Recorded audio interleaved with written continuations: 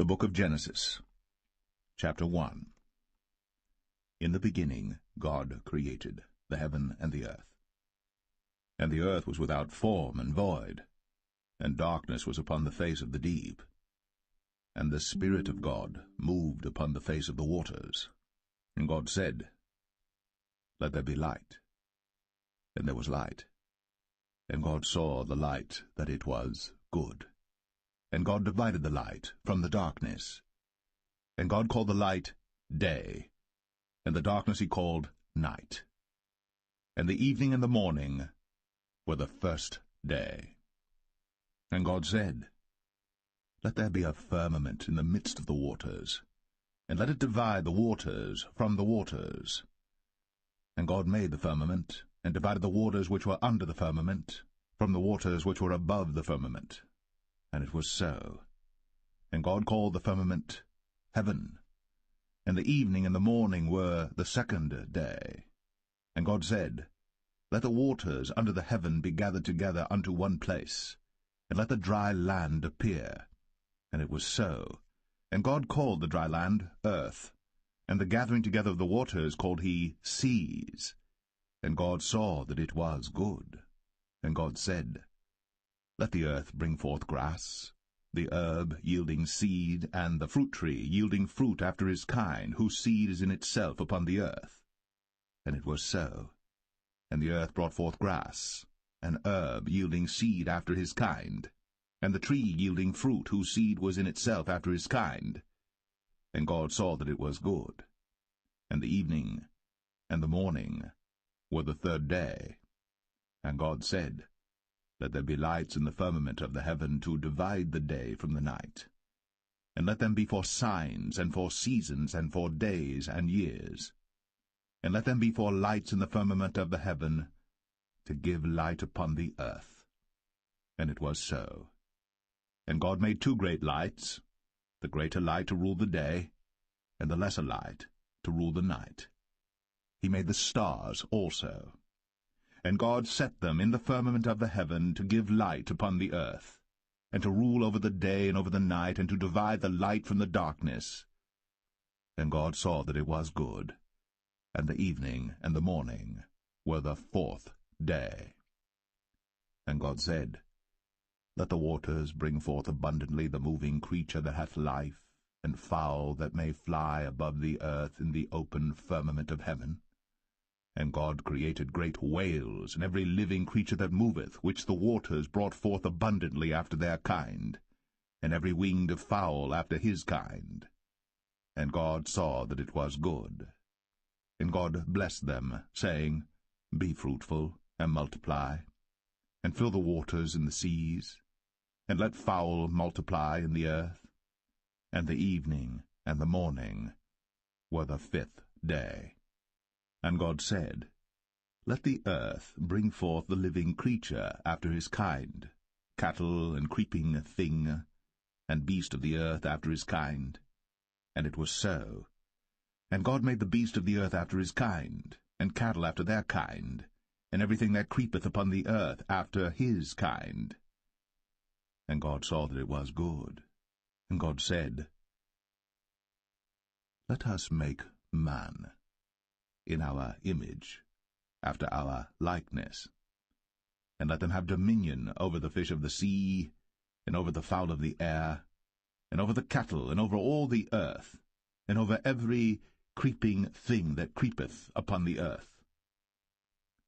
So God created man in his own image. In the image of God created he him, male and female created he them. And God blessed them, and God said unto them, Be fruitful, and multiply, and replenish the earth, and subdue it, and have dominion over the fish of the sea, and over the fowl of the air, and over every living thing that moveth upon the earth. And God said, Behold, I have given you every herb-bearing seed which is upon the face of all the earth, and every tree in the which is the fruit of a tree yielding seed. To you it shall be for meat. And to every beast of the earth, and to every fowl of the air, and to everything that creepeth upon the earth, wherein there is life, I have given every green herb for meat. And it was so. And God saw everything that he had made, and behold, it was very good. And the evening and the morning were the 6th day.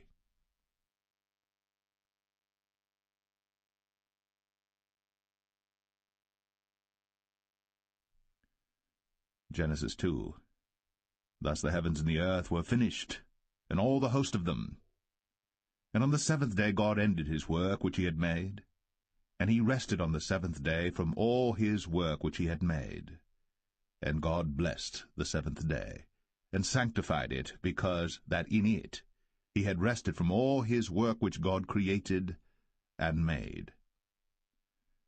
These are the generations of the heavens and of the earth when they were created, in the day that the Lord God made the earth and the heavens. And every plant of the field before it was in the earth, and every herb of the field before it grew. For the Lord God had not caused it to rain upon the earth, and there was not a man to till the ground. But there went up a mist from the earth, and watered the whole face of the ground. And the Lord God formed man of the dust of the ground, and breathed into his nostrils the breath of life, and man became a living soul. And the Lord God planted a garden eastward in Eden, and there he put the man whom he had formed. And out of the ground made the Lord God to grow every tree that is pleasant to the sight, and good for food, the tree of life also in the midst of the garden, and the tree of knowledge of good and evil. And a river went out of Eden to water the garden, and from thence it was parted, and became into 4 heads. The name of the first is Pison. That is it which compasseth the whole land of Havilah, where there is gold. And the gold of that land is good. There is bdellium, and the onyx stone. And the name of the second river is Gihon. The same is it that compasseth the whole land of Ethiopia. And the name of the third river is Hiddekel. That is it which goeth toward the east of Assyria. And the fourth river is Euphrates. And the Lord God took the man, and put him into the Garden of Eden to dress it, and to keep it. And the Lord God commanded the man, saying, Of every tree of the garden thou mayest freely eat, but of the tree of the knowledge of good and evil thou shalt not eat of it. For in the day that thou eatest thereof, thou shalt surely die. And the Lord God said, It is not good that the man should be alone. I will make him an helpmeet for him. And out of the ground the Lord God formed every beast of the field and every fowl of the air, and brought them unto Adam to see what he would call them.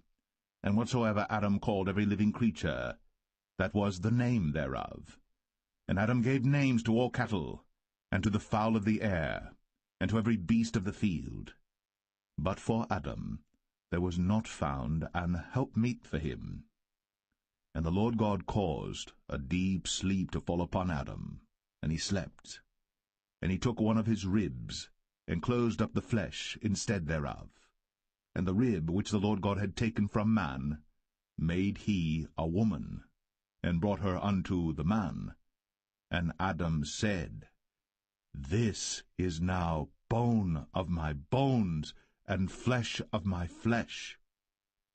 She shall be called woman, because she was taken out of man. Therefore shall a man leave his father and his mother, and shall cleave unto his wife, and they shall be one flesh. And they were both naked, the man and his wife, and were not ashamed.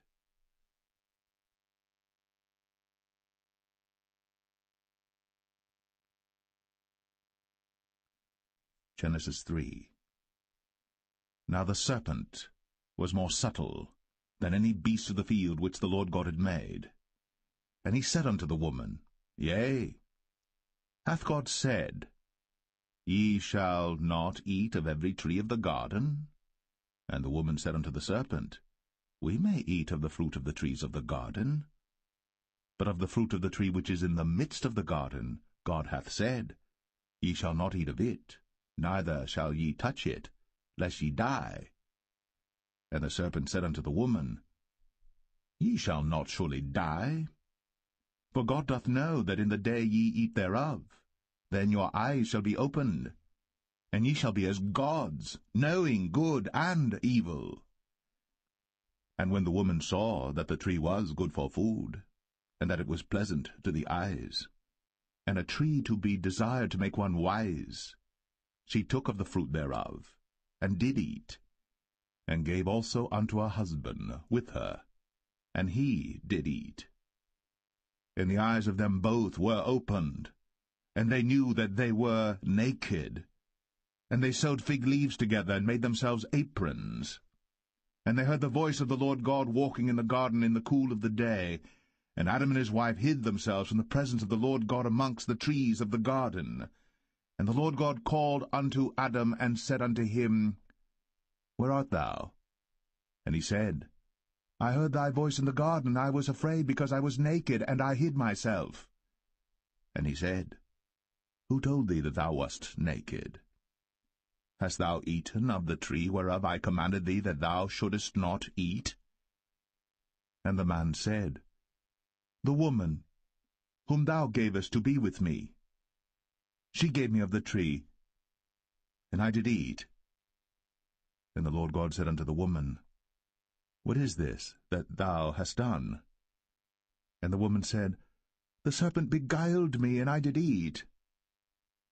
And the Lord God said unto the serpent, Because thou hast done this, thou art cursed above all cattle, and above every beast of the field.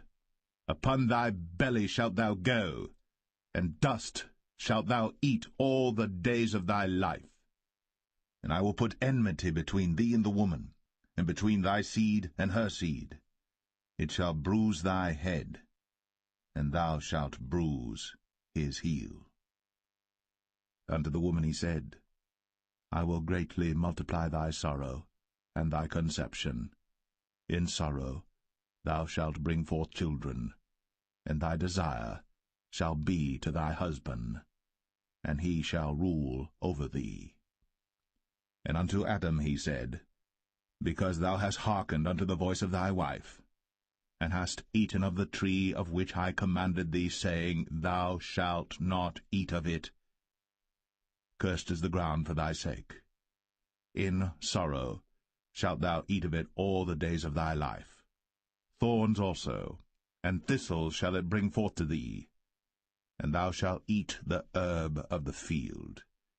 In the sweat of thy face shalt thou eat bread, till thou return unto the ground. For out of it wast thou taken, for dust thou art, and unto dust shalt thou return. And Adam called his wife's name Eve, because she was the mother of all living. Unto Adam also and to his wife did the Lord God make coats of skins, and clothed them. And the Lord God said, Behold, the man is become as one of us, to know good and evil. And now, lest he put forth his hand, and take also of the tree of life, and eat, and live forever. Therefore the Lord God sent him forth from the Garden of Eden, to till the ground from whence he was taken. So he drove out the man, and he placed at the east of the Garden of Eden cherubims, and a flaming sword which turned every way, to keep the way of the tree of life.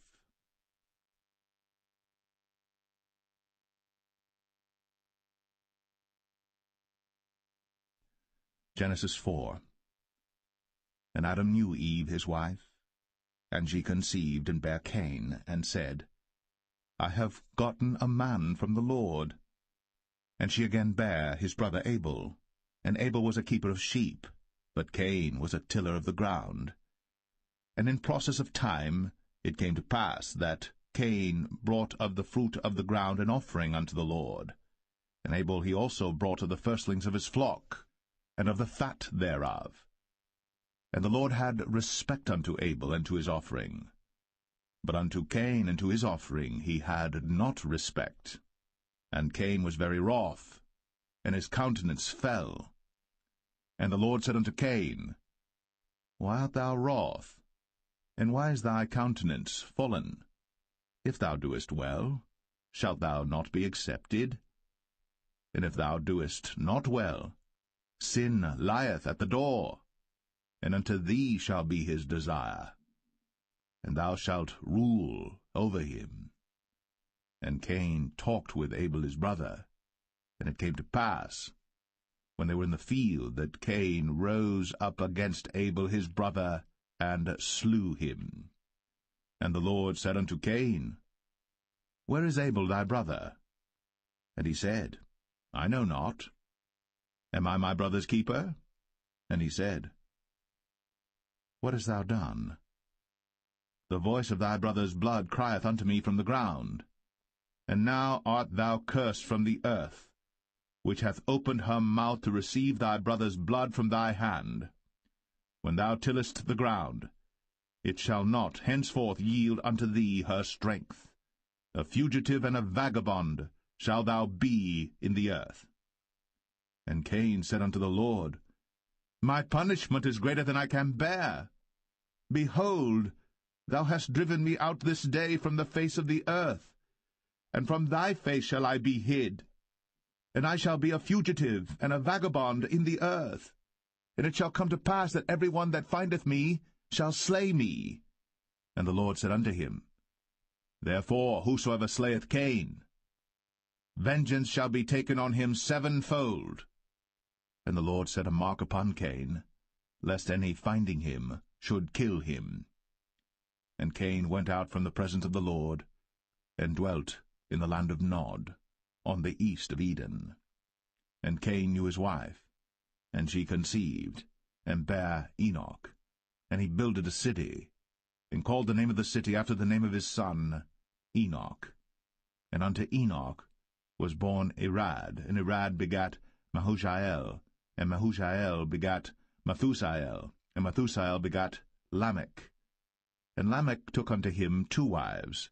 The name of the one was Adah, and the name of the other Zillah. And Adah bare Jabal.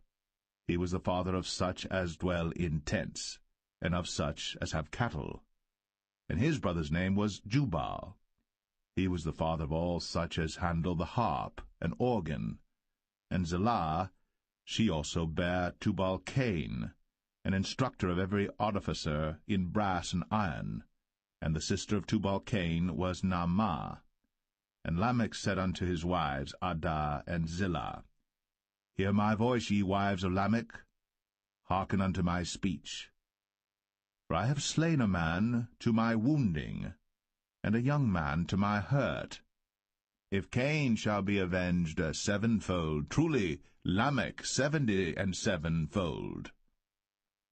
And Adam knew his wife again, and she bare a son, and called his name Seth.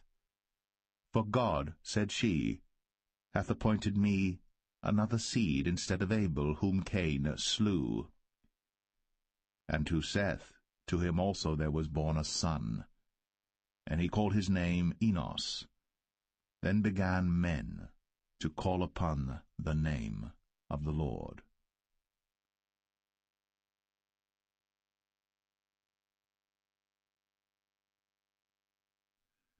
Genesis 5.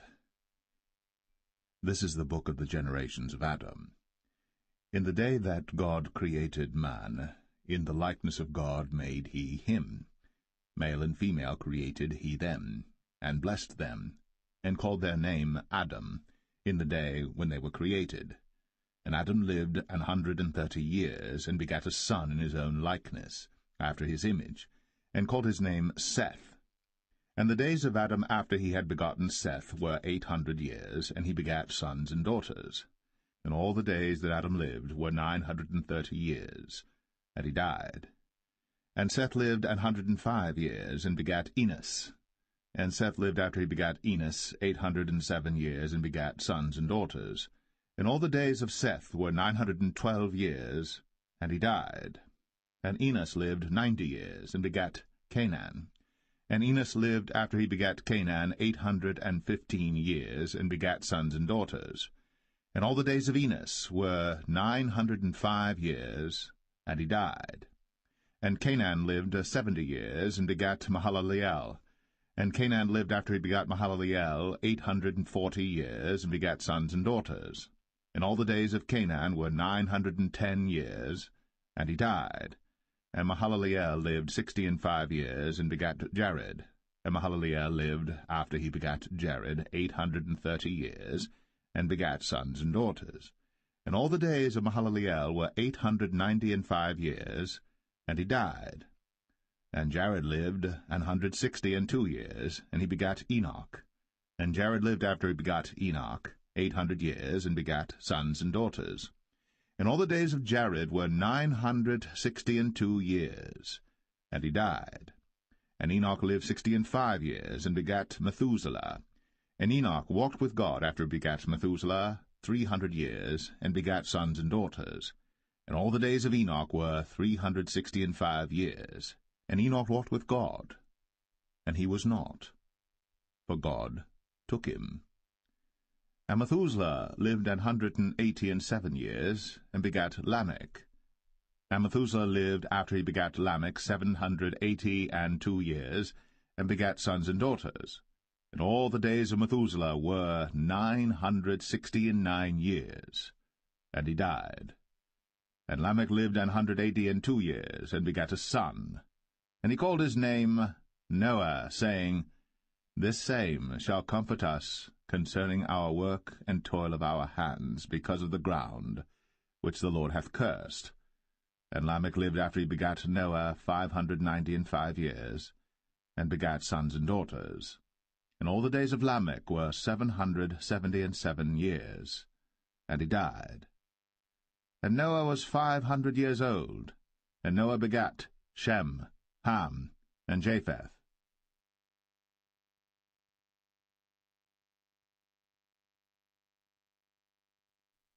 Genesis 6. And it came to pass, when men began to multiply on the face of the earth, and daughters were born unto them, that the sons of God saw the daughters of men that they were fair, and they took them wives of all which they chose. And the Lord said, My spirit shall not always strive with man, for that he also is flesh. Yet his days shall be 120 years. There were giants in the earth in those days, and also after that, when the sons of God came in unto the daughters of men, and they bare children to them, the same became mighty men, which were of old, men of renown. And God saw that the wickedness of man was great in the earth, and that every imagination of the thoughts of his heart was only evil continually. And it repented the Lord that he had made man on the earth, and it grieved him at his heart. And the Lord said, I will destroy man whom I have created from the face of the earth, both man and beast, and the creeping thing, and the fowls of the air, for it repenteth me that I have made them. But Noah found grace in the eyes of the Lord.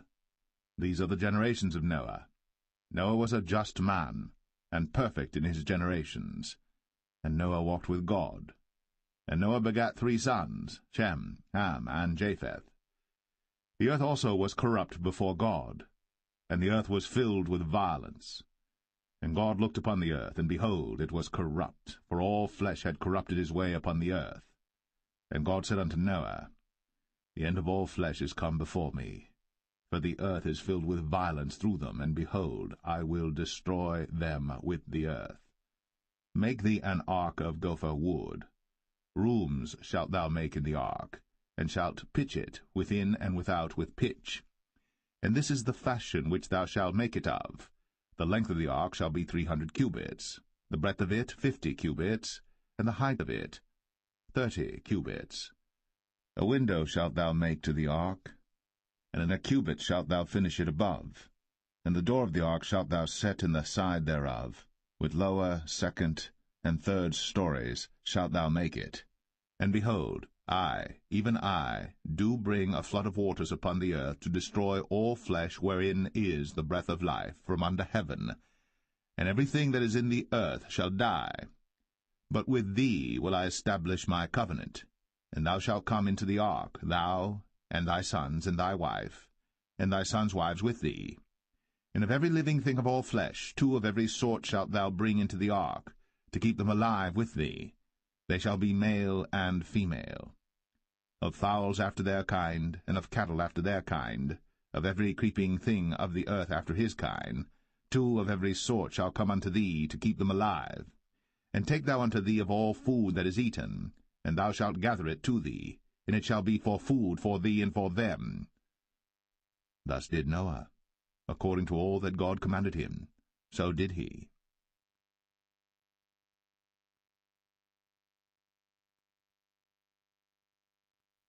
Genesis 7. And the Lord said unto Noah, Come thou and all thy house into the ark, for thee have I seen righteous before me in this generation. Of every clean beast thou shalt take to thee by 7s, the male and his female, and of beasts that are not clean by 2, the male and his female. Of fowls also of the air by 7s, the male and the female, to keep seed alive upon the face of all the earth. For yet 7 days, and I will cause it to rain upon the earth 40 days and 14 nights. And every living substance that I have made will I destroy from off the face of the earth. And Noah did according unto all that the Lord commanded him. And Noah was 600 years old when the flood of waters was upon the earth. And Noah went in, and his sons and his wife, and his sons' wives with him, into the ark because of the waters of the flood, of clean beasts, and of beasts that are not clean, and of fowls, and of everything that creepeth upon the earth. There went in 2 and 2 unto Noah into the ark, the male and the female, as God had commanded Noah.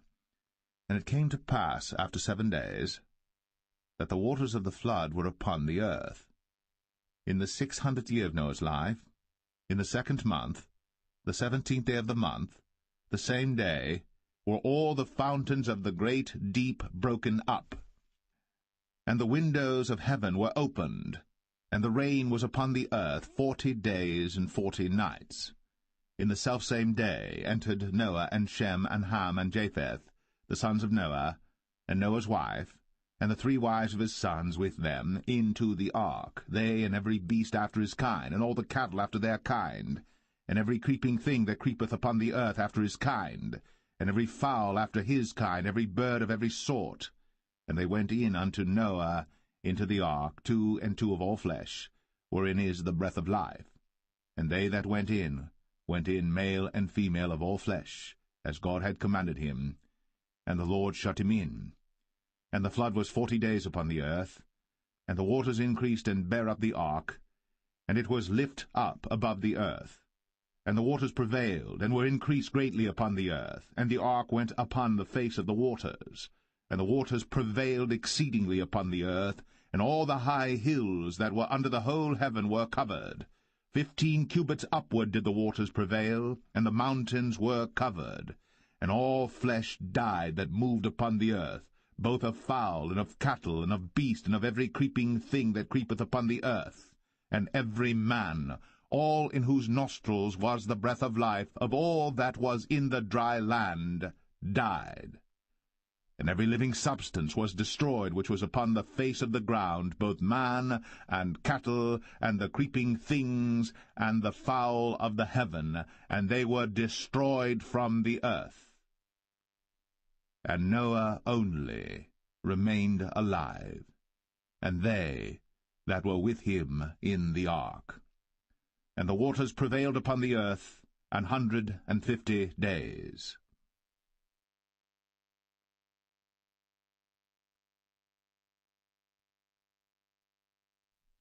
Genesis 8.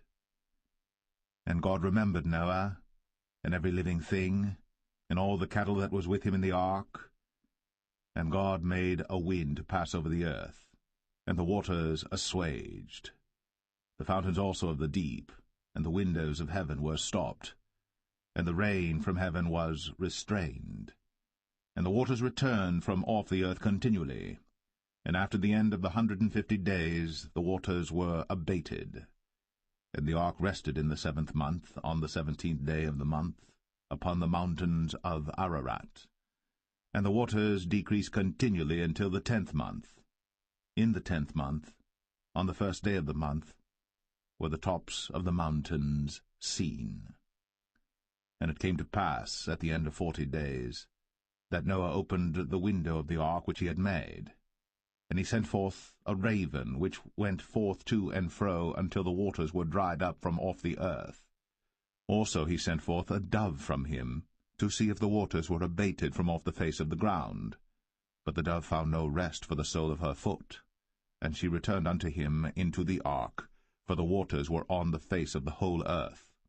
Then he put forth his hand, and took her, and pulled her in unto him into the ark. And he stayed yet other 7 days, and again he sent forth the dove out of the ark. And the dove came in to him in the evening, and lo, in her mouth was an olive leaf plucked off. So Noah knew that the waters were abated from off the earth. And he stayed yet other 7 days, and sent forth the dove, which returned not again unto him any more. And it came to pass, in the 601st year, in the 1st month, the 1st day of the month, the waters were dried up from off the earth. And Noah removed the covering of the ark, and looked, and behold, the face of the ground was dry. And in the 2nd month, on the 27th day of the month, was the earth dried. And God spake unto Noah, saying, Go forth of the ark, thou, and thy wife, and thy sons wives with thee. Bring forth with thee every living thing that is with thee of all flesh, both of fowl, and of cattle, and of every creeping thing that creepeth upon the earth, that they may breed abundantly in the earth, and be fruitful and multiply upon the earth. And Noah went forth, and his sons and his wife, and his sons' wives with him, every beast, every creeping thing, and every fowl, and whatsoever creepeth upon the earth, after their kinds, went forth out of the ark. And Noah builded an altar unto the Lord, and took of every clean beast, and of every clean fowl, and offered burnt offerings on the altar. And the Lord smelled a sweet savour. And the Lord said in his heart, I will not again curse the ground any more for man's sake. For the imagination of man's heart is evil from his youth, neither will I again smite any more everything living, as I have done. While the earth remaineth, seed time and harvest, and cold and heat, and summer and winter, and day and night, shall not cease.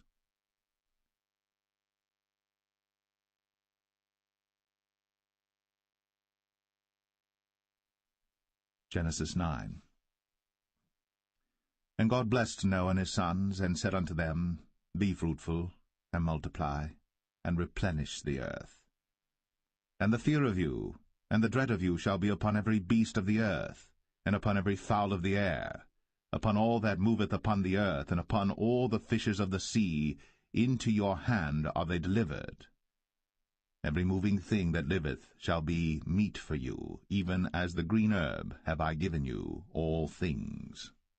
But flesh, with the life thereof, which is the blood thereof, shall ye not eat. And surely your blood of your lives will I require. At the hand of every beast will I require it, and at the hand of man, at the hand of every man's brother will I require the life of man. Whoso sheddeth man's blood, by man shall his blood be shed. For in the image of God made he man. And you, be ye fruitful, and multiply, bring forth abundantly in the earth, and multiply therein. And God spake unto Noah, and to his sons with him, saying, And I, behold, I establish my covenant with you, and with your seed after you, and with every living creature that is with you, of the fowl, of the cattle, and of every beast of the earth with you, from all that go out of the ark to every beast of the earth. And I will establish my covenant with you. Neither shall all flesh be cut off any more by the waters of a flood, neither shall there any more be a flood to destroy the earth. And God said, This is the token of the covenant which I make between me and you, and every living creature that is with you, for perpetual generations. I do set my bow in the cloud, and it shall be for a token of a covenant between me and the earth. And it shall come to pass, when I bring a cloud over the earth, that the bow shall be seen in the cloud. And I will remember my covenant, which is between me and you and every living creature of all flesh. And the waters shall no more become a flood, to destroy all flesh. And the bow shall be in the cloud, and I will look upon it, that I may remember the everlasting covenant between God and every living creature of all flesh that is upon the earth. And God said unto Noah, This is the token of the covenant, which I have established between me and all flesh that is upon the earth. And the sons of Noah that went forth of the ark were Shem, and Ham, and Japheth. And Ham is the father of Canaan. These are the 3 sons of Noah, and of them was the whole earth overspread. And Noah began to be an husbandman, and he planted a vineyard. And he drank of the wine, and was drunken, and he was uncovered within his tent. And Ham, the father of Canaan, saw the nakedness of his father, and told his 2 brethren without. And Shem and Japheth took a garment, and laid it upon both their shoulders, and went backward, and covered the nakedness of their father. And their faces were backward, and they saw not their father's nakedness. And Noah awoke from his wine, and knew what his younger son had done unto him. And he said, Cursed be Canaan, a servant of servants shall he be unto his brethren. And he said, Blessed be the Lord God of Shem, and Canaan shall be his servant. God shall enlarge Japheth, and he shall dwell in the tents of Shem, and Canaan shall be his servant. And Noah lived after the flood 350 years. And all the days of Noah were 950 years. And he died.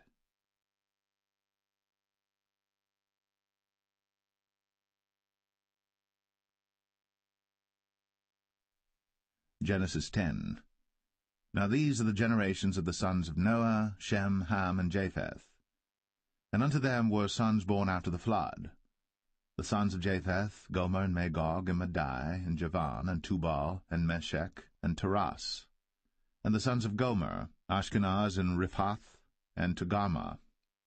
And the sons of Javan, Elisha, and Tarshish, Kittim, and Dodanim. But these were the isles of the Gentiles divided in their lands, every one after his tongue, after their families, in their nations. And the sons of Ham, Cush, and Mizraim, and Phut, and Canaan. And the sons of Cush, Seba, and Havilah, and Sabta, and Ramah, and Sabteca. And the sons of Ramah, Sheba, and Dedan. And Cush begat Nimrod. He began to be a mighty one in the earth. He was a mighty hunter before the Lord. Wherefore it is said, Even as Nimrod the mighty hunter before the Lord. And the beginning of his kingdom was Babel, and Erech, and Akkad, and Calneh in the land of Shinar. Out of that land went forth Ashur, and builded Nineveh, and the city Rehoboth, and Calah. And Rezin between Nineveh and Calah, the same is a great city. And Mizraim begat Ludim, and Anamim, and Lehabim, and Naphtuhim, and Pathruzim, and Casluhim, out of whom came Philistim, and Caphtorim. And Canaan begat Sidon his firstborn, and Heth, and the Jebusite, and the Amorite, and the Girgashite, and the Hivite, and the Archite, and the Sinite, and the Arvadite, and the Zemarite, and the Hamathite. And afterward were the families of the Canaanites spread abroad. And the border of the Canaanites was from Sidon, as thou comest to Gerar, unto Gaza, as thou goest unto Sodom and Gomorrah, and Admah, and Zeboim, even unto Lasha. These are the sons of Ham, after their families, after their tongues, in their countries, and in their nations. Unto Shem also, the father of all the children of Eber, the brother of Japheth, the elder, even to him were children born, the children of Shem, Elam, and Ashur, and Arphaxad, and Lud, and Aram. And the children of Aram, Uz, and Hul, and Gether, and Mash. And Arphaxad begat Salah, and Salah begat Eber. And unto Eber were born 2 sons. The name of one was Peleg, for in his days was the earth divided, and his brother's name was Joktan. And Joktan begat Almadad, and Shelef, and Hazarmaveth, and Jerah, and Hadoram, and Uzal, and Diklah, and Obal, and Abimael, and Sheba, and Ophir, and Havilah, and Jobab. All these were the sons of Joktan. And their dwelling was from Mesha, as thou goest unto Sephar, a mount of the east. These are the sons of Shem, after their families, after their tongues, in their lands, after their nations.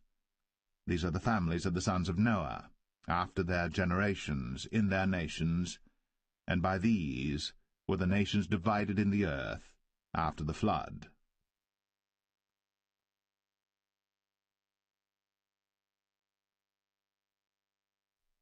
Genesis 11.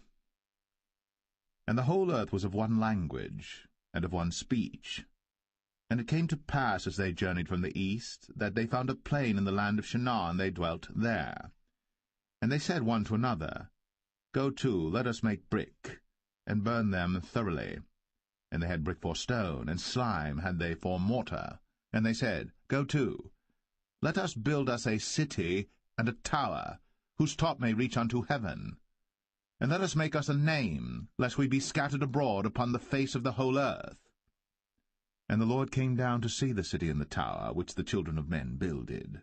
And the Lord said, Behold, the people is one, and they have all one language, and this they begin to do? And now nothing will be restrained from them, which they have imagined to do. Go to, let us go down, and there confound their language, that they may not understand one another's speech. So the Lord scattered them abroad from thence upon the face of all the earth, and they left off to build the city. Therefore is the name of it called Babel, because the Lord did there confound the language of all the earth, and from thence did the Lord scatter them abroad upon the face of all the earth. These are the generations of Shem. Shem was 100 years old, and begat Arphaxad 2 years after the flood. And Shem lived after he begat Arphaxad 500 years, and begat sons and daughters. And Arphaxad lived 35 years, and begat Salah. And Arphaxad lived after he begat Salah 403 years, and begat sons and daughters. And Salah lived 30 years, and begat Eber.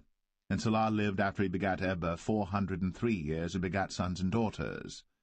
And Eber lived 34 years, and begat Peleg. And Eber lived after he begat Peleg 430 years, and begat sons and daughters. And Peleg lived 30 years, and begat Reu. And Peleg lived after he begat Reu 209 years, and begat sons and daughters. And Reu lived 32 years, and begat Serug. And Reu lived after he begat Serug 207 years, and begat sons and daughters. And Serug lived 30 years, and begat Nahor. And Serug lived after he begat Nahor 200 years, and begat sons and daughters. And Nahor lived 29 years, and begat Terah.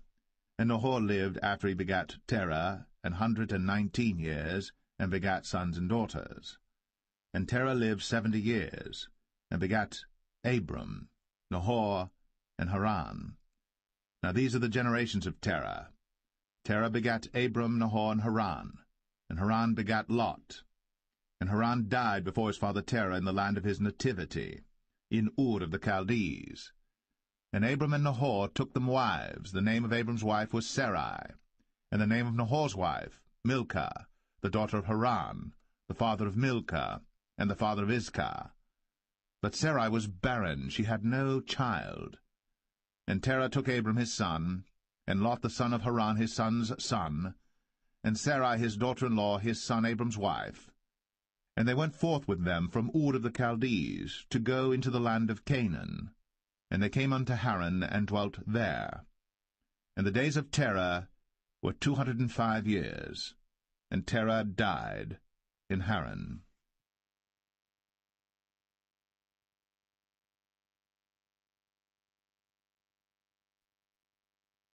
Genesis 12. Now the Lord had said unto Abram, Get thee out of thy country, and from thy kindred, and from thy father's house, unto a land that I will show thee. And I will make of thee a great nation, and I will bless thee, and make thy name great, and thou shalt be a blessing. And I will bless them that bless thee, and curse him that curseth thee. And in thee shall all families of the earth be blessed. So Abram departed, as the Lord had spoken unto him. And Lot went with him. And Abram was 75 old, when he departed out of Haran. And Abram took Sarai his wife, and Lot his brother's son, and all their substance that they had gathered, and the souls that they had gotten in Haran. And they went forth to go into the land of Canaan, and into the land of Canaan they came. And Abram passed through the land unto the place of Sichem, unto the plain of Moreh, and the Canaanite was then in the land. And the Lord appeared unto Abram, and said, Unto thy seed will I give this land. And there builded he an altar unto the Lord, who appeared unto him. And he removed from thence unto a mountain on the east of Bethel, and pitched his tent, having Bethel on the west, and Ai on the east. And there he builded an altar unto the Lord, and called upon the name of the Lord. And Abram journeyed, going on still toward the south. And there was a famine in the land, and Abram went down into Egypt to sojourn there, for the famine was grievous in the land. And it came to pass, when he was come near to enter into Egypt, that he said unto Sarai his wife, Behold now, I know that thou art a fair woman to look upon. Therefore it shall come to pass, when the Egyptians shall see thee, that they shall say, This is his wife, and they will kill me, but they will save thee alive. Say, I pray thee, Thou art my sister, that it may be well with me for thy sake, and my soul shall live because of thee. And it came to pass, that when Abram was come into Egypt, the Egyptians beheld the woman that she was very fair. The princes also of Pharaoh saw her, and commended her before Pharaoh. And the woman was taken into Pharaoh's house. And he entreated Abram well for her sake. And he had sheep, and oxen, and he-asses, and men-servants, and maidservants, and she-asses, and camels. And the Lord plagued Pharaoh, and his house with great plagues, because of Sarai, Abram's wife. And Pharaoh called Abram, and said, What is this that thou hast done unto me? Why didst thou not tell me that she was thy wife? Why saidst thou, She is my sister, so I might have taken her to be my wife? Now therefore behold thy wife, take her, and go thy way. And Pharaoh commanded his men concerning him, and they sent him away, and his wife, and all that he had.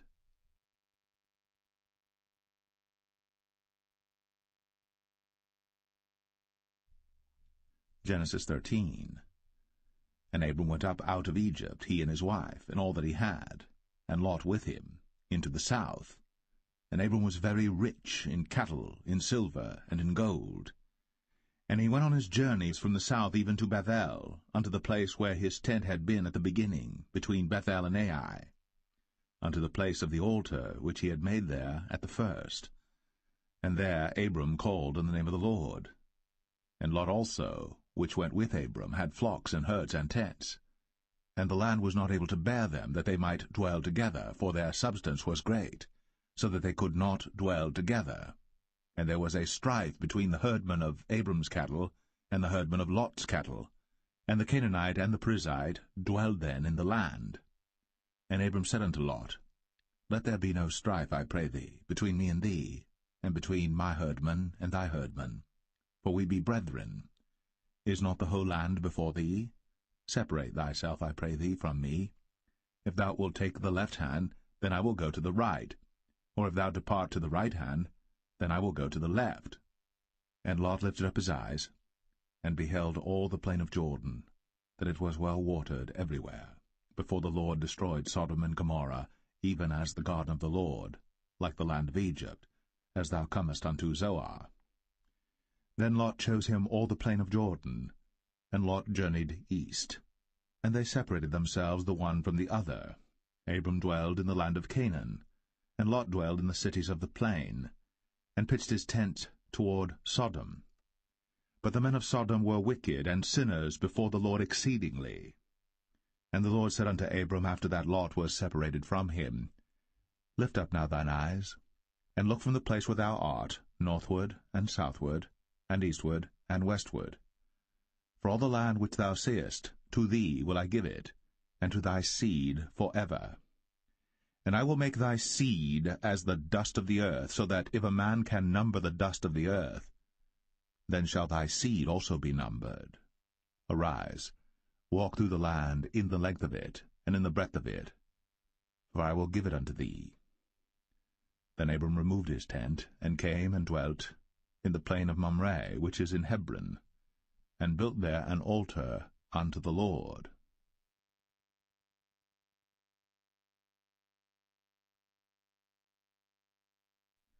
Genesis 14. And it came to pass in the days of Amraphel, king of Shinar, Arioch, king of Elasar, Chedorlaomer, king of Elam, and Tidal, king of nations, that these made war with Bera, king of Sodom, and with Birsha, king of Gomorrah, Shinab, king of Admah, and Shemeber, king of Zeboim, and the king of Bela, which is Zoar. All these were joined together in the vale of Siddim, which is the salt sea. 12 years they served Chedorlaomer, and in the 13th year they rebelled. And in the 14th year came Chedorlaomer, and the kings that were with him, and smote the Rephaims in Ashtaroth, Karnaim, and the Zazims in Ham, and the Emims in Shaveh Kiriathaim, and the Horites in their Mount Seir unto El Paran, which is by the wilderness. And they returned and came to En Mishpat, which is Kadesh, and smote all the country of the Amalekites, and also the Amorites, that dwelt in Hazazon Tamar. And there went out the king of Sodom, and the king of Gomorrah, and the king of Admah, and the king of Zeboim, and the king of Bela, the same as Zoar, and they joined battle with them in the vale of Siddim, with Chedorlaomer the king of Elam, and with Tidal king of nations, and Amraphel king of Shinar, and Arioch king of Elasar, 4 kings with 5. And the vale of Siddim was full of slime pits, and the kings of Sodom and Gomorrah fled, and fell there, and they that remained fled to the mountain. And they took all the goods of Sodom and Gomorrah, and all their victuals, and went their way. And they took Lot, Abram's brother's son, who dwelt in Sodom, and his goods, and departed. And there came one that had escaped, and told Abram the Hebrew, for he dwelt in the plain of Mamre the Amorite, brother of Eshcol, and brother of Aner, and these were confederate with Abram. And when Abram heard that his brother was taken captive, he armed his trained servants, born in his own house, 318, and pursued them unto Dan. And he divided himself against them, he and his servants, by night, and smote them, and pursued them unto Hobah, which is on the left hand of Damascus.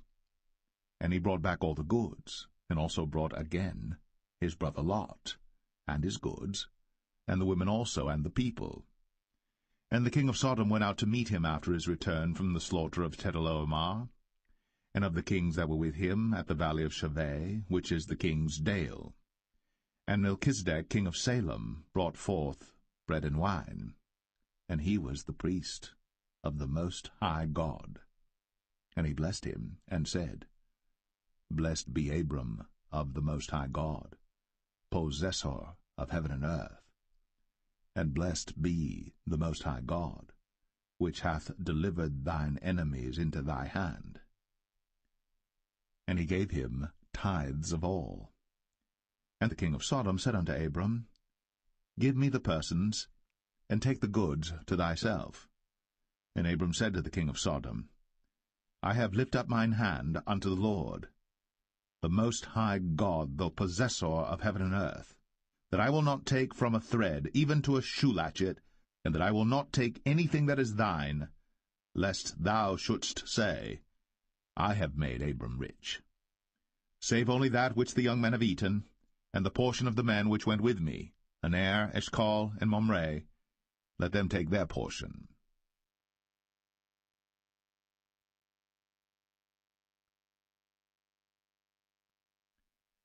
Genesis 15. After these things, the word of the Lord came unto Abram in a vision, saying, Fear not, Abram, I am thy shield, and thy exceeding great reward. And Abram said, Lord God, what wilt thou give me, seeing I go childless? And the steward of my house is this Eliezer of Damascus. And Abram said, Behold, to me thou hast given no seed, and lo, one born in my house is mine heir. And behold, the word of the Lord came unto him, saying, This shall not be thine heir, but he that shall come forth out of thine own bowels shall be thine heir. And he brought him forth abroad, and said, Look now toward heaven, and tell the stars, if thou be able to number them. And he said unto him, So shall thy seed be.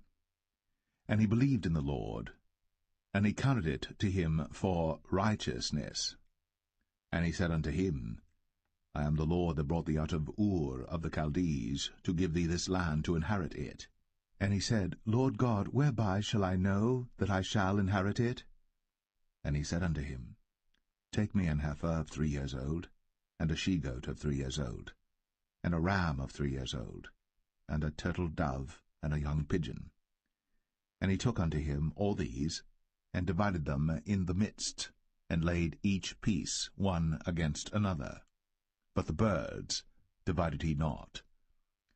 And when the fowls came down upon the carcasses, Abram drove them away. And when the sun was going down, a deep sleep fell upon Abram, and lo, an horror of great darkness fell upon him. And he said unto Abram, Know of a surety that thy seed shall be a stranger in a land that is not theirs, and shall serve them, and they shall afflict them 400 years. And also that nation whom they shall serve will I judge, and afterward shall they come out with great substance. And thou shalt go to thy fathers in peace. Thou shalt be buried in a good old age. But in the 4th generation they shall come hither again, for the iniquity of the Amorites is not yet full. And it came to pass, that when the sun went down, and it was dark, behold, a smoking furnace, and a burning lamp that passed between those pieces. In the same day the Lord made a covenant with Abram, saying, Unto thy seed have I given this land, from the river of Egypt unto the great river, the river Euphrates, the Kenites, and the Kenizzites, and the Cadmonites, and the Hittites, and the Perizzites, and the Rephaims, and the Amorites, and the Canaanites, and the Girgashites, and the Jebusites.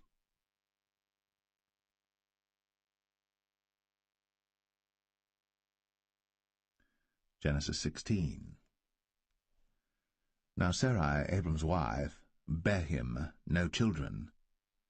And she had an handmaid, an Egyptian, whose name was Hagar.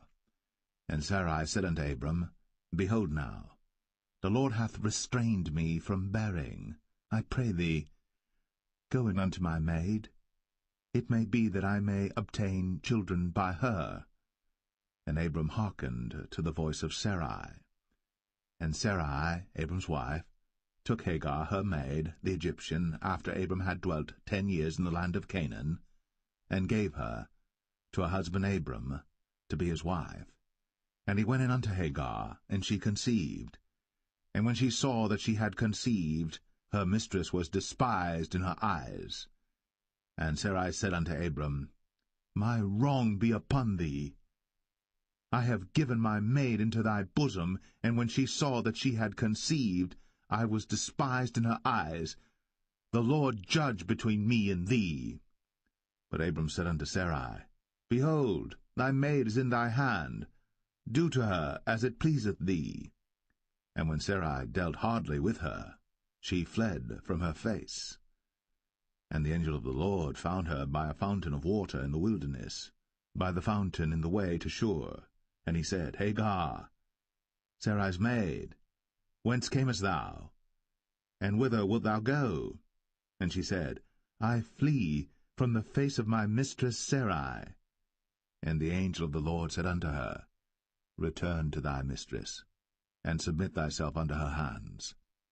And the angel of the Lord said unto her, I will multiply thy seed exceedingly, that it shall not be numbered for multitude. And the angel of the Lord said unto her, Behold, thou art with child, and shalt bear a son, and shalt call his name Ishmael, because the Lord hath heard thy affliction. And he will be a wild man, his hand will be against every man, and every man's hand against him. And he shall dwell in the presence of all his brethren. And she called the name of the Lord that spake unto her, Thou God seest me. For she said, Have I also here looked after him that seeth me? Wherefore the well was called Beer-Lahai Roi. Behold, it is between Kadesh and Bered. And Hagar bare Abram a son, and Abram called his son's name, which Hagar bare, Ishmael. And Abram was 86 years old, when Hagar bare Ishmael to Abram.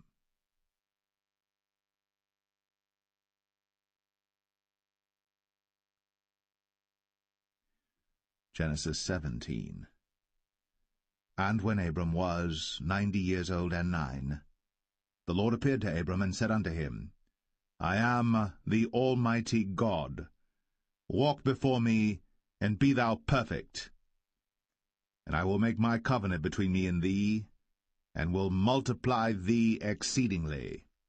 And Abram fell on his face.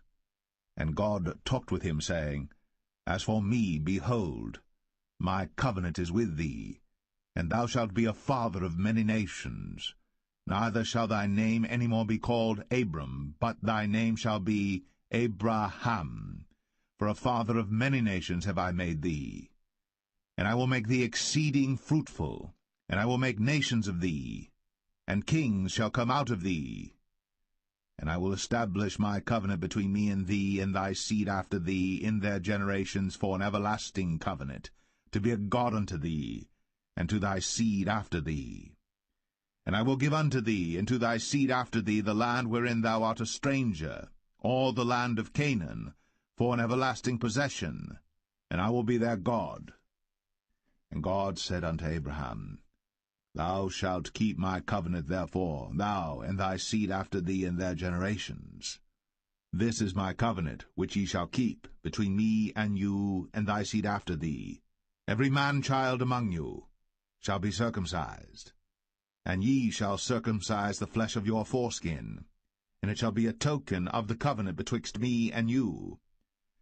And he that is 8 days old shall be circumcised among you, every man-child in your generations, he that is born in the house, or bought with money of any stranger, which is not of thy seed. He that is born in thy house, and he that is bought with thy money, must needs be circumcised. And my covenant shall be in your flesh, for an everlasting covenant.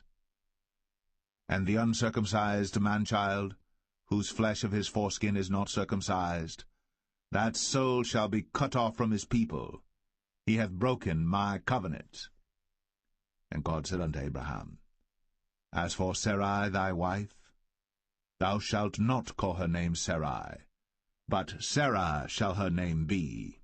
And I will bless her, and give thee a son also of her. Yea, I will bless her, and she shall be a mother of nations. Kings of people shall be of her. Then Abram fell upon his face, and laughed, and said in his heart, Shall a child be born unto him that is 100 years old? And shall Sarah, that is 90 years old, bear? And Abraham said unto God, Oh, that Ishmael might live before thee.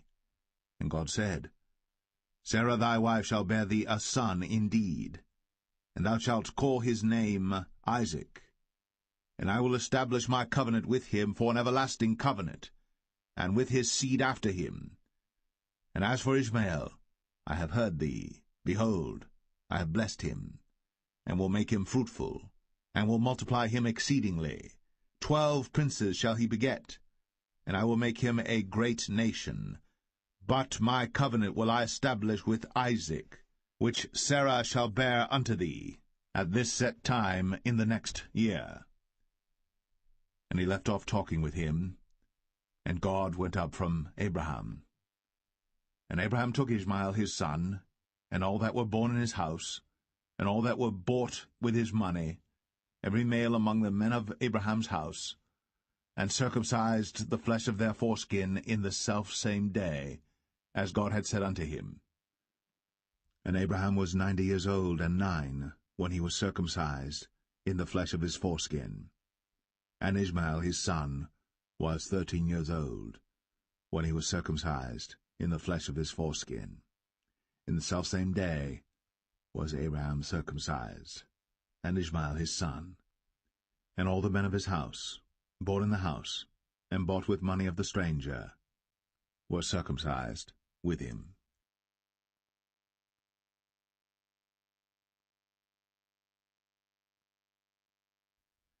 Genesis 18.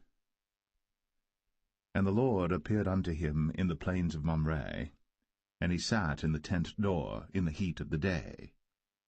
And he lifted up his eyes, and looked, and lo, 3 men stood by him. And when he saw them, he ran to meet them from the tent door, and bowed himself toward the ground, and said, My Lord, if now I have found favour in thy sight, pass not away, I pray thee, from thy servant. Let a little water, I pray you, be fetched, and wash your feet, and rest yourselves under the tree. And I will fetch a morsel of bread, and comfort ye your hearts. After that ye shall pass on, for therefore are ye come to your servant. And they said, So do, as thou hast said. And Abraham hastened into the tent unto Sarah, and said, Make ready quickly 3 measures of fine meal, knead it, and make cakes upon the hearth. And Abraham ran unto the herd, and fetched a calf tender and good, and gave it unto a young man, and he hasted to dress it. And he took butter and milk, and the calf which he had dressed, and set it before them. And he stood by them under the tree, and they did eat. And they said unto him, Where is Sarah thy wife? And he said, Behold, in the tent. And he said, I will certainly return unto thee according to the time of life, and lo, Sarah thy wife shall have a son. And Sarah heard it in the tent door, which was behind him. Now Abraham and Sarah were old, and well stricken in age, and it ceased to be with Sarah, after the manner of women. Therefore Sarah laughed within herself, saying, After I am waxed old shall I have pleasure, my Lord being old also? And the Lord said unto Abraham, Wherefore did Sarah laugh, saying, Shall I of a surety bear a child, which am old? Is anything too hard for the Lord?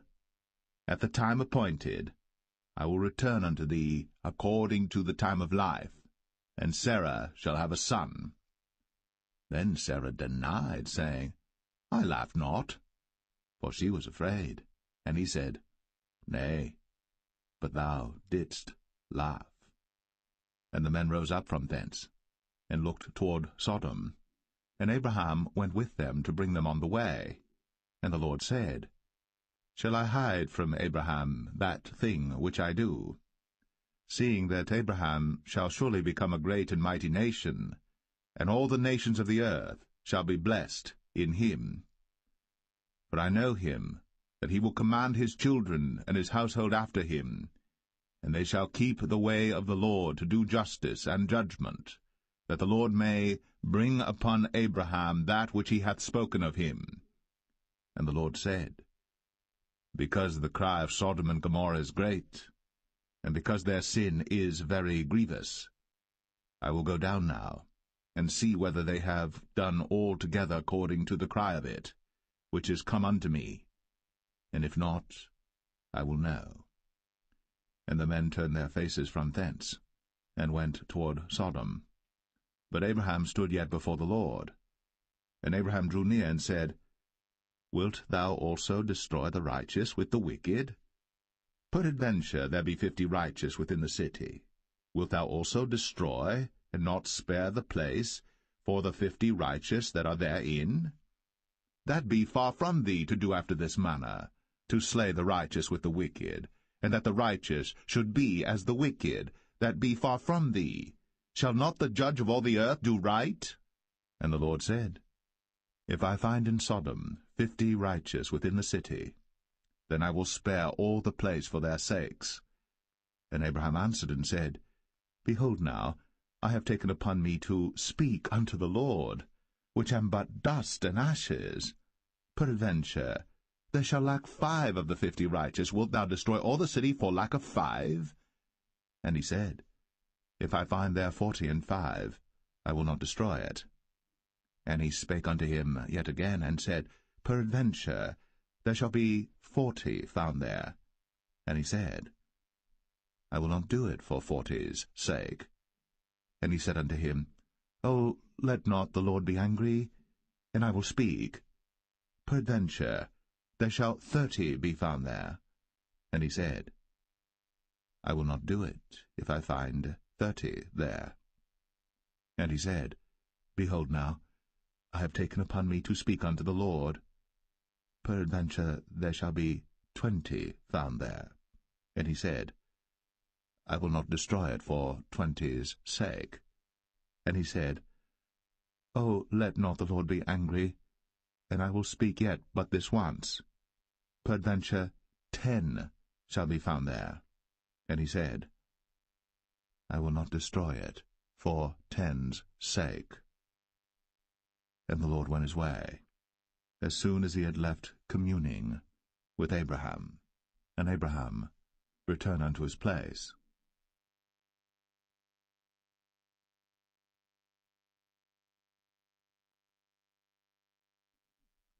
Genesis 19. And there came 2 angels to Sodom at even, and Lot sat in the gate of Sodom. And Lot, seeing them, rose up to meet them, and he bowed himself with his face toward the ground. And he said, Behold now, my lords, turn in, I pray you, into your servant's house, and tarry all night, and wash your feet, and ye shall rise up early and go on your ways. And they said, Nay, but we will abide in the street all night. And he pressed upon them greatly. And they turned in unto him, and entered into his house. And he made them a feast, and did bake unleavened bread, and they did eat.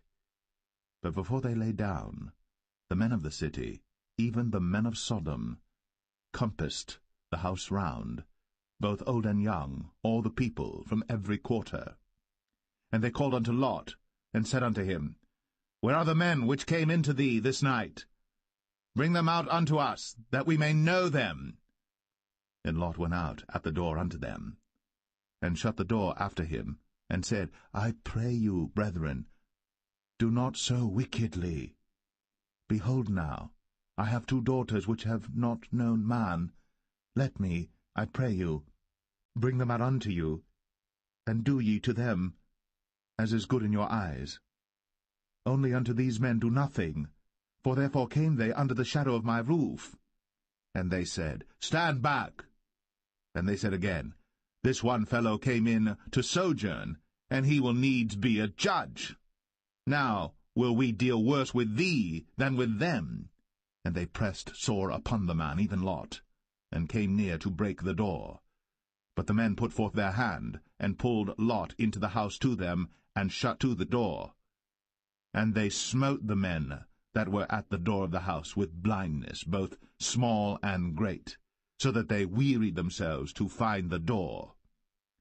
And the men said unto Lot, Hast thou here any besides, son-in-law, and thy sons, and thy daughters, and whatsoever thou hast in the city, bring them out of this place?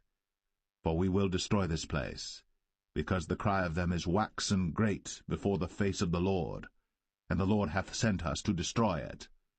And Lot went out, and spake unto his sons-in-law, which married his daughters, and said, Up, get you out of this place, for the Lord will destroy this city.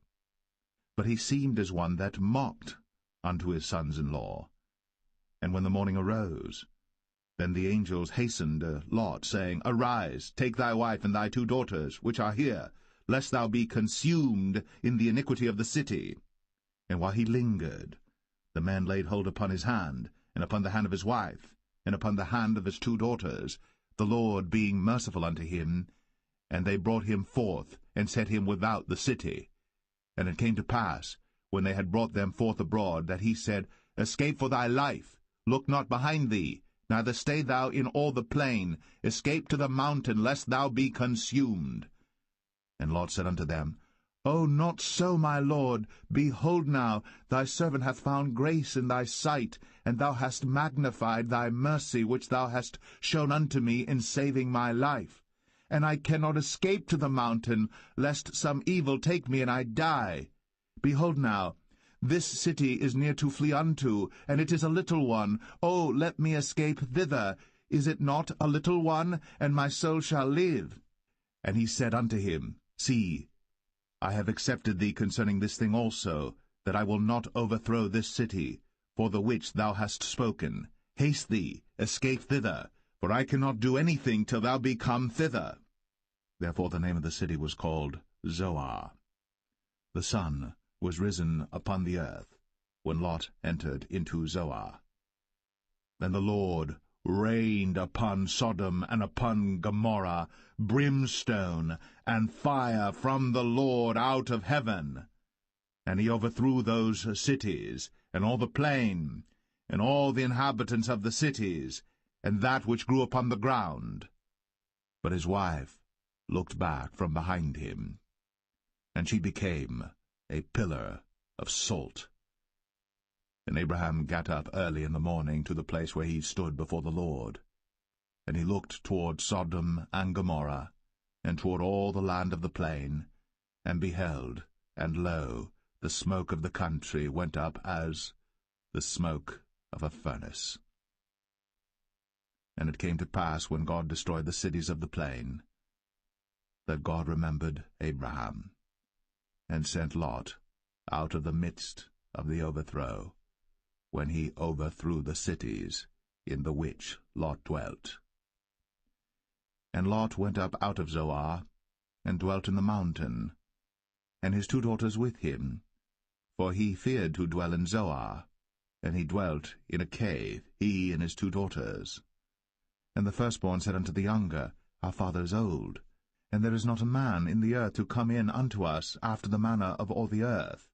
Come, let us make our father drink wine, and we will lie with him, that we may preserve seed of our father. And they made their father drink wine that night. And the firstborn went in, and lay with her father. And he perceived not when she lay down, nor when she arose. And it came to pass on the morrow, that the firstborn said unto the younger, Behold, I lay yesternight with my father. Let us make him drink wine this night also, and go thou in, and lie with him, that we may preserve seed of our father. And they made their father drink wine that night also. And the younger arose, and lay with him. And he perceived not when she lay down, nor when she arose. Thus were both the daughters of Lot with child by their father. And the firstborn bare a son, and called his name Moab. The same is the father of the Moabites unto this day. And the younger, she also bare a son, and called his name Ben-Ami.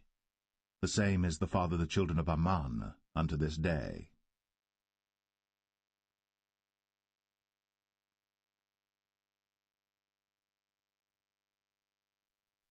Genesis 20. And Abraham journeyed from thence toward the south country, and dwelled between Kadesh and Shur, and sojourned in Gerar. And Abraham said of Sarah his wife, She is my sister. And Abimelech king of Gerar sent and took Sarah. But God came to Abimelech in a dream by night, and said to him, Behold, thou art but a dead man, for the woman which thou hast taken, for she is a man's wife. But Abimelech had not come near her, and he said, Lord, wilt thou slay also a righteous nation? Said he not unto me, She is my sister? And she, even she herself, said, He is my brother? In the integrity of my heart, and innocency of my hands, have I done this. And God said unto him in a dream, Yea, I know that thou didst this in the integrity of thy heart.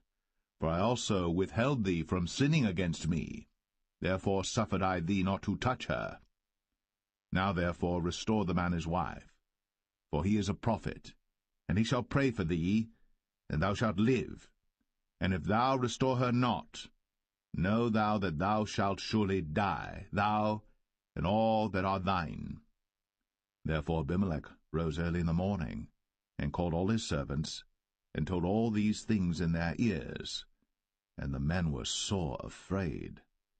Then Abimelech called Abraham, and said unto him, What hast thou done unto us? And what have I offended thee, that thou hast brought on me and on my kingdom a great sin? Thou hast done deeds unto me that ought not to be done.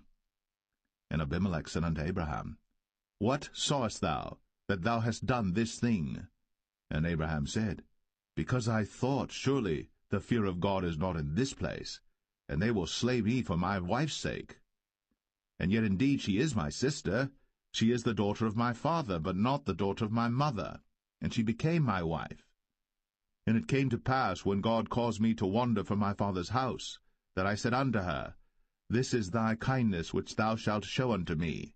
At every place whither we shall come, say of me, He is my brother. And Abimelech took sheep and oxen, and men servants, and women servants, and gave them unto Abraham, and restored him Sarah his wife. And Abimelech said, Behold, my land is before thee. Dwell where it pleaseth thee. And unto Sarah he said, Behold, I have given thy brother 1,000 pieces of silver.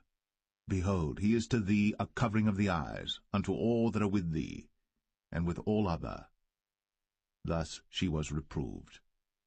So Abraham prayed unto God, and God healed Abimelech and his wife and his maidservants, and they bare children. For the Lord had fast closed up all the wombs of the house of Abimelech, because of Sarah, Abraham's wife.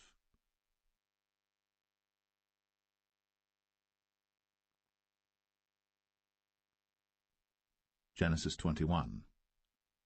And the Lord visited Sarah as he had said, and the Lord did unto Sarah as he had spoken. For Sarah conceived, and bare Abraham a son in his old age, at the set time of which God had spoken to him.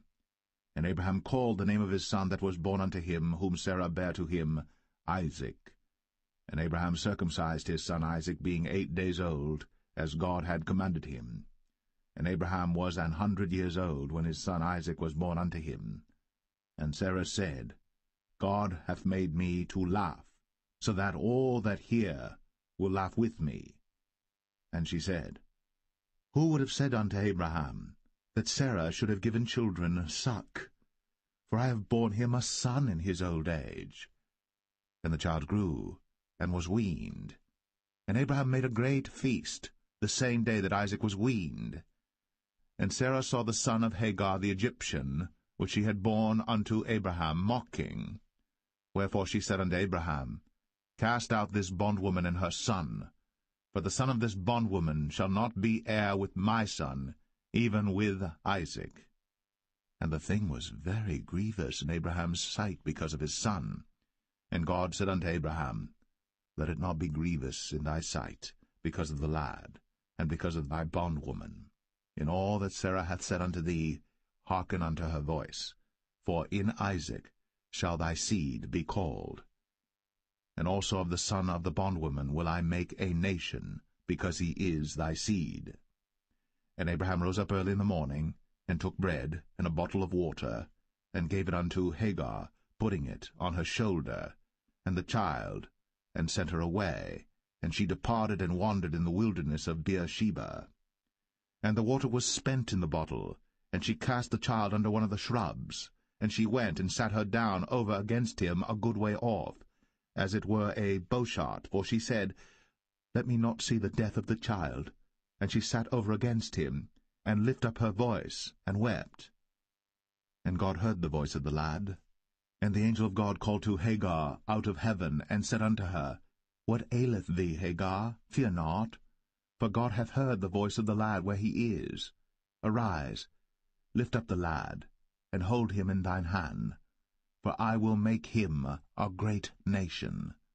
And God opened her eyes, and she saw a well of water, and she went and filled the bottle with water, and gave the lad drink. And God was with the lad, and he grew, and dwelt in the wilderness, and became an archer. And he dwelt in the wilderness of Paran, and his mother took him a wife out of the land of Egypt. And it came to pass at that time that Abimelech and Phicol, the chief captain of his host, spake unto Abraham, saying, God is with thee in all that thou doest. Now therefore swear unto me here by God that thou wilt not deal falsely with me, nor with my son, nor with my son's son, but according to the kindness that I have done unto thee, thou shalt do unto me, and to the land wherein thou hast sojourned. And Abraham said, I will swear. And Abraham reproved Abimelech because of a well of water, which Abimelech's servants had violently taken away. And Abimelech said, I wot not who hath done this thing, neither didst thou tell me, neither yet heard I of it, but today.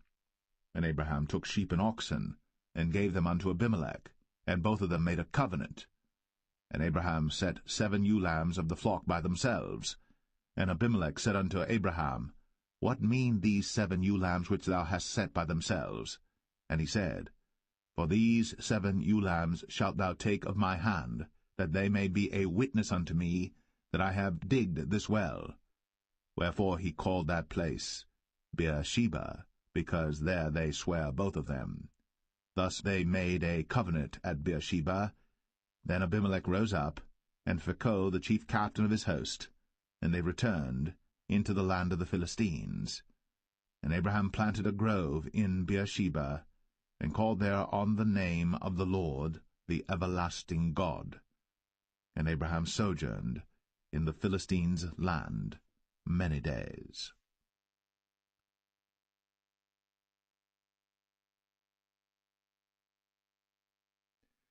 Genesis 22. And it came to pass, after these things, that God did tempt Abraham, and said unto him, Abraham. And he said, Behold, here I am. And he said, Take now thy son, thine only son Isaac, whom thou lovest, and get thee into the land of Moriah, and offer him there for a burnt offering upon one of the mountains which I will tell thee of. And Abraham rose up early in the morning, and saddled his ass, and took 2 of his young men with him, and Isaac his son, and clave the wood for the burnt offering, and rose up, and went unto the place of which God had told him. Then on the 3rd day Abraham lifted up his eyes, and saw the place afar off. And Abraham said unto his young men, Abide ye here with the ass, and I and the lad will go yonder, and worship, and come again to you. And Abraham took the wood of the burnt offering, and laid it upon Isaac his son. And he took the fire in his hand, and a knife, and they went both of them together. And Isaac spake unto Abraham his father, and said, My father? And he said, Here am I, my son. And he said, Behold, the fire and the wood. But where is the lamb for a burnt offering? And Abraham said, My son, God will provide himself a lamb for a burnt offering. So they went both of them together. And they came to the place which God had told him of. And Abraham built an altar there, and laid the wood in order, and bound Isaac his son, and laid him on the altar upon the wood. And Abraham stretched forth his hand, and took the knife to slay his son. And the angel of the Lord called unto him out of heaven, and said, Abraham, Abraham! And he said, Here am I. And he said, Lay not thine hand upon the lad, neither do thou anything unto him. For now I know that thou fearest God, seeing thou hast not withheld thy son, thine only son, from me. And Abraham lifted up his eyes, and looked, and behold, behind him a ram caught in a thicket by his horns. And Abraham went, and took the ram, and offered him up for a burnt offering in the stead of his son. And Abraham called the name of that place Jehovah-Jireh, as it is said to this day, In the mount of the Lord it shall be seen.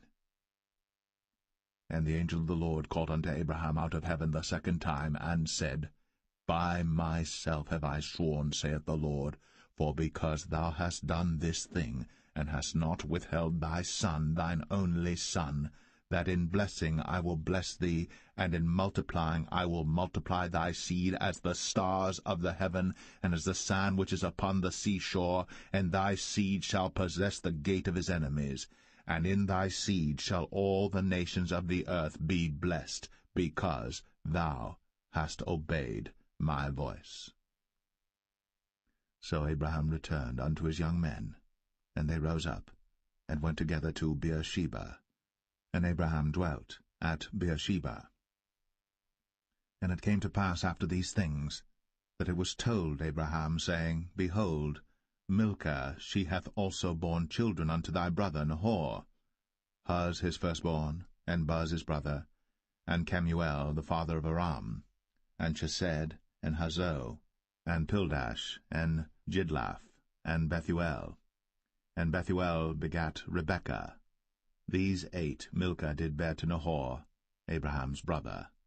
And his concubine, whose name was Rumah, she bare also Tebah, and Gaham, and Thahash, and Maacah.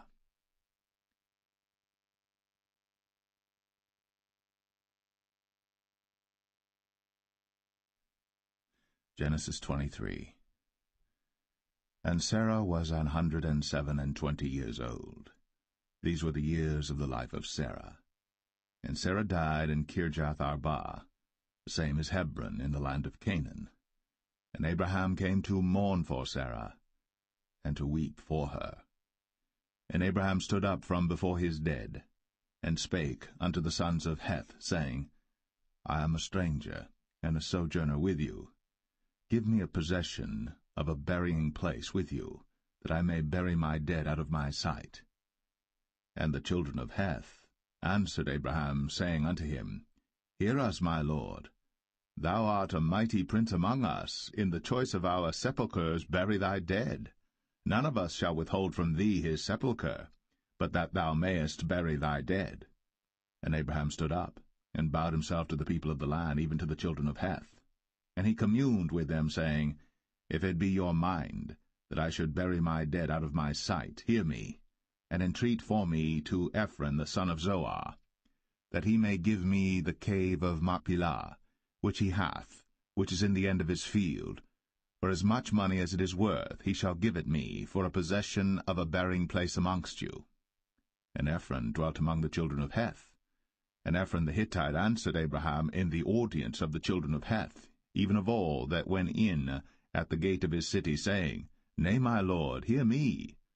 The field give I thee, and the cave that is therein I give it thee. In the presence of the sons of my people give I it thee. Bury thy dead. And Abraham bowed down himself before the people of the land. And he spake unto Ephron in the audience of the people of the land, saying, But if thou wilt give it, I pray thee, hear me. I will give thee money for the field. Take it of me, and I will bury my dead there. And Ephron answered Abraham, saying unto him, My lord, hearken unto me. The land is worth 400 shekels of silver. What is that betwixt me and thee? Bury therefore thy dead. And Abraham hearkened unto Ephron, and Abraham weighed to Ephron the silver, which he had named in the audience of the sons of Heth, 400 shekels of silver, current money, with the merchant. And the field of Ephron, which was in Machpelah, which was before Mamre, the field and the cave which was therein, and all the trees that were in the field, that were in all the borders round about, were made sure unto Abraham for a possession in the presence of the children of Heth, before all that went in at the gate of his city. And after this Abraham buried Sarah his wife in the cave of the field of Machpelah before Mamre, the same is Hebron in the land of Canaan, and the field, and the cave that is therein, were made sure unto Abraham for a possession of a burying place by the sons of Heth.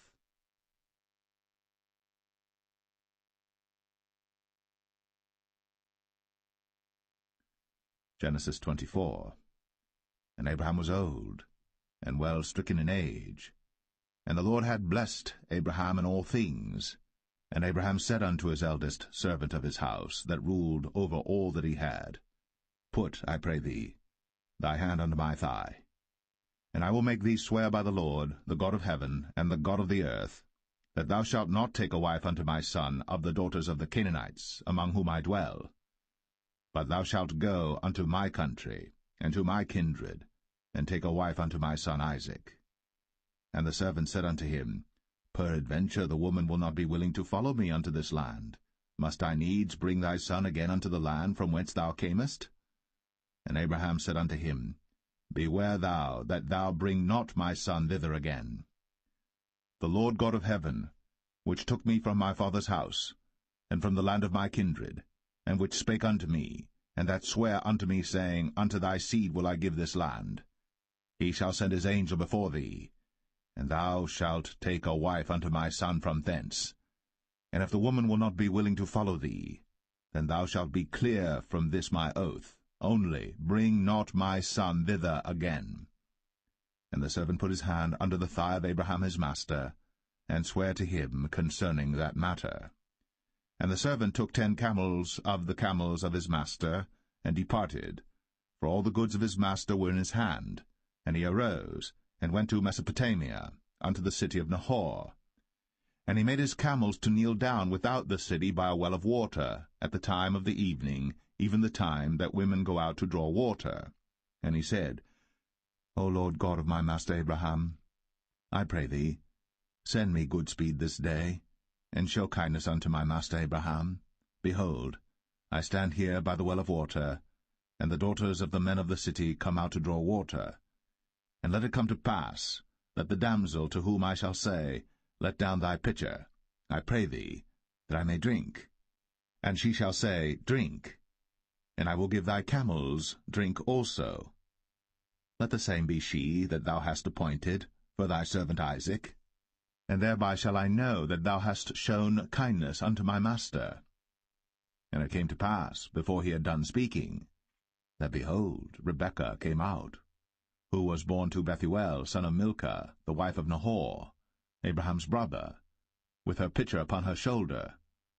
And the damsel was very fair to look upon, a virgin, neither had any man known her. And she went down to the well, and filled her pitcher, and came up. And the servant ran to meet her, and said, Let me, I pray thee, drink a little water of thy pitcher. And she said, Drink, my lord. And she hasted, and let down her pitcher upon her hand, and gave him drink. And when she had done giving him drink, she said, I will draw water for thy camels also, until they have done drinking. And she hasted, and emptied her pitcher into the trough, and ran again unto the well to draw water, and drew for all his camels. And the man, wondering at her, held his peace, to wit whether the Lord had made his journey prosperous or not. And it came to pass, as the camels had done drinking, that the man took a golden earring of half a shekel weight, and 2 bracelets for her hands of 10 shekels weight of gold, and said, Whose daughter art thou? Tell me, I pray thee. Is there room in thy father's house for us to lodge in? And she said unto him, I am the daughter of Bethuel, the son of Milcah, which she bare unto Nahor. She said moreover unto him, We have both straw and provender enough, and room to lodge in. And the man bowed down his head, and worshipped the Lord. And he said, Blessed be the Lord God of my master Abraham, who hath not left destitute my master of his mercy and his truth. I being in the way, the Lord led me to the house of my master's brethren. And the damsel ran, and told them of her mother's house these things. And Rebekah had a brother, and his name was Laban. And Laban ran out unto the man, unto the well. And it came to pass, when he saw the earring and bracelets upon his sister's hands, and when he heard the words of Rebekah his sister, saying, Thus spake the man unto me, that he came unto the man, and behold, he stood by the camels at the well. And he said, Come in, thou blessed of the Lord. Wherefore standest thou without? For I have prepared the house and room for the camels. And the man came into the house, and he ungirded his camels, and gave straw and provender for the camels, and water to wash his feet, and the men's feet that were with him. And there was set meat before him to eat, but he said, I will not eat until I have told mine errand. And he said, Speak on. And he said, I am Abraham's servant. And the Lord hath blessed my master greatly, and he is become great. And he hath given him flocks, and herds, and silver, and gold, and menservants, and maidservants, and camels, and asses. And Sarah my master's wife bare a son to my master when she was old, and unto him hath he given all that he hath. And my master made me swear, saying, Thou shalt not take a wife to my son of the daughters of the Canaanites in whose land I dwell, but thou shalt go unto my father's house, and to my kindred, and take a wife unto my son. And I said unto my master, Peradventure the woman will not follow me. And he said unto me, The Lord before whom I walk will send his angel with thee, and prosper thy way. And thou shalt take a wife for my son of my kindred, and of my father's house. Then shalt thou be clear from this my oath, when thou comest to my kindred. And if they give not thee one, thou shalt be clear from my oath. And I came this day unto the well, and said, O Lord God of my master Abraham, if now thou do prosper my way which I go, behold, I stand by the well of water. And it shall come to pass that when the virgin cometh forth to draw water, and I say to her, Give me, I pray thee, a little water of thy pitcher to drink, and she say to me, Both drink thou, and I will also draw for thy camels, let the same be the woman whom the Lord hath appointed out for my master's son.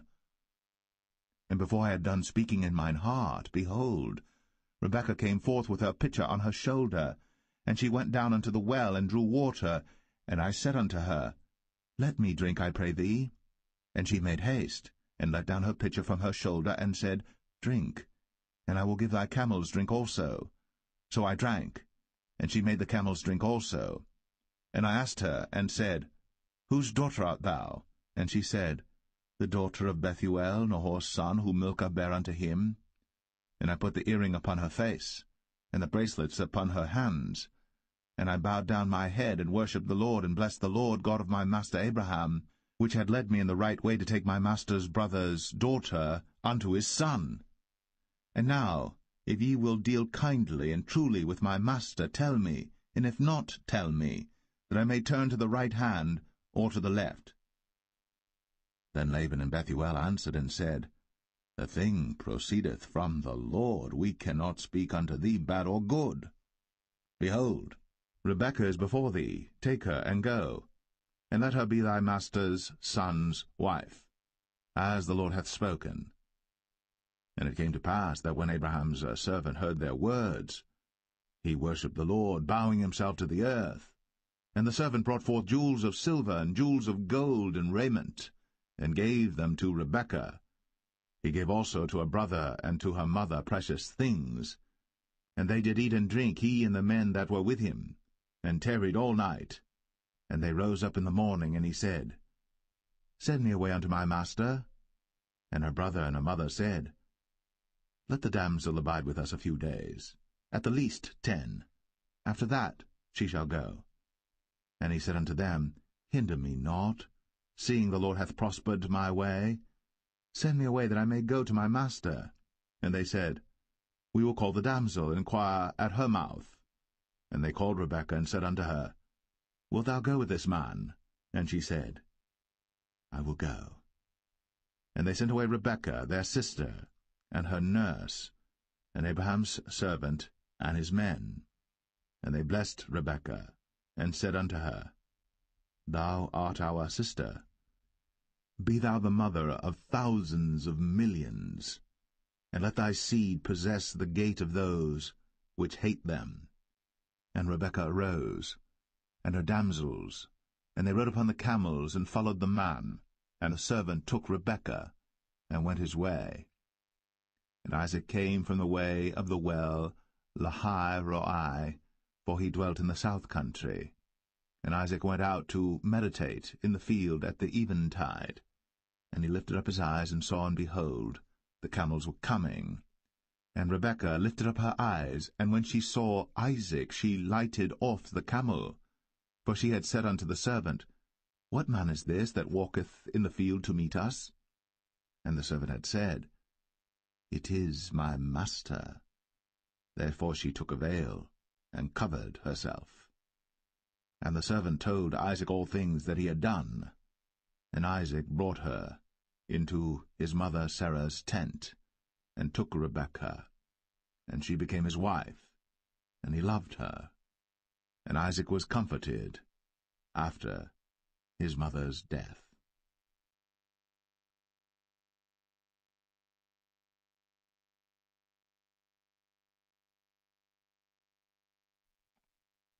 Genesis 25. Then again Abraham took a wife, and her name was Keturah. And she bare him Zimran, and Jokshan, and Medan, and Midian, and Ishbak, and Shua. And Jokshan begat Sheba and Dedan. And the sons of Dedan were Ashrim, and Letashim, and Leumim. And the sons of Midian, Ephah and Epher, and Hanok, and Abida, and Eldaah. All these were the children of Keturah. And Abraham gave all that he had unto Isaac. But unto the sons of the concubines which Abraham had, Abraham gave gifts, and sent them away from Isaac his son while he yet lived eastward unto the east country. And these are the days of the years of Abraham's life which he lived, 160 years. Then Abraham gave up the ghost, and died in a good old age, an old man, and full of years, and was gathered to his people. And his sons Isaac and Ishmael buried him in the cave of Machpelah in the field of Ephron the son of Zohar the Hittite, which is before Mamre, the field which Abraham purchased of the sons of Heth. There was Abraham buried, and Sarah his wife. And it came to pass after the death of Abraham that God blessed his son Isaac, and Isaac dwelt by the well, Lahai Roi.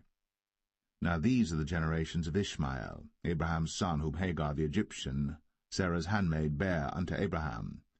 And these are the names of the sons of Ishmael, by their names according to their generations: the firstborn of Ishmael, Nebajoth, and Kedar, and Abiel, and Mibsam, and Mishma, and Dumah, and Massa, Hadar, and Tema, Jetur, Naphish, and Kedemah. These are the sons of Ishmael, and these are their names by their towns and by their castles, 12 princes according to their nations. And these are the years of the life of Ishmael, 137 years. And he gave up the ghost, and died, and was gathered unto his people. And they dwelt from Havilah unto Shur, that is before Egypt, as thou goest toward Assyria. And he died in the presence of all his brethren. And these are the generations of Isaac, Abraham's son. Abraham begat Isaac. And Isaac was 40 years old when he took Rebekah to wife, the daughter of Bethuel the Syrian of Padan Aram, the sister to Laban the Syrian. And Isaac entreated the Lord for his wife, because she was barren. And the Lord was entreated of him, and Rebekah his wife conceived. And the children struggled together within her. And she said, If it be so, why am I thus? And she went to inquire of the Lord. And the Lord said unto her, 2 nations are in thy womb, and 2 manner of people shall be separated from thy bowels. And the one people shall be stronger than the other people, and the elder shall serve the younger. And when her days to be delivered were fulfilled, behold, there were twins in her womb. And the first came out red, all over, like an hairy garment. And they called his name Esau. And after that came his brother out, and his hand took hold on Esau's heel, and his name was called Jacob. And Isaac was 80 years old when she bare them. And the boys grew, and Esau was a cunning hunter, a man of the field, and Jacob was a plain man, dwelling in tents.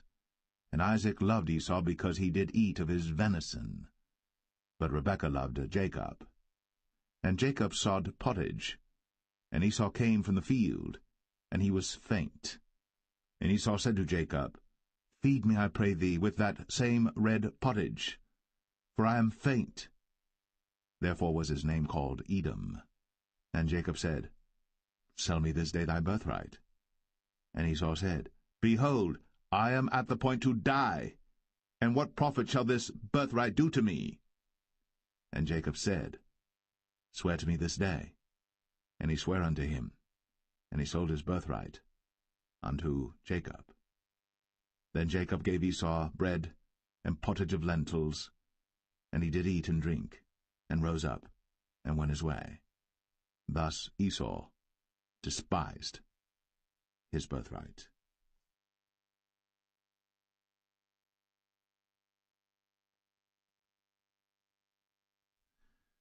Genesis 26. And there was a famine in the land beside the first famine that was in the days of Abraham. And Isaac went unto Abimelech king of the Philistines unto Gerar. And the Lord appeared unto him, and said, Go not down into Egypt. Dwell in the land which I shall tell thee of. Sojourn in this land, and I will be with thee, and will bless thee. For unto thee and unto thy seed I will give all these countries, and I will perform the oath which I swear unto Abraham thy father. And I will make thy seed to multiply as the stars of heaven, and will give unto thy seed all these countries, and in thy seed shall all the nations of the earth be blessed, because that Abraham obeyed my voice, and kept my charge, my commandments, my statutes, and my laws. And Isaac dwelt in Gerar. And the men of the place asked him of his wife, and he said, She is my sister. For he feared to say, She is my wife, lest, said he, the men of the place should kill me for Rebekah, because she was fair to look upon. And it came to pass, when he had been there a long time, that Abimelech king of the Philistines looked out at a window, and saw, and behold, Isaac was sporting with Rebekah his wife. And Abimelech called Isaac, and said, Behold, of a surety she is thy wife. And how saidst thou, She is my sister? And Isaac said unto him, Because I said, Lest I die for her. And Abimelech said, What is this thou hast done unto us? One of the people might lightly have lain with thy wife, and thou shouldest have brought guiltiness upon us. And Abimelech charged all his people, saying, He that toucheth this man or his wife shall surely be put to death. Then Isaac sowed in that land, and received in the same year 100-fold, and the Lord blessed him. And the man waxed great, and went forward, and grew until he became very great. For he had possession of flocks, and possession of herds, and great store of servants. And the Philistines envied him. For all the wells which his father's servants had digged in the days of Abraham his father, the Philistines had stopped them, and filled them with earth. And Abimelech said unto Isaac, Go from us, for thou art much mightier than we. And Isaac departed thence, and pitched his tent in the valley of Gerar, and dwelt there. And Isaac digged again the wells of water, which they had digged in the days of Abraham his father, for the Philistines had stopped them after the death of Abraham, and he called their names after the names by which his father had called them. And Isaac's servants digged in the valley, and found there a well of springing water. And the herdmen of Gerar did strive with Isaac's herdmen, saying, The water is ours. And he called the name of the well Esek, because they strove with him. And they digged another well, and strove for that also. And he called the name of it Sitnah. And he removed from thence, and digged another well, and for that they strove not. And he called the name of it Rehoboth. And he said, For now the Lord hath made room for us, and we shall be fruitful in the land. And he went up from thence to Beersheba. And the Lord appeared unto him the same night, and said, I am the God of Abraham thy father. Fear not, for I am with thee, and will bless thee, and multiply thy seed for my servant Abraham's sake. And he builded an altar there, and called upon the name of the Lord, and pitched his tent there. And there Isaac's servants digged a well. Then Abimelech went to him from Gerar, and Ahuzzath one of his friends, and Phicol the chief captain of his army. And Isaac said unto them, Wherefore come ye to me, seeing ye hate me, and have sent me away from you? And they said, We saw certainly that the Lord was with thee. And we said, Let there be now an oath betwixt us, even betwixt us and thee, and let us make a covenant with thee, that thou wilt do us no hurt, as we have not touched thee, and as we have done unto thee nothing but good, and have sent thee away in peace. Thou art now the blessed of the Lord. And he made them a feast, and they did eat and drink. And they rose up betimes in the morning, and sware one to another. And Isaac sent them away, and they departed from him in peace.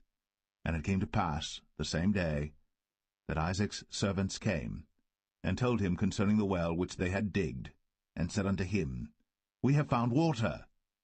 And he called it Sheba. Therefore the name of the city is Beersheba unto this day.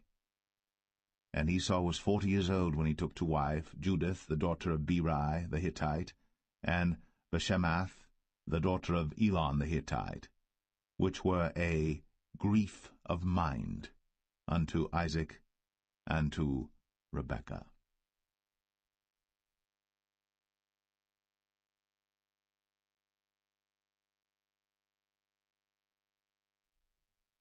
Genesis 27. And it came to pass that when Isaac was old, and his eyes were dim, so that he could not see, he called Esau his eldest son, and said unto him, My son. And he said unto him, Behold, here am I. And he said, Behold now, I am old, I know not the day of my death. Now therefore take, I pray thee, thy weapons, thy quiver, and thy bow, and go out to the field, and take me some venison, and make me savory meat, such as I love, and bring it to me, that I may eat, that my soul may bless thee before I die. And Rebekah heard when Isaac spake to Esau his son, and Esau went to the field to hunt for venison, and to bring it. And Rebekah spake unto Jacob her son, saying, Behold, I heard thy father speak unto Esau thy brother, saying, Bring me venison, and make me savory meat, that I may eat, and bless thee before the Lord, before my death. Now therefore, my son, obey my voice according to that which I command thee. Go now to the flock, and fetch me from thence 2 good kids of the goats, and I will make them savory meat for thy father, such as he loveth. And thou shalt bring it to thy father, that he may eat, and that he may bless thee before his death. And Jacob said to Rebekah his mother, Behold, Esau my brother is a hairy man, and I am a smooth man. My father peradventure will feel me, and I shall seem to him as a deceiver, and I shall bring a curse upon me, and not a blessing. And his mother said unto him, Upon me be thy curse, my son, only obey my voice, and go fetch me them. And he went, and fetched, and brought them to his mother. And his mother made savory meat such as his father loved. And Rebekah took goodly raiment of her eldest son Esau, which were with her in the house, and put them upon Jacob her younger son. And she put the skins of the kids of the goats upon his hands, and upon the smooth of his neck. And she gave the savory meat and the bread, which she had prepared, into the hand of her son Jacob. And he came unto his father, and said, My father. And he said, Here am I. Who art thou, my son? And Jacob said unto his father, I am Esau thy firstborn. I have done according as thou badest me. Arise, I pray thee, sit and eat of my venison, that thy soul may bless me. And Isaac said unto his son, How is it that thou hast found it so quickly, my son? And he said, Because the Lord thy God brought it to me. And Isaac said unto Jacob, Come near, I pray thee, that I may feel thee, my son, whether thou be my very son Esau, or not. And Jacob went near unto Isaac his father, and he felt him, and said, The voice is Jacob's voice, but the hands are the hands of Esau. And he discerned him not, because his hands were hairy, as his brother Esau's hands. So he blessed him, and he said, Art thou my very son Esau? And he said, I am. And he said, Bring it near to me, and I will eat of my son's venison, that my soul may bless thee. And he brought it near to him, and he did eat. And he brought him wine, and he drank. And his father Isaac said unto him, Come near now, and kiss me, my son. And he came near, and kissed him. And he smelled the smell of his raiment, and blessed him, and said, See, the smell of my son is as the smell of a field which the Lord hath blessed. Therefore God give thee of the dew of heaven, and the fatness of the earth, and plenty of corn and wine. Let people serve thee, and nations bow down to thee. Be lord over thy brethren, and let thy mother's sons bow down to thee. Cursed be every one that curseth thee, and blessed be he that blesseth thee. And it came to pass, as soon as Isaac had made an end of blessing Jacob, and Jacob was yet scarce gone out from the presence of Isaac his father, that Esau his brother came in from his hunting. And he also had made savory meat, and brought it unto his father, and said unto his father, Let my father arise, and eat of his son's venison, that thy soul may bless me.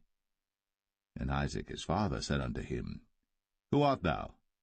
And he said, I am thy son, thy firstborn, Esau. And Isaac trembled very exceedingly, and said, Who?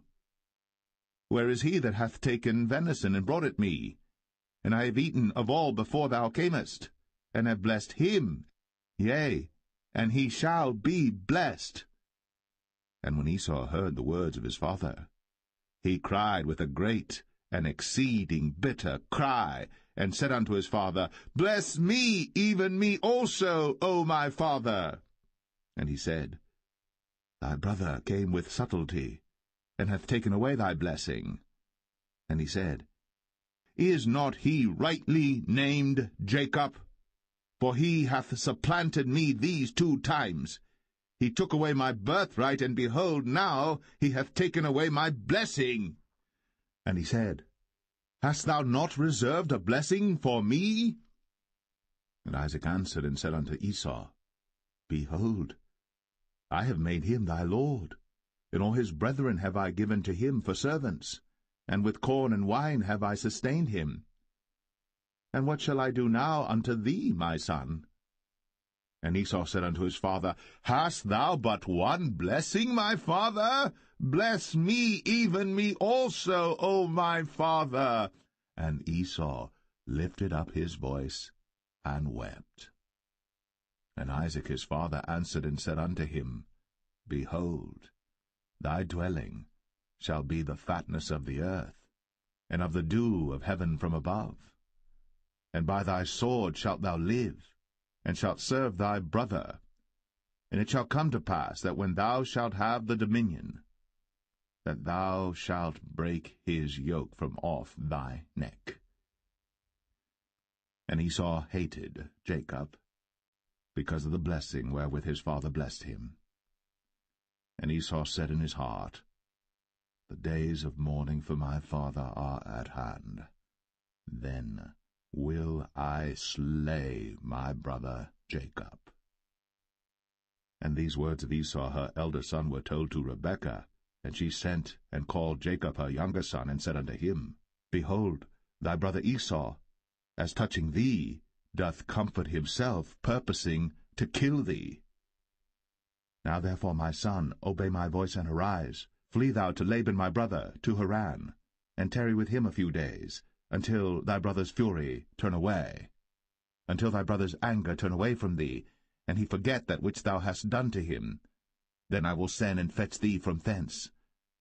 Why should I be deprived also of you both in one day? And Rebekah said to Isaac, I am weary of my life because of the daughters of Heth. If Jacob take a wife of the daughters of Heth, such as these which are of the daughters of the land, what good shall my life do me?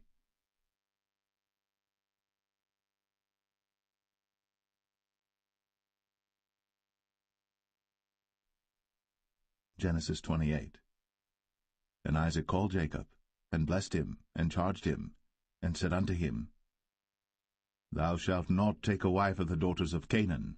Arise, go to Padan Aram, to the house of Bethuel thy mother's father, and take thee a wife from thence of the daughters of Laban thy mother's brother. And God Almighty bless thee, and make thee fruitful, and multiply thee, that thou mayest be a multitude of people, and give thee the blessing of Abraham to thee, and to thy seed with thee, that thou mayest inherit the land wherein thou art a stranger, which God gave unto Abraham. And Isaac sent away Jacob, And he went to Padan Aram unto Laban, son of Bethuel the Syrian, the brother of Rebekah, Jacob's and Esau's mother. When Esau saw that Isaac had blessed Jacob, and sent him away to Padan Aram, to take him a wife from thence, and that as he blessed him he gave him a charge, saying, Thou shalt not take a wife of the daughters of Canaan, and that Jacob obeyed his father and his mother, and was gone to Padan Aram. And Esau, seeing that the daughters of Canaan pleased not Isaac his father, then went Esau unto Ishmael, and took unto the wives which he had Mahalath, the daughter of Ishmael, Abraham's son, the sister of Nebajoth, to be his wife. And Jacob went out from Beersheba, and went toward Haran. And he lighted upon a certain place, and tarried there all night, because the sun was set. And he took of the stones of that place, and put them for his pillows, and lay down in that place to sleep. And he dreamed, and behold, a ladder set up on the earth, and the top of it reached to heaven, and behold, the angels of God ascending and descending on it.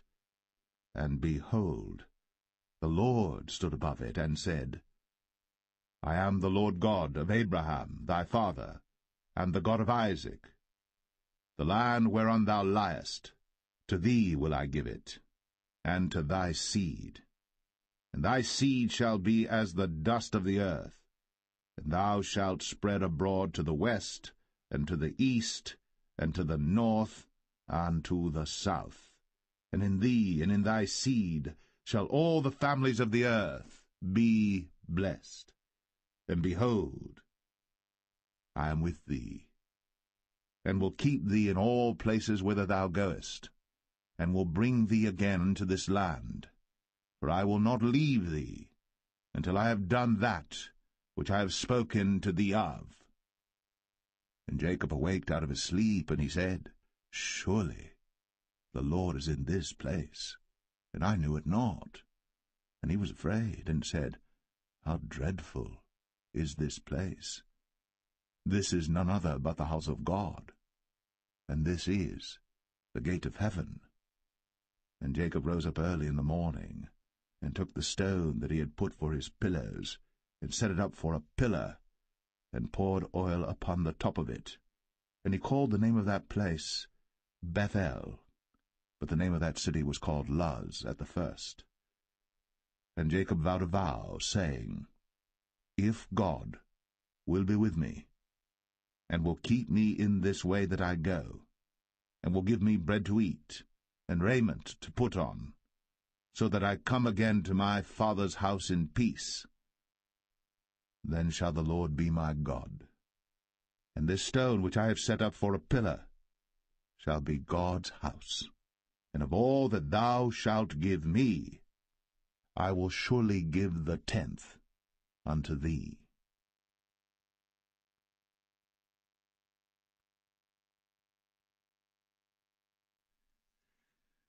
Genesis 29. Then Jacob went on his journey, and came into the land of the people of the east. And he looked, and behold, a well in the field, and lo, there were 3 flocks of sheep lying by it. For out of that well they watered the flocks. And a great stone was upon the well's mouth, and thither were all the flocks gathered. And they rolled the stone from the well's mouth, and watered the sheep, and put the stone again upon the well's mouth in his place.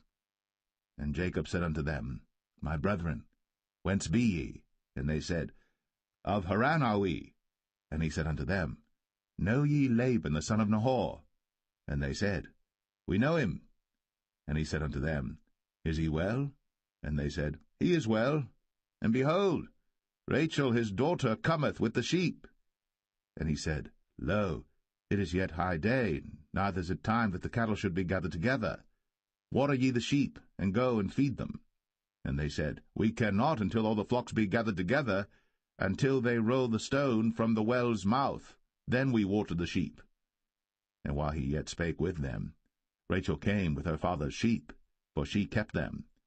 And it came to pass, when Jacob saw Rachel the daughter of Laban his mother's brother, and the sheep of Laban his mother's brother, that Jacob went near, and rolled the stone from the well's mouth, and watered the flock of Laban his mother's brother. And Jacob kissed Rachel, and lifted up his voice and wept. And Jacob told Rachel that he was her father's brother, and that he was Rebekah's son. And she ran and told her father. And it came to pass, when Laban heard the tidings of Jacob his sister's son, that he ran to meet him, and embraced him, and kissed him, and brought him to his house. And he told Laban all these things.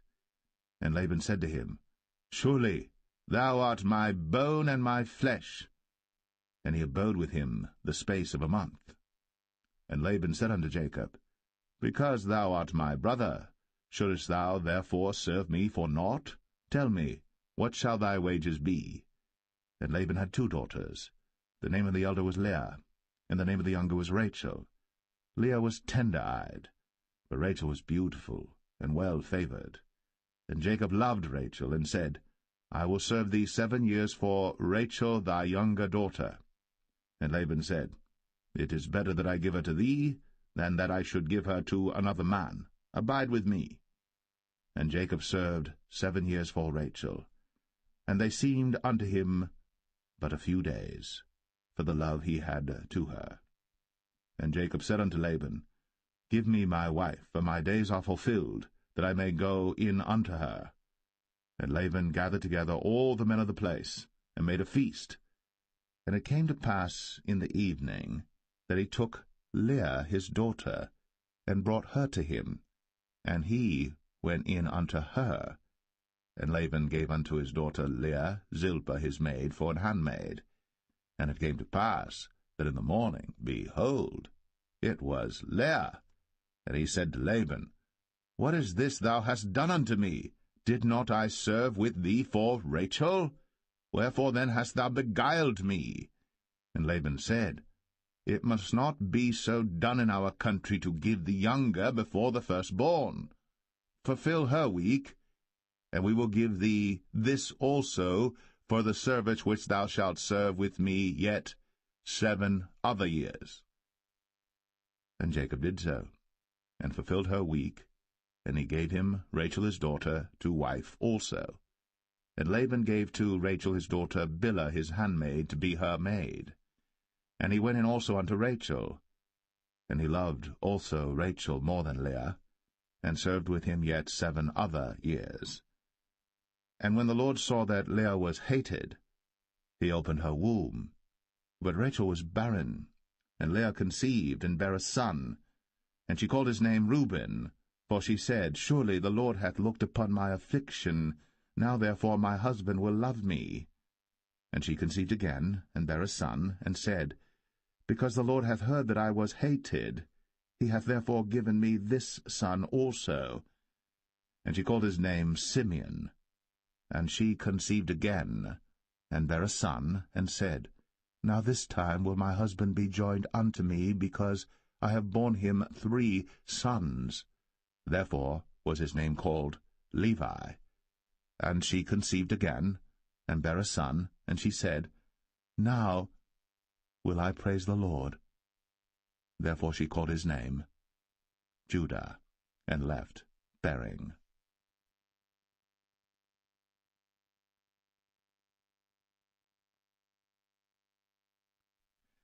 Genesis 30. And when Rachel saw that she bare Jacob no children, Rachel envied her sister, and said unto Jacob, Give me children, or else I die. And Jacob's anger was kindled against Rachel, and he said, Am I in God's stead, who hath withheld from thee the fruit of the womb? And she said, Behold my maid Bilhah, go in unto her, and she shall bear upon my knees, that I may also have children by her. And she gave him Bilhah her handmaid to wife, and Jacob went in unto her. And Bilhah conceived, and bare Jacob a son. And Rachel said, God hath judged me, and hath also heard my voice, and hath given me a son. Therefore called she his name Dan. And Bilhah Rachel's maid conceived again, and bare Jacob a second son. And Rachel said, With great wrestlings have I wrestled with my sister, and I have prevailed. And she called his name Naphtali. When Leah saw that she had left bearing, she took Zilpah her maid, and gave her Jacob to wife. And Zilpah, Leah's maid, bare Jacob a son. And Leah said, A troop cometh. And she called his name Gad. And Zilpah, Leah's maid, bare Jacob a second son. And Leah said, Happy am I, for the daughters will call me blessed. And she called his name Asher. And Reuben went in the days of wheat harvest, and found mandrakes in the field, and brought them unto his mother Leah. Then Rachel said to Leah, Give me, I pray thee, of thy son's mandrakes. And she said unto her, Is it a small matter that thou hast taken my husband? And wouldst thou take away my son's mandrakes also? And Rachel said, Therefore he shall lie with thee tonight, for thy son's mandrakes. And Jacob came out of the field in the evening, and Leah went out to meet him, and said, Thou must come in unto me, for surely I have hired thee with my son's mandrakes. And he lay with her that night. And God hearkened unto Leah, and she conceived, and bare Jacob the fifth son.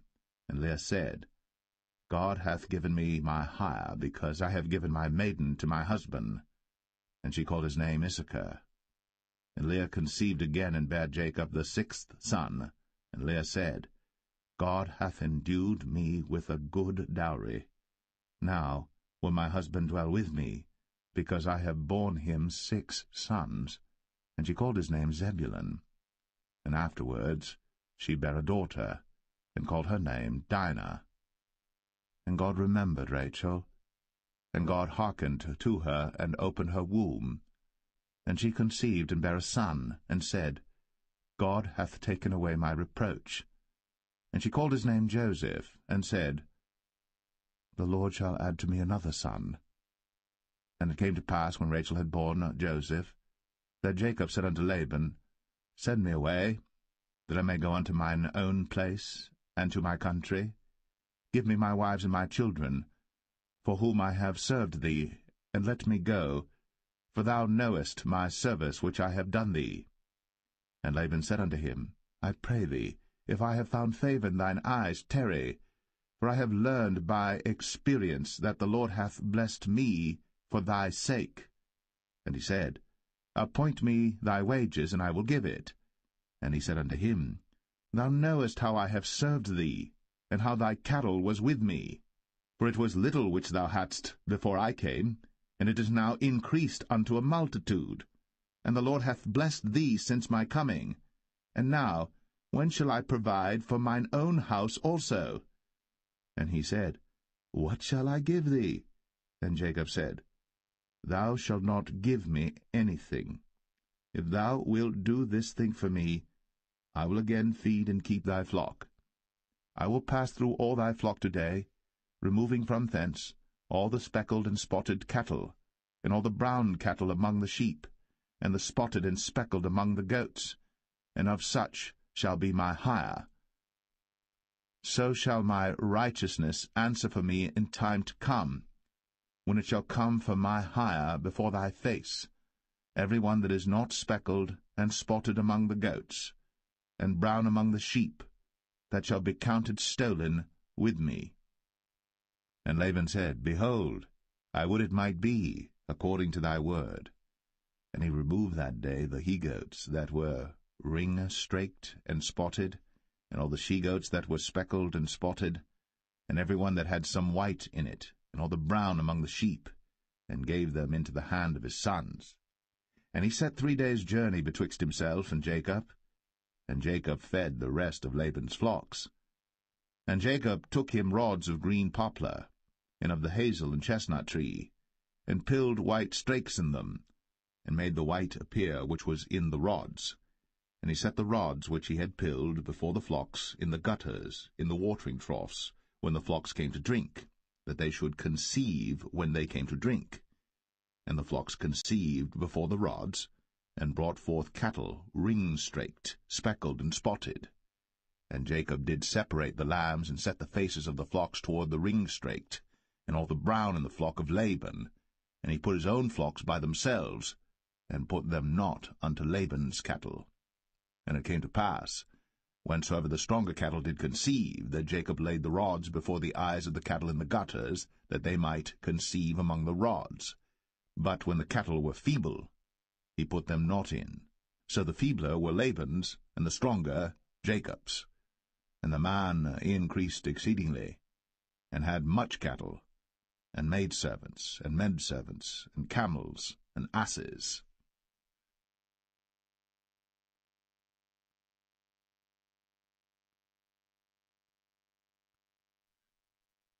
Genesis 31. And he heard the words of Laban's sons, saying, Jacob hath taken away all that was our father's, and of that which was our father's hath he gotten all this glory. And Jacob beheld the countenance of Laban, and behold, it was not toward him as before. And the Lord said unto Jacob, Return unto the land of thy fathers, and to thy kindred, and I will be with thee. And Jacob sent and called Rachel and Leah to the field unto his flock, and said unto them, I see your father's countenance, that it is not toward me as before, but the God of my father hath been with me. And ye know that with all my power I have served your father. And your father hath deceived me, and changed my wages 10 times. But God suffered him not to hurt me. If he said thus, The speckled shall be thy wages, then all the cattle bear speckled. And if he said thus, The ring-straked shall be thy hire, then bear all the cattle ring-straked. Thus God hath taken away the cattle of your father, and given them to me. And it came to pass at the time that the cattle conceived, that I lifted up mine eyes, and saw in a dream, and behold, the rams which leaped upon the cattle were ring-straked, speckled, and grizzled. And the angel of God spake unto me in a dream, saying, Jacob. And I said, Here am I. And he said, Lift up now thine eyes, and see all the rams which leap upon the cattle are ring-straked, speckled, and grizzled. For I have seen all that Laban doeth unto thee. I am the God of Bethel, where thou anointest the pillar, and where thou vowest a vow unto me. Now arise, get thee out from this land, and return unto the land of thy kindred. And Rachel and Leah answered and said unto him, Is there yet any portion or inheritance for us in our father's house? Are we not counted of him strangers? For he hath sold us, and hath quite devoured also our money. For all the riches which God hath taken from our father, that is ours and our children's. Now then, whatsoever God hath said unto thee, do. Then Jacob rose up, and set his sons and his wives upon camels. And he carried away all his cattle, and all his goods which he had gotten, the cattle of his getting which he had gotten in Padan Aram, for to go to Isaac his father in the land of Canaan. And Laban went to shear his sheep, and Rachel had stolen the images that were her father's. And Jacob stole away unawares to Laban the Syrian, in that he told him not that he fled. So he fled with all that he had, and he rose up and passed over the river, and set his face toward the Mount Gilead. And it was told Laban on the 3rd day that Jacob was fled. And he took his brethren with him, and pursued after him 7 days' journey. And they overtook him in the Mount Gilead. And God came to Laban the Syrian in a dream by night, and said unto him, Take heed that thou speak not to Jacob either good or bad. Then Laban overtook Jacob. Now Jacob had pitched his tent in the mount, and Laban with his brethren pitched in the Mount of Gilead. And Laban said to Jacob, What hast thou done, that thou hast stolen away unawares to me, and carried away my daughters as captives taken with the sword? Wherefore didst thou flee away secretly, and steal away from me, and didst not tell me, that I might have sent thee away with mirth, and with songs, with tabret, and with harp, and hast not suffered me to kiss my sons and my daughters? Thou hast now done foolishly in so doing. It is in the power of my hand to do you hurt. But the God of your father spake unto me yesternight, saying, Take thou heed that thou speak not to Jacob either good or bad. And now, though thou wouldst needs be gone, because thou sore longest after thy father's house, yet wherefore hast thou stolen my gods? And Jacob answered and said to Laban, Because I was afraid, for I said, Peradventure thou wouldst take by force thy daughters from me. With whomsoever thou findest thy gods, let him not live. Before our brethren discern thou what is thine with me, and take it to thee. For Jacob knew not that Rachel had stolen them. And Laban went into Jacob's tent, and into Leah's tent, and into the 2 maidservants' tents, but he found them not. Then went he out of Leah's tent, and entered into Rachel's tent. Now Rachel had taken the images, and put them in the camel's furniture, and sat upon them. And Laban searched all the tent, but found them not. And she said to her father, Let it not displease my lord that I cannot rise up before thee, for the custom of women is upon me. And he searched, but found not the images. And Jacob was wroth and chode with Laban. And Jacob answered and said to Laban, What is my trespass? What is my sin, that thou hast so hotly pursued after me? Whereas thou hast searched all my stuff, what hast thou found of all thy household stuff? Set it here before my brethren and thy brethren, that they may judge betwixt us both. This 20 years have I been with thee. Thy ewes and thy she-goats have not cast their young, and the rams of thy flock have I not eaten. That which was torn of beasts I brought not unto thee. I bear the loss of it. Of my hand didst thou require it, whether stolen by day or stolen by night. Thus I was. In the day the drought consumed me, and the frost by night, and my sleep departed from mine eyes. Thus have I been 20 years in thy house. I served thee 14 years for thy 2 daughters, and 6 years for thy cattle, and thou hast changed my wages 10 times. Except the God of my father, the God of Abraham, and the fear of Isaac had been with me, surely thou hadst sent me away now empty. God hath seen my affliction, and the labor of my hands, and rebuked thee yesternight. And Laban answered and said unto Jacob, These daughters are my daughters, and these children are my children, and these cattle are my cattle, and all that thou seest is mine. And what can I do this day unto these my daughters, or unto their children which they have borne? Now therefore come thou, let us make a covenant, I and thou, and let it be for a witness between me and thee. And Jacob took a stone, and set it up for a pillar.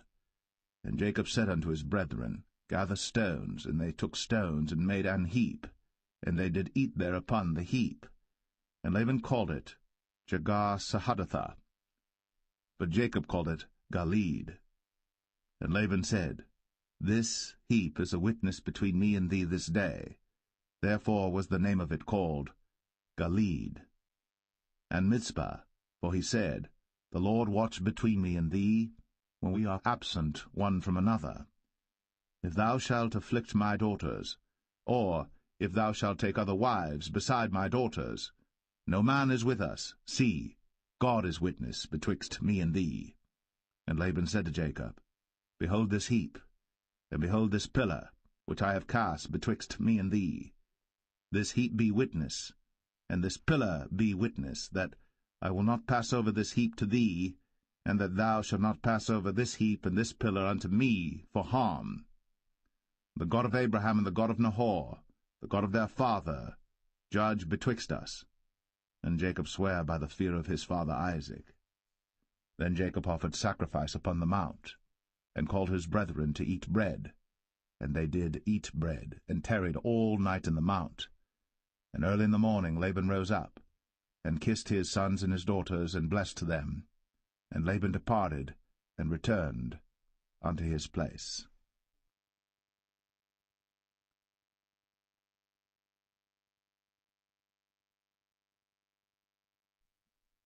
Genesis 32. And Jacob went on his way, and the angels of God met him. And when Jacob saw them, he said, This is God's host. And he called the name of that place Mahanaim.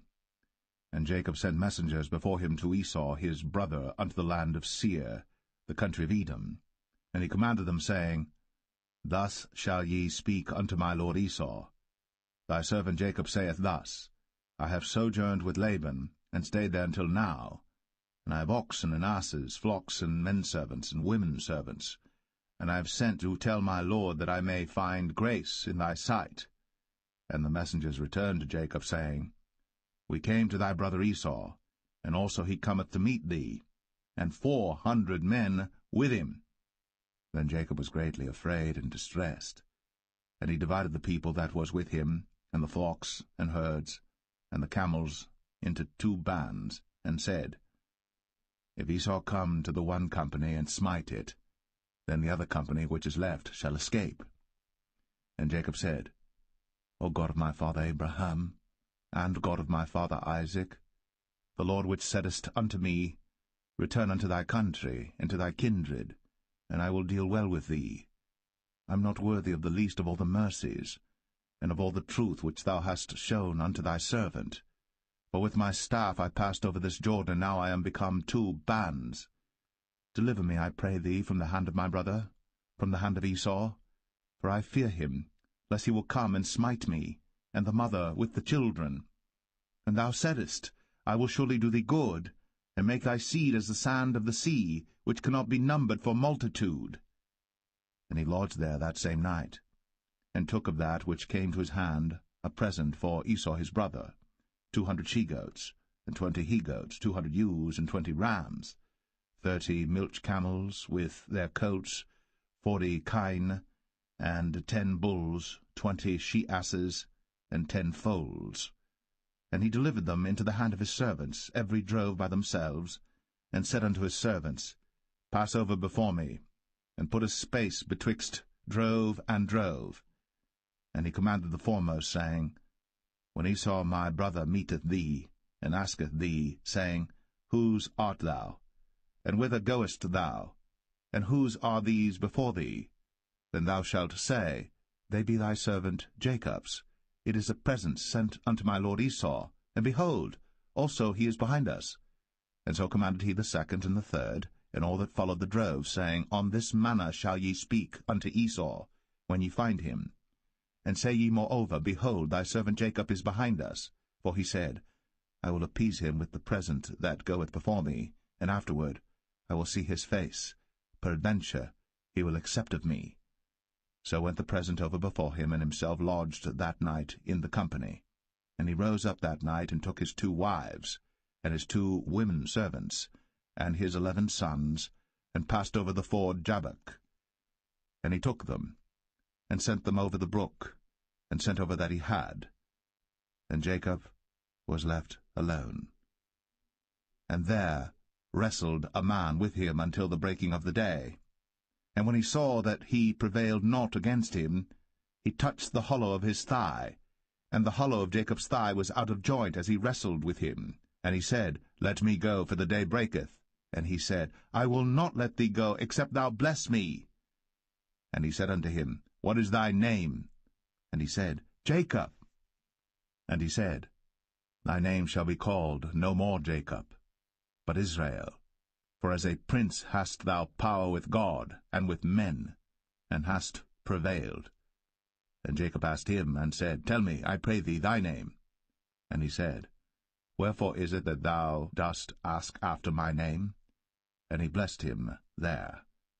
And Jacob called the name of the place Peniel, for I have seen God face to face, and my life is preserved. And as he passed over Penuel, the sun rose upon him, and he halted upon his thigh. Therefore the children of Israel eat not of the sinew which shrank, which is upon the hollow of the thigh, unto this day, because he touched the hollow of Jacob's thigh in the sinew that shrank.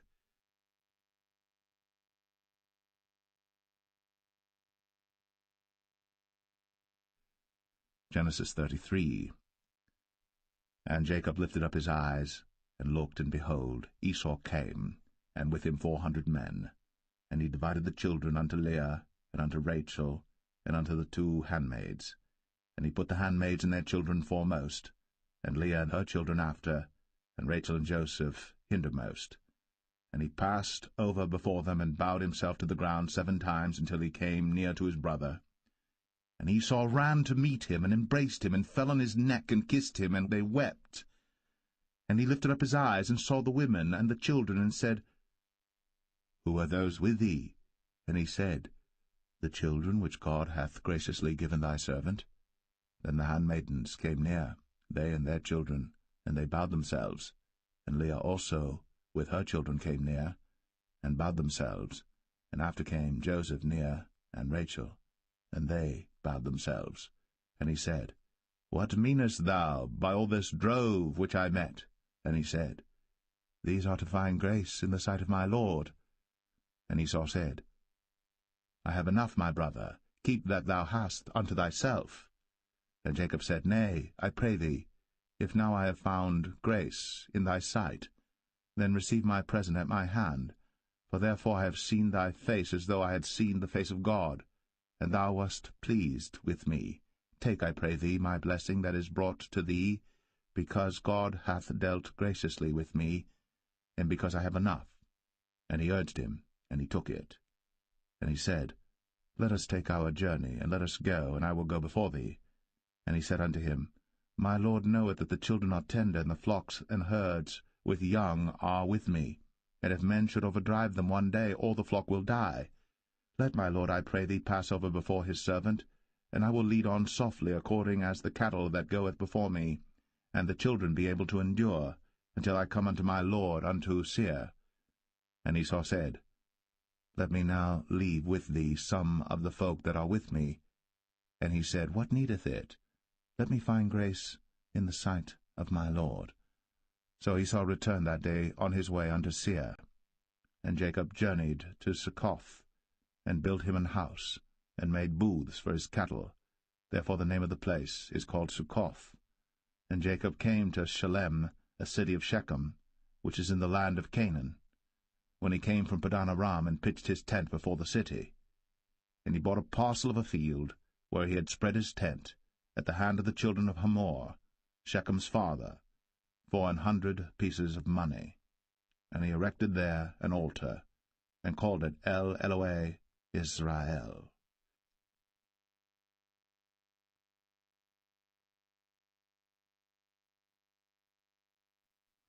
Genesis 34. And Dinah the daughter of Leah, which she bare unto Jacob, went out to see the daughters of the land.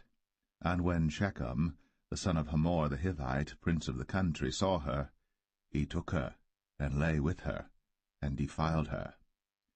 And his soul clave unto Dinah the daughter of Jacob, and he loved the damsel, and spake kindly unto the damsel.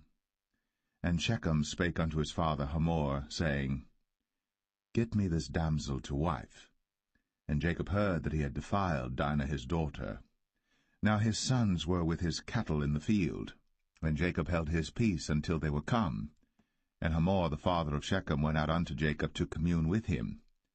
And the sons of Jacob came out of the field when they heard it, and the men were grieved, and they were very wroth, because he had wrought folly in Israel, in lying with Jacob's daughter, which thing ought not to be done. And Hamor communed with them, saying, The soul of my son Shechem longeth for your daughter. I pray you, give her him to wife, and make ye marriages with us, and give your daughters unto us, and take our daughters unto you. And ye shall dwell with us, and the land shall be before you. Dwell and trade ye therein, and get you possessions therein. And Shechem said unto her father and unto her brethren, Let me find grace in your eyes, and what ye shall say unto me I will give. Ask me never so much dowry and gift, and I will give according as ye shall say unto me. But give me the damsel to wife. And the sons of Jacob answered Shechem and Hamor his father deceitfully, and said, because he had defiled Dinah their sister, and they said unto them, We cannot do this thing to give our sister to one that is uncircumcised, for that were a reproach unto us. But in this will we consent unto you. If ye will be as we be, that every male of you be circumcised, then will we give our daughters unto you, and we will take your daughters to us, and we will dwell with you, and we will become one people.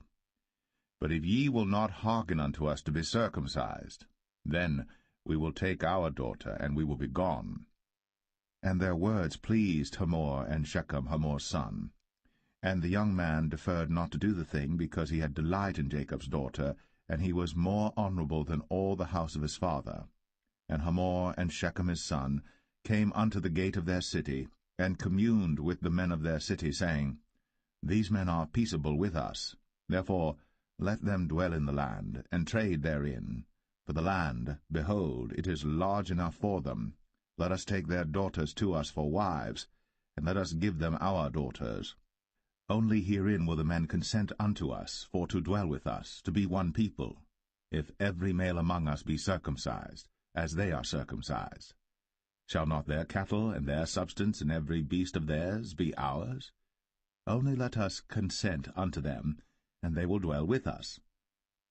And unto Hamor, and unto Shechem his son, hearken all that went out of the gate of his city, and every male was circumcised, all that went out of the gate of his city. And it came to pass on the 3rd day, when they were sore, that 2 of the sons of Jacob, Simeon and Levi, Dinah's brethren, took each man his sword, and came upon the city boldly, and slew all the males. And they slew Hamor and Shechem his son with the edge of the sword, and took Dinah out of Shechem's house, and went out. The sons of Jacob came upon the slain, and spoiled the city, because they had defiled their sister. They took their sheep and their oxen, and their asses, and that which was in the city, and that which was in the field, and all their wealth, and all their little ones, and their wives took they captive, and spoiled even all that was in the house.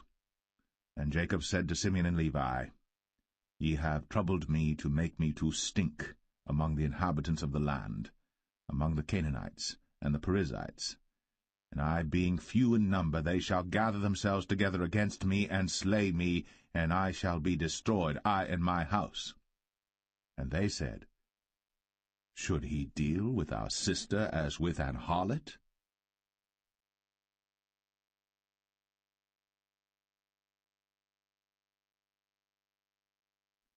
Genesis 35. And God said unto Jacob, Arise, go up to Bethel, and dwell there, and make there an altar unto God, that appeared unto thee when thou fleddest from the face of Esau thy brother.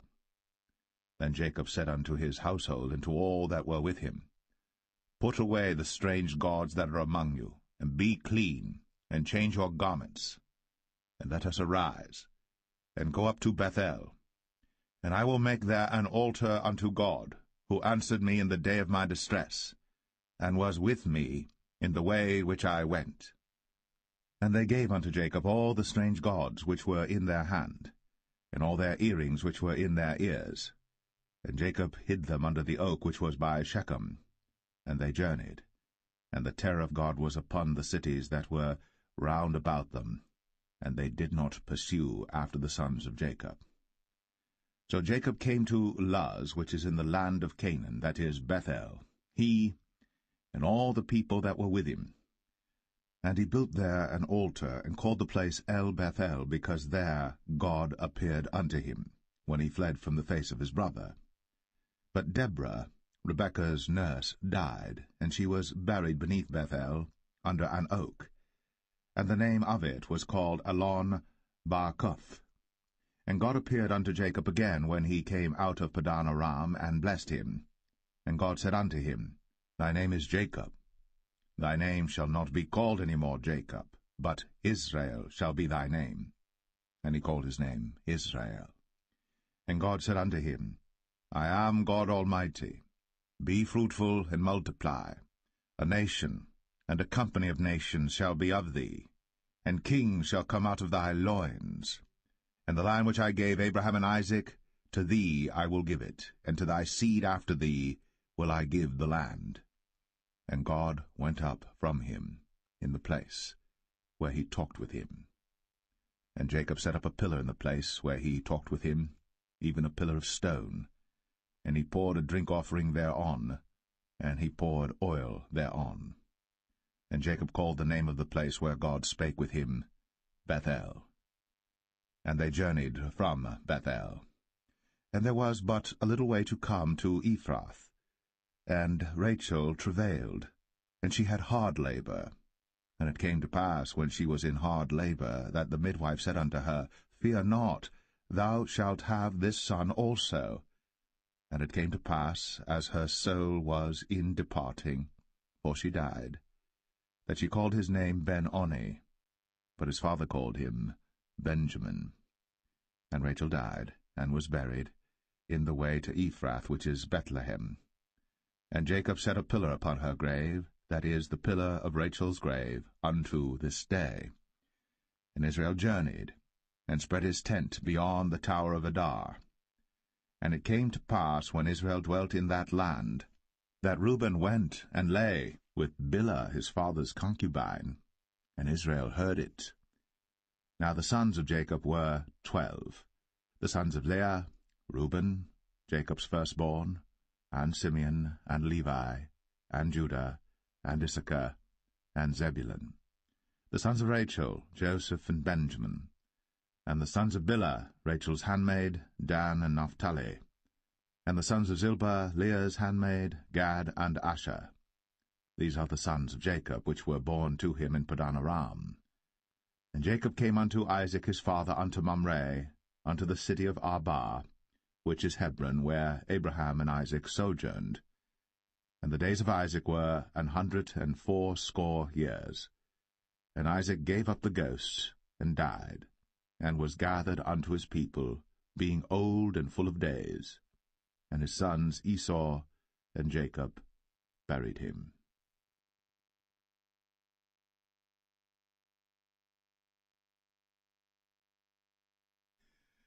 Genesis 36. Now these are the generations of Esau, who is Edom. Esau took his wives of the daughters of Canaan, Adah the daughter of Elon the Hittite, and Aholibamah the daughter of Anah the daughter of Zibeon the Hivite, and Bashemath, Ishmael's daughter, sister of Nebajoth. And Adah bare to Esau Eliphaz, and Bashemath bare Ruel. And Aholibamah bare Jeush, and Jalam, and Korah. These are the sons of Esau, which were born unto him in the land of Canaan.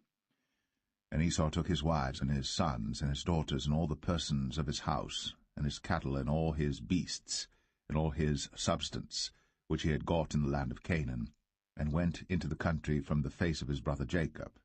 For their riches were more than that they might dwell together, and the land wherein they were strangers could not bear them because of their cattle. Thus dwelt Esau in Mount Seir. Esau is Edom. And these are the generations of Esau, the father of the Edomites, in Mount Seir. These are the names of Esau's sons: Eliphaz, the son of Adah, the wife of Esau; Ruel, the son of Bashemath, the wife of Esau. And the sons of Eliphaz were Teman, Omar, Zepho, and Gatam, and Kenaz. And Timnah was concubine to Eliphaz, Esau's son, and she bare to Eliphaz Amalek. These were the sons of Adah, Esau's wife. And these are the sons of Reuel, Nahath, and Zerah, Shammah, and Mizah. These were the sons of Bashemath, Esau's wife. And these were the sons of Aholibamah, the daughter of Anah, the daughter of Zibeon, Esau's wife. And she bare to Esau Jeush, and Jalam, and Korah. These were dukes of the sons of Esau. The sons of Eliphaz, the firstborn son of Esau: Duke Teman, Duke Omar, Duke Zepho, Duke Kenaz, Duke Korah, Duke Gatam, and Duke Amalek. These are the dukes that came of Eliphaz in the land of Edom. These were the sons of Adah. And these are the sons of Reuel, Esau's son: Duke Nahath, Duke Zerah, Duke Shammah, Duke Mizah. These are the dukes that came of Reuel in the land of Edom. These are the sons of Bashemath, Esau's wife. And these are the sons of Aholibamah, Esau's wife: Duke Jeush, Duke Jalam, Duke Korah. These were the dukes that came of Aholibamah, the daughter of Anah, Esau's wife. These are the sons of Esau, who is Edom, and these are their dukes. These are the sons of Seir the Horite, who inhabited the land: Lotan, and Shobal, and Zibeon, and Anah, and Dishon, and Ezer, and Dishan. These are the dukes of the Horites, the children of Seir in the land of Edom. And the children of Lotan were Horai and Hemam, and Lotan's sister was Timnah. And the children of Shobal were these: Alvan, and Manahath, and Ebal, Shapho, and Onam. And these are the children of Zibeon, both Ajah and Anah. This was that Anah that found the mules in the wilderness, as he fed the asses of Zibeon his father. And the children of Anah were these: Dishon, and Aholibamah the daughter of Anah. And these are the children of Dishon: Hemdan, and Eshban, and Ithran, and Cheran. The children of Ezer are these: Bilhan, and Zavan, and Akan. The children of Dishan are these: Uz and Aran. These are the dukes that came of the Horites: Duke Lotan, Duke Shobal, Duke Zibeon, Duke Anah, Duke Dishon, Duke Ezer, Duke Dishan. These are the dukes that came of Horai among their dukes in the land of Seir. And these are the kings that reigned in the land of Edom, before there reigned any king over the children of Israel. And Bela the son of Beor reigned in Edom, and the name of his city was Dinhabah. And Bela died, and Jobab the son of Zerah of Bozrah reigned in his stead. And Jobab died, and Husham of the land of Temani reigned in his stead. And Husham died, and Hadad the son of Bedad, who smote Midian in the field of Moab, reigned in his stead. And the name of his city was Avith. And Hadad died, and Samlah of Masrekah reigned in his stead. And Samlah died, and Saul of Rehoboth by the river reigned in his stead. And Saul died, and Baal-Hanan the son of Achbor reigned in his stead. And Baal-Hanan the son of Achbor died, and Hadad reigned in his stead. And the name of his city was Pau, and his wife's name was Mehetabel, and the daughter of Matred, the daughter of Mezahab. And these are the names of the dukes that came of Esau, according to their families after their places by their names: Duke Timnah, Duke Alva, Duke Jetheth, Duke Aholibama, Duke Elah, Duke Pinon, Duke Kenaz, Duke Taman, Duke Mibsar, Duke Magdiel, Duke Aram. These be the dukes of Edom, according to their habitations in the land of their possession. He is Esau, the father of the Edomites.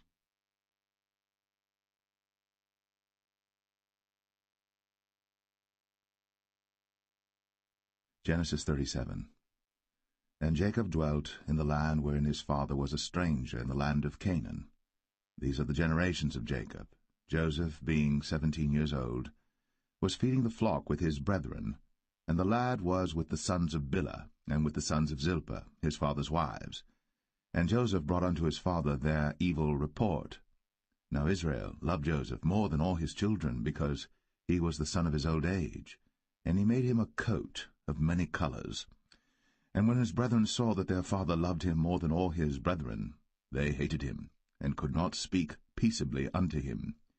And Joseph dreamed a dream, and he told it his brethren, and they hated him yet the more. And he said unto them, Hear, I pray you, this dream which I have dreamed. For behold, we were binding sheaves in the field, and lo, my sheaf arose, and also stood upright, and behold, your sheaves stood round about, and made obeisance to my sheaf. And his brethren said to him, Shalt thou indeed reign over us? Or shalt thou indeed have dominion over us? And they hated him yet the more for his dreams, and for his words. And he dreamed yet another dream, and told it his brethren, and said, Behold, I have dreamed a dream more, and behold, the sun, and the moon, and the 11 stars made obeisance to me. And he told it to his father, and to his brethren, and his father rebuked him, and said unto him, What is this dream that thou hast dreamed? Shall I and thy mother, and thy brethren indeed come to bow down ourselves to thee to the earth? And his brethren envied him. But his father observed the saying. And his brethren went to feed their father's flock in Shechem. And Israel said unto Joseph, Do not thy brethren feed the flock in Shechem? Come, and I will send thee unto them. And he said to him, Here am I. And he said to him, Go, I pray thee, see whether it be well with thy brethren, and well with the flocks, and bring me word again. So he sent him out of the vale of Hebron, and he came to Shechem. And a certain man found him, and behold, he was wandering in the field. And the man asked him, saying, What seekest thou? And he said, I seek my brethren. Tell me, I pray thee, where they feed their flocks. And the man said, They are departed hence, for I heard them say, Let us go to Dothan. And Joseph went after his brethren, and found them in Dothan. And when they saw him afar off, even before he came near unto them, they conspired against him to slay him. And they said one to another, Behold, this dreamer cometh. Come now, therefore, and let us slay him, and cast him into some pit. And we will say, Some evil beast hath devoured him, and we shall see what will become of his dreams. And Reuben heard it, and he delivered him out of their hands, and said, Let us not kill him. And Reuben said unto them, Shed no blood, but cast him into this pit that is in the wilderness, and lay no hand upon him, that he might rid him out of their hands, to deliver him to his father again. And it came to pass, when Joseph was come unto his brethren, that they stripped Joseph out of his coat of many colors that was on him, And they took him, and cast him into a pit, and the pit was empty, there was no water in it. And they sat down to eat bread, and they lifted up their eyes and looked, and behold, a company of Ishmaelites came from Gilead with their camels bearing spicery and balm and myrrh, going to carry it down to Egypt.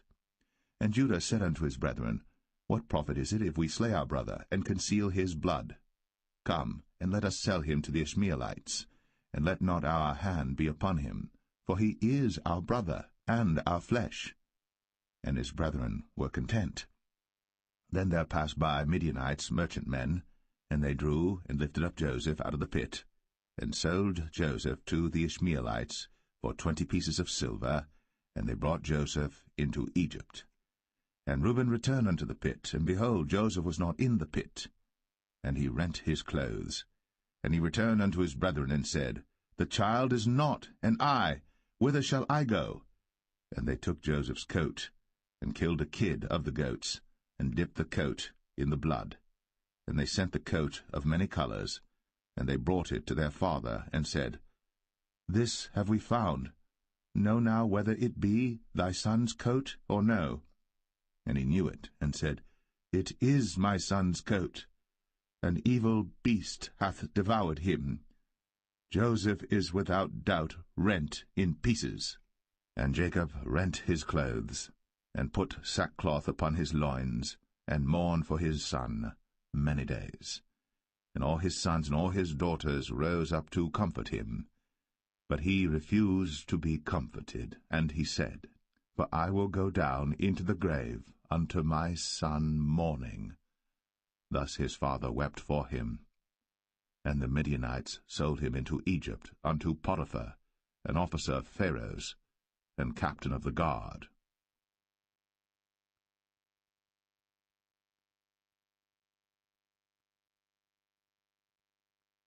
Genesis 38.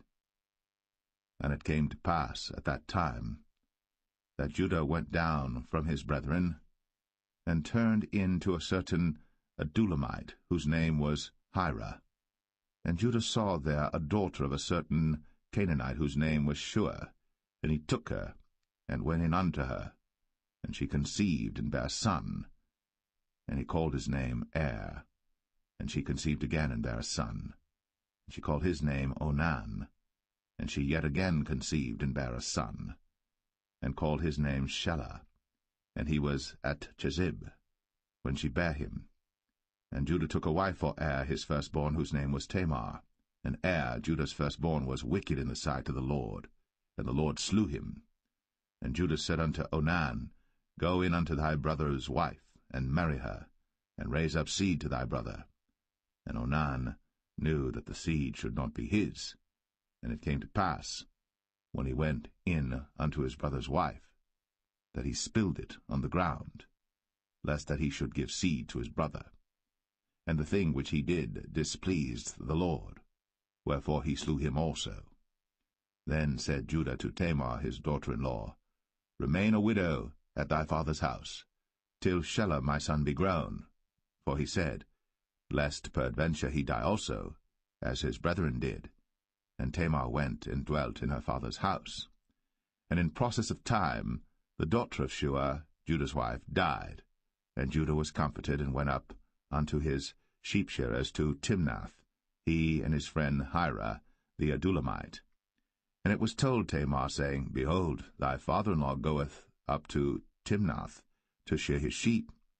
And she put her widow's garments off from her, and covered her with a veil, and wrapped herself, and sat in an open place, which is by the way to Timnath.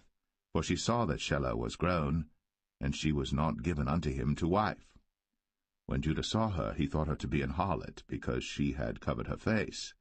And he turned unto her by the way, and said, Go to, I pray thee, let me come in unto thee. For he knew not that she was his daughter-in-law. And she said, What wilt thou give me, that thou mayest come in unto me? And he said, I will send thee a kid from the flock. And she said, Wilt thou give me a pledge, till thou send it? And he said, What pledge shall I give thee? And she said, Thy signet, and thy bracelets, and thy staff that is in thine hand. And he gave it her, and came in unto her. And she conceived by him. And she arose and went away, and laid by her veil from her, and put on the garments of her widowhood. And Judah sent the kid by the hand of his friend the Adullamite, to receive his pledge from the woman's hand, but he found her not. Then he asked the men of that place, saying, Where is the harlot that was openly by the wayside? And they said, There was no harlot in this place. And he returned to Judah, and said, I cannot find her. And also the men of the place said that there was no harlot in this place. And Judah said, Let her take it to her, lest we be shamed. Behold, I sent this kid, and thou hast not found her. And it came to pass about 3 months after that it was told Judah, saying, Tamar, thy daughter-in-law, hath played the harlot, and also, behold, she is with child by whoredom. And Judah said, Bring her forth, and let her be burnt. When she was brought forth, she sent to her father-in-law, saying, By the man whose these are am I with child. And she said, Discern, I pray thee. Whose are these? The signet, and bracelets, and staff. And Judah acknowledged them, and said, She hath been more righteous than I, because that I gave her not to Shelah my son. And he knew her again no more. And it came to pass in the time of her travail, that, behold, twins were in her womb. And it came to pass, when she travailed, that the one put out his hand, and the midwife took and bound upon his hand a scarlet thread, saying, This came out first. And it came to pass, as he drew back his hand, that, behold, his brother came out. And she said, How hast thou broken forth? This breach be upon thee. Therefore his name was called Pharez. And afterward came out his brother, that had the scarlet thread upon his hand, and his name was called Zerah.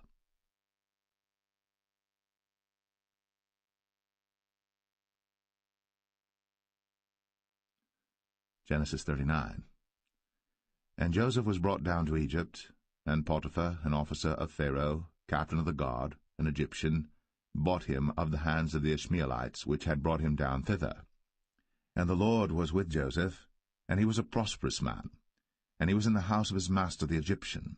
And his master saw that the Lord was with him, and that the Lord made all that he did to prosper in his hand.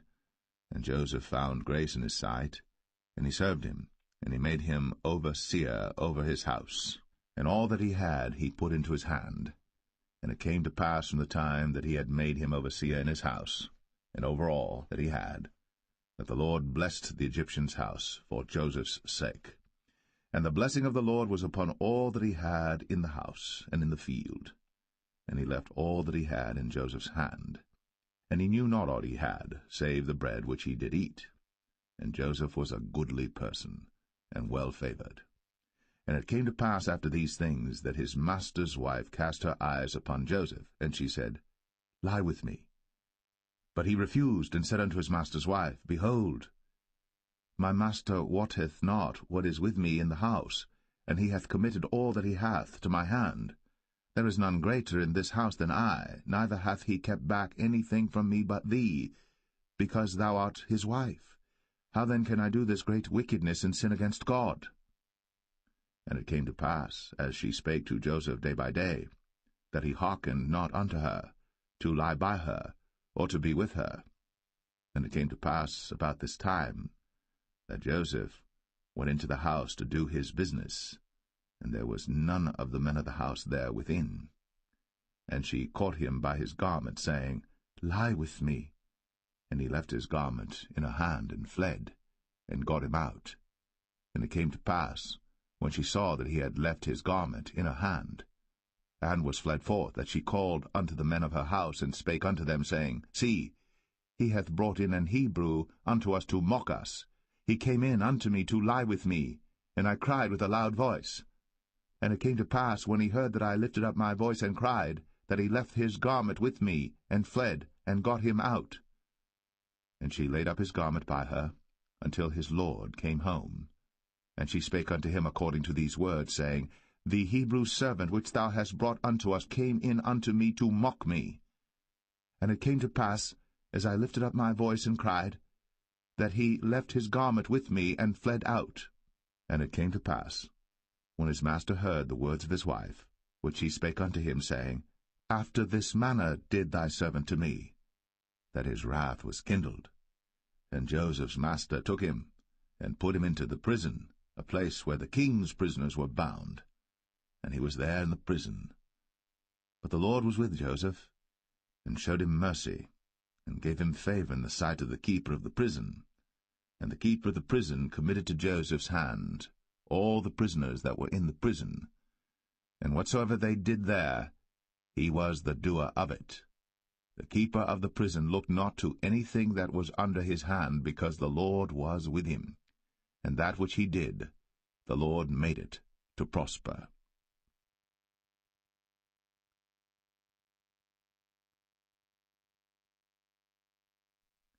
Genesis 40. And it came to pass, after these things, that the butler of the king of Egypt and his baker had offended their lord the king of Egypt. And Pharaoh was wroth against two of his officers, against the chief of the butlers and against the chief of the bakers.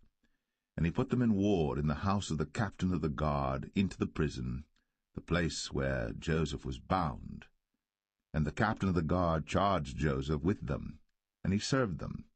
And they continued a season in ward. And they dreamed a dream, both of them, each man his dream in one night, each man according to the interpretation of his dream, the butler and the baker of the king of Egypt, which were bound in the prison. And Joseph came in unto them in the morning, and looked upon them, and behold, they were sad. And he asked Pharaoh's officers that were with him in the ward of his lord's house, saying, Wherefore look ye so sadly today? And they said unto him, We have dreamed a dream, and there is no interpreter of it. And Joseph said unto them, Do not interpretations belong to God? Tell me them, I pray you. And the chief butler told his dream to Joseph, and said to him, In my dream, behold, a vine was before me. And in the vine were 3 branches, and it was as though it budded, and her blossoms shot forth, and the clusters thereof brought forth ripe grapes. And Pharaoh's cup was in my hand, and I took the grapes, and pressed them into Pharaoh's cup, and I gave the cup into Pharaoh's hand. And Joseph said unto him, This is the interpretation of it. The 3 branches are 3 days. Yet within 3 days shall Pharaoh lift up thine head, and restore thee unto thy place, and thou shalt deliver Pharaoh's cup into his hand, after the former manner when thou wast his butler. But think on me when it shall be well with thee, and show kindness, I pray thee, unto me, and make mention of me unto Pharaoh, and bring me out of this house. For indeed I was stolen away out of the land of the Hebrews, and here also have I done nothing that they should put me into the dungeon. When the chief baker saw that the interpretation was good, he said unto Joseph, I also was in my dream, and behold, I had 3 white baskets on my head, and in the uppermost basket there was of all manner of bake meats for Pharaoh, and the birds did eat them out of the basket upon my head. And Joseph answered and said, This is the interpretation thereof. The 3 baskets are 3 days. Yet within 3 days shall Pharaoh lift up thy head from off thee, and shall hang thee on a tree, and the birds shall eat thy flesh from off thee. And it came to pass, the 3rd day, which was Pharaoh's birthday, that he made a feast unto all his servants, and he lifted up the head of the chief butler and of the chief baker among his servants. And he restored the chief butler unto his butlership again, and he gave the cup into Pharaoh's hand. But he hanged the chief baker, as Joseph had interpreted to them. Yet did not the chief butler remember Joseph, but forgat him.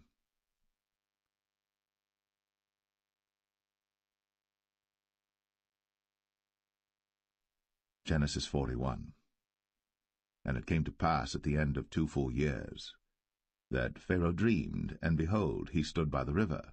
And behold, there came up out of the river 7 well-favored kine, and fat-fleshed, and they fed in a meadow.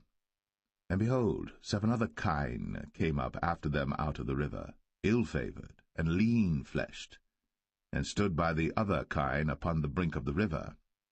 and the ill-favored and lean-fleshed kine did eat up the 7 well-favored and fat kine. So Pharaoh awoke. And he slept and dreamed the second time, and behold, 7 ears of corn came up upon one stalk, rank and good. And behold, 7 thin ears, and blasted with the east wind, sprung up after them. And the 7 thin ears devoured the 7 rank and full ears. And Pharaoh awoke, and behold, it was a dream. And it came to pass in the morning that his spirit was troubled, and he sent and called for all the magicians of Egypt, and all the wise men thereof. And Pharaoh told them his dream, but there was none that could interpret them unto Pharaoh. Then spake the chief butler unto Pharaoh, saying, I do remember my faults this day.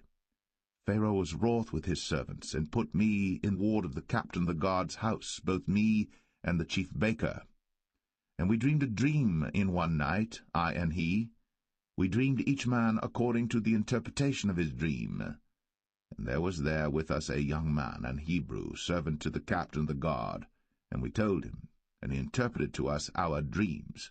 To each man according to his dream he did interpret. And it came to pass, as he interpreted to us, so it was. Me he restored unto mine office, and him he hanged. Then Pharaoh sent and called Joseph, and they brought him hastily out of the dungeon. And he shaved himself, and changed his raiment, and came in unto Pharaoh. And Pharaoh said unto Joseph, I have dreamed a dream, and there is none that can interpret it. And I have heard say of thee, that thou canst understand a dream to interpret it. And Joseph answered Pharaoh, saying, It is not in me. God shall give Pharaoh an answer of peace.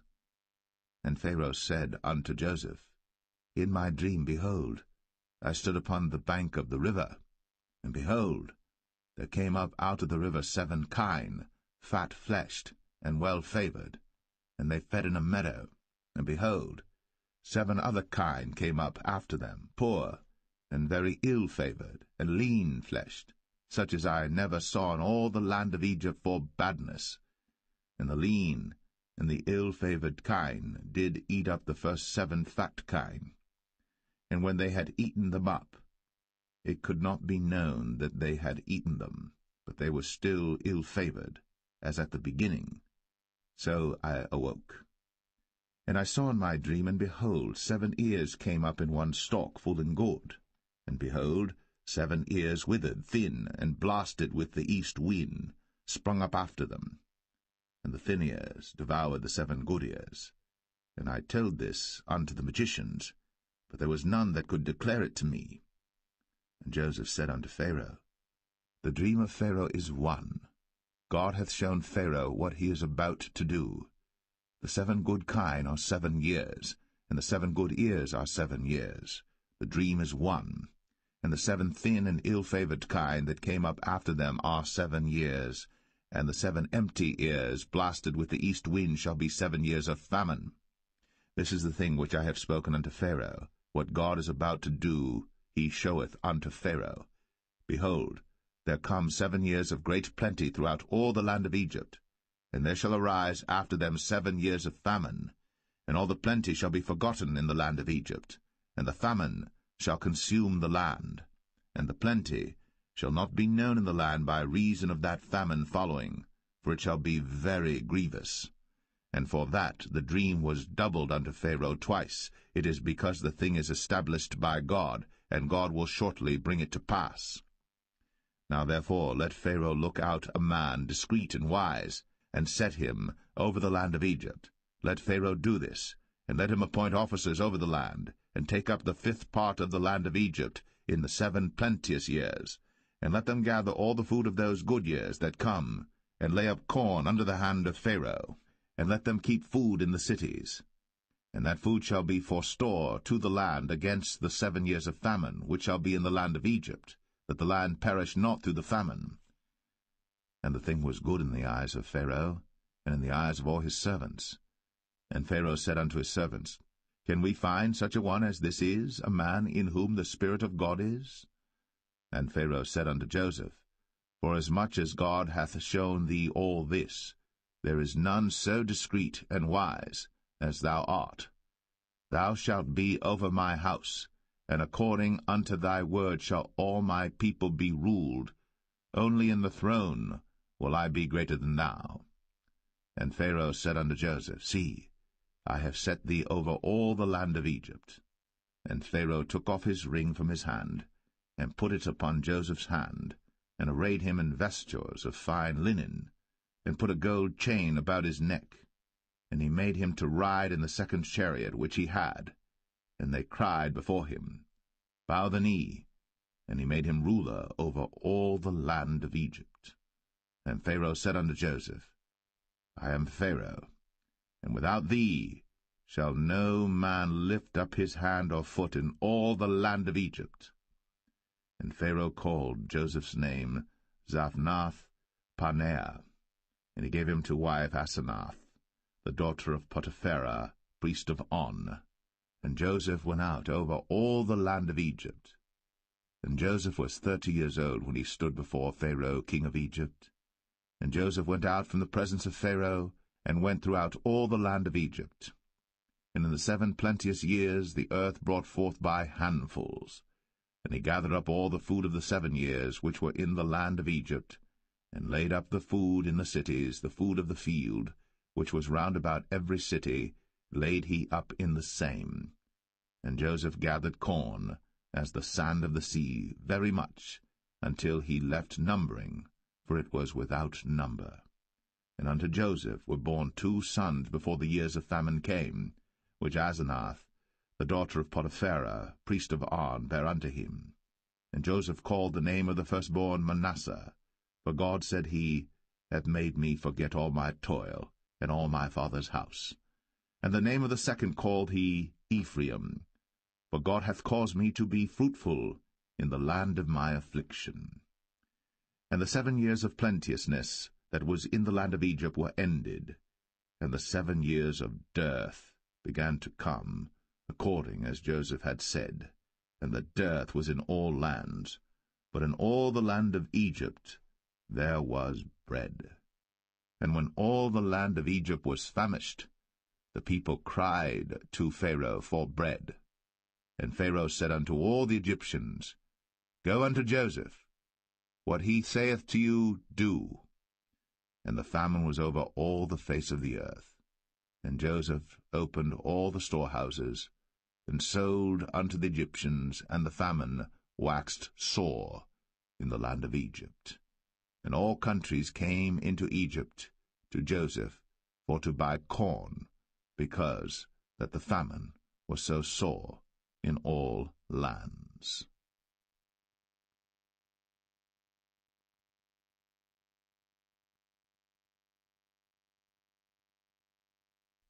Genesis 42.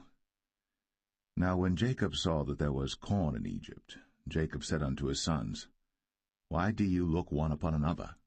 And he said, Behold, I have heard that there is corn in Egypt. Get you down thither, and buy for us from thence, that we may live and not die. And Joseph's 10 brethren went down to buy corn in Egypt. But Benjamin, Joseph's brother, Jacob sent not with his brethren, for he said, Lest peradventure mischief befall him. And the sons of Israel came to buy corn among those that came, for the famine was in the land of Canaan. And Joseph was the governor over the land, and he it was that sold to all the people of the land. And Joseph's brethren came, and bowed down themselves before him with their faces to the earth. And Joseph saw his brethren, and he knew them, but made himself strange unto them, and spake roughly unto them. And he said unto them, Whence come ye? And they said, From the land of Canaan, to buy food. And Joseph knew his brethren, but they knew not him. And Joseph remembered the dreams which he dreamed of them, and said unto them, Ye are spies, to see the nakedness of the land ye are come. And they said unto him, Nay, my lord, but to buy food are thy servants come. We are all one man's sons, we are true men, thy servants are no spies. And he said unto them, Nay, but to see the nakedness of the land ye are come. And they said, Thy servants are 12 brethren, the sons of one man in the land of Canaan.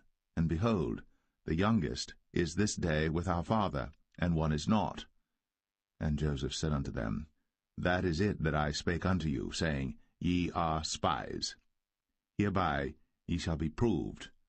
By the life of Pharaoh ye shall not go forth hence, except your youngest brother come hither. Send one of you, and let him fetch your brother, and ye shall be kept in prison, that your words may be proved, whether there be any truth in you, or else by the life of Pharaoh surely ye are spies. And he put them all together into ward 3 days. And Joseph said unto them the 3rd day, This do and live, for I fear God. If ye be true men, let one of your brethren be bound in the house of your prison. Go ye, carry corn for the famine of your houses. But bring your youngest brother unto me.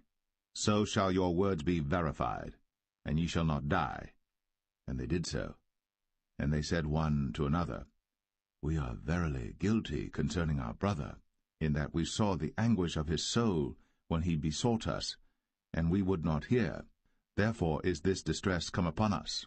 And Reuben answered them, saying, Spake I not unto you, saying, Do not sin against the child? And ye would not hear.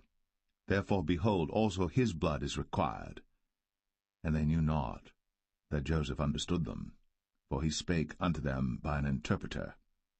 And he turned himself about from them, and wept, and returned to them again, and communed with them, and took from them Simeon, and bound him before their eyes. Then Joseph commanded to fill their sacks with corn, and to restore every man's money into his sack, and to give them provision for the way. And thus did he unto them. And they laded their asses with the corn, and departed thence. And as one of them opened his sack, to give his ass provender in the inn, he espied his money, for behold, it was in his sack's mouth.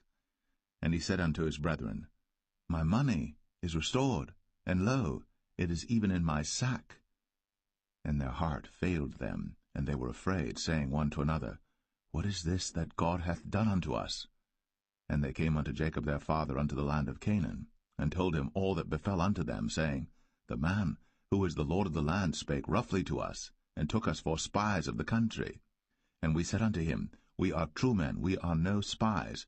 We be 12 brethren, sons of our father, one is not, and the youngest is this day with our father in the land of Canaan. And the man, the Lord of the country, said unto us, Hereby shall I know that ye are true men. Leave one of your brethren here with me, and take food for the famine of your households, and be gone. And bring your youngest brother unto me. Then shall I know that ye are no spies, but that ye are true men. So will I deliver you your brother, and ye shall traffic in the land. And it came to pass, as they emptied their sacks, that, behold, every man's bundle of money was in his sack. And when both they and their father saw the bundles of money, they were afraid. And Jacob their father said unto them, Me have ye bereaved of my children. Joseph is not, and Simeon is not, and ye will take Benjamin away? All these things are against me. And Reuben spake unto his father, saying, Slay my 2 sons, if I bring him not to thee. Deliver him into my hand, and I will bring him to thee again. And he said, My son shall not go down with you, for his brother is dead, and he is left alone. If mischief befall him by the way, in the which ye go, then shall ye bring down my gray hairs with sorrow to the grave.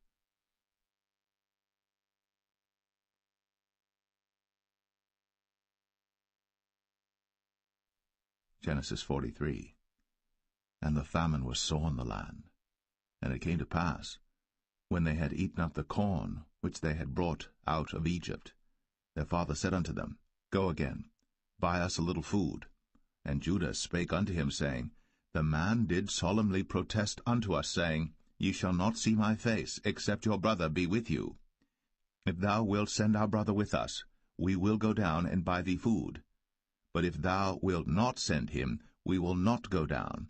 For the man said unto us, Ye shall not see my face, except your brother be with you.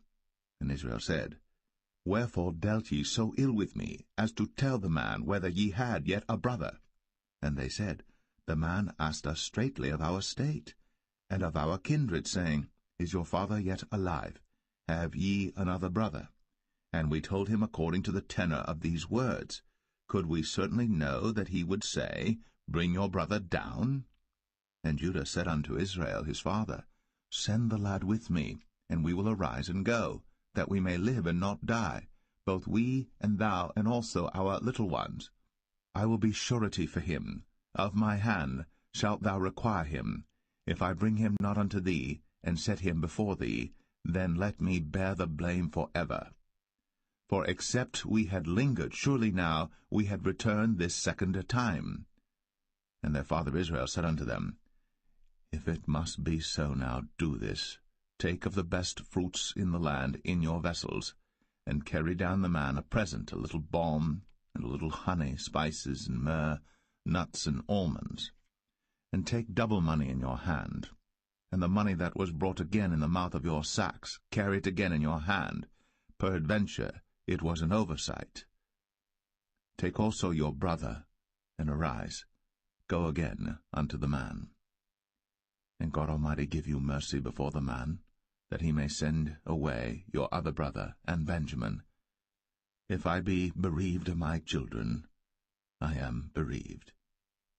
And the men took that present, and they took double money in their hand, and Benjamin, and rose up, and went down to Egypt, and stood before Joseph. And when Joseph saw Benjamin with them, he said to the ruler of his house, Bring these men home, and slay, and make ready, for these men shall dine with me at noon. And the man did as Joseph bade, and the man brought the men into Joseph's house. And the men were afraid, because they were brought into Joseph's house. And they said, Because of the money that was returned in our sacks at the first time are we brought in, that he may seek occasion against us, and fall upon us, and take us for bondmen and our asses. And they came near to the steward of Joseph's house, and they communed with him at the door of the house, and said, O sir, we came indeed down at the first time to buy food, and it came to pass, when we came to the inn, that we opened our sacks, and behold, every man's money was in the mouth of his sack, our money in full weight, and we have brought it again in our hand. And other money have we brought down in our hands to buy food. We cannot tell who put our money in our sacks. And he said, Peace be to you, fear not. Your God, and the God of your father, hath given you treasure in your sacks. I had your money. And he brought Simeon out unto them. And the man brought the men into Joseph's house, and gave them water, and they washed their feet, and he gave their asses provender. And they made ready the present against Joseph came at noon, for they heard that they should eat bread there. And when Joseph came home, they brought him the present which was in their hand into the house, and bowed themselves to him to the earth. And he asked them of their welfare, and said, Is your father well? The old man of whom ye spake, is he yet alive? And they answered, Thy servant our father is in good health, he is yet alive. And they bowed down their heads, and made obeisance. And he lifted up his eyes, and saw his brother Benjamin, his mother's son, and said, Is this your younger brother, of whom ye spake unto me? And he said, God be gracious unto thee, my son. And Joseph made haste, for his bowels did yearn upon his brother, and he sought where to weep. And he entered into his chamber, and wept there. And he washed his face, and went out, and refrained himself, and said, Set on bread. And they set on for him by himself, and for them by themselves, and for the Egyptians which did eat with him by themselves, because the Egyptians might not eat bread with the Hebrews, for that is an abomination unto the Egyptians. And they sat before him, the firstborn according to his birthright, and the youngest according to his youth. And the men marveled one at another. And he took and sent messes unto them from before him. But Benjamin's mess was 5 times so much as any of theirs. And they drank, and were merry with him.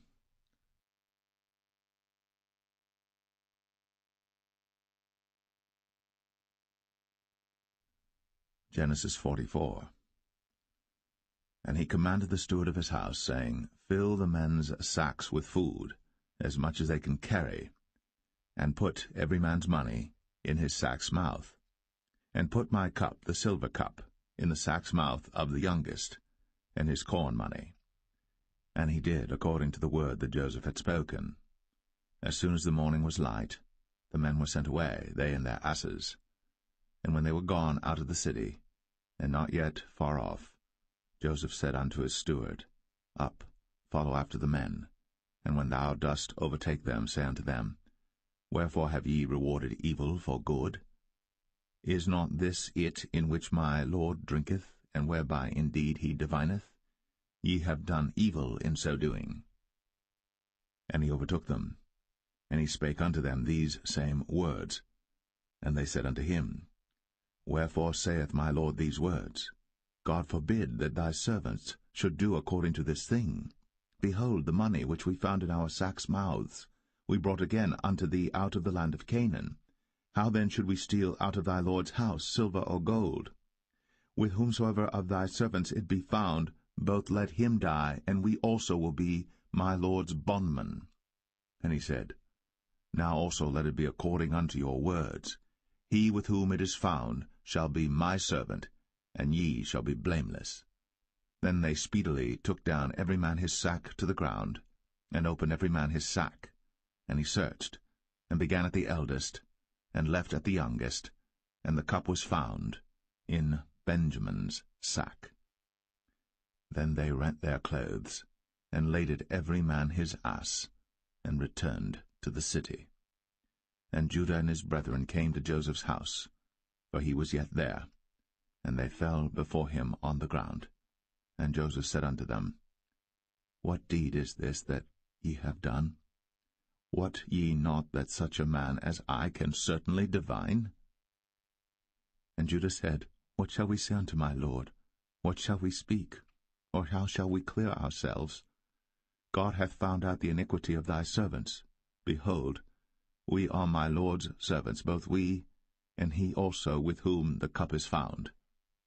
And he said, God forbid that I should do so.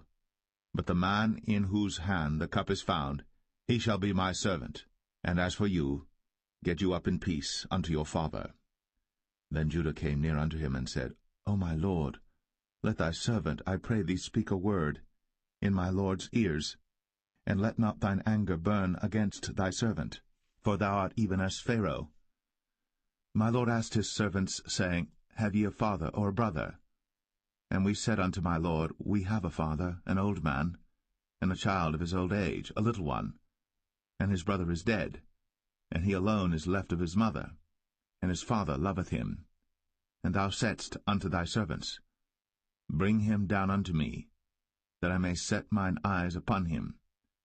And we said unto my lord, The lad cannot leave his father, for if he should leave his father would die. And thou saidst unto thy servants, Except your youngest brother come down with you, ye shall see my face no more. And it came to pass, when we came up unto thy servant my father, we told him the words of my lord. And our father said, Go again, and buy us a little food. And we said, We cannot go down. If our youngest brother be with us, then we will go down. For we may not see the man's face, except our youngest brother be with us.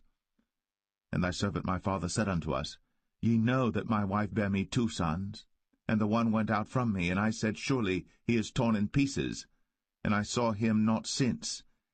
And if ye take this also from me, and mischief before him, ye shall bring down my gray hairs with sorrow to the grave. Now therefore, when I come to thy servant my father, and the lad be not with us, seeing that his life is bound up in the lad's life, it shall come to pass, when he seeth that the lad is not with us, that he will die. And thy servants shall bring down the gray hairs of thy servant our father with sorrow to the grave.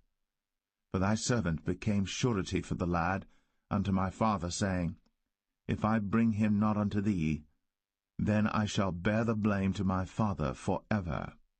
Now therefore, I pray thee, let thy servant abide instead of the lad, a bondman to my lord, and let the lad go up with his brethren.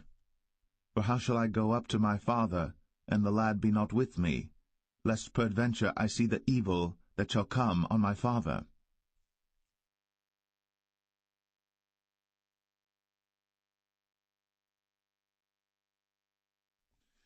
Genesis 45. Then Joseph could not refrain himself before all them that stood by him. And he cried, Cause every man to go out from me. And there stood no man with him, while Joseph made himself known unto his brethren. And he wept aloud. And the Egyptians in the house of Pharaoh heard. And Joseph said unto his brethren, I am Joseph. Doth my father yet live? And his brethren could not answer him, for they were troubled at his presence. And Joseph said unto his brethren, Come near to me, I pray you. And they came near, and he said, I am Joseph your brother, whom ye sold into Egypt. Now therefore be not grieved, nor angry with yourselves, that ye sold me hither, for God did send me before you to preserve life. For these 2 years hath the famine been in the land, and yet there are 5 years, in the which there shall neither be earing nor harvest. And God sent me before you to preserve you a posterity in the earth, and to save your lives by a great deliverance. So now it was not you that sent me hither, but God. And he hath made me a father to Pharaoh, and lord of all his house, and a ruler throughout all the land of Egypt. Haste ye, and go up to my father, and say unto him, Thus saith thy son Joseph, God hath made me lord of all Egypt. Come down unto me, tarry not. And thou shalt dwell in the land of Goshen. And thou shalt be near unto me, thou and thy children, and thy children's children, and thy flocks and thy herds, and all that thou hast. And there will I nourish thee. For yet there are 5 years of famine, lest thou and thy household, and all that thou hast, come to poverty. And behold, your eyes see, and the eyes of my brother Benjamin, that it is my mouth that speaketh unto you. And ye shall tell my father of all my glory in Egypt, and of all that ye have seen. And ye shall haste, and bring down my father hither. And he fell upon his brother Benjamin's neck, and wept. And Benjamin wept upon his neck. Moreover he kissed all his brethren, and wept upon them, and after that his brethren talked with him. And the fame thereof was heard in Pharaoh's house, saying, Joseph's brethren are come. And it pleased Pharaoh well, and his servants. And Pharaoh said unto Joseph, Say unto thy brethren, This do ye, lade your beasts, and go, get you unto the land of Canaan. And take your father and your households, and come unto me, and I will give you the good of the land of Egypt, and ye shall eat the fat of the land. Now thou art commanded, this do ye. Take you wagons out of the land of Egypt, for your little ones, and for your wives, and bring your father, and come. Also regard not your stuff, for the good of all the land of Egypt is yours. And the children of Israel did so. And Joseph gave them wagons according to the commandment of Pharaoh, and gave them provision for the way. To all of them he gave each man changes of raiment, but to Benjamin he gave 300 pieces of silver, and 5 changes of raiment. And to his father he sent after this manner, 10 asses laden with the good things of Egypt, and 10 she-asses laden with corn and bread and meat for his father by the way. So he sent his brethren away, and they departed. And he said unto them, See that ye fall not out by the way.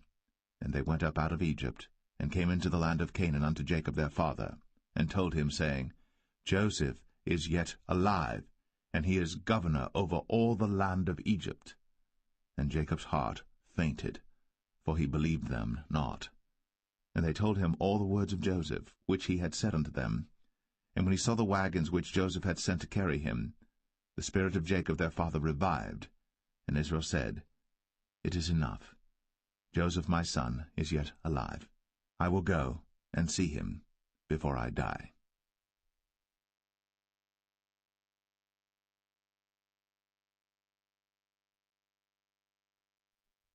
Genesis 46.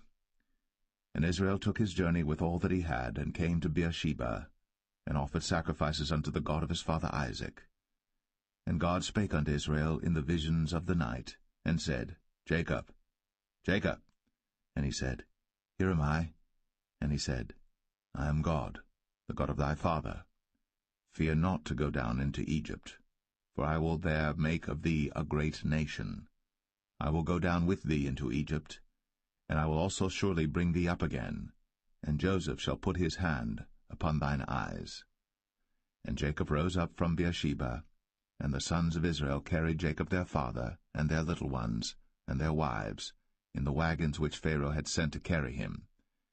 And they took their cattle and their goods which they had gotten in the land of Canaan, and came into Egypt, Jacob and all his seed with him, his sons, and his sons' sons with him, his daughters, and his sons' daughters, and all his seed brought he with him into Egypt.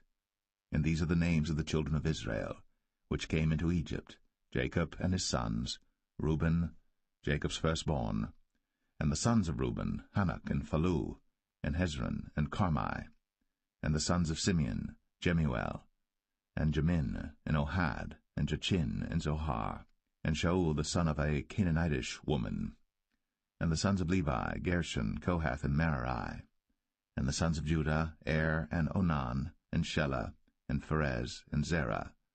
But and Onan died in the land of Canaan. And the sons of Pharez were Hezron and Hamul. And the sons of Issachar, Tola, and Phuvah, and Job, and Shimron. And the sons of Zebulun, Sered, and Elon, and Jaleel.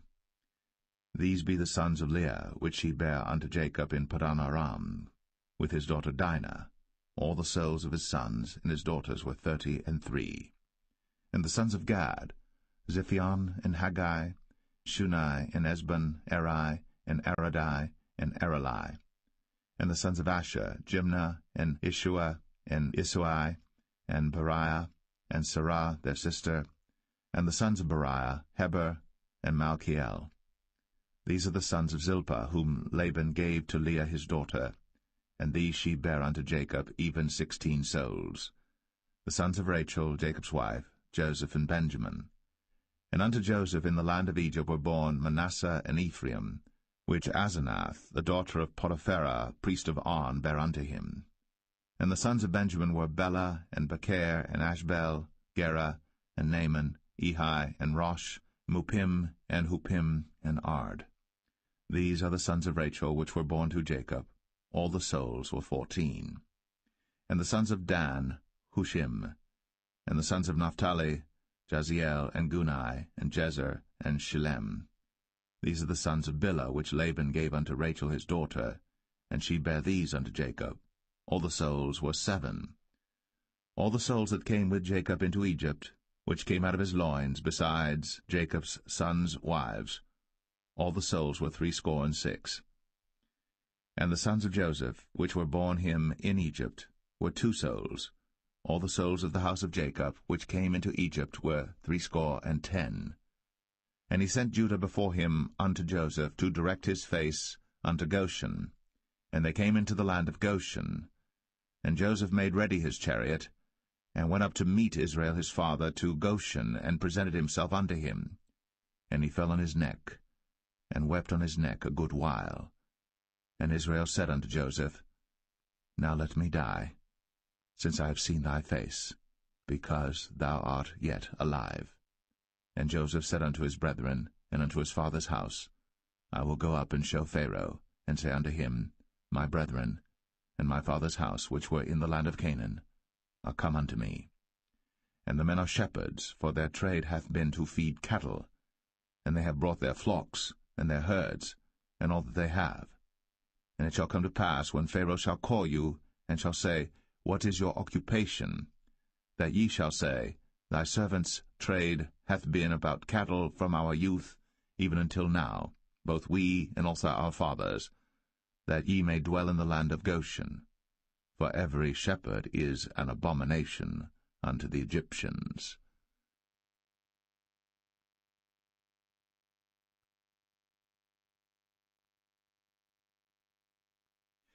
Genesis 47. Then Joseph came, and told Pharaoh, and said, My father and my brethren, and their flocks, and their herds, and all that they have, are come out of the land of Canaan, and behold, they are in the land of Goshen. And he took some of his brethren, even 5 men, and presented them unto Pharaoh. And Pharaoh said unto his brethren, What is your occupation? And they said unto Pharaoh, Thy servants are shepherds, both we and also our fathers. They said moreover unto Pharaoh, For to sojourn in the land are we come, for thy servants have no pasture for their flocks, for the famine is sore in the land of Canaan. Now therefore, we pray thee, let thy servants dwell in the land of Goshen. And Pharaoh spake unto Joseph, saying, Thy father and thy brethren are come unto thee. The land of Egypt is before thee. In the best of the land make thy father and brethren to dwell. In the land of Goshen let them dwell. And if thou knowest any men of activity among them, then make them rulers over my cattle. And Joseph brought in Jacob his father, and set him before Pharaoh. And Jacob blessed Pharaoh. And Pharaoh said unto Jacob, How old art thou? And Jacob said unto Pharaoh, The days of the years of my pilgrimage are 130 years. Few and evil have the days of the years of my life been, and have not attained unto the days of the years of the life of my fathers in the days of their pilgrimage. And Jacob blessed Pharaoh, and went out from before Pharaoh. And Joseph placed his father and his brethren, and gave them a possession in the land of Egypt, in the best of the land, in the land of Ramses, as Pharaoh had commanded. And Joseph nourished his father and his brethren, and all his father's household, with bread according to their families. And there was no bread in all the land, for the famine was very sore, so that the land of Egypt and all the land of Canaan fainted by reason of the famine. And Joseph gathered up all the money that was found in the land of Egypt and in the land of Canaan, for the corn which they bought. And Joseph brought the money into Pharaoh's house. And when money failed in the land of Egypt and in the land of Canaan, all the Egyptians came unto Joseph, and said, Give us bread, for why should we die in thy presence? For the money faileth. And Joseph said, Give your cattle, and I will give you for your cattle, if money fail.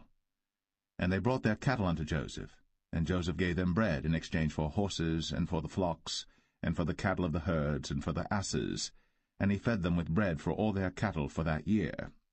When that year was ended, they came unto him the 2nd year, and said unto him, We will not hide it from my lord, how that our money is spent. My lord also hath our herds of cattle. There is not aught left in the sight of my lord, but our bodies and our lands. Wherefore shall we die before thine eyes, both we and our land? Buy us and our land for bread, and we and our land will be servants unto Pharaoh, and give us seed, that we may live and not die, that the land be not desolate. And Joseph bought all the land of Egypt for Pharaoh. For the Egyptians sold every man his field, because the famine prevailed over them. So the land became Pharaoh's. And as for the people, he removed them to cities from one end of the borders of Egypt even to the other end thereof. Only the land of the priests bought he not, for the priests had a portion assigned them of Pharaoh, and did eat their portion which Pharaoh gave them, wherefore they sold not their lands. Then Joseph said unto the people, Behold, I have bought you this day and your land for Pharaoh. Lo, here is seed for you, and ye shall sow the land. And it shall come to pass in the increase that ye shall give the 5th part unto Pharaoh, and 4 parts shall be your own, for seed of the field, and for your food, and for them of your households, and for food for your little ones.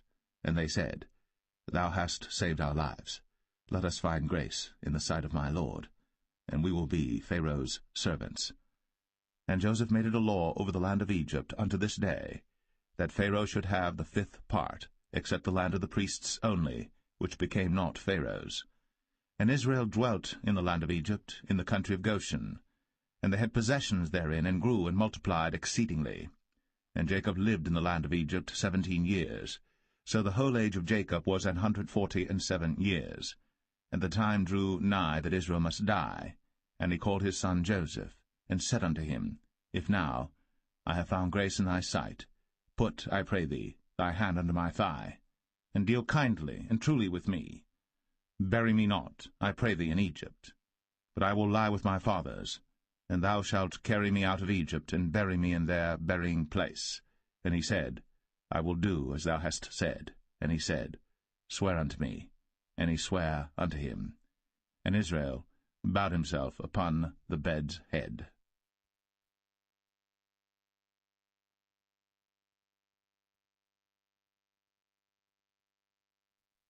Genesis 48. And it came to pass after these things, that one told Joseph, Behold, thy father is sick.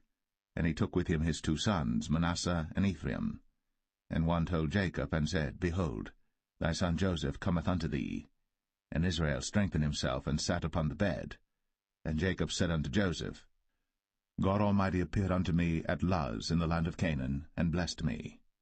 And said unto me, Behold, I will make thee fruitful, and multiply thee, and I will make of thee a multitude of people, and will give this land to thy seed after thee for an everlasting possession.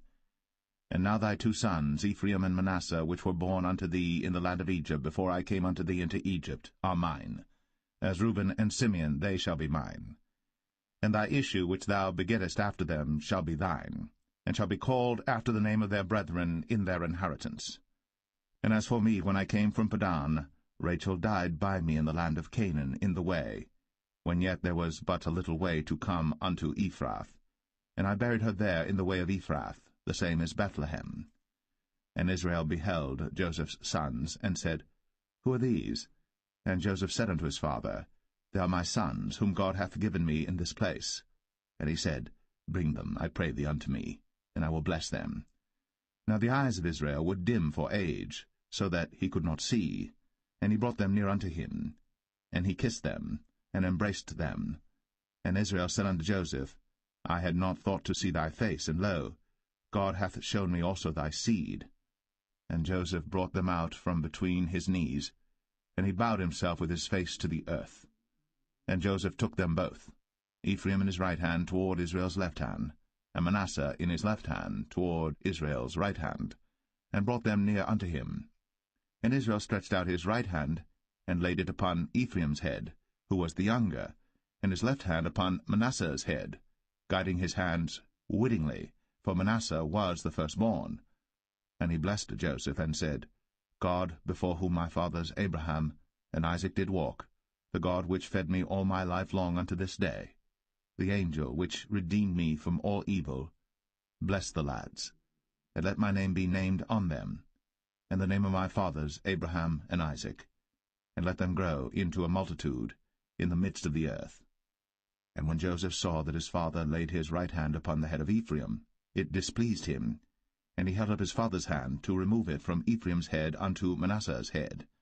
And Joseph said unto his father, Not so, my father, for this is the firstborn. Put thy right hand upon his head. And his father refused, and said, I know it, my son, I know it. He also shall become a people, and he also shall be great. But truly his younger brother shall be greater than he, and his seed shall become a multitude of nations. And he blessed them that day, saying, In thee shall Israel bless, saying, God make thee as Ephraim and as Manasseh. And he set Ephraim before Manasseh.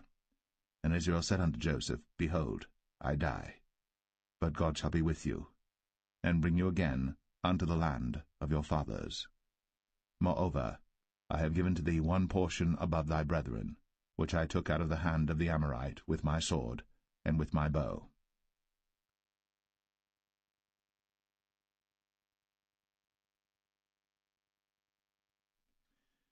Genesis 49.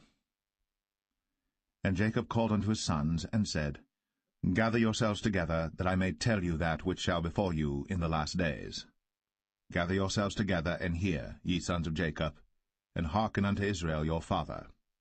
Reuben, thou art my firstborn, my might, and the beginning of my strength, the excellency of dignity, and the excellency of power. Unstable as water, thou shalt not excel, because thou wentest up to thy father's bed. Then devilest thou it. He went up to my couch. Simeon and Levi are brethren. Instruments of cruelty are in their habitations.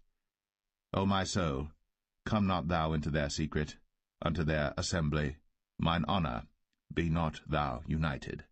For in their anger they slew a man, and in their self-will they digged down a wall. Cursed be their anger, for it was fierce, and their wrath, for it was cruel. I will divide them in Jacob, and scatter them in Israel. Judah, thou art he whom thy brethren shall praise. Thy hand shall be in the neck of thine enemies. Thy father's children shall bow down before thee. Judah is a lion's whelp. From the prey, my son, thou art gone up. He stooped down. He couched as a lion, and as an old lion, who shall rouse him up? The scepter shall not depart from Judah, nor a lawgiver from between his feet, until Shiloh come, and unto him shall the gathering of the people be. Binding his foal unto the vine, and his ass's colt unto the choice vine, he washed his garments in wine, and his clothes in the blood of grapes. His eyes shall be red with wine, and his teeth white with milk. Zebulun shall dwell at the haven of the sea, and he shall be for an haven of ships, and his borders shall be unto Zidon. Issachar is a strong ass couching down between two burdens, and he saw that rest was good, and the land that it was pleasant, and bowed his shoulder to bear, and became a servant unto tribute. Dan shall judge his people, as one of the tribes of Israel. Dan shall be a serpent by the way, an adder in the path, that biteth the horse heels, so that his rider shall fall backward. I have waited for thy salvation, O Lord. Gad, a troop shall overcome him, but he shall overcome at the last. Out of Asher his bread shall be fat, and he shall yield royal dainties. Naphtali is a hind let loose, he giveth goodly words. Joseph is a fruitful bough, even a fruitful bough by a well, whose branches run over the wall. The archers have sorely grieved him, and shot at him, and hated him. But his bow abode in strength, and the arms of his hands were made strong by the hands of the mighty God of Jacob. From thence is the shepherd, the stone of Israel. Even by the God of thy father, who shall help thee, and by the Almighty, who shall bless thee with blessings of heaven above, blessings of the deep that lieth under, blessings of the breasts, and of the womb. The blessings of thy father have prevailed above the blessings of my progenitors, unto the utmost bound of the everlasting hills. They shall be on the head of Joseph, and on the crown of the head of him that was separate from his brethren. Benjamin shall raven as a wolf. In the morning he shall devour the prey, and at night he shall divide the spoil. All these are the 12 tribes of Israel. And this is it that their father spake unto them, and blessed them, every one, according to his blessing, he blessed them. And he charged them, and said unto them, I am to be gathered unto my people. Bury me with my fathers in the cave that is in the field of Ephron the Hittite, in the cave that is in the field of Machpelah, which is before Mamre, in the land of Canaan, which Abraham bought with the field of Ephron the Hittite, for a possession of a burying place. There they buried Abraham and Sarah his wife. There they buried Isaac and Rebekah his wife, and there I buried Leah. The purchase of the field and of the cave that is therein was from the children of Heth. And when Jacob had made an end of commanding his sons, he gathered up his feet into the bed, and yielded up the ghost, and was gathered unto his people.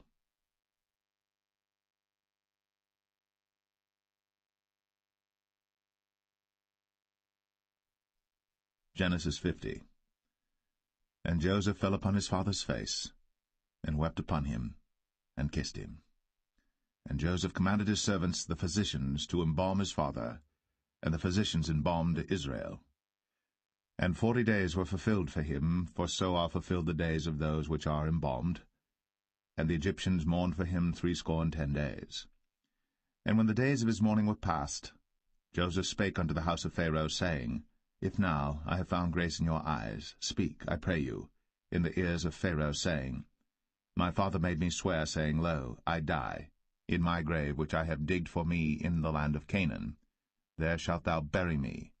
Now therefore let me go up, I pray thee, and bury my father, and I will come again.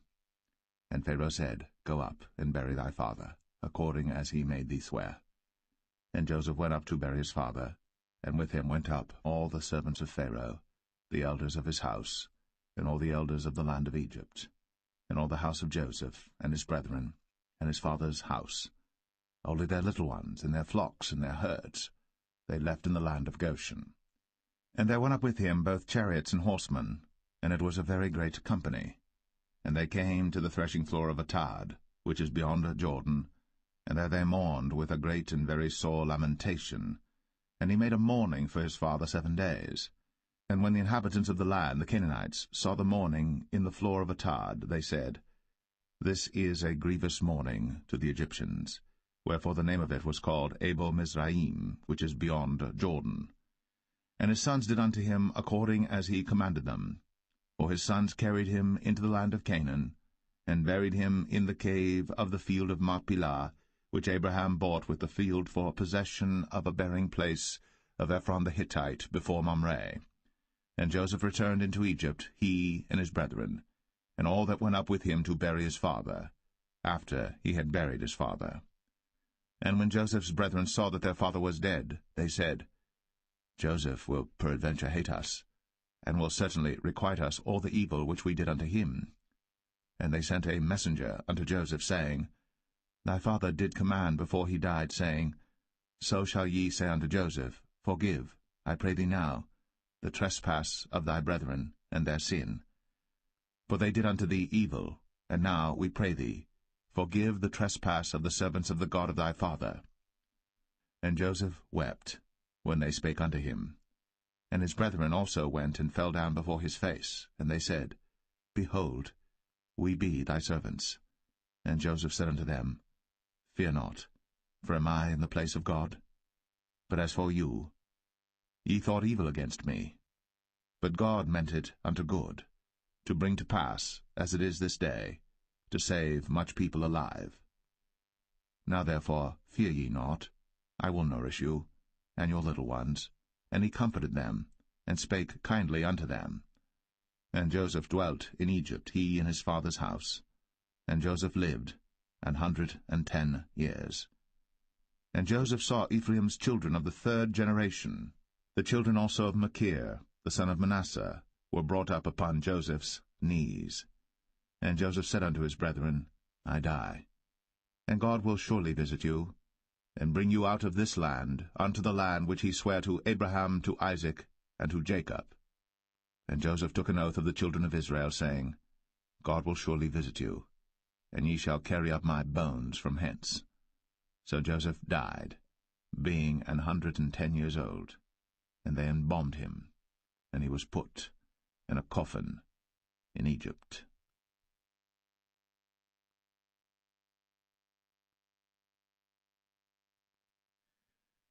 The Book of Exodus, Chapter 1. Now these are the names of the children of Israel, which came into Egypt. Every man in his household came with Jacob: Reuben, Simeon, Levi, and Judah, Issachar, Zebulun, and Benjamin, Dan and Naphtali, Gad and Asher. And all the souls that came out of the loins of Jacob were 70 souls, for Joseph was in Egypt already. And Joseph died, and all his brethren, and all that generation. And the children of Israel were fruitful, and increased abundantly, and multiplied, and waxed exceeding mighty, and the land was filled with them. Now there arose up a new king over Egypt, which knew not Joseph. And he said unto his people, Behold, the people of the children of Israel are more and mightier than we. Come on, let us deal wisely with them, lest they multiply. And it come to pass, that when there falleth out any war, they join also unto our enemies, and fight against us, and so get them up out of the land. Therefore they did set over them taskmasters, to afflict them with their burdens, and they built for Pharaoh treasure cities, Pithom and Ramses. But the more they afflicted them, the more they multiplied and grew, and they were grieved because of the children of Israel. And the Egyptians made the children of Israel to serve with rigor, and they made their lives bitter with hard bondage, in mortar, and in brick, and in all manner of service in the field. All their service wherein they made them serve was with rigor. And the king of Egypt spake to the Hebrew midwives, of which the name of the one was Shiphrah, and the name of the other Puah. And he said, When ye do the office of a midwife to the Hebrew women, and see them upon the stools, if it be a son, then ye shall kill him, but if it be a daughter, then she shall live. But the midwives feared God, and did not as the king of Egypt commanded them, but saved the men-children alive. And the king of Egypt called for the midwives, and said unto them, Why have ye done this thing, and have saved the men-children alive? And the midwives said unto Pharaoh, Because the Hebrew women are not as the Egyptian women, for they are lively, and are delivered ere the midwives come in unto them. Therefore God dealt well with the midwives, and the people multiplied, and waxed very mighty. And it came to pass, because the midwives feared God, that he made them houses. And Pharaoh charged all his people, saying, Every son that is born ye shall cast into the river, and every daughter ye shall save alive.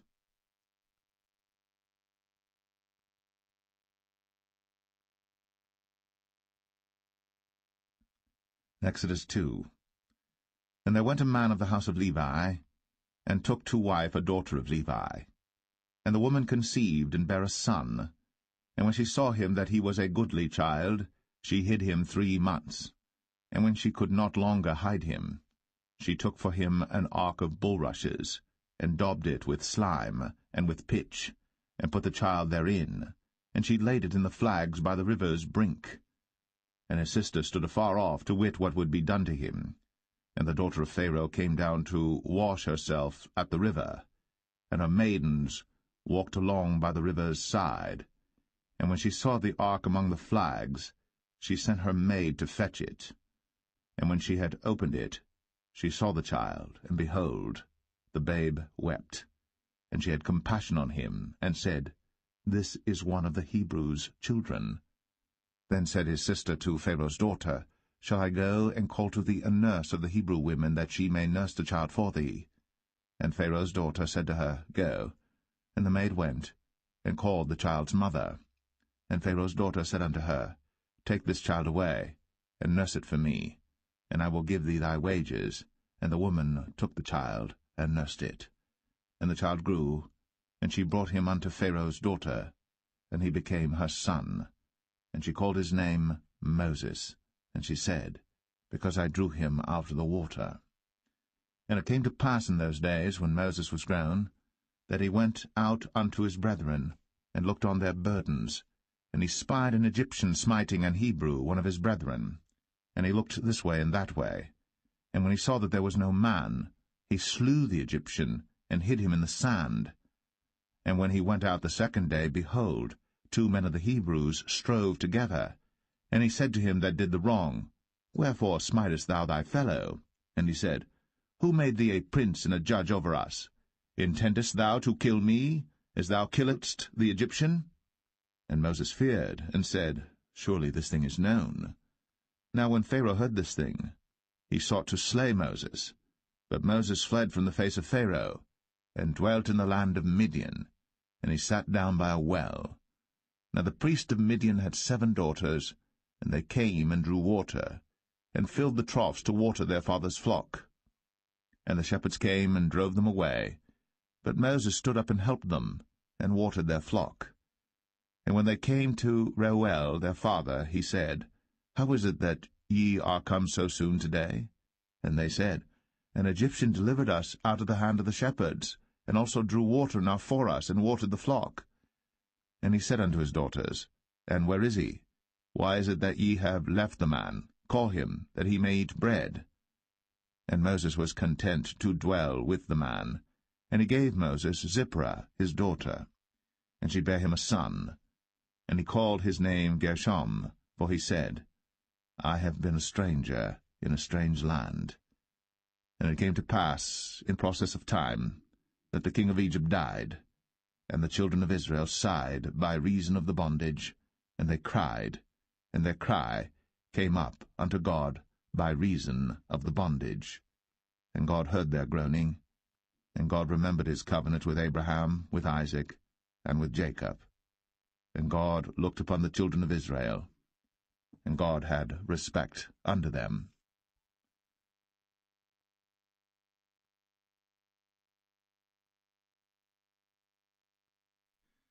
Exodus 3.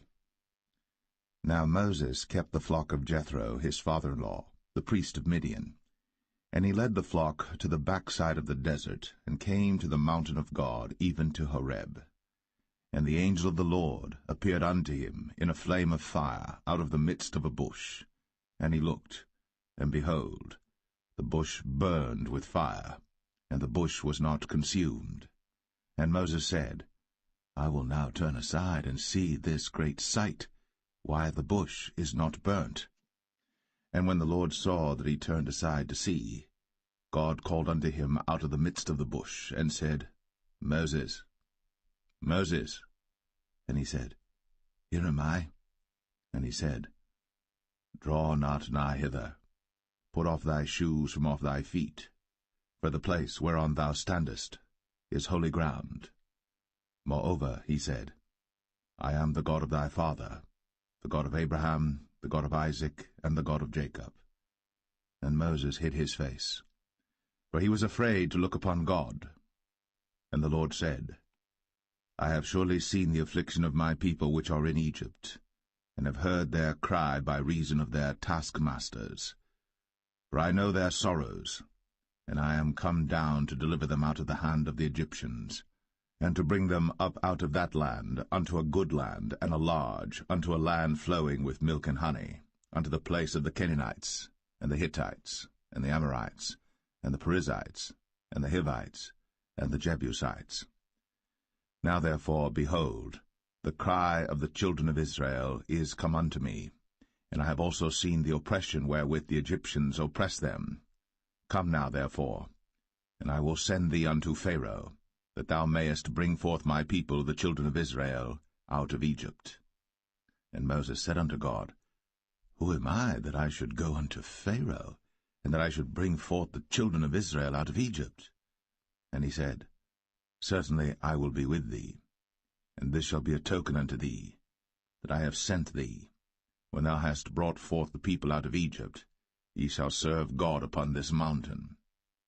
And Moses said unto God, Behold, when I come unto the children of Israel, and shall say unto them, The God of your fathers has sent me unto you, and they shall say to me, What is his name?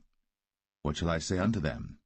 And God said unto Moses, I am that I am. And he said, Thus shalt thou say unto the children of Israel, I am hath sent me unto you. And God said moreover unto Moses, Thus shalt thou say unto the children of Israel, The Lord God of your fathers, the God of Abraham, the God of Isaac, and the God of Jacob, hath sent me unto you. This is my name for ever, and this is my memorial unto all generations. Go and gather the elders of Israel together, and say unto them, The Lord God of your fathers, the God of Abraham, of Isaac, and of Jacob, appeared unto me, saying, I have surely visited you, and seen that which is done to you in Egypt. And I have said, I will bring you up out of the affliction of Egypt, unto the land of the Canaanites, and the Hittites, and the Amorites, and the Perizzites, and the Hivites, and the Jebusites, unto a land flowing with milk and honey. And they shall hearken to thy voice, and thou shalt come, thou and the elders of Israel, unto the king of Egypt, and ye shall say unto him, The Lord God of the Hebrews hath met with us. And now let us go, we beseech thee, 3 days' journey into the wilderness, that we may sacrifice to the Lord our God. And I am sure that the king of Egypt will not let you go, no, not by a mighty hand. And I will stretch out my hand, and smite Egypt with all my wonders which I will do in the midst thereof, and after that he will let you go. And I will give this people favor in the sight of the Egyptians, and it shall come to pass that, when ye go, ye shall not go empty. But every woman shall borrow of her neighbor, and of her that sojourneth in her house, jewels of silver, and jewels of gold, and raiment, and ye shall put them upon your sons, and upon your daughters, and ye shall spoil the Egyptians.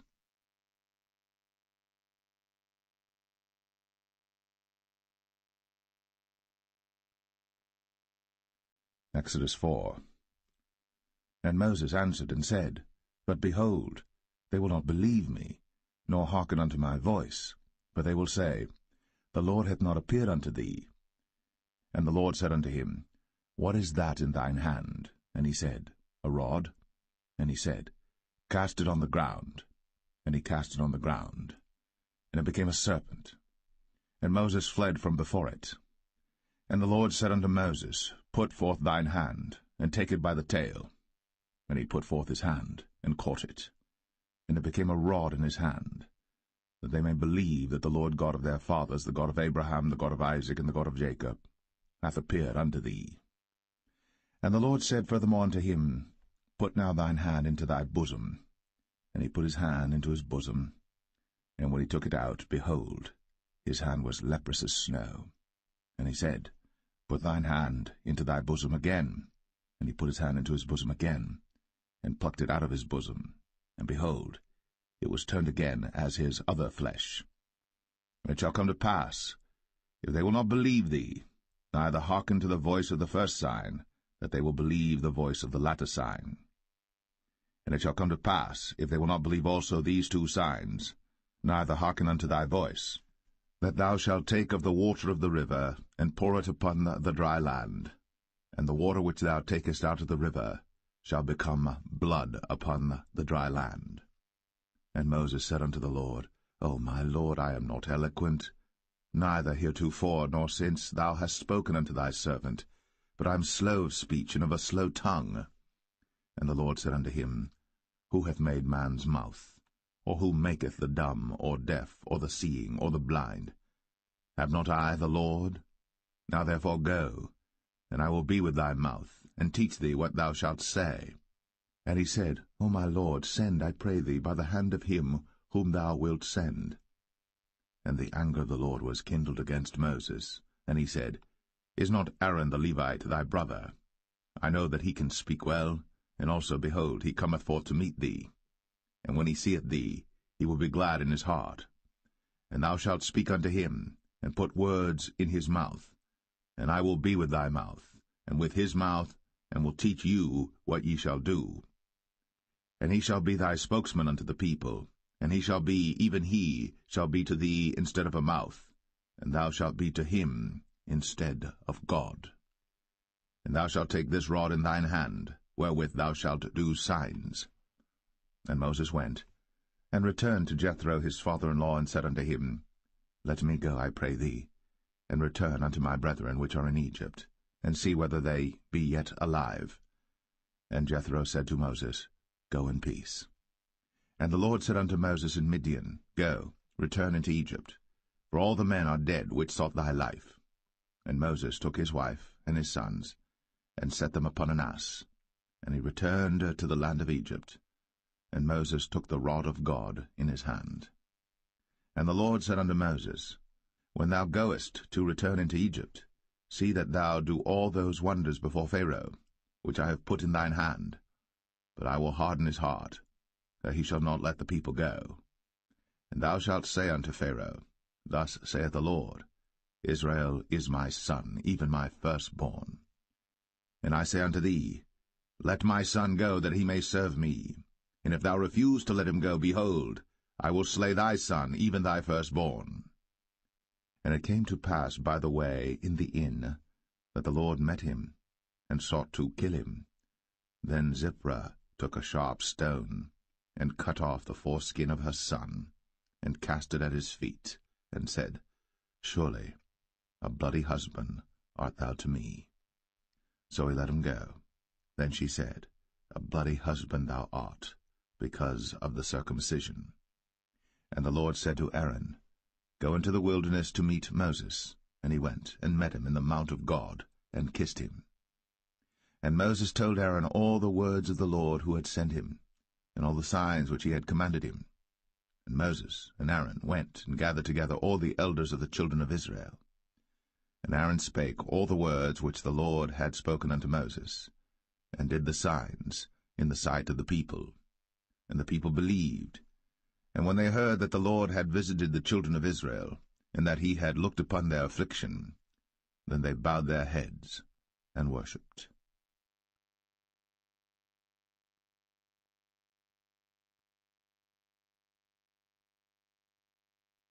Exodus 5. And afterward Moses and Aaron went in, and told Pharaoh, Thus saith the Lord God of Israel, Let my people go, that they may hold a feast unto me in the wilderness. And Pharaoh said, Who is the Lord that I should obey his voice to let Israel go? I know not the Lord, neither will I let Israel go. And they said, The God of the Hebrews hath met with us. Let us go, we pray thee, 3 days' journey into the desert, and sacrifice unto the Lord our God, lest he fall upon us with pestilence, or with the sword. And the king of Egypt said unto them, Wherefore do ye, Moses and Aaron? Let the people from their works get you unto your burdens. And Pharaoh said, Behold, the people of the land now are many, and ye make them rest from their burdens. And Pharaoh commanded the same day the taskmasters of the people and their officers, saying, Ye shall no more give the people straw to make brick, as heretofore. Let them go and gather straw for themselves. And the tale of the bricks which they did make heretofore ye shall lay upon them. Ye shall not diminish aught thereof. For they be idle, therefore they cry, saying, Let us go and sacrifice to our God. Let their more work be laid upon the men, that they may labor therein, and let them not regard vain words.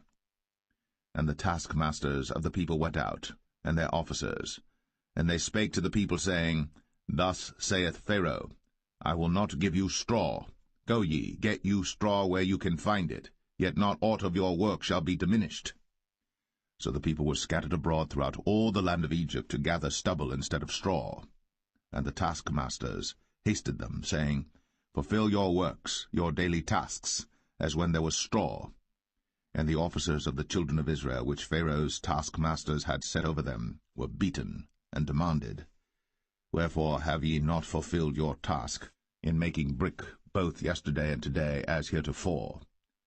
Then the officers of the children of Israel came and cried unto Pharaoh, saying, Wherefore dealest thou thus with thy servants? There is no straw given unto thy servants. And they say to us, Make brick. And behold, thy servants are beaten, but the fault is in thine own people. But he said, Ye are idle, ye are idle. Therefore ye say, Let us go and do sacrifice to the Lord. Go therefore now and work, for there shall no straw be given you. Yet shall ye deliver the tale of bricks. And the officers of the children of Israel did see that they were in evil case, after it was said, Ye shall not minish aught from your bricks of your daily task. And they met Moses and Aaron, who stood in the way, as they came forth from Pharaoh.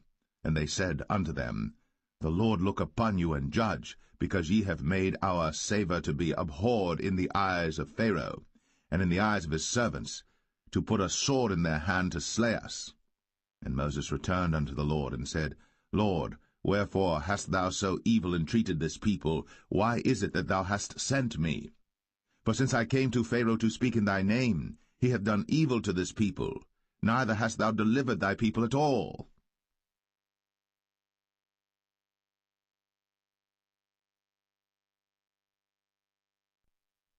Exodus 6. Then the Lord said unto Moses, Now shalt thou see what I will do to Pharaoh. For with a strong hand shall he let them go, and with a strong hand shall he drive them out of his land. And God spake unto Moses, and said unto him, I am the Lord. And I appeared unto Abraham, unto Isaac, and unto Jacob, by the name of God Almighty, but by my name Jehovah was I not known to them. And I have also established my covenant with them, to give them the land of Canaan, the land of their pilgrimage, wherein they were strangers. And I have also heard the groaning of the children of Israel, whom the Egyptians keep in bondage, and I have remembered my covenant. Wherefore say unto the children of Israel, I am the Lord, and I will bring you out from under the burdens of the Egyptians, and I will rid you out of their bondage, and I will redeem you with a stretched out arm and with great judgments. And I will take you to me for a people, and I will be to you a God, and ye shall know that I am the Lord your God, which bringeth you out from under the burdens of the Egyptians. And I will bring you in unto the land, concerning the which I did swear to give it to Abraham, to Isaac, and to Jacob, and I will give it you for an heritage. I am the Lord. And Moses spake so unto the children of Israel, but they hearkened not unto Moses for anguish of spirit, and for cruel bondage. And the Lord spake unto Moses, saying, Go in, speak unto Pharaoh king of Egypt, that he let the children of Israel go out of his land. And Moses spake before the Lord, saying, Behold, the children of Israel have not hearkened unto me. How then shall Pharaoh hear me, who am of uncircumcised lips? And the Lord spake unto Moses and unto Aaron, and gave them a charge unto the children of Israel, and unto Pharaoh king of Egypt, to bring the children of Israel out of the land of Egypt. These be the heads of their fathers' houses, the sons of Reuben, the firstborn of Israel, Hanok and Palu, Hezron and Carmi. These be the families of Reuben. And the sons of Simeon, Jemuel and Jamin, and Ohad and Jachin, and Zohar and Shaul the son of a Canaanitish woman. These are the families of Simeon. And these are the names of the sons of Levi according to their generations, Gershon and Kohath and Merari. And the years of the life of Levi were 137 years. The sons of Gershon, Libni and Shimei, according to their families. And the sons of Kohath, Amram and Izhar, and Hebron and Uzziel. And the years of the life of Kohath were 133 years. And the sons of Merari, Mahali and Mushai. These are the families of Levi according to their generations. And Amram took him Jochebed, his father's sister, to wife, and she bare him, Aaron and Moses. And the years of the life of Amram were 137 years. And the sons of Izhar, Korah and Nepheg and Zichri. And the sons of Uzziel, Mishael and Elzaphan and Zithri. And Aaron took him Elisheba, daughter of Aminadab, sister of Nahshon, to wife, and she bare him Nadab and Abihu, Eleazar and Ithamar. And the sons of Korah, Asir and Elkanah and Abiasaph. These are the families of the Korhites. And Eleazar, Aaron's son, took him one of the daughters of Putiel to wife, and she bare him Phinehas. These are the heads of the fathers of the Levites according to their families. These are that Aaron and Moses, to whom the Lord said, Bring out the children of Israel from the land of Egypt, according to their armies. These are they which spake to Pharaoh king of Egypt, to bring out the children of Israel from Egypt. These are that Moses and Aaron. And it came to pass on the day when the Lord spake unto Moses in the land of Egypt, that the Lord spake unto Moses, saying, I am the Lord. Speak thou unto Pharaoh king of Egypt all that I say unto thee. And Moses said before the Lord, Behold, I am of uncircumcised lips, and how shall Pharaoh hearken unto me?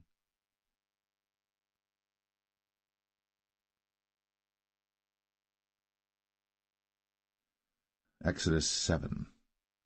And the Lord said unto Moses, See, I have made thee a god to Pharaoh, and Aaron thy brother shall be thy prophet.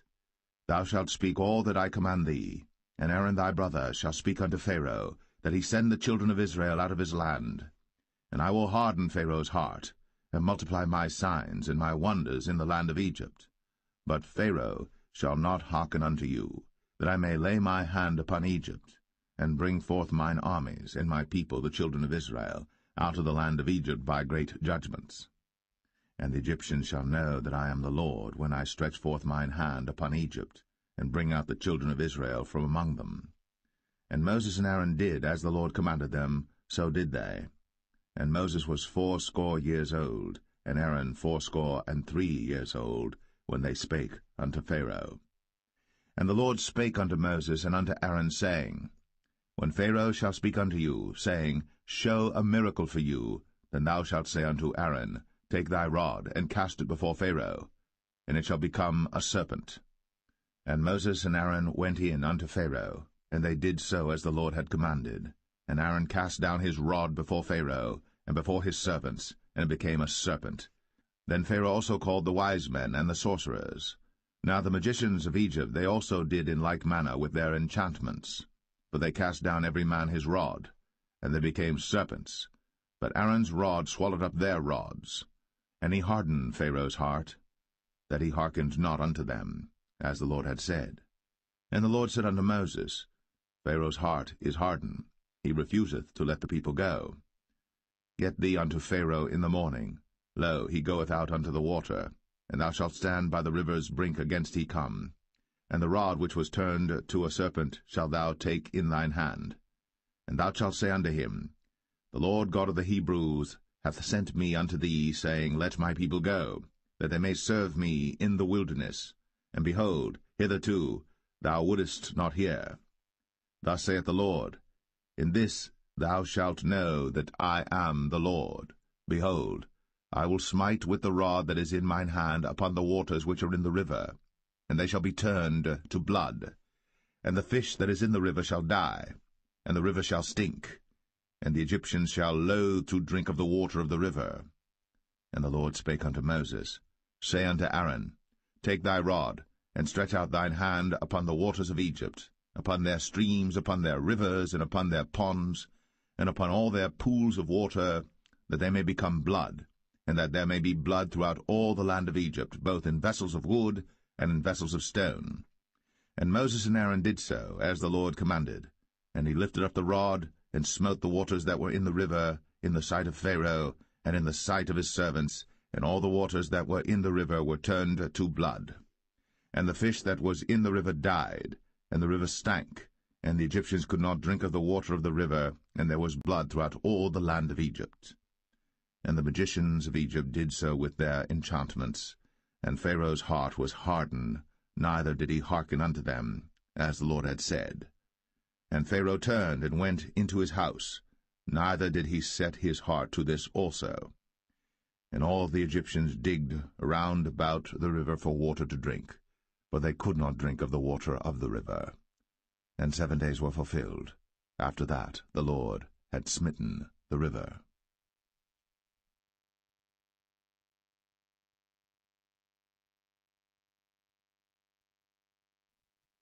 Exodus 8.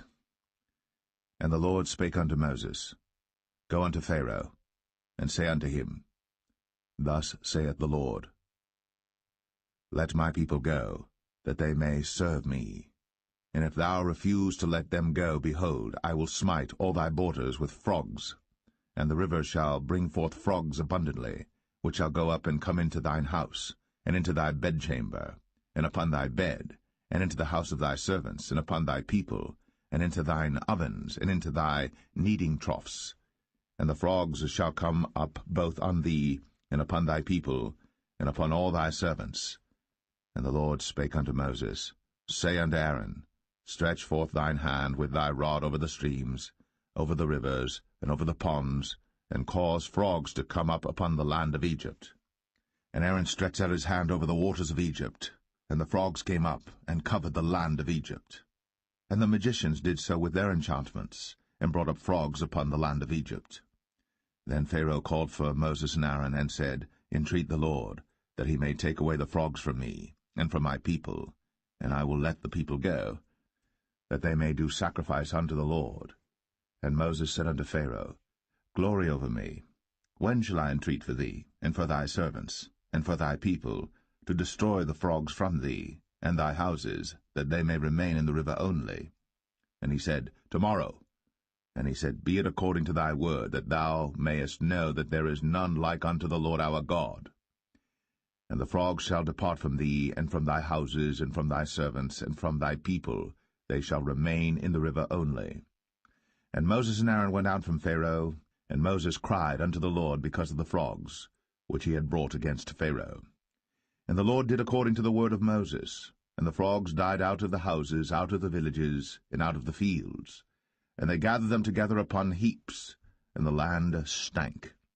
But when Pharaoh saw that there was respite, he hardened his heart, and hearkened not unto them, as the Lord had said. And the Lord said unto Moses, Say unto Aaron, Stretch out thy rod, and smite the dust of the land, that it may become lice throughout all the land of Egypt. And they did so. For Aaron stretched out his hand with his rod, and smote the dust of the earth, and it became lice in man and in beast. All the dust of the land became lice throughout all the land of Egypt. And the magicians did so with their enchantments to bring forth lice, but they could not, so there were lice upon man and upon beast. Then the magicians said unto Pharaoh, This is the finger of God. And Pharaoh's heart was hardened, and he hearkened not unto them, as the Lord had said. And the Lord said unto Moses, Rise up early in the morning, and stand before Pharaoh. Lo, he cometh forth to the water. And say unto him, Thus saith the Lord, let my people go, that they may serve me. Else, if thou wilt not let my people go, behold, I will send swarms of flies upon thee, and upon thy servants, and upon thy people, and into thy houses, and the houses of the Egyptians shall be full of swarms of flies, and also the ground whereon they are. And I will sever in that day the land of Goshen, in which my people dwell, that no swarms of flies shall be there, to the end thou mayest know that I am the Lord in the midst of the earth. And I will put a division between my people and thy people. Tomorrow shall this sign be. And the Lord did so. And there came a grievous swarm of flies into the house of Pharaoh, and into his servants' houses, and into all the land of Egypt. The land was corrupted by reason of the swarm of flies. And Pharaoh called for Moses and for Aaron, and said, Go ye, sacrifice to your God in the land. And Moses said, It is not meet so to do, for we shall sacrifice the abomination of the Egyptians to the Lord our God. Lo, shall we sacrifice the abomination of the Egyptians before their eyes? And will they not stone us? We will go 3 days' journey into the wilderness, and sacrifice to the Lord our God, as he shall command us. And Pharaoh said, I will let you go, that ye may sacrifice to the Lord your God in the wilderness. Only ye shall not go very far away. Entreat for me. And Moses said, Behold, I go out from thee, and I will entreat the Lord that the swarms of flies may depart from Pharaoh, from his servants, and from his people tomorrow. But let not Pharaoh deal deceitfully any more, not letting the people go to sacrifice to the Lord. And Moses went out from Pharaoh, and entreated the Lord. And the Lord did according to the word of Moses, and he removed the swarms of flies from Pharaoh, from his servants, and from his people. There remained not one. And Pharaoh hardened his heart at this time also, neither would he let the people go.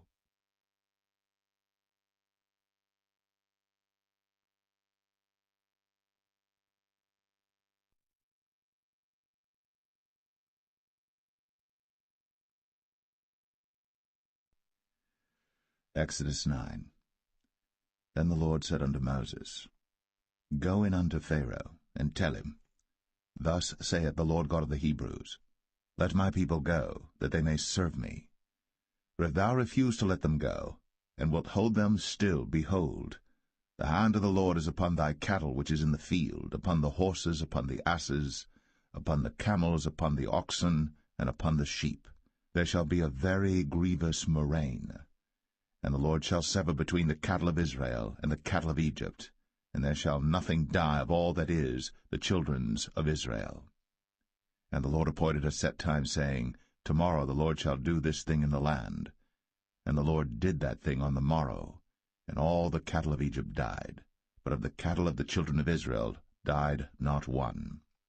And Pharaoh sent, and behold, there was not one of the cattle of the Israelites dead, and the heart of Pharaoh was hardened, and he did not let the people go. And the Lord said unto Moses and unto Aaron, Take to you handfuls of ashes of the furnace, and let Moses sprinkle it toward the heaven in the sight of Pharaoh. And it shall become small dust in all the land of Egypt, and shall be a boil breaking forth with blains upon man and upon beast throughout all the land of Egypt.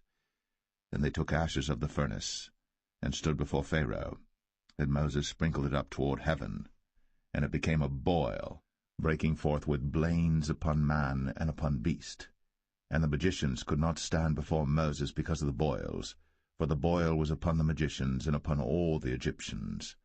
And the Lord hardened the heart of Pharaoh, and he hearkened not unto them, as the Lord had spoken unto Moses. And the Lord said unto Moses, Rise up early in the morning, and stand before Pharaoh, and say unto him, Thus saith the Lord God of the Hebrews, Let my people go, that they may serve me. For I will at this time send all my plagues upon thine heart, and upon thy servants, and upon thy people, that thou mayest know that there is none like me in all the earth. For now I will stretch out my hand, that I may smite thee and thy people with pestilence, and thou shalt be cut off from the earth. And in very deed for this cause have I raised thee up, for to show in thee my power, and that my name may be declared throughout all the earth. As yet exaltest thou thyself against my people, that thou wilt not let them go. Behold, tomorrow about this time I will cause it to rain a very grievous hail, such as hath not been in Egypt since the foundation thereof even until now. Send therefore now, and gather thy cattle, and all that thou hast in the field. For upon every man and beast which shall be found in the field, and shall not be brought home, the hail shall come down upon them, and they shall die. He that feared the word of the Lord among the servants of Pharaoh made his servants and his cattle flee into the houses. And he that regarded not the word of the Lord left his servants and his cattle in the field. And the Lord said unto Moses, Stretch forth thine hand toward heaven, that there may be hail in all the land of Egypt, upon man, and upon beast, and upon every herb of the field, throughout the land of Egypt. And Moses stretched forth his rod toward heaven, and the Lord sent thunder and hail, and the fire ran along upon the ground, and the Lord rained hail upon the land of Egypt. So there was hail, and fire mingled with the hail, very grievous, such as there was none like it in all the land of Egypt since it became a nation. And the hail smote throughout all the land of Egypt all that was in the field, both man and beast. And the hail smote every herb of the field, and brake every tree of the field. Only in the land of Goshen, where the children of Israel were, was there no hail. And Pharaoh sent and called for Moses and Aaron, and said unto them, I have sinned at this time. The Lord is righteous, and I and my people are wicked. Entreat the Lord, for it is enough that there be no more mighty thunderings and hail, and I will let you go, and ye shall stay no longer. And Moses said unto him, As soon as I am gone out of the city, I will spread abroad my hands unto the Lord, and the thunder shall cease, neither shall there be any more hail, that thou mayest know how that the earth is the Lord's. But as for thee and thy servants, I know that ye will not yet fear the Lord God. And the flax and the barley was smitten, for the barley was in the ear, and the flax was bold. But the wheat and the rye were not smitten, for they were not grown up. And Moses went out of the city from Pharaoh, and spread abroad his hands unto the Lord, and the thunders and hail ceased, and the rain was not poured upon the earth. And when Pharaoh saw that the rain and the hail and the thunders were ceased, he sinned yet more, and hardened his heart, he and his servants. And the heart of Pharaoh was hardened, neither would he let the children of Israel go, as the Lord had spoken by Moses.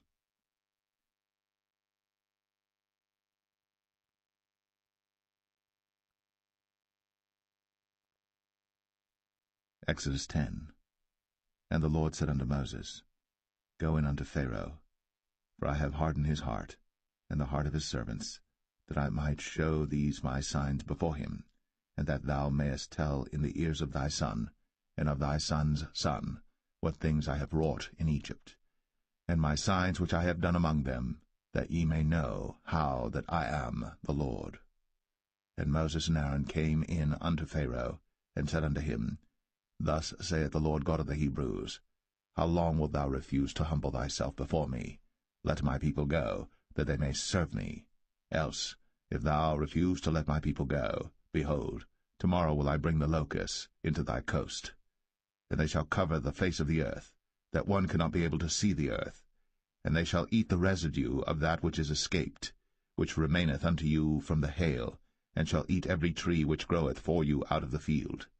And they shall fill thy houses, and the houses of all thy servants, and the houses of all the Egyptians, which neither thy fathers nor thy fathers' fathers have seen, since the day that they were upon the earth unto this day. And he turned himself, and went out from Pharaoh. And Pharaoh's servants said unto him, How long shall this man be a snare unto us? Let the men go, that they may serve the Lord their God. Knowest thou not yet that Egypt is destroyed? And Moses and Aaron were brought again unto Pharaoh, and he said unto them, Go, serve the Lord your God. But who are they that shall go? And Moses said, We will go with our young and with our old, with our sons and with our daughters, with our flocks and with our herds will we go, for we must hold a feast unto the Lord.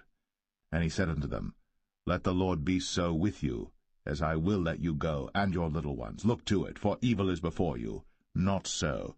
Go now, ye that are men, and serve the Lord, for that ye did desire.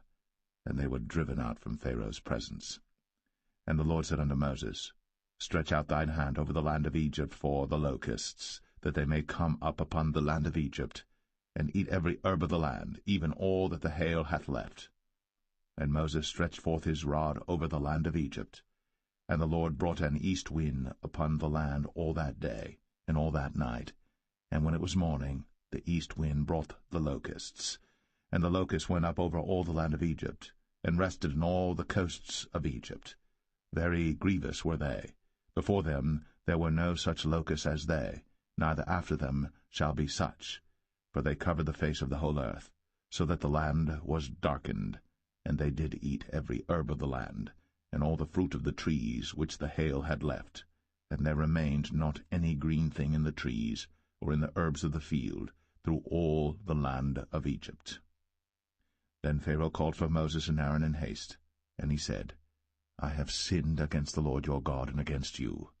Now therefore forgive, I pray thee, my sin only this once, and entreat the Lord your God, that he may take away from me this death only. And he went out from Pharaoh, and entreated the Lord. And the Lord turned a mighty strong west wind, which took away the locusts, and cast them into the Red Sea. There remained not one locust in all the coasts of Egypt. But the Lord hardened Pharaoh's heart, so that he would not let the children of Israel go. And the Lord said unto Moses, Stretch out thine hand toward heaven, that there may be darkness over the land of Egypt, even darkness which may be felt. And Moses stretched forth his hand toward heaven, and there was a thick darkness in all the land of Egypt 3 days. They saw not one another, neither rose any from his place for 3 days. But all the children of Israel had light in their dwellings. And Pharaoh called unto Moses, and said, Go ye, serve the Lord. Only let your flocks and your herds be stayed. Let your little ones also go with you.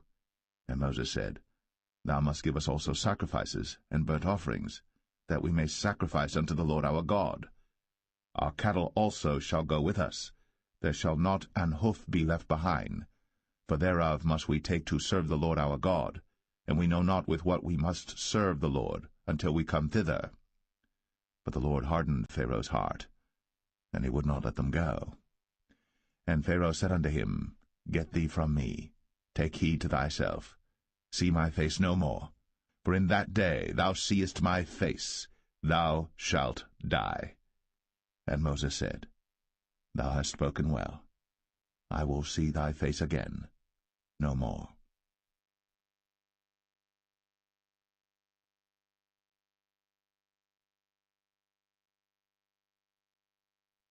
Exodus 11. And the Lord said unto Moses, Yet will I bring one plague more upon Pharaoh and upon Egypt. Afterwards he will let you go hence. When he shall let you go, he shall surely thrust you out hence altogether. Speak now in the ears of the people, and let every man borrow of his neighbor, and every woman of her neighbor, jewels of silver and jewels of gold. And the Lord gave the people favor in the sight of the Egyptians. Moreover, the man Moses was very great in the land of Egypt, in the sight of Pharaoh's servants, and in the sight of the people. And Moses said, Thus saith the Lord, About midnight will I go out into the midst of Egypt, and all the firstborn in the land of Egypt shall die, from the firstborn of Pharaoh that sitteth upon his throne, even unto the firstborn of the maidservant that is behind the mill, and all the firstborn of beasts. And there shall be a great cry throughout all the land of Egypt, such as there was none like it, nor shall be like it any more. But against any of the children of Israel shall not a dog move his tongue, against man or beast, that ye may know how that the Lord doth put a difference between the Egyptians and Israel. And all these thy servants shall come down unto me, and bow down themselves unto me, saying, Get thee out, and all the people that follow thee, and after that I will go out. And he went out from Pharaoh in a great anger. And the Lord said unto Moses, Pharaoh shall not hearken unto you, that my wonders may be multiplied in the land of Egypt. And Moses and Aaron did all these wonders before Pharaoh. And the Lord hardened Pharaoh's heart, so that he would not let the children of Israel go out of his land.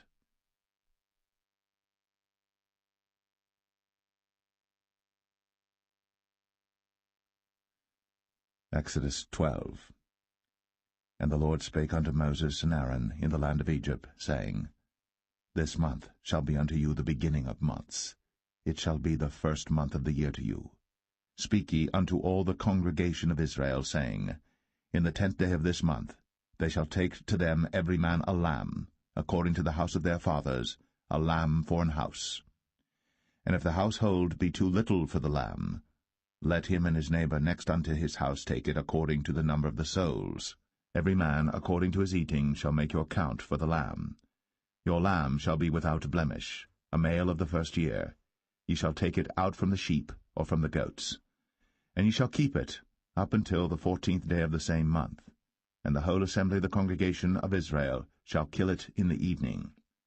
And they shall take of the blood, and strike it on the 2 side posts, and on the upper door post of the houses, wherein they shall eat it. And they shall eat the flesh in that night, roast with fire, and unleavened bread, and with bitter herbs they shall eat it. Eat not of it raw, nor sodden it all with water, but roast with fire, his head with his legs, and with the purtenance thereof. And ye shall let nothing of it remain until the morning. And that which remaineth of it until the morning ye shall burn with fire. And thus shall ye eat it, with your loins girded, your shoes on your feet, and your staff in your hand, and ye shall eat it in haste. It is the Lord's Passover. For I will pass through the land of Egypt this night, and will smite all the firstborn in the land of Egypt, both man and beast, and against all the gods of Egypt I will execute judgment. I am the Lord. And the blood shall be to you for a token upon the houses where ye are. And when I see the blood, I will pass over you, and the plague shall not be upon you to destroy you, when I smite the land of Egypt. And this day shall be unto you for a memorial, and ye shall keep it a feast to the Lord throughout your generations. Ye shall keep it a feast by an ordinance for ever.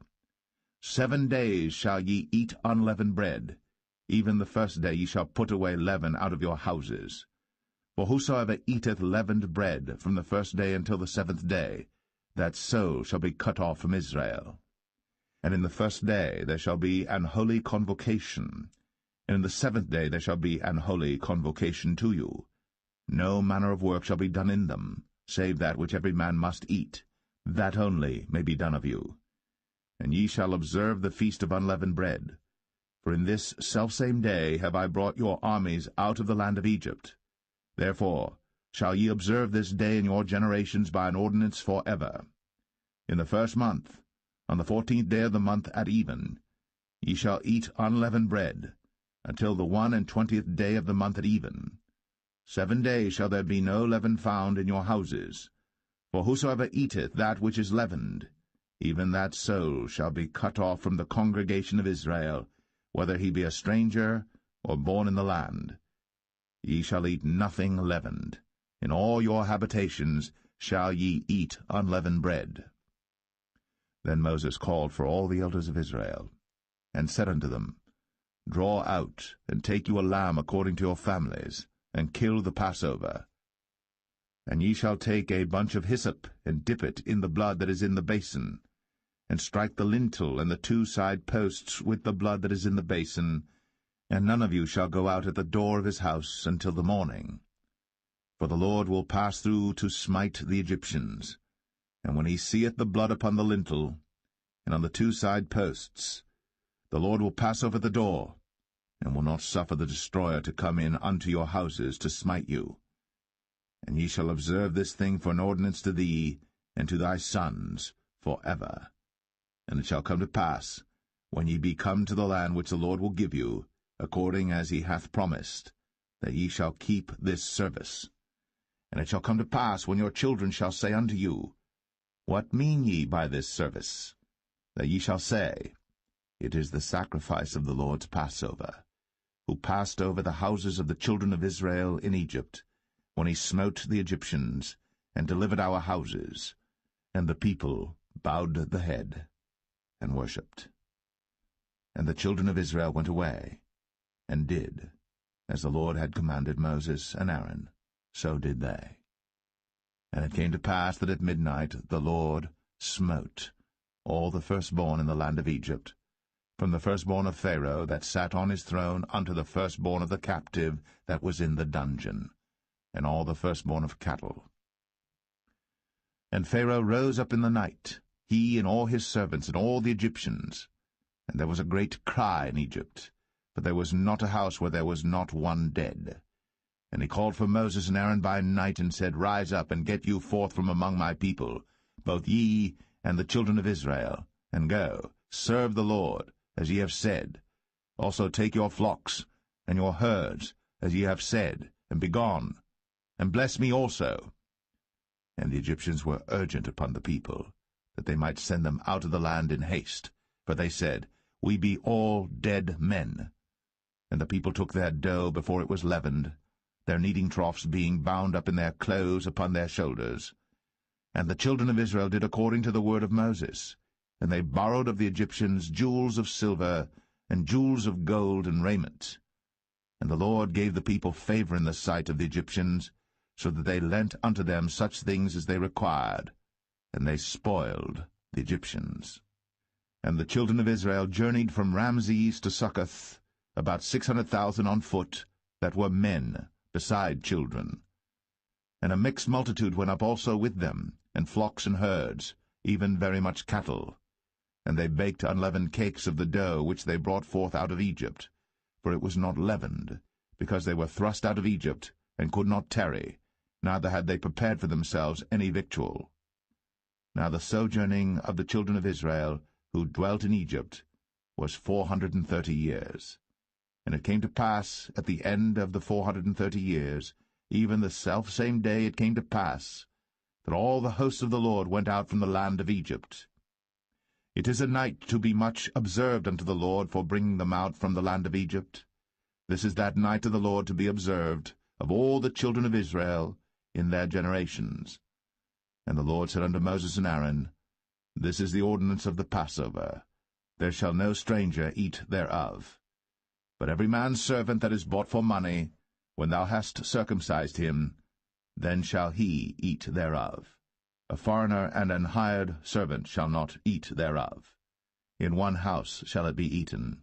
Thou shalt not carry forth aught of the flesh abroad out of the house, neither shall ye break a bone thereof. All the congregation of Israel shall keep it. And when a stranger shall sojourn with thee, and will keep the Passover to the Lord, let all his males be circumcised, and then let him come near and keep it. And he shall be as one that is born in the land. For no uncircumcised person shall eat thereof. One law shall be to him that is homeborn, and unto the stranger that sojourneth among you. Thus did all the children of Israel. As the Lord commanded Moses and Aaron, so did they. And it came to pass the selfsame day, that the Lord did bring the children of Israel out of the land of Egypt by their armies.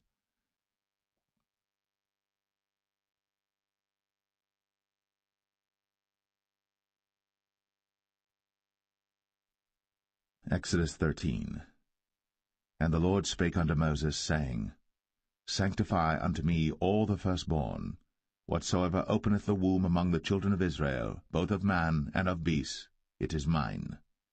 And Moses said unto the people, Remember this day in which ye came out from Egypt, out of the house of bondage, for by strength of hand the Lord brought you out from this place. There shall no leavened bread be eaten. This day came ye out in the month Abib. And it shall be, when the Lord shall bring thee into the land of the Canaanites, and the Hittites, and the Amorites, and the Hivites, and the Jebusites, which he sware unto thy fathers to give thee, a land flowing with milk and honey, that thou shalt keep this service in this month. 7 days thou shalt eat unleavened bread, and in the 7th day shall be a feast to the Lord. Unleavened bread shall be eaten 7 days, and there shall no leavened bread be seen with thee, neither shall there be leaven seen with thee in all thy quarters. And thou shalt show thy son in that day, saying, This is done, because of that which the Lord did unto me, when I came forth out of Egypt. And it shall be for a sign unto thee upon thine hand, and for a memorial between thine eyes, that the Lord's law may be in thy mouth, For with a strong hand hath the Lord brought thee out of Egypt. Thou shalt therefore keep this ordinance in his season from year to year. And it shall be, when the Lord shall bring thee into the land of the Canaanites, as he sware unto thee and to thy fathers, and shall give it thee, that thou shalt set apart unto the Lord all that openeth the matrix, and every firstling that cometh of a beast which thou hast, the males shall be the Lord's. And every firstling of an ass thou shalt redeem with a lamb, and if thou wilt not redeem it, then thou shalt break his neck. And all the firstborn of man among thy children shalt thou redeem. And it shall be, when thy son asketh thee in time to come, saying, What is this? That thou shalt say unto him, By strength of hand the Lord brought us out from Egypt, from the house of bondage. And it came to pass, when Pharaoh would hardly let us go, that the Lord slew all the firstborn in the land of Egypt, both the firstborn of man and the firstborn of beast. Therefore I sacrifice to the Lord all that openeth the matrix, being males, but all the firstborn of my children I redeem. And it shall be for a token upon thine hand, and for frontlets between thine eyes, for by strength of hand the Lord brought us forth out of Egypt. And it came to pass, when Pharaoh had let the people go, that God led them not through the way of the land of the Philistines, although that was near, for God said, Lest peradventure the people repent when they see war, and they return to Egypt. But God led the people about through the way of the wilderness of the Red Sea, and the children of Israel went up harnessed out of the land of Egypt. And Moses took the bones of Joseph with him, for he had straitly sworn the children of Israel, saying, God will surely visit you, and ye shall carry up my bones away hence with you. And they took their journey from Succoth, and encamped in Etham, in the edge of the wilderness. And the Lord went before them by day in a pillar of a cloud, to lead them the way, and by night in a pillar of fire, to give them light, to go by day and night. He took not away the pillar of the cloud by day, nor the pillar of fire by night, from before the people.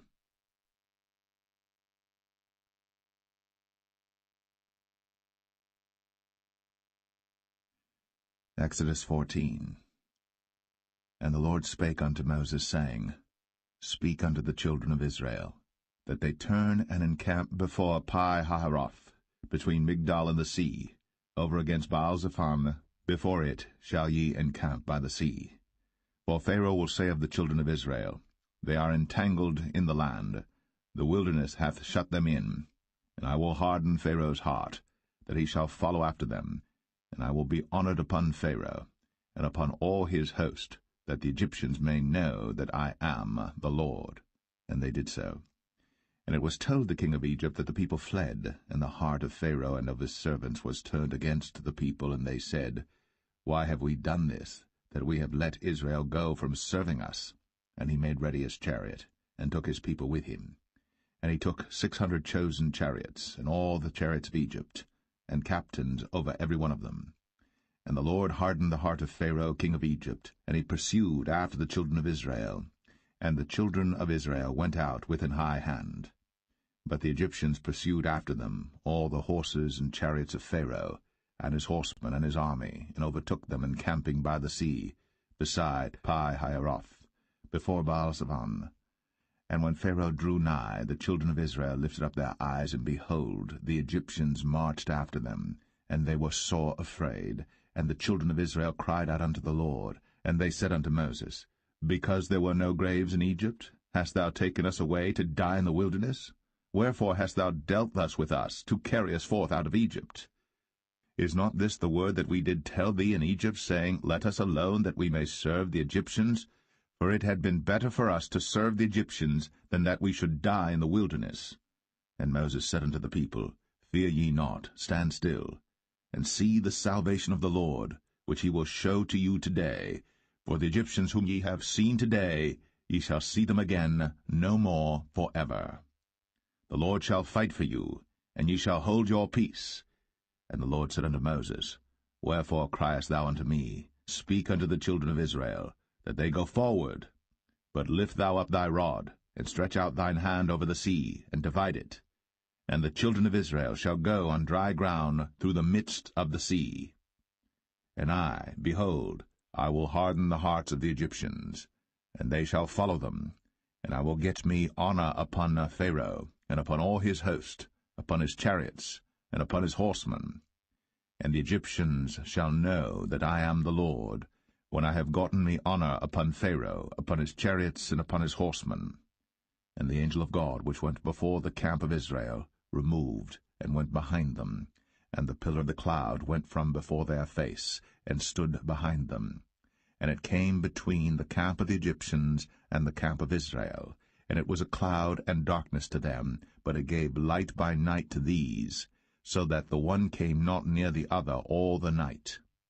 And Moses stretched out his hand over the sea, and the Lord caused the sea to go back by a strong east wind all that night, and made the sea dry land, and the waters were divided.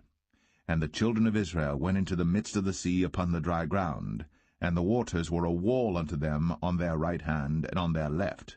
And the Egyptians pursued, and went in after them to the midst of the sea, even all Pharaoh's horses, his chariots, and his horsemen. And it came to pass that in the morning watch the Lord looked unto the host of the Egyptians through the pillar of fire and of the cloud, and troubled the host of the Egyptians, and took off their chariot wheels, that they drave them heavily, so that the Egyptians said, Let us flee from the face of Israel, for the Lord fighteth for them against the Egyptians. And the Lord said unto Moses, Stretch out thine hand over the sea, that the waters may come again upon the Egyptians, upon their chariots, and upon their horsemen. And Moses stretched forth his hand over the sea, and the sea returned to his strength when the morning appeared, and the Egyptians fled against it. And the Lord overthrew the Egyptians in the midst of the sea. And the waters returned and covered the chariots, and the horsemen, and all the host of Pharaoh that came into the sea after them. There remained not so much as one of them.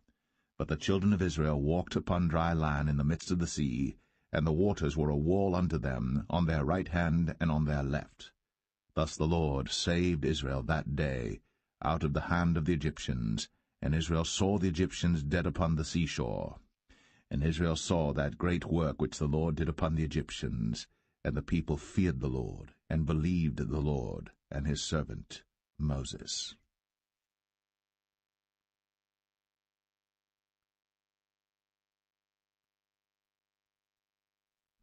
Exodus 15. Then sang Moses and the children of Israel this song unto the Lord, and spake, saying, I will sing unto the Lord, for he hath triumphed gloriously. The horse and his rider hath he thrown into the sea. The Lord is my strength and song, and he is become my salvation. He is my God, and I will prepare him an habitation, my father's God, and I will exalt him. The Lord is a man of war, the Lord is his name. Pharaoh's chariots and his host hath he cast into the sea. His chosen captains also are drowned in the Red Sea. The depths have covered them, they sank into the bottom as a stone. Thy right hand, O Lord, is become glorious in power. Thy right hand, O Lord, hath dashed in pieces the enemy. And in the greatness of thine excellency thou hast overthrown them that rose up against thee. Thou sentest forth thy wrath, which consumed them as stubble. And with the blast of thy nostrils the waters were gathered together. The floods stood upright as an heap, and the depths were congealed in the heart of the sea. The enemy said, I will pursue, I will overtake, I will divide the spoil. My lust shall be satisfied upon them. I will draw my sword, my hand shall destroy them. Thou didst blow with thy wind, the sea covered them. They sank as lead in the mighty waters. Who is like unto thee, O Lord, among the gods? Who is like thee, glorious in holiness, fearful in praises, doing wonders? Thou stretchest out thy right hand, the earth swallowed them. Thou in thy mercy hast led forth the people which thou hast redeemed. Thou hast guided them in thy strength unto thy holy habitation. The people shall hear and be afraid. Sorrow shall take hold on the inhabitants of Palestina. Then the dukes of Edom shall be amazed. The mighty men of Moab, trembling, shall take hold upon them. All the inhabitants of Canaan shall melt away. Fear and dread shall fall upon them. By the greatness of thine arm they shall be as still as a stone, till thy people pass over, O Lord, till the people pass over, which thou hast purchased. Thou shalt bring them in, and plant them in the mountain of thine inheritance, in the place, O Lord, which thou hast made for thee to dwell in the sanctuary, O Lord, which thy hands have established. The Lord shall reign for ever and ever. For the horse of Pharaoh went in with his chariots and with his horsemen into the sea, and the Lord brought again the waters of the sea upon them. But the children of Israel went on dry land in the midst of the sea. And Miriam the prophetess, the sister of Aaron, took a timbrel in her hand, and all the women went out after her with timbrels and with dances. And Miriam answered them, Sing ye to the Lord, for he hath triumphed gloriously. The horse and his rider hath he thrown into the sea. So Moses brought Israel from the Red Sea, and they went out into the wilderness of Shur. And they went 3 days in the wilderness, and found no water. And when they came to Marah, they could not drink of the waters of Marah, for they were bitter. Therefore the name of it was called Marah. And the people murmured against Moses, saying, What shall we drink? And he cried unto the Lord, and the Lord showed him a tree, which when he had cast into the waters were made sweet. There he made for them a statute and an ordinance, and there he proved them, and said, If thou wilt diligently hearken to the voice of the Lord thy God, and wilt do that which is right in his sight, and wilt give ear to his commandments, and keep all his statutes, I will put none of these diseases upon thee, which I have brought upon the Egyptians, for I am the Lord that healeth thee. And they came to Elim, where were 12 wells of water, and 60 palm trees, and they encamped there by the waters.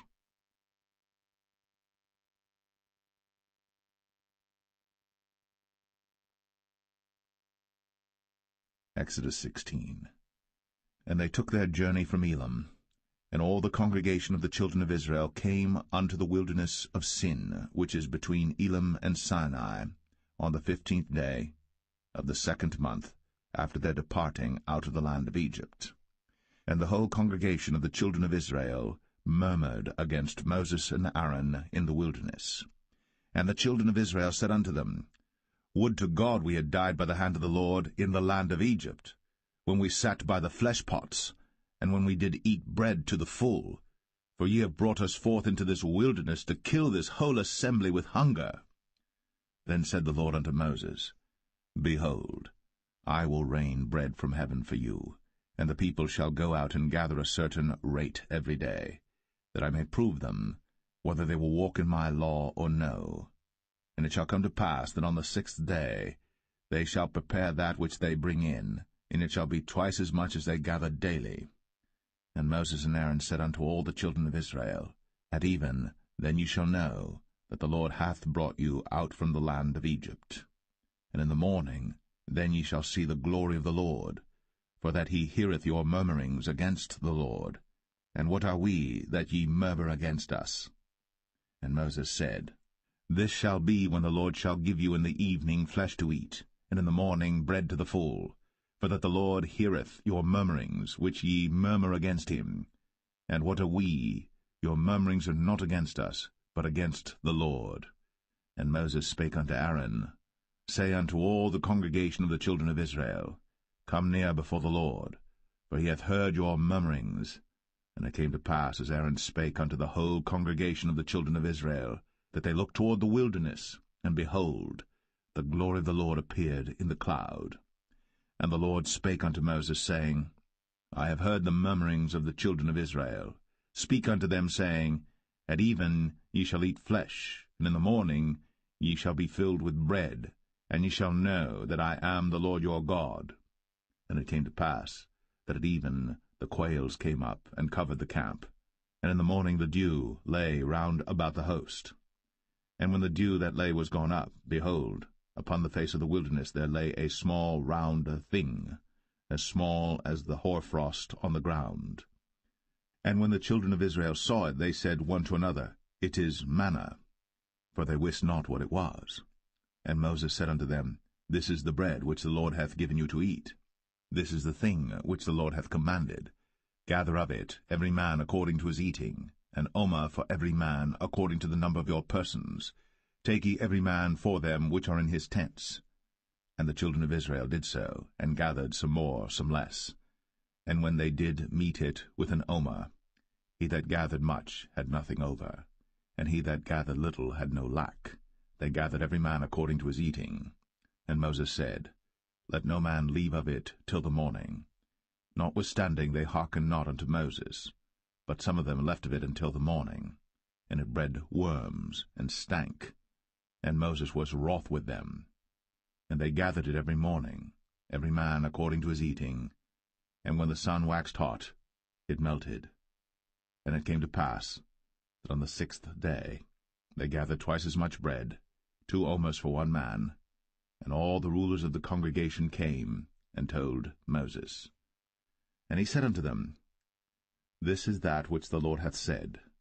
Tomorrow is the rest of the holy Sabbath unto the Lord. Bake that which ye shall bake today, and seethe that ye will seethe, and that which remaineth over lay up for you to be kept until the morning. And they laid it up till the morning, as Moses bade, and it did not stink, neither was there any worm therein. And Moses said, Eat that today, for today is a Sabbath unto the Lord. Today ye shall not find it in the field. 6 days ye shall gather it, but on the 7th day, which is the Sabbath, in it there shall be none. And it came to pass that there went out some of the people on the 7th day for to gather, and they found none.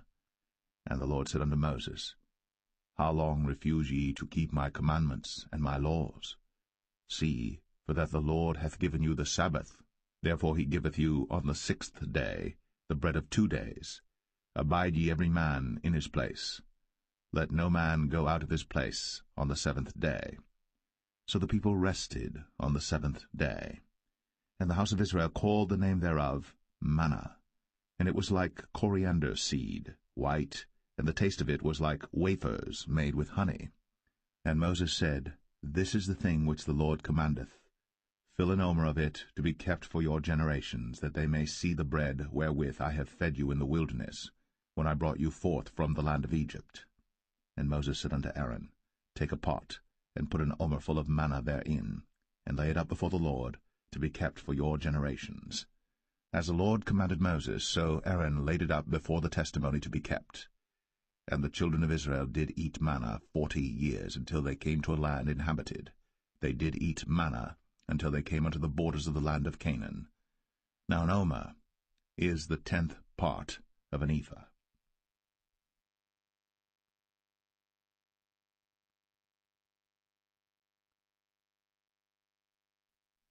Exodus 17.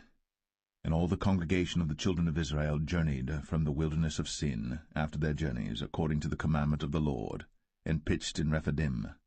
And there was no water for the people to drink. Wherefore the people did chide with Moses, and said, Give us water that we may drink. And Moses said unto them, Why chide ye with me? Wherefore do ye tempt the Lord? And the people thirsted there for water. And the people murmured against Moses, and said, Wherefore is this that thou hast brought us up out of Egypt, to kill us, and our children, and our cattle with thirst? And Moses cried unto the Lord, saying, What shall I do unto this people? They be almost ready to stone me. And the Lord said unto Moses, Go on before the people, and take with thee of the elders of Israel, and thy rod wherewith thou smotest the river, take in thine hand, and go. Behold, I will stand before thee there upon the rock in Horeb, and thou shalt smite the rock. And there shall come water out of it, that the people may drink. And Moses did so in the sight of the elders of Israel. And he called the name of the place Massah, and Meribah, because of the chiding of the children of Israel, and because they tempted the Lord, saying, Is the Lord among us or not? Then came Amalek and fought with Israel in Rephidim. And Moses said unto Joshua, Choose us out men, and go out, fight with Amalek. Tomorrow I will stand on the top of the hill with the rod of God in mine hand. So Joshua did as Moses had said to him, and fought with Amalek. And Moses, Aaron, and Hur went up to the top of the hill. And it came to pass, when Moses held up his hand, that Israel prevailed. And when he let down his hand, Amalek prevailed. But Moses' hands were heavy, And they took a stone, and put it under him, and he sat thereon. And Aaron and Hur stayed up his hands, the one on the one side, and the other on the other side. And his hands were steady until the going down of the sun. And Joshua discomfited Amalek and his people with the edge of the sword. And the Lord said unto Moses, Write this for a memorial in a book, and rehearse it in the ears of Joshua. For I will utterly put out the remembrance of Amalek from under heaven. And Moses built an altar, and called the name of it Jehovah Nissi. For he said, Because the Lord has sworn that the Lord will have war with Amalek from generation to generation.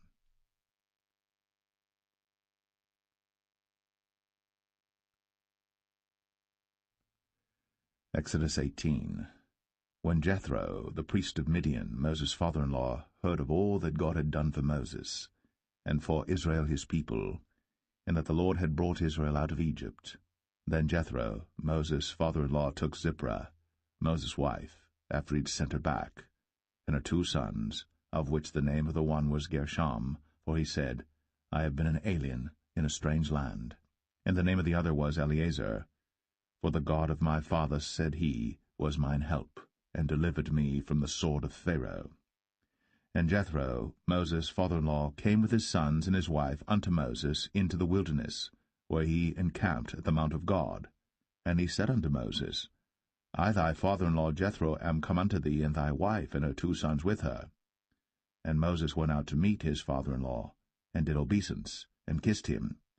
And they asked each other of their welfare, and they came into the tent. And Moses told his father-in-law all that the Lord had done unto Pharaoh and to the Egyptians for Israel's sake, and all the travail that had come upon them by the way, and how the Lord delivered them. And Jethro rejoiced for all the goodness which the Lord had done to Israel, whom he had delivered out of the hand of the Egyptians. And Jethro said, Blessed be the Lord, who hath delivered you out of the hand of the Egyptians, and out of the hand of Pharaoh, who hath delivered the people from under the hand of the Egyptians. Now I know that the Lord is greater than all gods, for in the thing wherein they dealt proudly he was above them. And Jethro, Moses' father-in-law, took a burnt offering and sacrifices for God. And Aaron came, and all the elders of Israel, to eat bread with Moses' father-in-law before God. And it came to pass on the morrow that Moses sat to judge the people, and the people stood by Moses from the morning unto the evening. And when Moses' father-in-law saw all that he did to the people, he said, What is this thing that thou doest to the people? Why sittest thou thyself alone, and all the people stand by thee from morning unto even? And Moses said unto his father-in-law, Because the people come unto me to inquire of God. When they have a matter they come unto me, and I judge between one and another, and I do make them know the statutes of God and his laws. And Moses' father-in-law said unto him, The thing that thou doest is not good. Thou wilt surely wear away, both thou and this people that is with thee. For this thing is too heavy for thee. Thou art not able to perform it thyself alone. Hearken now unto my voice. I will give thee counsel, and God shall be with thee. Be thou for the people to Godward, that thou mayest bring the causes unto God. And thou shalt teach them ordinances and laws, and shalt show them the way wherein they must walk, and the work that they must do. Moreover, thou shalt provide out of all the people able men, such as fear God, men of truth, hating covetousness, and place such over them to be rulers of thousands, and rulers of hundreds, rulers of 50s, and rulers of 10s. And let them judge the people at all seasons. And it shall be, that every great matter they shall bring unto thee, but every small matter they shall judge. So shall it be easier for thyself, and they shall bear the burden with thee. If thou shalt do this thing, and God command thee so, then thou shalt be able to endure, and all this people shall also go to their place in peace. So Moses hearkened to the voice of his father-in-law, and did all that he had said. And Moses chose able men out of all Israel, and made them heads over the people, rulers of thousands, rulers of hundreds, rulers of 50s, and rulers of 10s. And they judged the people at all seasons. The hard causes they brought unto Moses, but every small matter they judged themselves. And Moses let his father-in-law depart, and he went his way into his own land.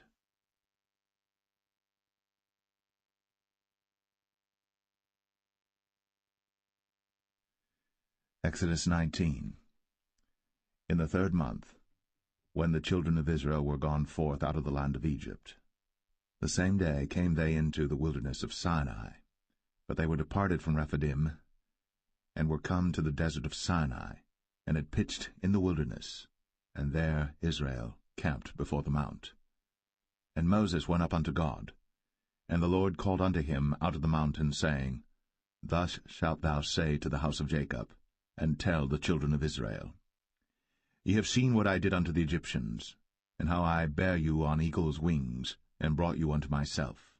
Now therefore, if ye will obey my voice indeed, and keep my covenant, then ye shall be a peculiar treasure unto me above all people. For all the earth is mine, and ye shall be unto me a kingdom of priests, and an holy nation. These are the words which thou shalt speak unto the children of Israel. And Moses came and called for the elders of the people, and laid before their faces all these words which the Lord commanded him. And all the people answered together, and said, All that the Lord hath spoken we will do. And Moses returned the words of the people unto the Lord.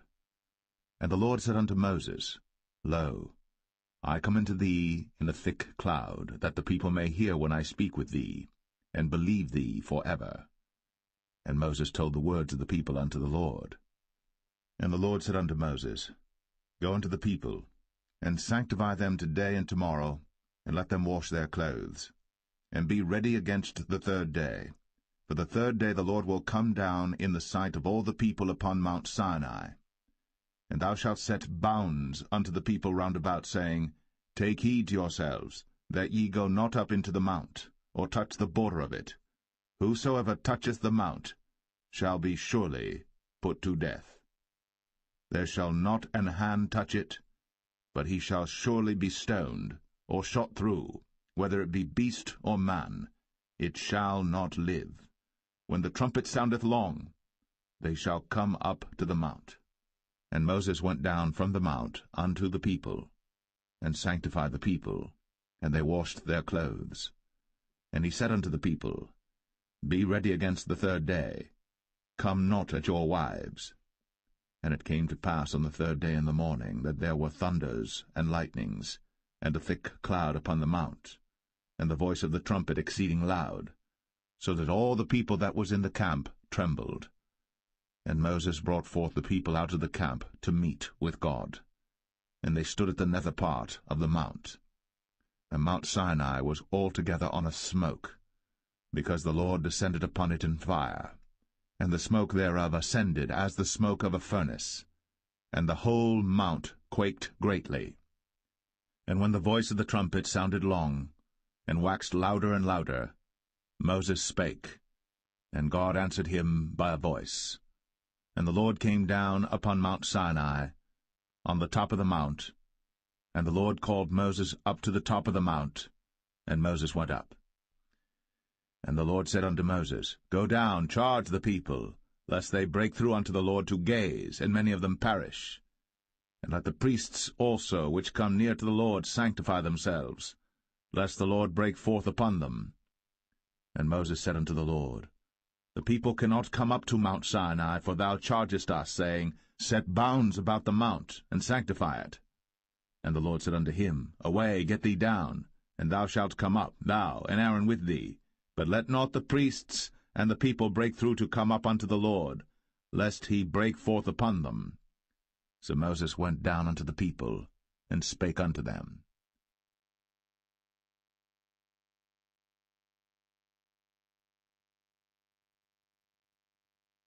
Exodus 20. And God spake all these words, saying, I am the Lord thy God, which have brought thee out of the land of Egypt, out of the house of bondage. Thou shalt have no other gods before me. Thou shalt not make unto thee any graven image, or any likeness of any thing that is in heaven above, or that is in the earth beneath, or that is in the water under the earth. Thou shalt not bow down thyself to them, nor serve them.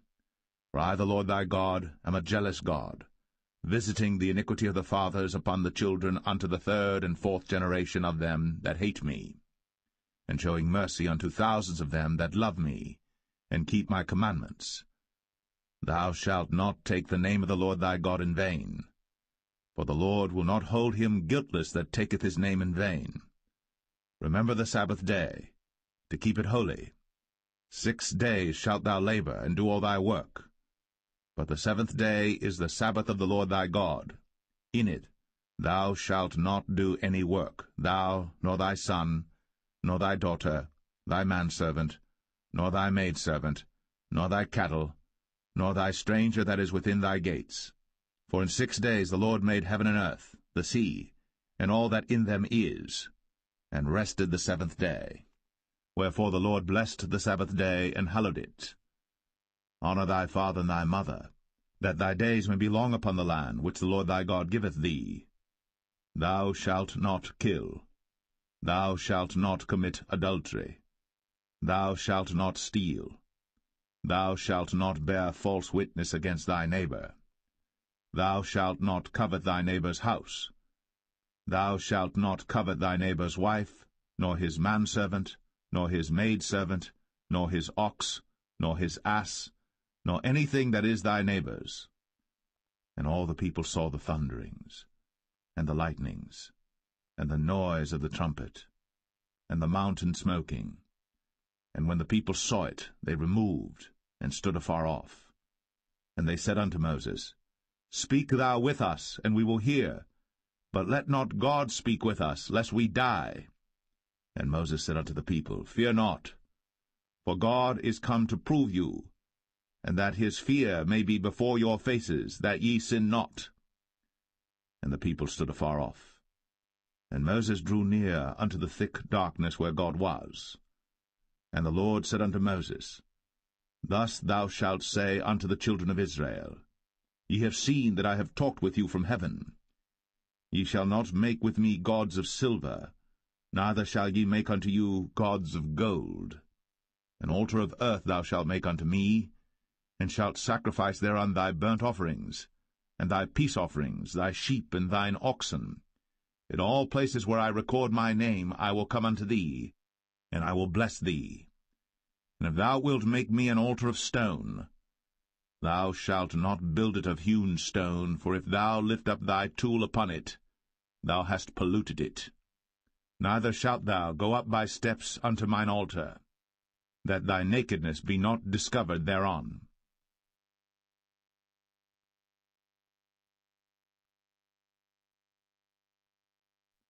Exodus 21.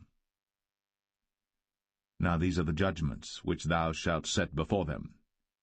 If thou buy an Hebrew servant, 6 years he shall serve, and in the 7th he shall go out free for nothing. If he came in by himself, he shall go out by himself. If he were married, then his wife shall go out with him. If his master have given him a wife, and she have borne him sons or daughters, the wife and her children shall be her master's, and he shall go out by himself. And if the servant shall plainly say, I love my master, my wife, and my children, I will not go out free, then his master shall bring him unto the judges. He shall also bring him to the door, or unto the doorpost, and his master shall bore his ear through with an awl, and he shall serve him forever. And if a man sell his daughter to be a maidservant, she shall not go out as the men servants do. If she please not her master, who hath betrothed her to himself, then shall he let her be redeemed. To sell her unto a strange nation, he shall have no power, seeing he hath dealt deceitfully with her. And if he have betrothed her unto his son, he shall deal with her after the manner of daughters. If he take him another wife, her food, her raiment, and her duty of marriage, shall he not diminish? And if he do not these 3 unto her, then shall she go out free without money. He that smiteth a man so that he die shall be surely put to death. And if a man lie not in wait, but God deliver him into his hand, then I will appoint thee a place whither he shall flee. But if a man come presumptuously upon his neighbor, to slay him with guile, thou shalt take him from mine altar, that he may die. And he that smiteth his father or his mother shall be surely put to death. And he that stealeth a man, and selleth him, or if he be found in his hand, he shall surely be put to death. And he that curseth his father or his mother shall surely be put to death. And if men strive together, and one smite another with a stone, or with his fist, and he die not, but keepeth his bed, if he rise again and walk abroad upon his staff, then shall he that smote him be quit, only he shall pay for the loss of his time, and shall cause him to be thoroughly healed. And if a man smite his servant or his maid with a rod, and he die under his hand, he shall be surely punished. Notwithstanding, if he continue a day or two, he shall not be punished, for he is his money. If men strive and hurt a woman with child, so that her fruit depart from her, and yet no mischief follow, he shall be surely punished, according as the woman's husband will lay upon him, and he shall pay as the judges determine. And if any mischief follow, then thou shalt give life for life, eye for eye, tooth for tooth, hand for hand, foot for foot, burning for burning, wound for wound, stripe for stripe. And if a man smite the eye of his servant, or the eye of his maid, that it perish, he shall let him go free for his eye's sake. And if he smite out his manservant's tooth, or his maidservant's tooth, he shall let him go free for his tooth's sake. If an ox gore a man or a woman, that they die, then the ox shall be surely stoned, and his flesh shall not be eaten, but the owner of the ox shall be quit. But if the ox were wont to push with his horn in time past, and hath been testified to his owner, and he hath not kept him in, but that he hath killed a man or a woman, the ox shall be stoned, and his owner also shall be put to death. If there be laid on him a sum of money, then he shall give for the ransom of his life whatsoever is laid upon him. Whether he have gored a son, or have gored a daughter, according to this judgment shall it be done unto him. If the ox shall push a manservant or a maidservant, he shall give unto their master 30 shekels of silver, and the ox shall be stoned. And if a man shall open a pit, or if a man shall dig a pit, and not cover it, and an ox or an ass fall therein, the owner of the pit shall make it good, and give money unto the owner of them, and the dead beast shall be his. And if one man's ox hurt another's, that he die, then they shall sell the live ox, and divide the money of it, and the dead ox also they shall divide. For if it be known that the ox hath used to push in time past, and his owner hath not kept him in, he shall surely pay ox for ox, and the dead shall be his own.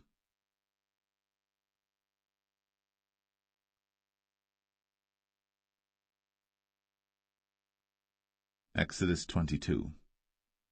If a man shall steal an ox or a sheep and kill it or sell it, he shall restore 5 oxen for an ox and 4 sheep for a sheep. If a thief be found breaking up, and be smitten that he die, there shall no blood be shed for him. If the sun be risen upon him, there shall be blood shed for him, for he should make full restitution. If he have nothing, then he shall be sold for his theft. If the theft be certainly found in his hand alive, whether it be ox or ass or sheep, he shall restore double. If a man shall cause a field or vineyard to be eaten, and shall put in his beast, and shall feed in another man's field, of the best of his own field and of the best of his own vineyard, shall he make restitution. If fire break out and catch in thorns, so that stacks of corn or the standing corn of the field be consumed therewith, he that kindled the fire shall surely make restitution. If a man shall deliver unto his neighbor money or stuff to keep, and it be stolen out of the man's house, if the thief be found, let him pay double. If the thief be not found, then the master of the house shall be brought unto the judges to see whether he have put his hand unto his neighbor's goods. For all manner of trespass, whether it be for ox, for ass, for sheep, for raiment, or for any manner of lost thing, which another challengeth to be his, the cause of both parties shall come before the judges, and whom the judges shall condemn, he shall pay double unto his neighbor. If a man deliver unto his neighbor an ass, or an ox, or a sheep, or any beast to keep, and it die, or be hurt, or driven away, no man seeing it, then shall an oath of the Lord be between them both, that he hath not put his hand unto his neighbor's goods, and the owner of it shall accept thereof, and he shall not make it good. And if it be stolen from him, he shall make restitution unto the owner thereof. If it be torn in pieces, then let him bring it for witness, and he shall not make good that which was torn.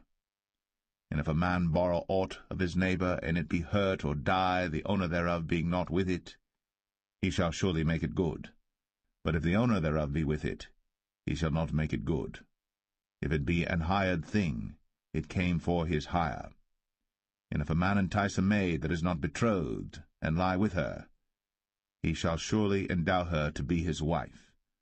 If her father utterly refuse to give her unto him, he shall pay money according to the dowry of virgins. Thou shalt not suffer a witch to live. Whosoever lieth with a beast shall surely be put to death. He that sacrificeth unto any god, save unto the Lord only, he shall be utterly destroyed. Thou shalt neither vex a stranger nor oppress him, for ye were strangers in the land of Egypt. Ye shall not afflict any widow or fatherless child. If thou afflict them in any wise, and they cry at all unto me, I will surely hear their cry, and my wrath shall wax hot, and I will kill you with the sword, and your wives shall be widows, and your children fatherless. If thou lend money to any of my people that is poor by thee, thou shalt not be to him as an usurer, neither shalt thou lay upon him usury. If thou at all take thy neighbour's raiment to pledge, thou shalt deliver it unto him by that the sun goeth down. For that is his covering only, it is his raiment for his skin. Wherein shall he sleep? And it shall come to pass, when he crieth unto me, that I will hear, for I am gracious.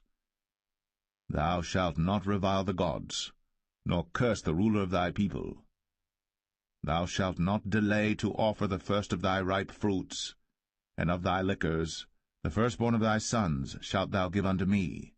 Likewise shalt thou do with thine oxen, and with thy sheep. 7 days it shall be with his dam. On the 8th day thou shalt give it me. And ye shall be holy men unto me.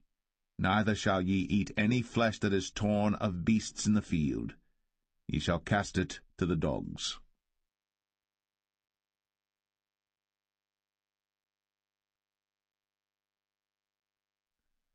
Exodus 23.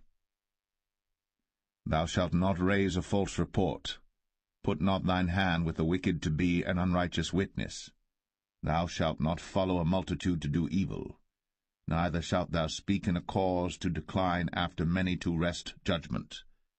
Neither shalt thou countenance a poor man in his cause. If thou meet thine enemy's ox or his ass going astray, thou shalt surely bring it back to him again. If thou see the ass of him that hateth thee lying under his burden, and wouldest forbear to help him, thou shalt surely help with him. Thou shalt not wrest the judgment of thy poor in his cause. Keep thee far from a false matter, and the innocent and righteous slay thou not, for I will not justify the wicked. And thou shalt take no gift, for the gift blindeth the wise, and perverteth the words of the righteous. Also, thou shalt not oppress a stranger. For ye know the heart of a stranger, seeing ye were strangers in the land of Egypt. And 6 years thou shalt sow thy land, and shalt gather in the fruits thereof. But the 7th year thou shalt let it rest and lie still, that the poor of thy people may eat, and what they leave the beasts of the field shall eat. In like manner thou shalt deal with thy vineyard, and with thy oliveyard. 6 days thou shalt do thy work, and on the 7th day thou shalt rest, that thine ox and thine ass may rest, and the son of thy handmaid, and the stranger may be refreshed. And in all things that I have said unto you be circumspect, and make no mention of the name of other gods, neither let it be heard out of thy mouth. 3 times thou shalt keep a feast unto me in the year. Thou shalt keep the feast of unleavened bread. Thou shalt eat unleavened bread 7 days, as I commanded thee, in the time appointed of the month Abib. For in it thou camest out from Egypt, and none shall appear before me empty. And the feast of harvest, the firstfruits of thy labours, which thou hast sown in the field, and the feast of ingathering, which is in the end of the year, when thou hast gathered in thy labours out of the field. 3 times in the year all thy males shall appear before the Lord God. Thou shalt not offer the blood of my sacrifice with leavened bread, neither shall the fat of my sacrifice remain until the morning. The first of the firstfruits of thy land thou shalt bring into the house of the Lord thy God. Thou shalt not see the kid in his mother's milk. Behold, I send an angel before thee, to keep thee in the way, and to bring thee into the place which I have prepared. Beware of him, and obey his voice. Provoke him not, for he will not pardon your transgressions, for my name is in him. But if thou shalt indeed obey his voice, and do all that I speak, then I will be an enemy unto thine enemies, and an adversary unto thine adversaries. For mine angel shall go before thee, and bring thee in unto the Amorites, and the Hittites, and the Perizzites, and the Canaanites, the Hivites, and the Jebusites, and I will cut them off. Thou shalt not bow down to their gods, nor serve them, nor do after their works, but thou shalt utterly overthrow them, and quite break down their images. And ye shall serve the Lord your God, and he shall bless thy bread and thy water, and I will take sickness away from the midst of thee. There shall nothing cast their young, nor be barren in thy land. The number of thy days I will fulfill. I will send my fear before thee, and will destroy all the people to whom thou shalt come, and I will make all thine enemies turn their backs unto thee, and I will send hornets before thee, which shall drive out the Hivite, the Canaanite, and the Hittite from before thee. I will not drive them out from before thee in 1 year, lest the land become desolate, and the beasts of the field multiply against thee. By little and little I will drive them out from before thee, until thou be increased and inherit the land. And I will set thy bounds from the Red Sea even unto the sea of the Philistines, and from the desert unto the river. For I will deliver the inhabitants of the land into your hand, and thou shalt drive them out before thee. Thou shalt make no covenant with them, nor with their gods. They shall not dwell in thy land, lest they make thee sin against me. For if thou serve their gods, it will surely be a snare unto thee.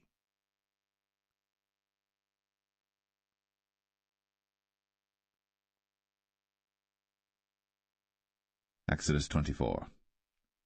And he said unto Moses, Come up unto the Lord, thou, and Aaron, Nadab, and Abihu, and 70 of the elders of Israel, and worship ye afar off.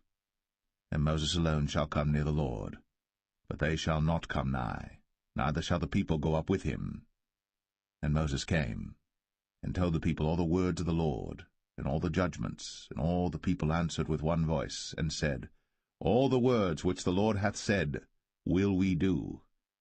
And Moses wrote all the words of the Lord, and rose up early in the morning, and builded an altar under the hill, and 12 pillars according to the 12 tribes of Israel.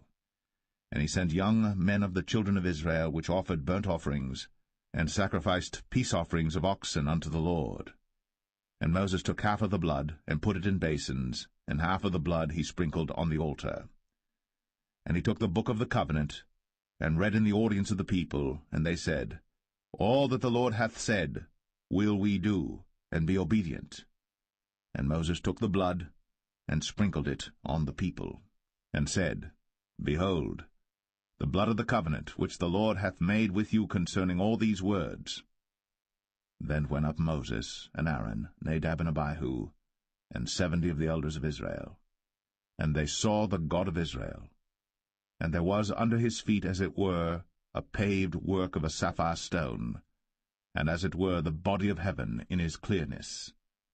And upon the nobles of the children of Israel he laid not his hand. Also they saw God, and did eat and drink.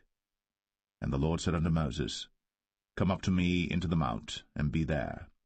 And I will give thee tables of stone, and a law and commandments which I have written, that thou mayest teach them.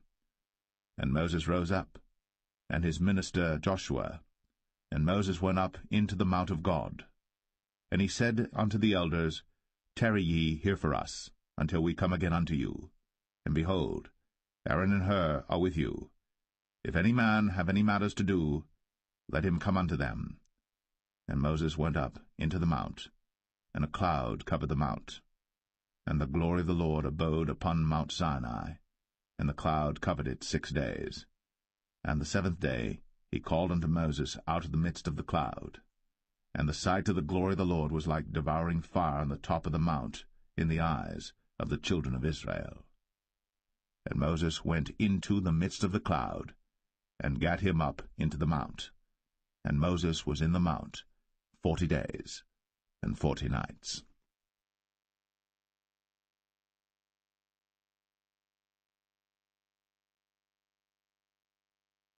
Exodus 25. And the Lord spake unto Moses, saying, Speak unto the children of Israel, that they bring me an offering of every man that giveth it willingly with his heart. Ye shall take my offering. And this is the offering which ye shall take of them, gold, and silver, and brass, and blue, and purple, and scarlet, and fine linen, and goat's hair, and rams' skins dyed red, and badgers' skins, and shittim wood, oil for the light, spices for anointing oil, and for sweet incense, onyx stones, and stones to be set in the ephod, and in the breastplate. And let them make me a sanctuary, that I may dwell among them, according to all that I show thee, after the pattern of the tabernacle, and the pattern of all the instruments thereof, even so shall ye make it. And they shall make an ark of shittim wood. 2 cubits and a half shall be the length thereof, and 1 cubit and a half the breadth thereof, and 1 cubit and a half the height thereof. And thou shalt overlay it with pure gold, within and without shalt thou overlay it, and shalt make upon it a crown of gold round about. And thou shalt cast 4 rings of gold for it, and put them in the 4 corners thereof, and 2 rings shall be in the one side of it, and 2 rings in the other side of it. And thou shalt make staves of shittim wood, and overlay them with gold.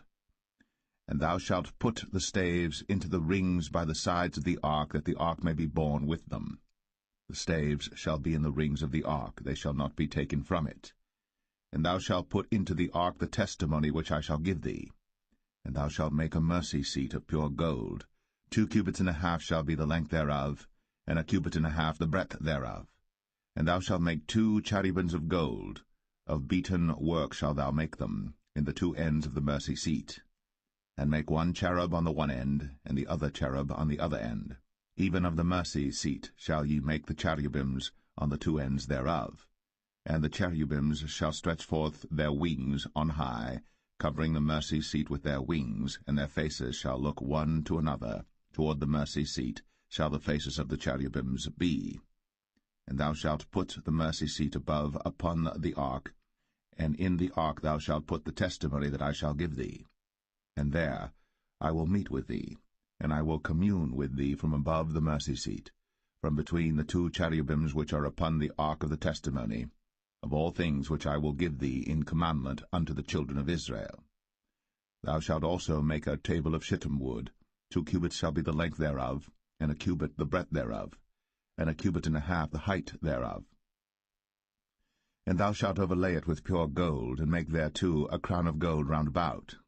And thou shalt make unto it a border of an handbreadth round about, and thou shalt make a golden crown to the border thereof round about. And thou shalt make for it 4 rings of gold, and put the rings in the 4 corners that are on the 4 feet thereof. Over against the border shall the rings be for places of the staves to bear the table. And thou shalt make the staves of shittim wood, and overlay them with gold. that the table may be borne with them. And thou shalt make the dishes thereof, and spoons thereof, and covers thereof, and bowls thereof, to cover withal. Of pure gold shalt thou make them. And thou shalt set upon the table showbread before me always. And thou shalt make a candlestick of pure gold. Of beaten work shall the candlestick be made. His shaft, and his branches, his bowls, his knobs and his flowers shall be of the same. And 6 branches shall come out of the sides of it, 3 branches of the candlestick out of the one side, and 3 branches of the candlestick out of the other side. 3 bowls made like unto almonds, with a knob and a flower in one branch, and 3 bowls made like almonds in the other branch, with a knob and a flower. So in the 6 branches that come out of the candlestick. And in the candlestick shall be 4 bowls made like unto almonds, with their knobs and their flowers. And there shall be a knob under 2 branches of the same, and a knob under 2 branches of the same, and a knob under 2 branches of the same, according to the 6 branches that proceed out of the candlestick. Their knobs and their branches shall be of the same. All it shall be one beaten work of pure gold. And thou shalt make the 7 lamps thereof, and they shall light the lamps thereof, that they may give light over against it. And the tongs thereof, and the snuff dishes thereof, shall be of pure gold. Of a talent of pure gold shall he make it with all these vessels. And look that thou make them after their pattern, which was shown thee in the mount.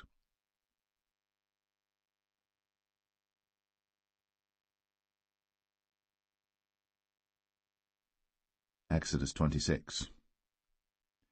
Moreover, thou shalt make the tabernacle with 10 curtains of fine twined linen, and blue, and purple, and scarlet. With cherubims of cunning work shalt thou make them.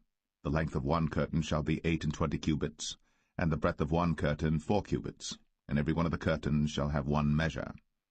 The 5 curtains shall be coupled together one to another, and other 5 curtains shall be coupled one to another.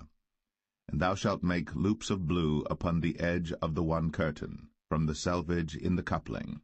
And likewise shalt thou make in the uttermost edge of another curtain, in the coupling of the second.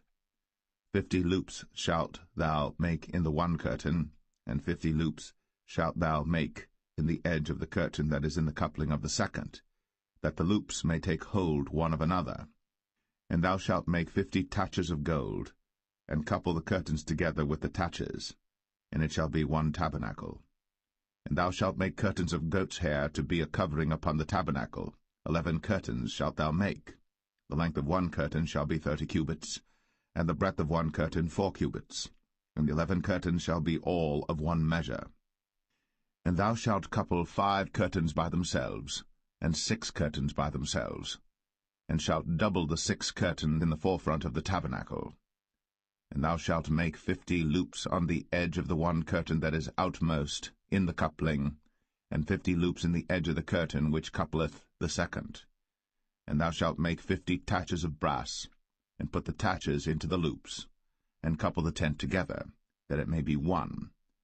And the remnant that remaineth of the curtains of the tent, the half curtain that remaineth, shall hang over the backside of the tabernacle, and a cubit on the one side, and a cubit on the other side of that which remaineth in the length of the curtains of the tent. It shall hang over the sides of the tabernacle on this side, and on that side to cover it. And thou shalt make a covering for the tent of ram's skins dyed red, and a covering above of badger's skins. And thou shalt make boards for the tabernacle of shittim wood standing up. 10 cubits shall be the length of a board, and a cubit and a half shall be the breadth of one board. 2 tenons shall there be in one board, set in order, one against another. Thus shalt thou make for all the boards of the tabernacle. And thou shalt make the boards for the tabernacle 20 boards on the south side southward. And thou shalt make 40 sockets of silver under the 20 boards, 2 sockets under one board for his 2 tenons, and 2 sockets under another board for his 2 tenons. And for the second side of the tabernacle on the north side there shall be 20 boards, and there 40 sockets of silver, 2 sockets under one board, and 2 sockets under another board. And for the sides of the tabernacle westward thou shalt make 6 boards. And 2 boards shalt thou make for the corners of the tabernacle in the 2 sides. And they shall be coupled together beneath, and they shall be coupled together above the head of it unto one ring. Thus shall it be for them both. They shall be for the 2 corners. And they shall be 8 boards, and their sockets of silver 16 sockets, 2 sockets under one board, and 2 sockets under another board. And thou shalt make bars of shittim wood, 5 for the boards of the one side of the tabernacle, and 5 bars for the boards of the other side of the tabernacle, and 5 bars for the boards of the side of the tabernacle for the 2 sides westward. And the middle bar in the midst of the boards shall reach from end to end. And thou shalt overlay the boards with gold, and make their rings of gold, for places for the bars, and thou shalt overlay the bars with gold. And thou shalt rear up the tabernacle according to the fashion thereof which was shown thee in the mount. And thou shalt make a veil of blue, and purple, and scarlet, and fine twined linen of cunning work. With cherubims shall it be made. And thou shalt hang it upon 4 pillars of shittim wood overlaid with gold. Their hooks shall be of gold, upon the 4 sockets of silver. And thou shalt hang up the veil under the taches, that thou mayest bring in thither within the veil the ark of the testimony. And the veil shall divide unto you between the holy place and the most holy. And thou shalt put the mercy seat upon the ark of the testimony in the most holy place. And thou shalt set the table without the veil, and the candlestick over against the table on the side of the tabernacle toward the south. And thou shalt put the table on the north side. And thou shalt make an hanging for the door of the tent, of blue and purple and scarlet, and fine twined linen, wrought with needlework. And thou shalt make for the hanging 5 pillars of shittim wood, and overlay them with gold, and the hooks shall be of gold, and thou shalt cast 5 sockets of brass for them.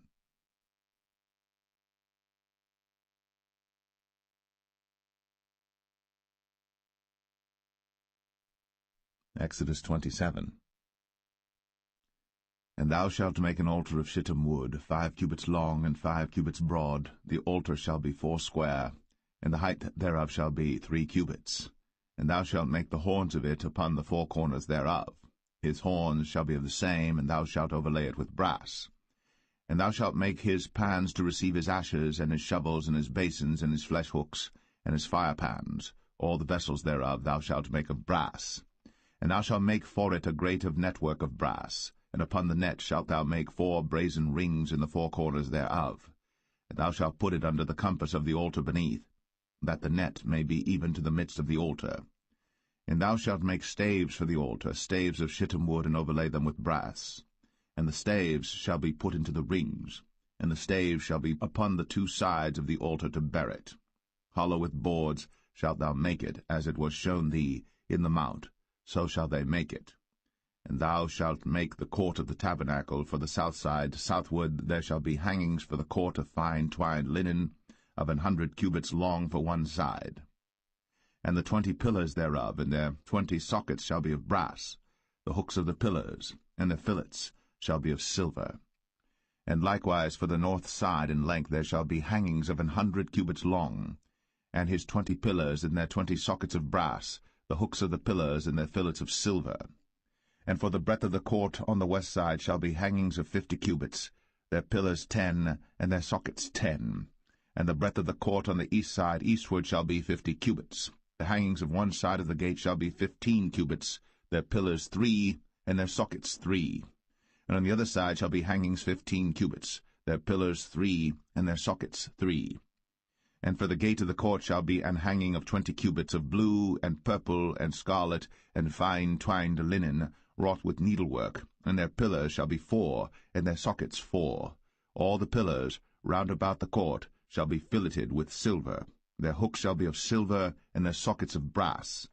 The length of the court shall be 100 cubits, and the breadth 50 everywhere, and the height 5 cubits of fine twined linen, and their sockets of brass. All the vessels of the tabernacle, and all the service thereof, and all the pins thereof, and all the pins of the court shall be of brass. And thou shalt command the children of Israel that they bring thee pure oil, olive beaten for the light, to cause the lamp to burn always. In the tabernacle of the congregation without the veil, which is before the testimony, Aaron and his sons shall order it from evening to morning before the Lord. It shall be a statute for ever, unto their generations, on the behalf of the children of Israel.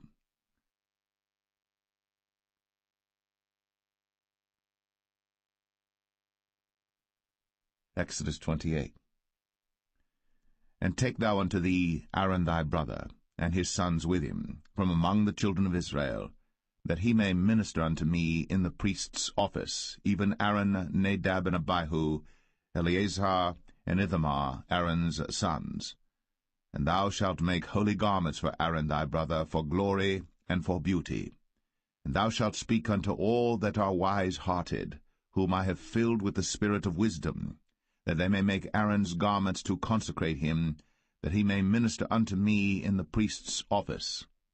And these are the garments which they shall make, a breastplate, and an ephod, and a robe, and a broidered coat, a mitre, and a girdle. And they shall make holy garments for Aaron thy brother, and his sons, that he may minister unto me in the priest's office. And they shall take gold, and blue, and purple, and scarlet, and fine linen. And they shall make the ephod of gold, of blue, and of purple, of scarlet, and fine twined linen with cunning work. It shall have the 2 shoulder pieces thereof joined at the 2 edges thereof, and so it shall be joined together.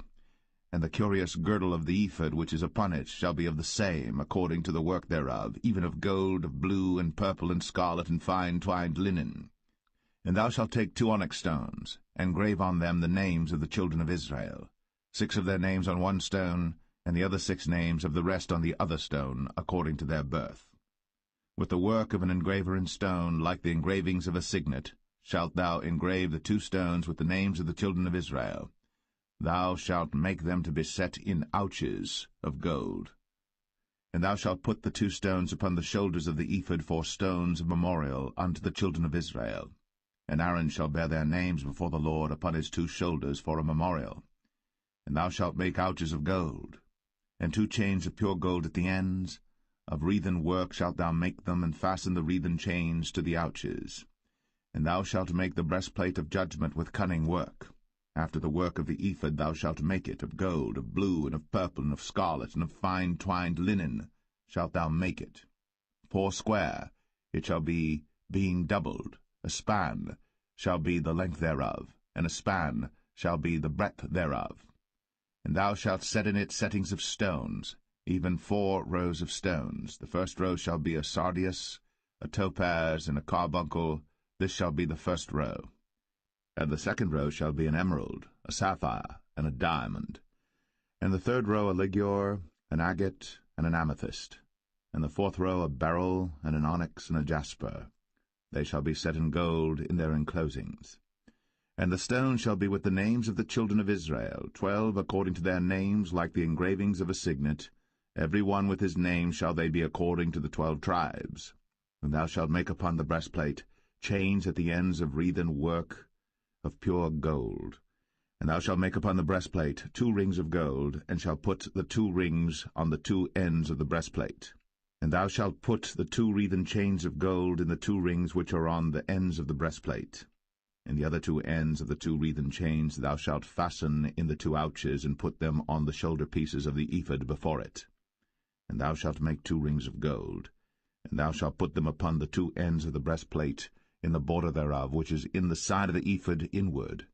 And 2 other rings of gold thou shalt make, and shalt put them on the 2 sides of the ephod underneath, toward the forepart thereof, over against the other coupling thereof, above the curious girdle of the ephod.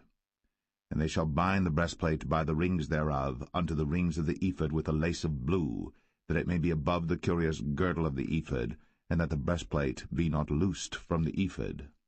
And Aaron shall bear the names of the children of Israel in the breastplate of judgment upon his heart, when he goeth in unto the holy place for a memorial before the Lord continually.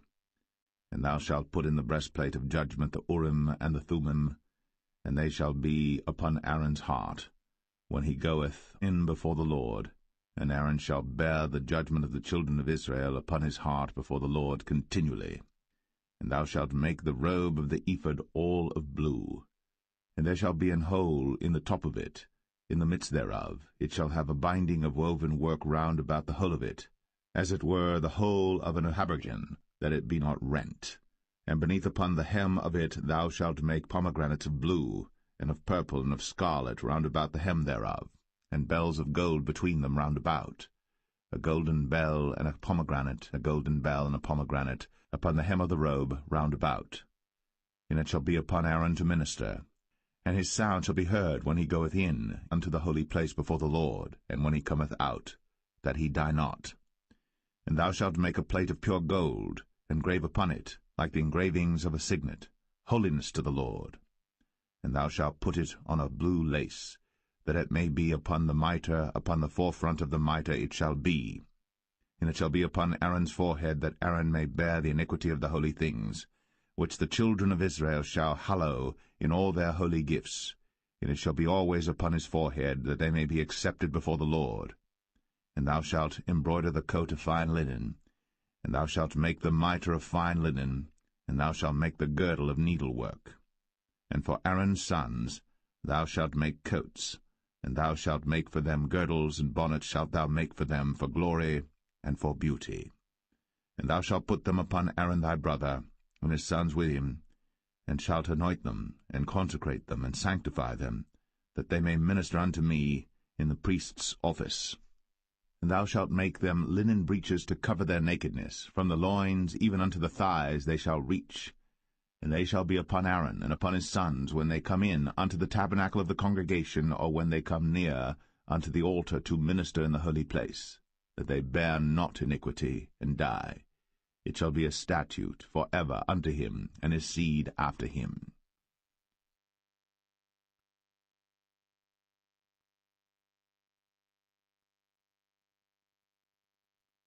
Exodus 29. And this is the thing that thou shalt do unto them to hallow them, to minister unto me in the priest's office. Take 1 young bullock, and 2 rams without blemish, and unleavened bread and cakes unleavened tempered with oil, and wafers unleavened anointed with oil, of wheaten flour shalt thou make them. And thou shalt put them into 1 basket, and bring them in the basket, with the bullock and the 2 rams. And Aaron and his sons thou shalt bring unto the door of the tabernacle of the congregation, and shalt wash them with water. And thou shalt take the garments, and put upon Aaron the coat, and the robe of the ephod, and the ephod, and the breastplate, and gird him with the curious girdle of the ephod. And thou shalt put the mitre upon his head, and put the holy crown upon the mitre. Then shalt thou take the anointing oil, and pour it upon his head, and anoint him. And thou shalt bring his sons, and put coats upon them. And thou shalt gird them with girdles, Aaron and his sons, and put the bonnets on them, and the priest's office shall be theirs for a perpetual statute. And thou shalt consecrate Aaron and his sons. And thou shalt cause a bullock to be brought before the tabernacle of the congregation, and Aaron and his sons shall put their hands upon the head of the bullock. And thou shalt kill the bullock before the Lord, by the door of the tabernacle of the congregation. And thou shalt take of the blood of the bullock, and put it upon the horns of the altar with thy finger, and pour all the blood beside the bottom of the altar. And thou shalt take all the fat that covereth the inwards, and the caul that is above the liver, and the 2 kidneys, and the fat that is upon them, and burn them upon the altar. But the flesh of the bullock, and his skin, and his dung, shalt thou burn with fire without the camp. It is a sin offering. Thou shalt also take 1 ram, and Aaron and his sons shall put their hands upon the head of the ram. And thou shalt slay the ram, and thou shalt take his blood, and sprinkle it round about upon the altar. And thou shalt cut the ram in pieces, and wash the inwards of him and his legs, and put them unto his pieces and unto his head. And thou shalt burn the whole ram upon the altar. It is a burnt offering unto the Lord. It is a sweet savour, an offering made by fire unto the Lord. And thou shalt take the other ram, and Aaron and his sons shall put their hands upon the head of the ram. Then shalt thou kill the ram, and take of his blood, and put it upon the tip of the right ear of Aaron, and upon the tip of the right ear of his sons, and upon the thumb of their right hand, and upon the great toe of their right foot, and sprinkle the blood upon the altar round about. And thou shalt take of the blood that is upon the altar, and of the anointing oil, and sprinkle it upon Aaron, and upon his garments, and upon his sons, and upon the garments of his sons with him. And he shall be hallowed, and his garments, and his sons' garments with him. Also thou shalt take of the ram the fat and the rump, and the fat that covereth the inwards, and the caul above the liver, and the 2 kidneys, and the fat that is upon them, and the right shoulder, for it is a ram of consecration. And 1 loaf of bread, and 1 cake of oiled bread, and 1 wafer out of the basket of the unleavened bread that is before the Lord. And thou shalt put all in the hands of Aaron, and in the hands of his sons, and shalt wave them for a wave offering before the Lord. And thou shalt receive them of their hands, and burn them upon the altar for a burnt offering, for a sweet savour before the Lord.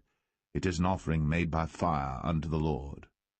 And thou shalt take the breast of the ram of Aaron's consecration, and wave it for a wave offering before the Lord, and it shall be thy part. And thou shalt sanctify the breast of the wave offering, and the shoulder of the heave offering, which is waved, and which is heaved up, of the ram of the consecration, even of that which is for Aaron, and of that which is for his sons. And it shall be Aaron's and his sons by a statute for ever from the children of Israel. For it is an heave offering, and it shall be an heave offering from the children of Israel of the sacrifice of their peace offerings, even their heave offering unto the Lord. And the holy garments of Aaron shall be his sons after him, to be anointed therein, and to be consecrated in them. And that son that is priest in his stead shall put them on 7 days, when he cometh into the tabernacle of the congregation to minister in the holy place. And thou shalt take the ram of the consecration, and seethe his flesh in the holy place. And Aaron and his sons shall eat the flesh of the ram, and the bread that is in the basket by the door of the tabernacle of the congregation. And they shall eat those things wherewith the atonement was made, to consecrate and to sanctify them. But a stranger shall not eat thereof, because they are holy. And if aught of the flesh of the consecrations, or of the bread, remain unto the morning, then thou shalt burn the remainder with fire. It shall not be eaten, because it is holy. And thus shalt thou do unto Aaron and to his sons, according to all things which I have commanded thee. 7 days shalt thou consecrate them. And thou shalt offer every day a bullock for a sin offering, for atonement. And thou shalt cleanse the altar, when thou hast made an atonement for it. And thou shalt anoint it, to sanctify it. 7 days thou shalt make an atonement for the altar, and sanctify it. And it shall be an altar most holy. Whatsoever toucheth the altar shall be holy. Now this is that which thou shalt offer upon the altar: 2 lambs of the first year, day by day, continually. The 1 lamb thou shalt offer in the morning, and the other lamb thou shalt offer at even. And with the 1 lamb a 10th deal of flour mingled with the 4th part of an hin of beaten oil, and the 4th part of an hin of wine for a drink offering. And the other lamb thou shalt offer at even, and shalt do thereto according to the meat offering of the morning, and according to the drink offering thereof, for a sweet savour, an offering made by fire unto the Lord. This shall be a continual burnt offering throughout your generations at the door of the tabernacle of the congregation before the Lord, where I will meet you, to speak there unto thee. And there I will meet with the children of Israel, and the tabernacle shall be sanctified by my glory. And I will sanctify the tabernacle of the congregation and the altar. I will sanctify also both Aaron and his sons to minister to me in the priest's office. And I will dwell among the children of Israel, and will be their God. And they shall know that I am the Lord their God, that brought them forth out of the land of Egypt, that I may dwell among them. I am the Lord their God.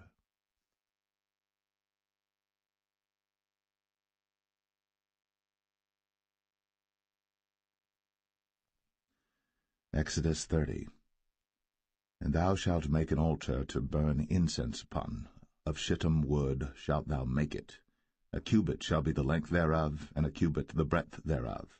4 square shall it be. And 2 cubits shall be the height thereof. The horns thereof shall be of the same. And thou shalt overlay it with pure gold, the top thereof and the sides thereof round about, and the horns thereof. And thou shalt make unto it a crown of gold round about. And 2 golden rings shalt thou make to it under the crown of it. By the 2 corners thereof upon the 2 sides of it shalt thou make it. And they shall be for places for the staves to bear it withal. And thou shalt make the staves of shittim wood, and overlay them with gold. And thou shalt put it before the veil that is by the ark of the testimony, before the mercy seat that is over the testimony, where I will meet with thee.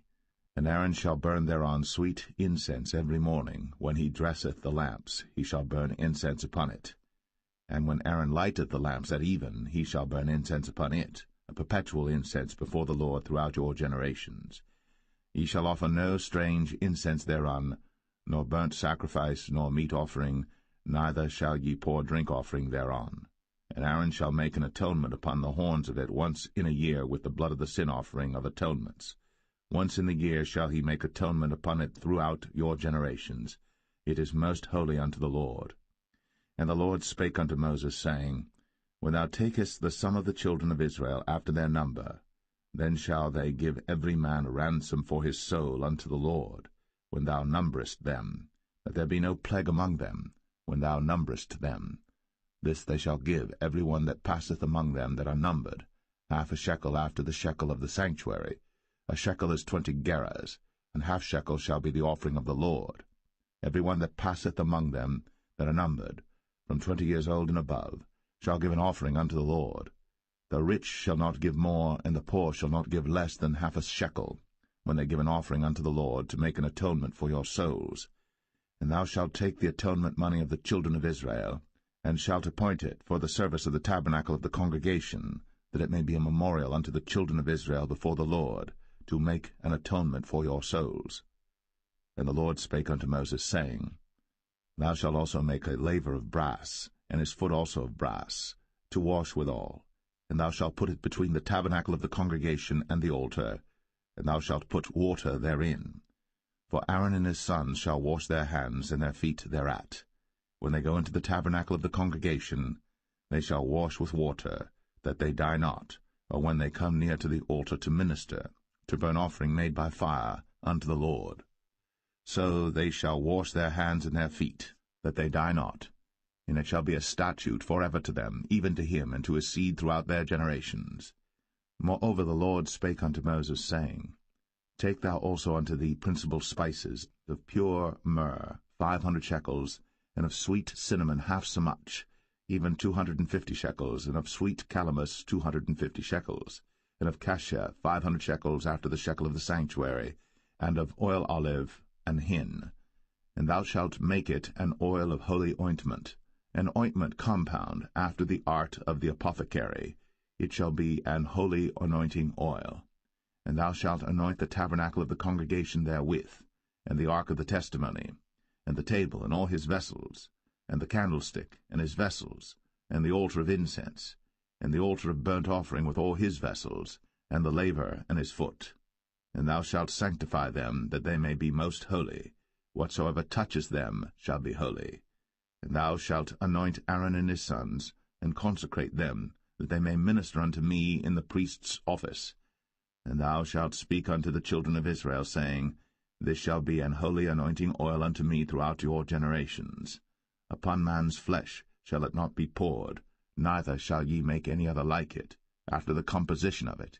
It is holy, and it shall be holy unto you. Whosoever compoundeth any like it, or whosoever putteth any of it upon a stranger, shall even be cut off from his people. And the Lord said unto Moses, Take unto thee sweet spices, stacte, and onycha, and galbanum, these sweet spices with pure frankincense, of each shall there be a like weight. And thou shalt make it a perfume, a confection after the art of the apothecary, tempered together pure and holy. And thou shalt beat some of it very small, and put of it before the testimony in the tabernacle of the congregation, where I will meet with thee. It shall be unto you most holy. And as for the perfume which thou shalt make, ye shall not make to yourselves according to the composition thereof. It shall be unto thee holy for the Lord. Whosoever shall make like unto that, to smell thereto, shall even be cut off from his people.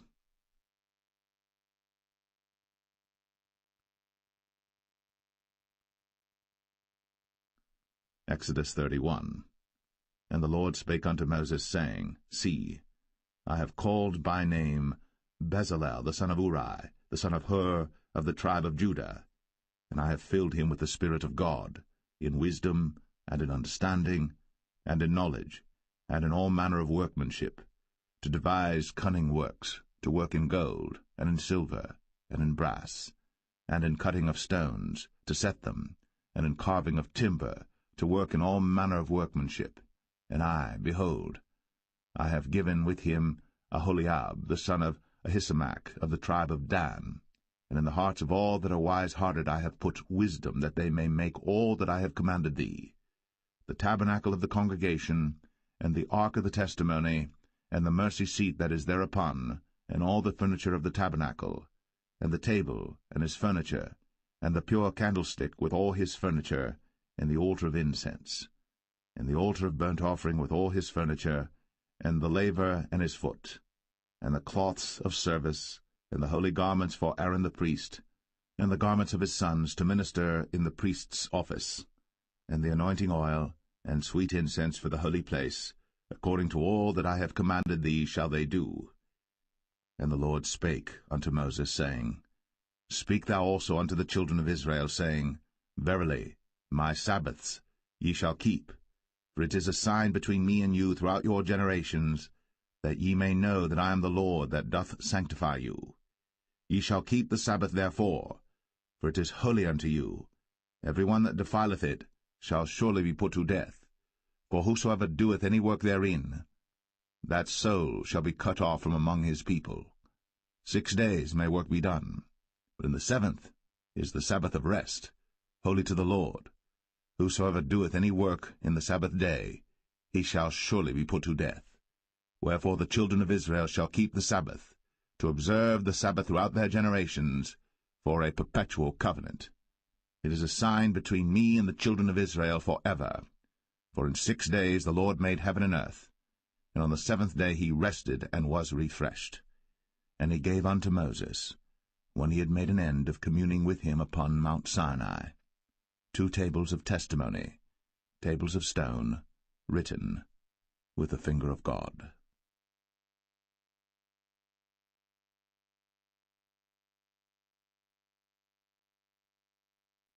Exodus 32.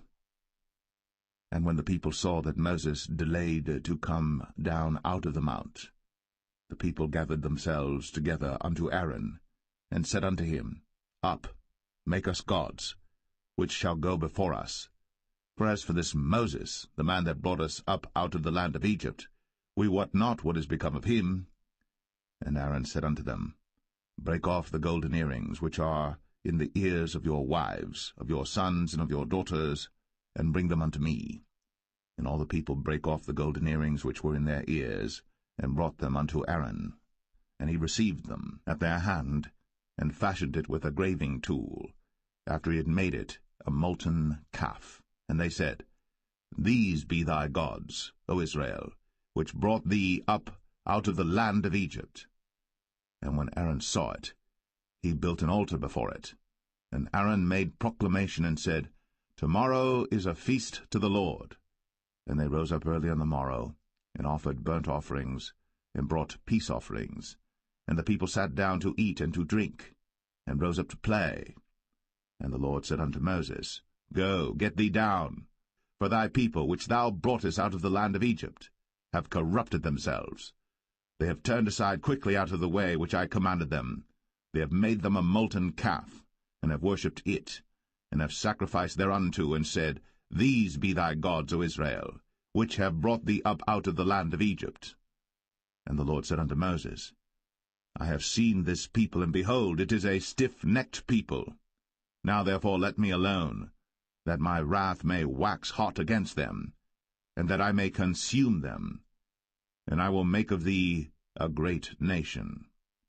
And Moses besought the Lord his God, and said, Lord, why doth thy wrath wax hot against thy people, which thou hast brought forth out of the land of Egypt with great power, and with a mighty hand? Wherefore should the Egyptians speak and say, For mischief did he bring them out, to slay them in the mountains, and to consume them from the face of the earth? Turn from thy fierce wrath, and repent of this evil against thy people. Remember Abraham, Isaac, and Israel, thy servants, to whom thou swarest by thine own self, and saidst unto them, I will multiply your seed as the stars of heaven, and all this land that I have spoken of will I give unto your seed, and they shall inherit it for ever. And the Lord repented of the evil which he thought to do unto his people. And Moses turned, and went down from the mount, and the 2 tables of the testimony were in his hand. The tables were written on both their sides. On the one side and on the other were they written. And the tables were the work of God, and the writing was the writing of God, graven upon the tables. And when Joshua heard the noise of the people as they shouted, he said unto Moses, There is a noise of war in the camp. And he said, It is not the voice of them that shout for mastery, neither is it the voice of them that cry for being overcome, but the noise of them that sing do I hear. And it came to pass, as soon as he came nigh unto the camp, that he saw the calf and the dancing. And Moses' anger waxed hot, and he cast the tables out of his hands, and brake them beneath the mount. And he took the calf which they had made, and burnt it in the fire, and ground it to powder, and strawed it upon the water, and made the children of Israel drink of it. And Moses said unto Aaron, What did this people unto thee, that thou hast brought so great a sin upon them? And Aaron said, Let not the anger of my Lord wax hot. Thou knowest the people, that they are set on mischief. For they said unto me, Make us gods, which shall go before us.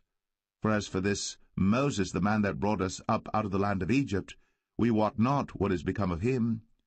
And I said unto them, Whosoever hath any gold, let them break it off. So they gave it to me. Then I cast it into the fire, and there came out this calf. And when Moses saw that the people were naked, for Aaron had made them naked unto their shame among their enemies, then Moses stood in the gate of the camp, and said, Who is on the Lord's side? Let him come unto me. And all the sons of Levi gathered themselves together unto him. And he said unto them, Thus saith the Lord God of Israel, Put every man his sword by his side, and go in and out from gate to gate throughout the camp, and slay every man his brother, and every man his companion, and every man his neighbor. And the children of Levi did according to the word of Moses.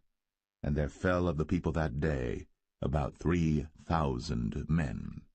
For Moses had said, Consecrate yourselves today to the Lord, even every man upon his son, and upon his brother, that he may bestow upon you a blessing this day.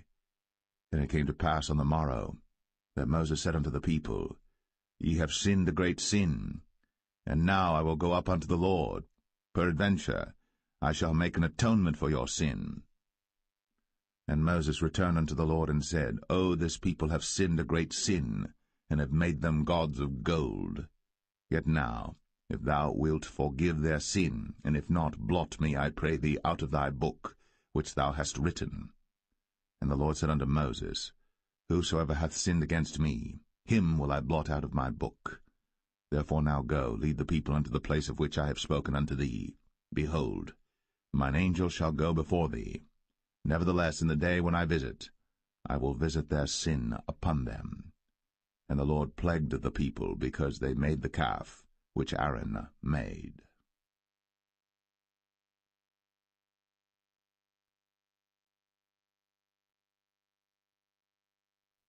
Exodus 33. And the Lord said unto Moses, Depart, and go up hence, thou, and the people which thou hast brought up out of the land of Egypt, unto the land which I sware unto Abraham, to Isaac, and to Jacob, saying, Unto thy seed will I give it. And I will send an angel before thee, and I will drive out the Canaanite, the Amorite, and the Hittite, and the Perizzite, the Hivite, and the Jebusite, unto a land flowing with milk and honey. For I will not go up in the midst of thee, for thou art a stiff-necked people, lest I consume thee in the way. And when the people heard these evil tidings, they mourned, and no man did put on him his ornaments. For the Lord had said unto Moses, Say unto the children of Israel, Ye are a stiff-necked people. I will come up into the midst of thee in a moment, and consume thee. Therefore now put off thy ornaments from thee, that I may know what to do unto thee. And the children of Israel stripped themselves of their ornaments by the mount Horeb. And Moses took the tabernacle, and pitched it without the camp, afar off from the camp, and called it the tabernacle of the congregation. And it came to pass that every one which sought the Lord went out unto the tabernacle of the congregation, which was without the camp. And it came to pass, when Moses went out unto the tabernacle, that all the people rose up, and stood every man at his tent door, and looked after Moses, until he was gone into the tabernacle. And it came to pass, as Moses entered into the tabernacle, the cloudy pillar descended, and stood at the door of the tabernacle, and the Lord talked with Moses. And all the people saw the cloudy pillar stand at the tabernacle door.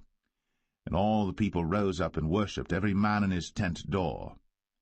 And the Lord spake unto Moses face to face, as a man speaketh unto his friend. And he turned again into the camp.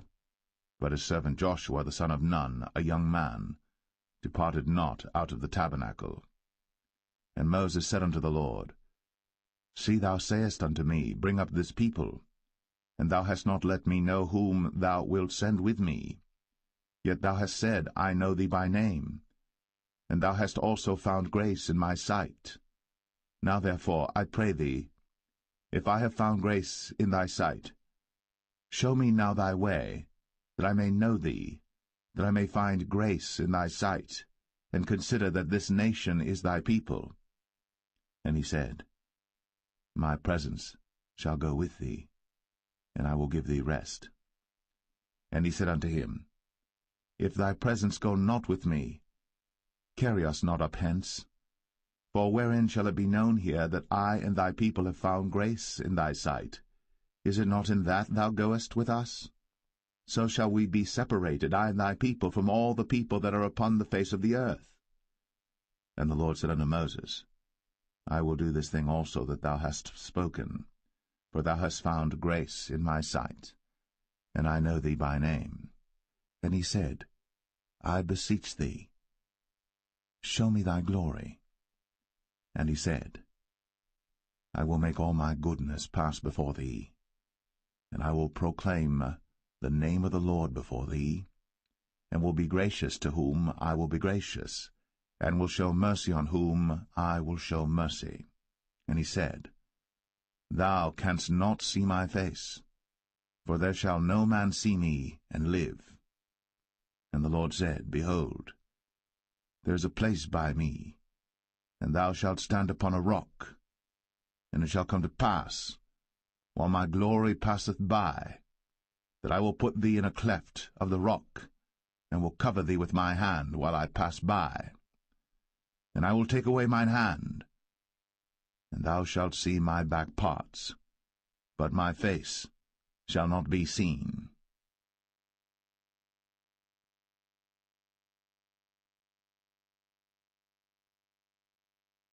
Exodus 34. And the Lord said unto Moses, Hew thee 2 tables of stone like unto the first. And I will write upon these tables the words that were in the first tables which thou breakest. And be ready in the morning, and come up in the morning unto Mount Sinai, and present thyself there to me in the top of the mount. And no man shall come up with thee, neither let any man be seen throughout all the mount, neither let the flocks nor herds feed before that mount. And he hewed 2 tables of stone like unto the first. And Moses rose up early in the morning, and went up unto Mount Sinai, as the Lord had commanded him, and took in his hand the 2 tables of stone. And the Lord descended in the cloud, and stood with him there, and proclaimed the name of the Lord. And the Lord passed by before him, and proclaimed, the Lord God, merciful and gracious, long-suffering, and abundant in goodness and truth, keeping mercy for thousands, forgiving iniquity, and transgression and sin, and that will by no means clear the guilty, visiting the iniquity of the fathers upon the children, and upon the children's children, unto the 3rd and to the 4th generation. And Moses made haste, and bowed his head toward the earth, and worshipped, and he said, If now I have found grace in thy sight, O Lord, let my Lord, I pray thee, go among us. For it is a stiff-necked people, and pardon our iniquity and our sin, and take us for thine inheritance. And he said, Behold, I make a covenant. Before all thy people I will do marvels, such as have not been done in all the earth, nor in any nation. And all the people among which thou art shall see the work of the Lord, for it is a terrible thing that I will do with thee. Observe thou that which I command thee this day. Behold, I drive out before thee the Amorite, and the Canaanite, and the Hittite, and the Perizzite, and the Hivite, and the Jebusite. Take heed to thyself, lest thou make a covenant with the inhabitants of the land whither thou goest, lest it be for a snare in the midst of thee. But ye shall destroy their altars, break their images, and cut down their groves. For thou shalt worship no other god, for the Lord whose name is a jealous God. Lest thou make a covenant with the inhabitants of the land, and they go a-whoring after their gods, and do sacrifice unto their gods, and one call thee, and thou eat of his sacrifice, and thou take of their daughters unto thy sons, and their daughters go a-whoring after their gods, and make thy sons go a-whoring after their gods. Thou shalt make thee no molten gods. The feast of unleavened bread shalt thou keep. 7 days thou shalt eat unleavened bread, as I commanded thee, in the time of the month Abib. For in the month Abib thou camest out from Egypt. All that openeth the matrix is mine, and every firstling among thy cattle, whether ox or sheep that is male. But the firstling of an ass thou shalt redeem with a lamb, and if thou redeem him not, then shalt thou break his neck. All the firstborn of thy sons thou shalt redeem, and none shall appear before me empty. 6 days thou shalt work, but on the 7th day thou shalt rest. In earing time and in harvest thou shalt rest. And thou shalt observe the feast of weeks, of the firstfruits of wheat harvest, and the feast of ingathering at the year's end. Thrice in the year shall all your men-children appear before the Lord God, the God of Israel. For I will cast out the nations before thee, and enlarge thy borders. Neither shall any man desire thy land, when thou shalt go up to appear before the Lord thy God thrice in the year. Thou shalt not offer the blood of my sacrifice with leaven, neither shall the sacrifice of the feast of the Passover be left unto the morning. The first of the firstfruits of thy land thou shalt bring unto the house of the Lord thy God. Thou shalt not see the kid in his mother's milk. And the Lord said unto Moses, Write thou these words, for after the tenor of these words I have made a covenant with thee and with Israel. And he was there with the Lord 40 days and 40 nights. He did neither eat bread nor drink water. And he wrote upon the tables the words of the covenant, the 10 commandments. And it came to pass, when Moses came down from Mount Sinai, with the 2 tables of testimony in Moses' hand, when he came down from the mount, that Moses wist not that the skin of his face shone, while he talked with them. And when Aaron and all the children of Israel saw Moses, behold, the skin of his face shone, and they were afraid to come nigh him. And Moses called unto them, and Aaron and all the rulers of the congregation returned unto him. And Moses talked with them, and afterward all the children of Israel came nigh, and he gave them in commandment all that the Lord had spoken with him in Mount Sinai. Until Moses had done speaking with them, he put a veil on his face.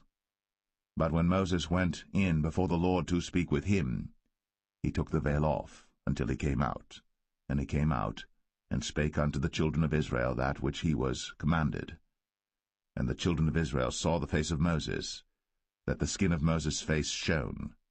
And Moses put the veil upon his face again, until he went in to speak with him.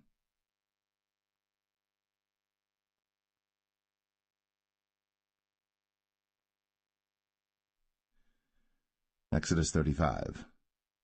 And Moses gathered all the congregation of the children of Israel together, and said unto them, These are the words which the Lord hath commanded, that ye should do them. 6 days shall work be done, but on the 7th day there shall be to you an holy day, a Sabbath of rest to the Lord. Whosoever doeth work therein shall be put to death. Ye shall kindle no fire throughout your habitations upon the Sabbath day. And Moses spake unto all the congregation of the children of Israel, saying, This is the thing which the Lord commanded, saying, Take ye from among you an offering unto the Lord. Whosoever is of a willing heart, let him bring it, an offering of the Lord, gold and silver and brass, and blue and purple and scarlet and fine linen and goat's hair, and rams' skins dyed red, and badgers' skins, and shittim wood, and oil for the light, and spices for anointing oil, and for the sweet incense, and onyx stones, and stones to be set for the ephod and for the breastplate. And every wise-hearted among you shall come, and make all that the Lord hath commanded, the tabernacle, his tent, and his covering, his taches, and his boards, his bars, his pillars, and his sockets, the ark and the staves thereof, with the mercy seat and the veil of the covering, the table and his staves, and all his vessels, and the showbread, the candlestick also for the light, and his furniture, and his lamps, with the oil for the light, and the incense altar, and his staves, and the anointing oil, and the sweet incense, and the hanging for the door at the entering in of the tabernacle, the altar of burnt offering, with his brazen grate, his staves, and all his vessels, the laver and his foot, the hangings of the court, his pillars, and their sockets, and the hanging for the door of the court, the pins of the tabernacle, and the pins of the court, and their cords, the cloths of service, to do service in the holy place, the holy garments for Aaron the priest, and the garments of his sons to minister in the priest's office. And all the congregation of the children of Israel departed from the presence of Moses. And they came, every one whose heart stirred him up, and every one whom his spirit made willing. And they brought the Lord's offering to the work of the tabernacle of the congregation, and for all his service, and for the holy garments. And they came, both men and women, as many as were willing-hearted, and brought bracelets and earrings and rings and tablets, all jewels of gold, and every man that offered an offering of gold unto the Lord. And every man with whom was found blue and purple and scarlet and fine linen and goat's hair, and red skins of rams and badgers' skins brought them. Every one that did offer an offering of silver and brass brought the Lord's offering, and every man with whom was found shittim wood for any work of the service brought it. And all the women that were wise-hearted did spin with their hands, and brought that which they had spun, both of blue and of purple and of scarlet and of fine linen. And all the women whose heart stirred them up in wisdom spun goat's hair.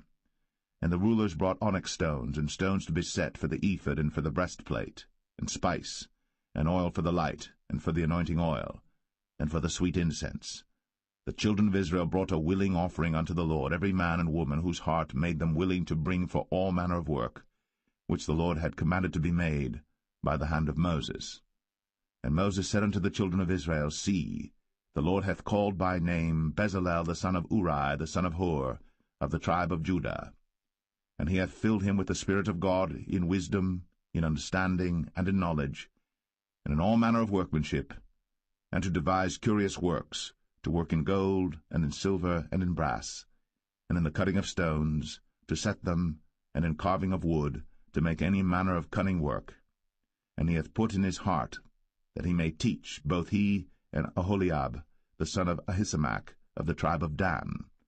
Them hath he filled with wisdom of heart, to work all manner of work, of the engraver, and of the cunning workman, and of the embroiderer, in blue, and in purple, and scarlet, and in fine linen, and of the weaver, even of them that do any work, and of those that devise cunning work.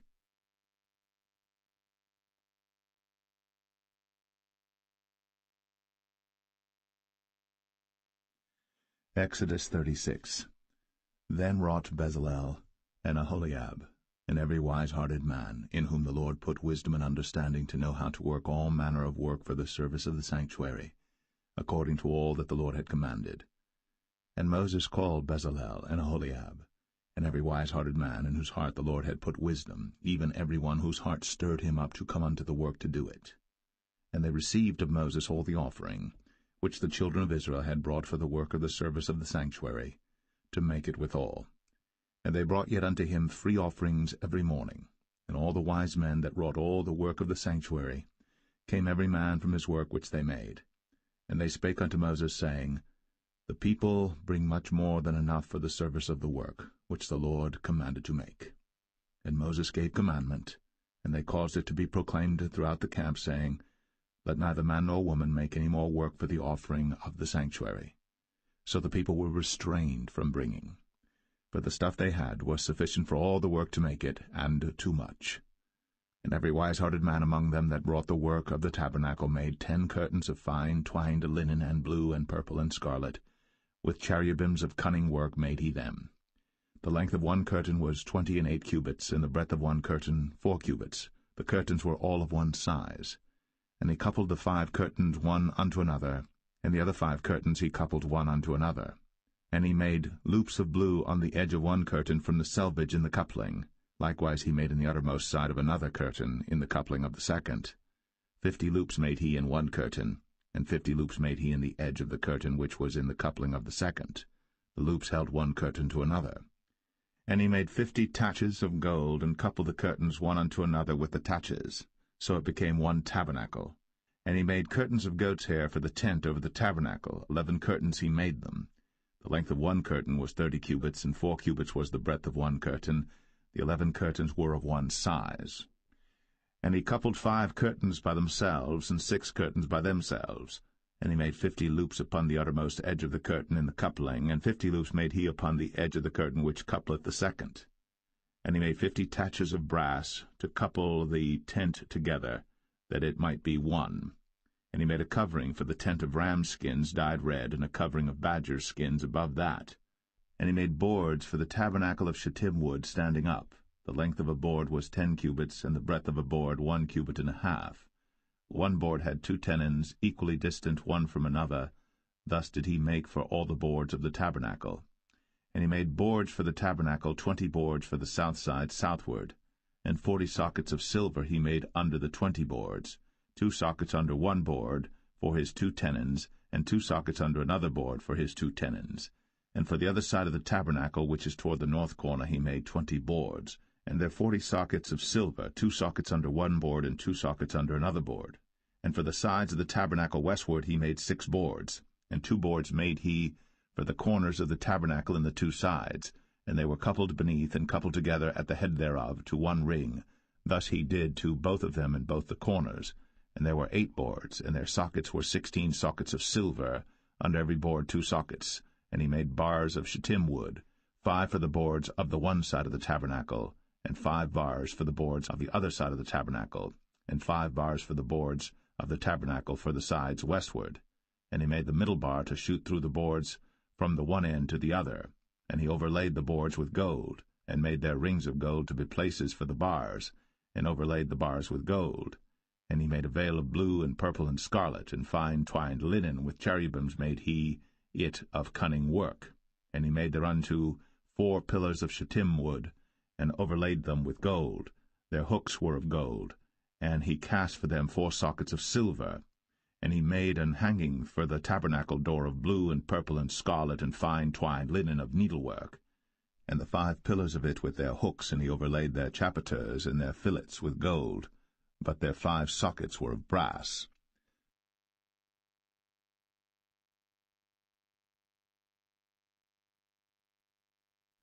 Exodus 37. And Bezalel made the ark of shittim wood.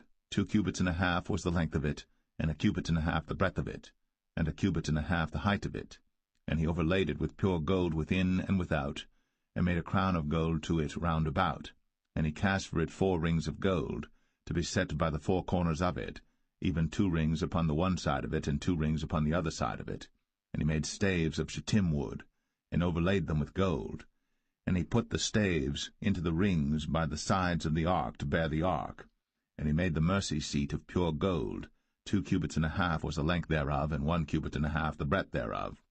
And he made 2 cherubims of gold, beaten out of one piece made he them, on the 2 ends of the mercy seat, 1 cherub on the end on this side, and another cherub on the other end on that side. Out of the mercy seat made he the cherubims on the 2 ends thereof. And the cherubims spread out their wings on high, and covered with their wings over the mercy seat, with their faces one to another. Even to the mercy seatward were the faces of the cherubims. And he made the table of shittim wood. 2 cubits was the length thereof, and 1 cubit the breadth thereof, and 1 cubit and a half the height thereof. And he overlaid it with pure gold, and made thereunto a crown of gold round about. Also he made thereunto a border of an handbreadth round about, and made a crown of gold for the border thereof round about. And he cast for it 4 rings of gold, and put the rings upon the 4 corners that were in the 4 feet thereof. Over against the border were the rings, the places for the staves to bear the table. And he made the staves of shittim wood, and overlaid them with gold, to bear the table. And he made the vessels which were upon the table, his dishes, and his spoons, and his bowls, and his covers, to cover withal of pure gold. And he made the candlestick of pure gold. Of beaten work made he the candlestick. His shaft and his branch, his bowls, his knobs, and his flowers were of the same. And 6 branches going out of the sides thereof, 3 branches of the candlestick out of the one side thereof, and 3 branches of the candlestick out of the other side thereof. 3 bowls made after the fashion of almonds in one branch, a knob and a flower, and 3 bowls made like almonds in another branch, a knob and a flower. So throughout the 6 branches, going out of the candlestick. And in the candlestick were 4 bowls made like almonds, his knobs and his flowers, and a knob under 2 branches of the same, and a knob under 2 branches of the same, and a knob under 2 branches of the same, according to the 6 branches going out of it. Their knobs and their branches were of the same. All of it was one beaten work of pure gold. And he made his 7 lamps, and his snuffers, and his snuff dishes of pure gold. Of a talent of pure gold made he it, and all the vessels thereof.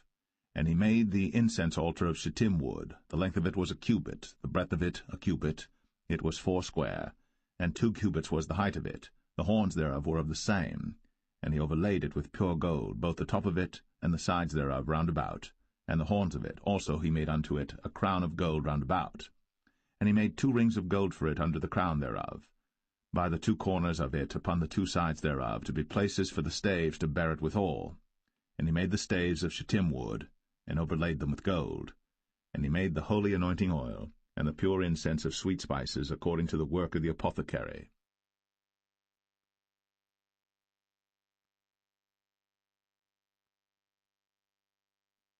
Exodus 38. And he made the altar of burnt offering of shittim wood. 5 cubits was the length thereof, and 5 cubits the breadth thereof. It was 4 square, and 3 cubits the height thereof. And he made the horns thereof on the 4 corners of it. The horns thereof were of the same, and he overlaid it with brass. And he made all the vessels of the altar, the pots and the shovels and the basins and the flesh hooks and the firepans, all the vessels thereof made he of brass. And he made for the altar a brazen grate of network under the compass thereof, beneath unto the midst of it. And he cast 4 rings for the 4 ends of the grate of brass, to be places for the staves. And he made the staves of shittim wood, and overlaid them with brass. And he put the staves into the rings on the sides of the altar, to bear it withal. He made the altar hollow with boards. And he made the laver of brass, and the foot of it of brass, of the looking-glasses of the women assembling, which assembled at the door of the tabernacle of the congregation. And he made the court. On the south side southward the hangings of the court were of fine twined linen, 100 cubits. Their pillars were 20, and their brazen sockets 20. The hooks of the pillars and their fillets were of silver. And for the north side the hangings were 100 cubits, their pillars were 20, and their sockets of brass 20. The hooks of the pillars and their fillets of silver. And for the west side were hangings of 50 cubits, their pillars 10, and their sockets 10, the hooks of the pillars and their fillets of silver. And for the east side eastward 50 cubits. The hangings of the one side of the gate were 15 cubits, their pillars 3, and their sockets 3. And for the other side of the court gate, on this hand and that hand, were hangings of 15 cubits, their pillars 3, and their sockets 3. All the hangings of the court round about were of fine twined linen, and the sockets for the pillars were of brass, the hooks of the pillars and their fillets of silver, and the overlaying of their chapiters of silver, and all the pillars of the court were filleted with silver. And the hanging for the gate of the court was needlework, of blue and purple and scarlet and fine twined linen, and 20 cubits was the length, and the height and the breadth was 5 cubits, answerable to the hangings of the court. And their pillars were 4, and their sockets of brass 4, their hooks of silver, and the overlaying of their chapiters and their fillets of silver. And all the pins of the tabernacle and of the court round about were of brass. This is the sum of the tabernacle, even of the tabernacle of testimony, as it was counted, according to the commandment of Moses, for the service of the Levites, by the hand of Ithamar, son to Aaron the priest. And Bezalel, the son of Uri, the son of Hur, of the tribe of Judah, made all that the Lord commanded Moses. And with him was Aholiab, son of Ahisamach, of the tribe of Dan, an engraver, and a cunning workman, and an embroiderer in blue, and in purple, and in scarlet, and fine linen. All the gold that was occupied for the work, and all the work of the holy place, even the gold of the offering, was 29 talents, and 730 shekels after the shekel of the sanctuary. And the silver of them that were numbered of the congregation was 100 talents, and 1,760 shekels after the shekel of the sanctuary. A bekah for every man, that is, half a shekel, after the shekel of the sanctuary, for every one that went to be numbered, from 20 years old and upward, for 600,000 and 3,550 men. And of the 100 talents of silver were cast the sockets of the sanctuary, and the sockets of the veil, and 100 sockets of the 100 talents, a talent for a socket. And of the 1,775 shekels he made hooks for the pillars, and overlaid their chapiters, and filleted them. And the brass of the offering was 70 talents, and 2,400 shekels. And therewith he made the sockets to the door of the tabernacle of the congregation, and the brazen altar, and the brazen grate for it, and all the vessels of the altar, and the sockets of the court round about, and the sockets of the court gate, and all the pins of the tabernacle, and all the pins of the court round about.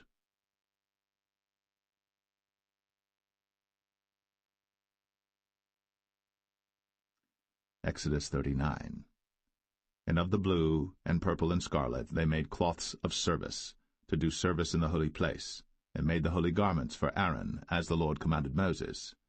And he made the ephod of gold, blue, and purple, and scarlet, and fine-twined linen. And they did beat the gold into thin plates, and cut it into wires, to work it in the blue, and in the purple, and in the scarlet, and in the fine linen, with cunning work. They made shoulder pieces for it, to couple it together. By the two edges was it coupled together. And the curious girdle of his ephod that was upon it was of the same, according to the work thereof, of gold, blue, and purple, and scarlet, and fine twined linen, as the Lord commanded Moses. And they wrought onyx stones enclosed in ouches of gold, graven as signets are graven, with the names of the children of Israel.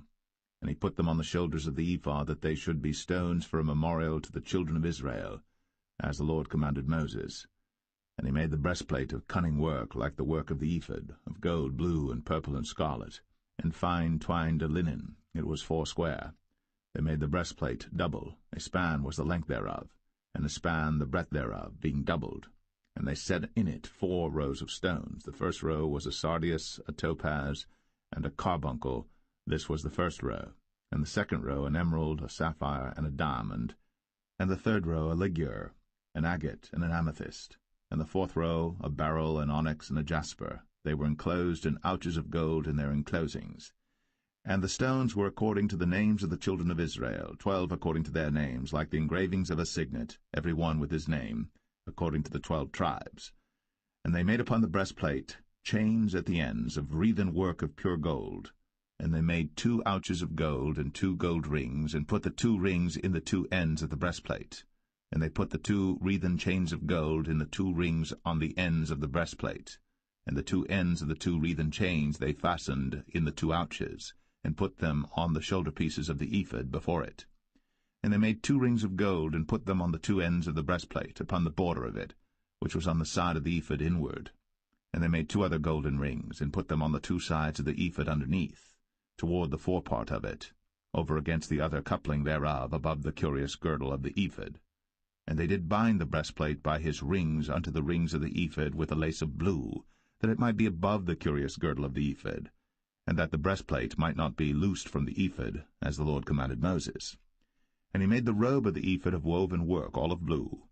And there was an hole in the midst of the robe, as the hole of an habergeon, with a band round about the hole, that it should not rend. And they made upon the hems of the robe pomegranates of blue and purple and scarlet and twined linen. And they made bells of pure gold, and put the bells between the pomegranates upon the hem of the robe, round about between the pomegranates, a bell and a pomegranate, a bell and a pomegranate, round about the hem of the robe to minister in, as the Lord commanded Moses. And they made coats of fine linen of woven work for Aaron and for his sons, and a mitre of fine linen, and goodly bonnets of fine linen, and linen breeches of fine twined linen, and a girdle of fine twined linen, and blue and purple and scarlet of needlework, as the Lord commanded Moses. And they made the plate of the holy crown of pure gold, and wrote upon it a writing like to the engravings of a signet, Holiness to the Lord. And they tied unto it a lace of blue, to fasten it on high upon the mitre, as the Lord commanded Moses. Thus was all the work of the tabernacle of the tent of the congregation finished.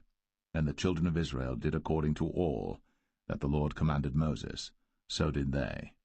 And they brought the tabernacle unto Moses, the tent, and all his furniture, his taches, his boards, his bars, and his pillars, and his sockets, and the covering of ram skins dyed red, and the covering of badger skins, and the veil of the covering, the ark of the testimony, and the staves thereof, and the mercy seat, the table and all the vessels thereof, and the showbread, the pure candlestick, with the lamps thereof, even with the lamps to be set in order, and all the vessels thereof, and the oil for light, and the golden altar, and the anointing oil, and the sweet incense, and the hanging for the tabernacle door, the brazen altar, and his grate of brass, his staves and all his vessels, the laver and his foot, the hangings of the court, his pillars and his sockets, and the hanging for the court gate, his cords, and his pins, and all the vessels of the service of the tabernacle for the tent of the congregation, the cloths of service to do service in the holy place, and the holy garments for Aaron the priest, and his sons' garments, to minister in the priest's office.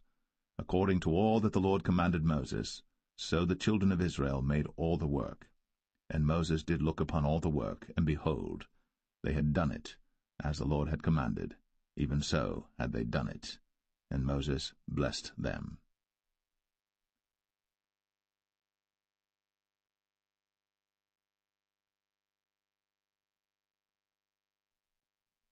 Exodus 40. And the Lord spake unto Moses, saying, On the first day of the first month shalt thou set up the tabernacle of the tent of the congregation, and thou shalt put therein the ark of the testimony, and cover the ark with the veil. And thou shalt bring in the table, and set in order the things that are to be set in order upon it. And thou shalt bring in the candlestick, and light the lamps thereof. And thou shalt set the altar of gold for the incense before the ark of the testimony, and put the hanging of the door to the tabernacle. And thou shalt set the altar of the burnt offering before the door of the tabernacle of the tent of the congregation. And thou shalt set the laver between the tent of the congregation and the altar, and shalt put water therein. And thou shalt set up the court round about, and hang up the hanging at the court gate. And thou shalt take the anointing oil, and anoint the tabernacle, and all that is therein, and shalt hallow it, and all the vessels thereof, and it shall be holy. And thou shalt anoint the altar of the burnt offering, and all his vessels, and sanctify the altar, and it shall be an altar most holy. And thou shalt anoint the laver and his foot, and sanctify it. And thou shalt bring Aaron and his sons unto the door of the tabernacle of the congregation, and wash them with water. And thou shalt put upon Aaron the holy garments, and anoint him, and sanctify him, that he may minister unto me in the priest's office. And thou shalt bring his sons, and clothe them with coats. And thou shalt anoint them, as thou didst anoint their father, that they may minister unto me in the priest's office, for their anointing shall surely be an everlasting priesthood throughout their generations. Thus did Moses. According to all that the Lord commanded him, so did he. And it came to pass in the first month, in the second year, on the first day of the month, that the tabernacle was reared up. And Moses reared up the tabernacle, and fastened his sockets, and set up the boards thereof, and put in the bars thereof, and reared up his pillars. And he spread abroad the tent over the tabernacle, and put the covering of the tent above upon it, as the Lord commanded Moses. And he took and put the testimony into the ark, and set the staves on the ark, and put the mercy seat above upon the ark.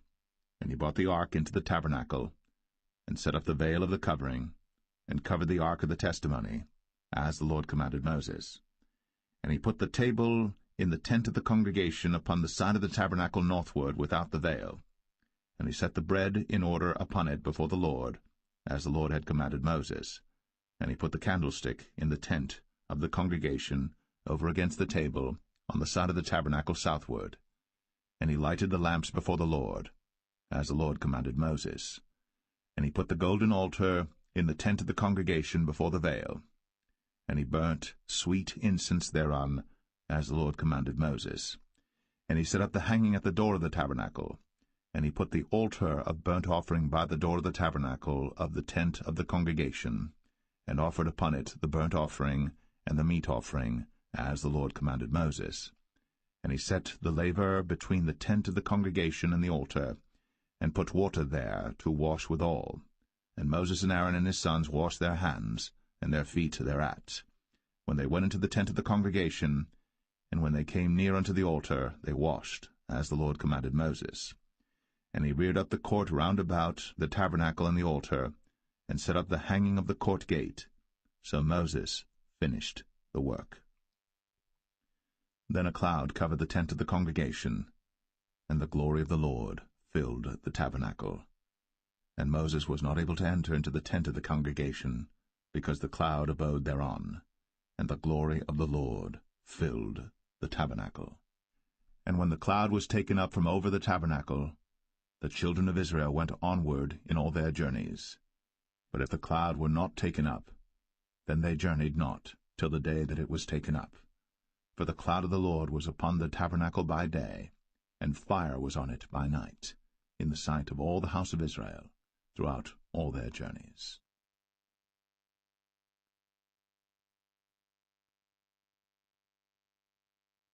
The Book of Leviticus, chapter 1. And the Lord called unto Moses, and spake unto him out of the tabernacle of the congregation, saying, Speak unto the children of Israel, and say unto them, If any man of you bring an offering unto the Lord, ye shall bring your offering of the cattle, even of the herd, and of the flock. If his offering be a burnt sacrifice of the herd, let him offer a male without blemish. He shall offer it of his own voluntary will at the door of the tabernacle of the congregation before the Lord. And he shall put his hand upon the head of the burnt offering, and it shall be accepted for him to make atonement for him. And he shall kill the bullock before the Lord, and the priests, Aaron's sons, shall bring the blood, and sprinkle the blood round about upon the altar that is by the door of the tabernacle of the congregation. And he shall flay the burnt offering, and cut it into his pieces. And the sons of Aaron the priests shall put fire upon the altar, and lay the wood in order upon the fire. And the priests, Aaron's sons, shall lay the parts, the head, and the fat, in order upon the wood that is on the fire which is upon the altar. But his inwards and his legs shall he wash in water, and the priests shall burn all on the altar, to be a burnt sacrifice, an offering made by fire, of a sweet savour unto the Lord. And if his offering be of the flocks, namely of the sheep or of the goats, for a burnt sacrifice, he shall bring it a male without blemish, and he shall kill it on the side of the altar northward before the Lord, and the priests, Aaron's sons, shall sprinkle his blood round about upon the altar. And he shall cut it into his pieces, with his head and his fat, and the priest shall lay them in order on the wood that is on the fire which is upon the altar. But he shall wash the inwards and the legs with water, and the priest shall bring it all, and burn it upon the altar. It is a burnt sacrifice, an offering made by fire, of a sweet savour unto the Lord. And if the burnt sacrifice for his offering to the Lord be of fowls, then he shall bring his offering of turtle doves or of young pigeons. And the priest shall bring it unto the altar, and wring off his head, and burn it on the altar, and the blood thereof shall be wrung out at the side of the altar. And he shall pluck away his crop with his feathers, and cast it beside the altar on the east part, by the place of the ashes. And he shall cleave it with the wings thereof, but shall not divide it asunder. And the priest shall burn it upon the altar, upon the wood that is upon the fire. It is a burnt sacrifice, an offering made by fire, of a sweet savour unto the Lord.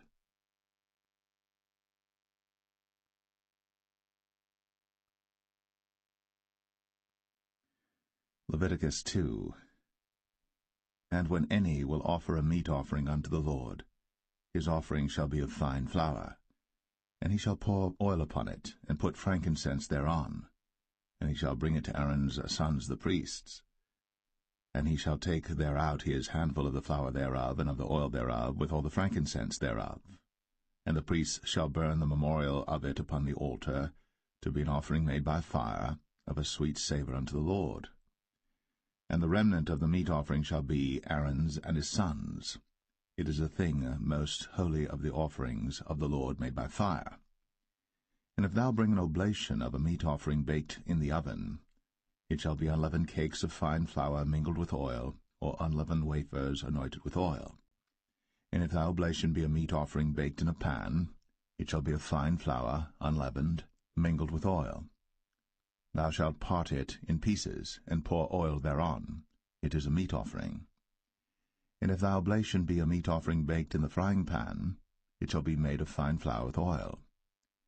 And thou shalt bring the meat offering that is made of these things unto the Lord, and when it is presented unto the priest, he shall bring it unto the altar. And the priest shall take from the meat offering a memorial thereof, and shall burn it upon the altar. It is an offering made by fire, of a sweet savour unto the Lord. And that which is left of the meat offering shall be Aaron's and his sons'. It is a thing most holy of the offerings of the Lord made by fire. No meat offering which ye shall bring unto the Lord shall be made with leaven, for ye shall burn no leaven, nor any honey, in any offering of the Lord made by fire. As for the oblation of the firstfruits, ye shall offer them unto the Lord, but they shall not be burnt on the altar for a sweet savour. And every oblation of thy meat offering shalt thou season with salt, neither shalt thou suffer the salt of the covenant of thy God to be lacking from thy meat offering. With all thine offerings thou shalt offer salt. And if thou offer a meat offering of thy firstfruits unto the Lord, thou shalt offer for the meat offering of thy firstfruits green ears of corn dried by the fire, even corn beaten out of full ears. And thou shalt put oil upon it, and lay frankincense thereon. It is a meat offering. And the priest shall burn the memorial of it, part of the beaten corn thereof, and part of the oil thereof, with all the frankincense thereof. It is an offering made by fire unto the Lord.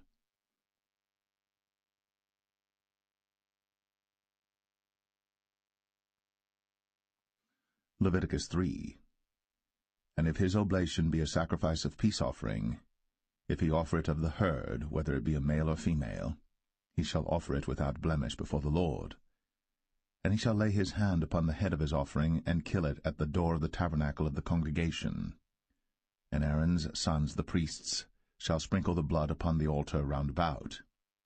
And he shall offer of the sacrifice of the peace offering an offering made by fire unto the Lord, the fat that covereth the inwards, and all the fat that is upon the inwards, and the 2 kidneys, and the fat that is on them, which is by the flanks, and the caul above the liver, with the kidneys, it shall he take away.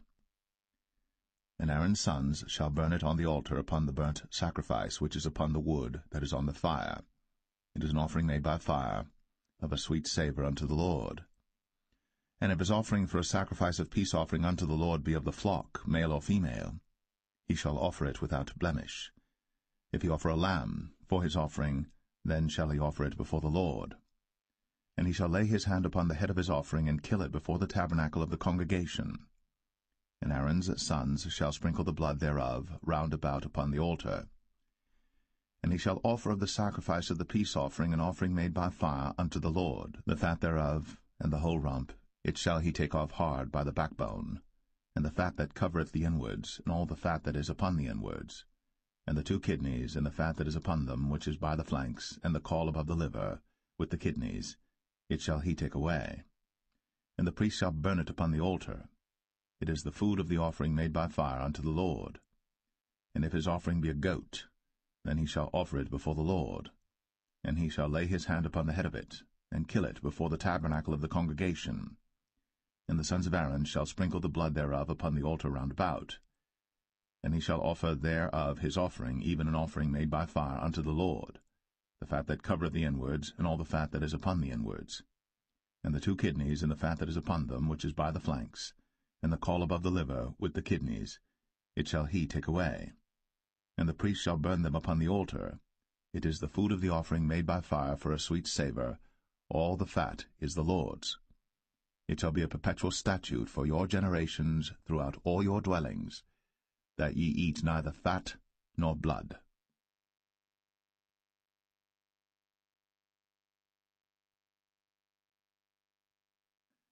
Leviticus 4.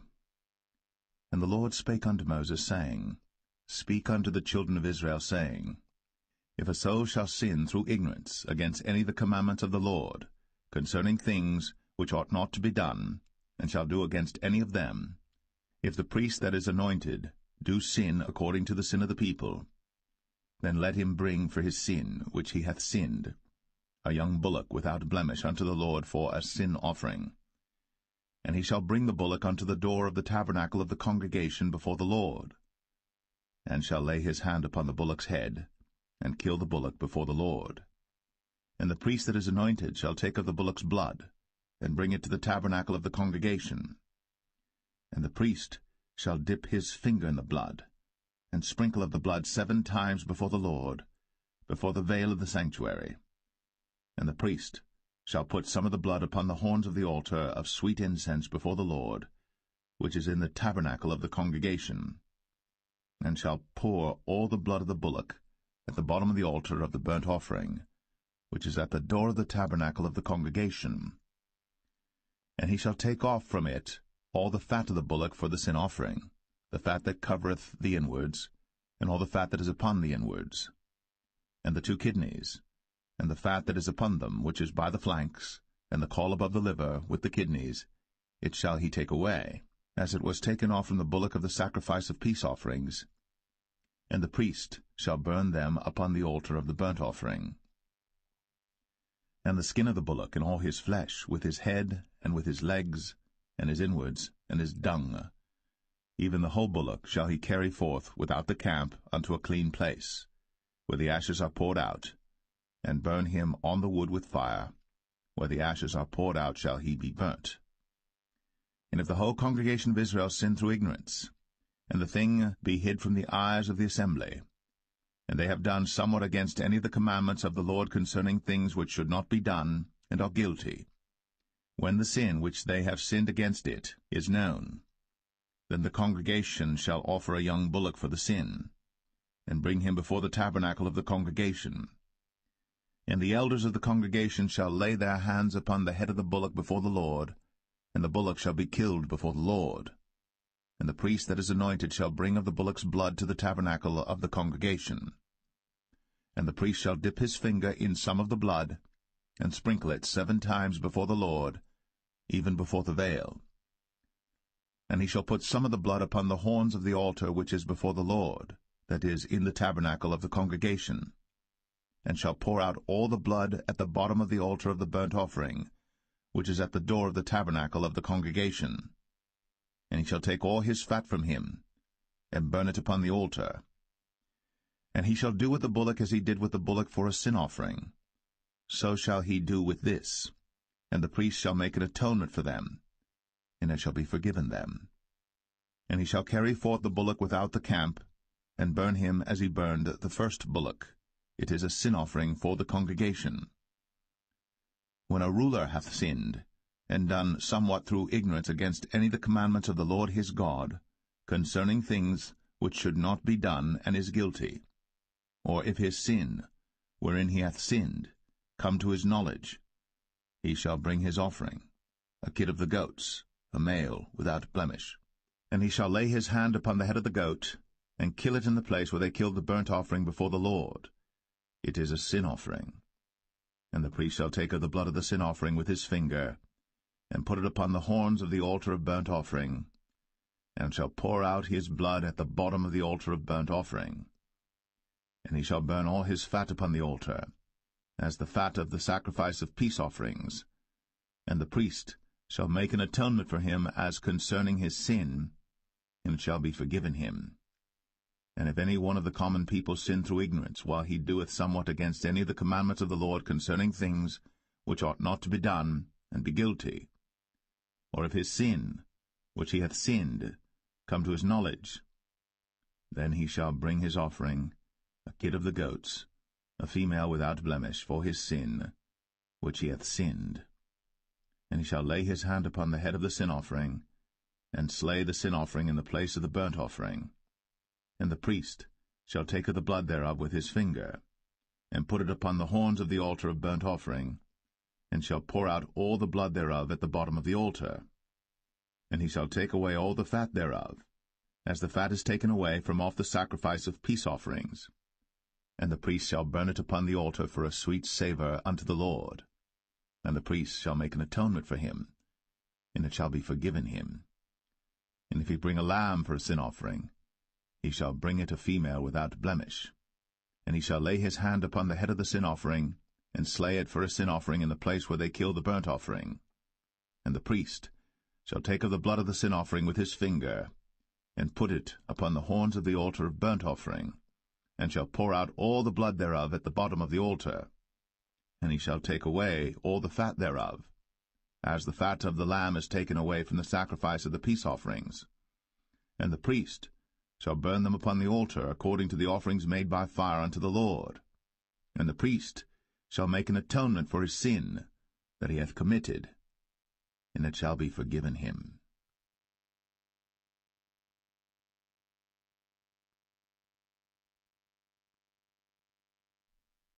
Leviticus 5. And if a soul sin, and hear the voice of swearing, and is a witness, whether he hath seen or known of it, if he do not utter it, then he shall bear his iniquity. Or if a soul touch any unclean thing, whether it be a carcass of an unclean beast, or a carcass of unclean cattle, or the carcass of unclean creeping things, and if it be hidden from him, he also shall be unclean and guilty. Or if he touch the uncleanness of man, whatsoever uncleanness it be that a man shall be defiled withal, and it be hid from him, when he knoweth of it, then he shall be guilty.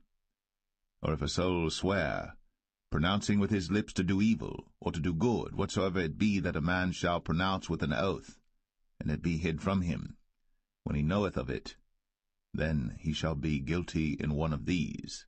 And it shall be, when he shall be guilty in one of these things, that he shall confess that he hath sinned in that thing. And he shall bring his trespass offering unto the Lord for his sin which he hath sinned, a female from the flock, a lamb or a kid of the goats, for a sin offering, and the priest shall make an atonement for him concerning his sin. And if he be not able to bring a lamb, then he shall bring for his trespass which he hath committed 2 turtle doves, or 2 young pigeons unto the Lord, one for a sin offering, and the other for a burnt offering. And he shall bring them unto the priest, who shall offer that which is for the sin offering first, and wring off his head from his neck, but shall not divide it asunder. And he shall sprinkle of the blood of the sin offering upon the side of the altar, and the rest of the blood shall be wrung out at the bottom of the altar. It is a sin offering. And he shall offer the second for a burnt offering according to the manner, and the priest shall make an atonement for him for his sin which he hath sinned, and it shall be forgiven him. But if he be not able to bring 2 turtle doves or 2 young pigeons, then he that sinned shall bring for his offering the 10th part of an ephah of fine flour for a sin offering. He shall put no oil upon it, neither shall he put any frankincense thereon, for it is a sin offering. Then shall he bring it to the priest, and the priest shall take his handful of it, even a memorial thereof, and burn it on the altar, according to the offerings made by fire unto the Lord. It is a sin offering. And the priest shall make an atonement for him as touching his sin that he hath sinned in one of these, and it shall be forgiven him. And the remnant shall be the priest's, as a meat offering. And the Lord spake unto Moses, saying, If a soul commit a trespass, and sin through ignorance in the holy things of the Lord, then he shall bring for his trespass unto the Lord a ram without blemish out of the flocks, with thy estimation by shekels of silver, after the shekel of the sanctuary, for a trespass offering. And he shall make amends for the harm that he hath done in the holy thing, and shall add the 5th part thereto, and give it unto the priest. And the priest shall make an atonement for him with the ram of the trespass offering, and it shall be forgiven him. And if a soul sin, and commit any of these things which are forbidden to be done by the commandments of the Lord, though he wist it not, yet is he guilty, and shall bear his iniquity. And he shall bring a ram without blemish out of the flock, with thy estimation, for a trespass offering unto the priest. And the priest shall make an atonement for him concerning his ignorance, wherein he erred and wist it not, and it shall be forgiven him. It is a trespass offering. He hath certainly trespassed against the Lord.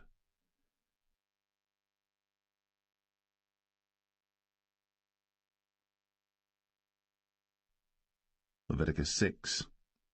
And the Lord spake unto Moses, saying, If a soul sin, and commit a trespass against the Lord, and lie unto his neighbor in that which was delivered him to keep, for in fellowship or in a thing taken away by violence, or hath deceived his neighbor, or have found that which was lost, and lieth concerning it, and sweareth falsely, in any of all these that a man doeth, sinning therein, then it shall be, because he hath sinned, and is guilty, that he shall restore that which he took violently away, or the thing which he hath deceitfully gotten, or that which was delivered him to keep, or the lost thing which he found, or all that about which he hath sworn falsely. He shall even restore it in the principal, and shall add the 5th part more thereto, and give it unto him to whom it appertaineth in the day of his trespass offering. And he shall bring his trespass offering unto the Lord, a ram without blemish out of the flock, with thy estimation, for a trespass offering unto the priest. And the priest shall make an atonement for him before the Lord, and it shall be forgiven him for any thing of all that he hath done in trespassing therein. And the Lord spake unto Moses, saying, Command Aaron and his sons, saying, This is the law of the burnt offering. It is the burnt offering because of the burning upon the altar all night unto the morning, and the fire of the altar shall be burning in it. And the priest shall put on his linen garment, and his linen breeches shall he put upon his flesh, and take up the ashes which the fire hath consumed with the burnt offering on the altar. And he shall put them beside the altar. And he shall put off his garments, and put on other garments, and carry forth the ashes without the camp unto a clean place. And the fire upon the altar shall be burning in it. It shall not be put out. And the priest shall burn wood on it every morning, and lay the burnt offering in order upon it. And he shall burn thereon the fat of the peace offerings. The fire shall ever be burning upon the altar. It shall never go out. And this is the law of the meat offering. The sons of Aaron shall offer it before the Lord, before the altar. And he shall take of it his handful of the flour of the meat offering, and of the oil thereof, and all the frankincense which is upon the meat offering, and shall burn it upon the altar for a sweet savour, even the memorial of it, unto the Lord. And the remainder thereof shall Aaron and his sons eat. With unleavened bread shall it be eaten in the holy place. In the court of the tabernacle of the congregation they shall eat it. It shall not be baked with leaven. I have given it unto them for their portion of my offerings made by fire. It is most holy, as is the sin offering, and as the trespass offering. All the males among the children of Aaron shall eat of it. It shall be a statute for ever in your generations concerning the offerings of the Lord made by fire. Every one that toucheth them shall be holy. And the Lord spake unto Moses, saying, This is the offering of Aaron and of his sons, which they shall offer unto the Lord in the day when he is anointed. The 10th part of an ephah of fine flour for a meat offering perpetual, half of it in the morning, and half thereof at night. In a pan it shall be made with oil, and when it is baked, thou shalt bring it in. And the baked pieces of the meat offering shalt thou offer for a sweet savour unto the Lord. And the priest of his sons that is anointed in his stead shall offer it. It is a statute for ever unto the Lord. It shall be wholly burnt. For every meat offering for the priest shall be wholly burnt. It shall not be eaten. And the Lord spake unto Moses, saying, Speak unto Aaron and to his sons, saying, This is the law of the sin offering. In the place where the burnt offering is killed shall the sin offering be killed before the Lord. It is most holy. The priest that offereth it for sin shall eat it. In the holy place shall it be eaten, in the court of the tabernacle of the congregation. Whatsoever shall touch the flesh thereof shall be holy. And when there is sprinkled of the blood thereof upon any garment, thou shalt wash that whereon it was sprinkled in the holy place. But the earthen vessel wherein it is sodden shall be broken, and if it be sodden in a brazen pot, it shall be both scoured and rinsed in water. All the males among the priests shall eat thereof. It is most holy. And no sin offering, whereof any of the blood is brought into the tabernacle of the congregation to reconcile withal in the holy place, shall be eaten. It shall be burnt in the fire.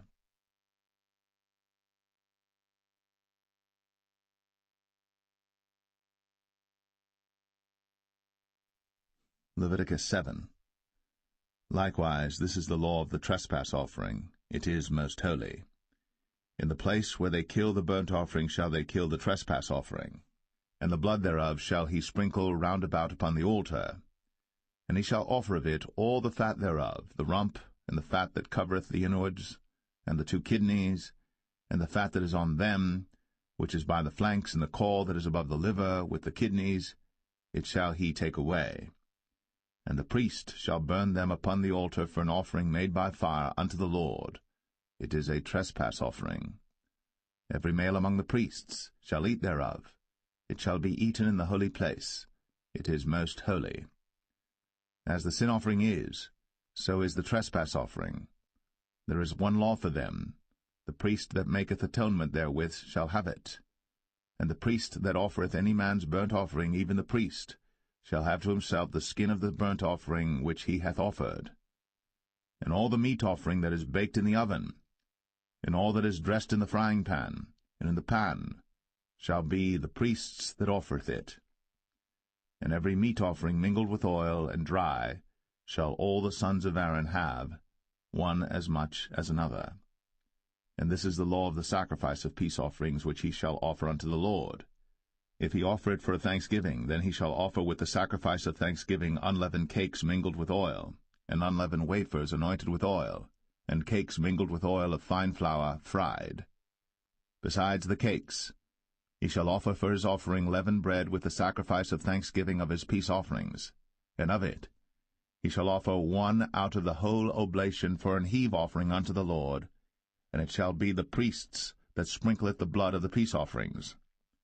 And the flesh of the sacrifice of his peace offerings for thanksgiving shall be eaten the same day that it is offered. He shall not leave any of it until the morning. But if the sacrifice of his offering be a vow or a voluntary offering, it shall be eaten the same day that he offereth his sacrifice, and on the morrow also the remainder of it shall be eaten. But the remainder of the flesh of the sacrifice on the 3rd day shall be burnt with fire. And if any of the flesh of the sacrifice of his peace offerings be eaten at all on the 3rd day, it shall not be accepted, neither shall it be imputed unto him that offereth it. It shall be an abomination, and the soul that eateth of it shall bear his iniquity. And the flesh that toucheth any unclean thing shall not be eaten. It shall be burnt with fire. And as for the flesh, all that be clean shall eat thereof. But the soul that eateth of the flesh of the sacrifice of peace offerings that pertain unto the Lord, having his uncleanness upon him, even that soul shall be cut off from his people. Moreover, the soul that shall touch any unclean thing, as the uncleanness of man, or any unclean beast, or any abominable unclean thing, and eat of the flesh of the sacrifice of peace offerings, which pertain unto the Lord, even that soul shall be cut off from his people. And the Lord spake unto Moses, saying, Speak unto the children of Israel, saying, Ye shall eat no manner of fat, of ox, or of sheep, or of goat, and the fat of the beast that dieth of itself, and the fat of that which is torn with beasts, may be used in any other use, but ye shall in no wise eat of it. For whosoever eateth the fat of the beast, of which men offer an offering made by fire unto the Lord, even the soul that eateth it shall be cut off from his people. Moreover, ye shall eat no manner of blood, whether it be of fowl or of beast, in any of your dwellings. Whatsoever soul it be that eateth any manner of blood, even that soul shall be cut off from his people. And the Lord spake unto Moses, saying, Speak unto the children of Israel, saying, He that offereth the sacrifice of his peace offerings unto the Lord shall bring his oblation unto the Lord the sacrifice of his peace offerings. His own hands shall bring the offerings of the Lord made by fire, the fat with the breast. It shall he bring, that the breast may be waved for a wave offering before the Lord. And the priest shall burn the fat upon the altar, but the breast shall be Aaron's and his sons'. And the right shoulder shall ye give unto the priest for an heave offering of the sacrifices of your peace offerings. He among the sons of Aaron, that offereth the blood of the peace offerings, and the fat, shall have the right shoulder for his part. For the wave breast and the heave shoulder have I taken of the children of Israel, from off the sacrifices of their peace offerings, and have given them unto Aaron the priest, and unto his sons by a statute for ever from among the children of Israel.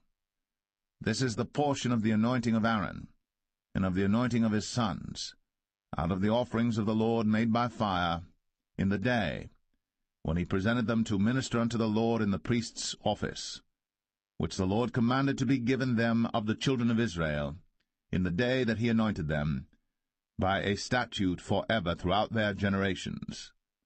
This is the law of the burnt offering, of the meat offering, and of the sin offering, and of the trespass offering, and of the consecrations, and of the sacrifice of the peace offerings, which the Lord commanded Moses in Mount Sinai, in the day that he commanded the children of Israel to offer their oblations unto the Lord in the wilderness of Sinai.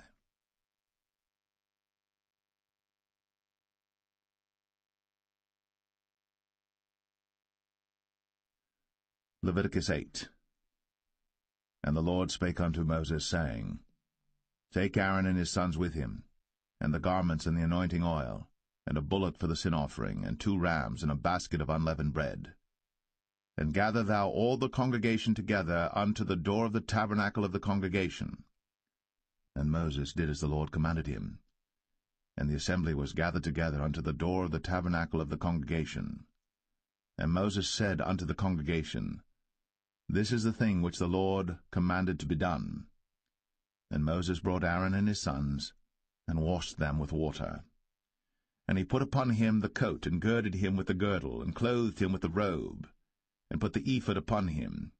And he girded him with the curious girdle of the ephod, and bound it unto him therewith. And he put the breastplate upon him. Also he put in the breastplate the Urim and the Thummim. And he put the mitre upon his head.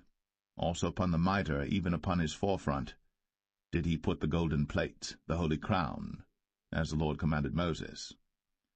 And Moses took the anointing oil, and anointed the tabernacle and all that was therein, and sanctified them. And he sprinkled thereof upon the altar 7 times, and anointed the altar and all his vessels, both the laver and his foot, to sanctify them. And he poured of the anointing oil upon Aaron's head, and anointed him, to sanctify him. And Moses brought Aaron's sons, and put coats upon them, and girded them with girdles, and put bonnets upon them, as the Lord commanded Moses. And he brought the bullock for the sin offering, and Aaron and his sons laid their hands upon the head of the bullock for the sin offering, and he slew it. And Moses took the blood, and put it upon the horns of the altar round about with his finger, and purified the altar, and poured the blood at the bottom of the altar, and sanctified it, to make reconciliation upon it. And he took all the fat that was upon the inwards, and the caul above the liver, and the 2 kidneys, and their fat, and Moses burned it upon the altar. But the bullock and his hide, his flesh and his dung, he burnt with fire without the camp, as the Lord commanded Moses. And he brought the ram for the burnt offering, and Aaron and his sons laid their hands upon the head of the ram, and he killed it. And Moses sprinkled the blood upon the altar round about. And he cut the ram into pieces. And Moses burnt the head, and the pieces, and the fat. And he washed the inwards and the legs in water. And Moses burnt the whole ram upon the altar. It was a burnt sacrifice for a sweet savour, and an offering made by fire unto the Lord, as the Lord commanded Moses. And he brought the other ram, the ram of consecration. And Aaron and his sons laid their hands upon the head of the ram, and he slew it. And Moses took of the blood of it, and put it upon the tip of Aaron's right ear, and upon the thumb of his right hand, and upon the great toe of his right foot. And he brought Aaron's sons, and Moses put of the blood upon the tip of their right ear, and upon the thumbs of their right hands, and upon the great toes of their right feet. And Moses sprinkled the blood upon the altar round about. And he took the fat, and the rump, and all the fat that was upon the inwards, and the caul above the liver, and the 2 kidneys in their fat, and the right shoulder, and out of the basket of unleavened bread that was before the Lord, he took 1 unleavened cake, and a cake of oiled bread, and 1 wafer, and put them on the fat, and upon the right shoulder. And he put all upon Aaron's hands, and upon his sons' hands, and waved them for a wave offering before the Lord. And Moses took them from off their hands, and burnt them on the altar upon the burnt offering. They were consecrations for a sweet savour. It is an offering made by fire unto the Lord. And Moses took the breast, and waved it for a wave offering before the Lord. For of the ram of consecration it was Moses' part, as the Lord commanded Moses. And Moses took of the anointing oil, and of the blood which was upon the altar, and sprinkled it upon Aaron, and upon his garments, and upon his sons, and upon his sons' garments with him, and sanctified Aaron, and his garments, and his sons' garments with him.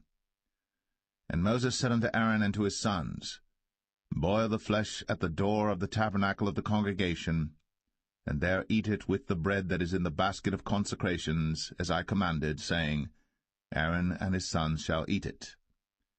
And that which remaineth of the flesh and of the bread shall ye burn with fire. And ye shall not go out of the door of the tabernacle of the congregation in 7 days, until the days of your consecration be at an end. For 7 days shall he consecrate you. As he hath done this day, so the Lord hath commanded to do, to make an atonement for you. Therefore shall ye abide at the door of the tabernacle of the congregation day and night, 7 days, and keep the charge of the Lord, that ye die not, for so I am commanded. So Aaron and his sons did all things which the Lord commanded by the hand of Moses.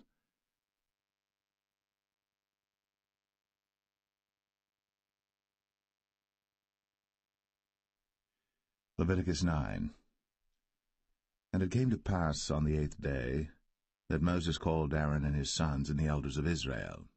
And he said unto Aaron, Take thee a young calf for a sin offering, and a ram for a burnt offering without blemish, and offer them before the Lord. And unto the children of Israel thou shalt speak, saying, Take ye a kid of the goats for a sin offering, and a calf and a lamb, both of the first year, without blemish, for a burnt offering. Also a bullock and a ram for peace offerings to sacrifice before the Lord, and a meat offering mingled with oil. For today the Lord will appear unto you. And they brought that which Moses commanded before the tabernacle of the congregation, and all the congregation drew near, and stood before the Lord. And Moses said, This is the thing which the Lord commanded that ye should do, and the glory of the Lord shall appear unto you. And Moses said unto Aaron, Go unto the altar, and offer thy sin offering, and thy burnt offering, and make an atonement for thyself, and for the people. And offer the offering of the people, and make an atonement for them, as the Lord commanded. Aaron therefore went unto the altar, and slew the calf of the sin offering, which was for himself. And the sons of Aaron brought the blood unto him, and he dipped his finger in the blood, and put it upon the horns of the altar, and poured out the blood at the bottom of the altar. But the fat and the kidneys and the caul above the liver of the sin offering he burnt upon the altar, as the Lord commanded Moses. And the flesh and the hide he burnt with fire without the camp. And he slew the burnt offering. And Aaron's sons presented unto him the blood, which he sprinkled round about upon the altar. And they presented the burnt offering unto him, with the pieces thereof, and the head, and he burnt them upon the altar. And he did wash the inwards and the legs, and burnt them upon the burnt offering on the altar. And he brought the people's offering, and took the goat which was the sin offering for the people, and slew it, and offered it for sin as the first. And he brought the burnt offering, and offered it according to the manner. And he brought the meat offering, and took an handful thereof, and burnt it upon the altar, beside the burnt sacrifice of the morning. He slew also the bullock and the ram for a sacrifice of peace offerings, which was for the people. And Aaron's sons presented unto him the blood which he sprinkled upon the altar round about. And the fat of the bullock and of the ram, the rump, and that which covereth the inwards, and the kidneys, and the caul above the liver, And they put the fat upon the breasts, and he burnt the fat upon the altar. And the breasts and the right shoulder Aaron waved for a wave offering before the Lord, as Moses commanded. And Aaron lifted up his hand toward the people, and blessed them, and came down from offering of the sin offering, and the burnt offering, and peace offerings. And Moses and Aaron went into the tabernacle of the congregation, and came out, and blessed the people.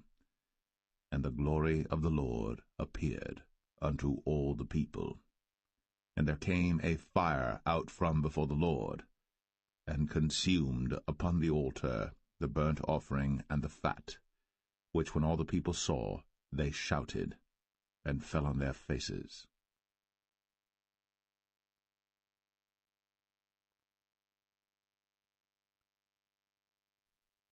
Leviticus 10. And Nadab and Abihu, the sons of Aaron, took either of them his censer, and put fire therein, and put incense thereon, and offered strange fire before the Lord, which he commanded them not. And there went out fire from the Lord, and devoured them, and they died before the Lord. Then Moses said unto Aaron, This is it that the Lord spake, saying, I will be sanctified in them that come nigh me, and before all the people I will be glorified. And Aaron held his peace. And Moses called Mishael and Elzaphan, the sons of Uzziel, the uncle of Aaron, and said unto them, Come near, carry your brethren from before the sanctuary out of the camp. So they went near, and carried them in their coats out of the camp, as Moses had said. And Moses said unto Aaron, and unto Eleazar, and unto Ithamar his sons, Uncover not your heads, neither rend your clothes, lest ye die, and lest wrath come upon all the people. But let your brethren, the whole house of Israel, bewail the burning which the Lord hath kindled. And ye shall not go out from the door of the tabernacle of the congregation, lest ye die, for the anointing oil of the Lord is upon you. And they did according to the word of Moses. And the Lord spake unto Aaron, saying, Do not drink wine nor strong drink, thou nor thy sons with thee, when ye go into the tabernacle of the congregation, lest ye die. It shall be a statute for ever throughout your generations, and that ye may put difference between holy and unholy, and between unclean and clean, and that ye may teach the children of Israel all the statutes which the Lord hath spoken unto them by the hand of Moses. And Moses spake unto Aaron, and unto Eleazar, and unto Ithamar, his sons that were left, Take the meat offering that remaineth of the offerings of the Lord made by fire, and eat it without leaven beside the altar, for it is most holy. And ye shall eat it in the holy place, because it is thy due, and thy son's due, of the sacrifices of the Lord made by fire, for so I am commanded. And the wave breast and heave shoulder shall ye eat in a clean place, thou and thy sons, and thy daughters with thee, for they be thy due, and thy son's due, which are given out of the sacrifices of peace offerings of the children of Israel. The heave shoulder and the wave breast shall they bring with the offerings made by fire of the fat, to wave it for a wave offering before the Lord, and it shall be thine, and thy sons with thee, by a statute for ever, as the Lord hath commanded. And Moses diligently sought the goat of the sin offering, and behold, it was burnt. And he was angry with Eleazar and Ithamar, the sons of Aaron, which were left alive, saying, Wherefore have ye not eaten the sin offering in the holy place, seeing it is most holy? And God hath given it you to bear the iniquity of the congregation, to make atonement for them before the Lord. Behold, the blood of it was not brought in within the holy place. Ye should indeed have eaten it in the holy place, as I commanded. And Aaron said unto Moses, Behold, this day have they offered their sin offering and their burnt offering before the Lord, and such things have befallen me. And if I had eaten the sin offering today, should it have been accepted in the sight of the Lord? And when Moses heard that, he was content.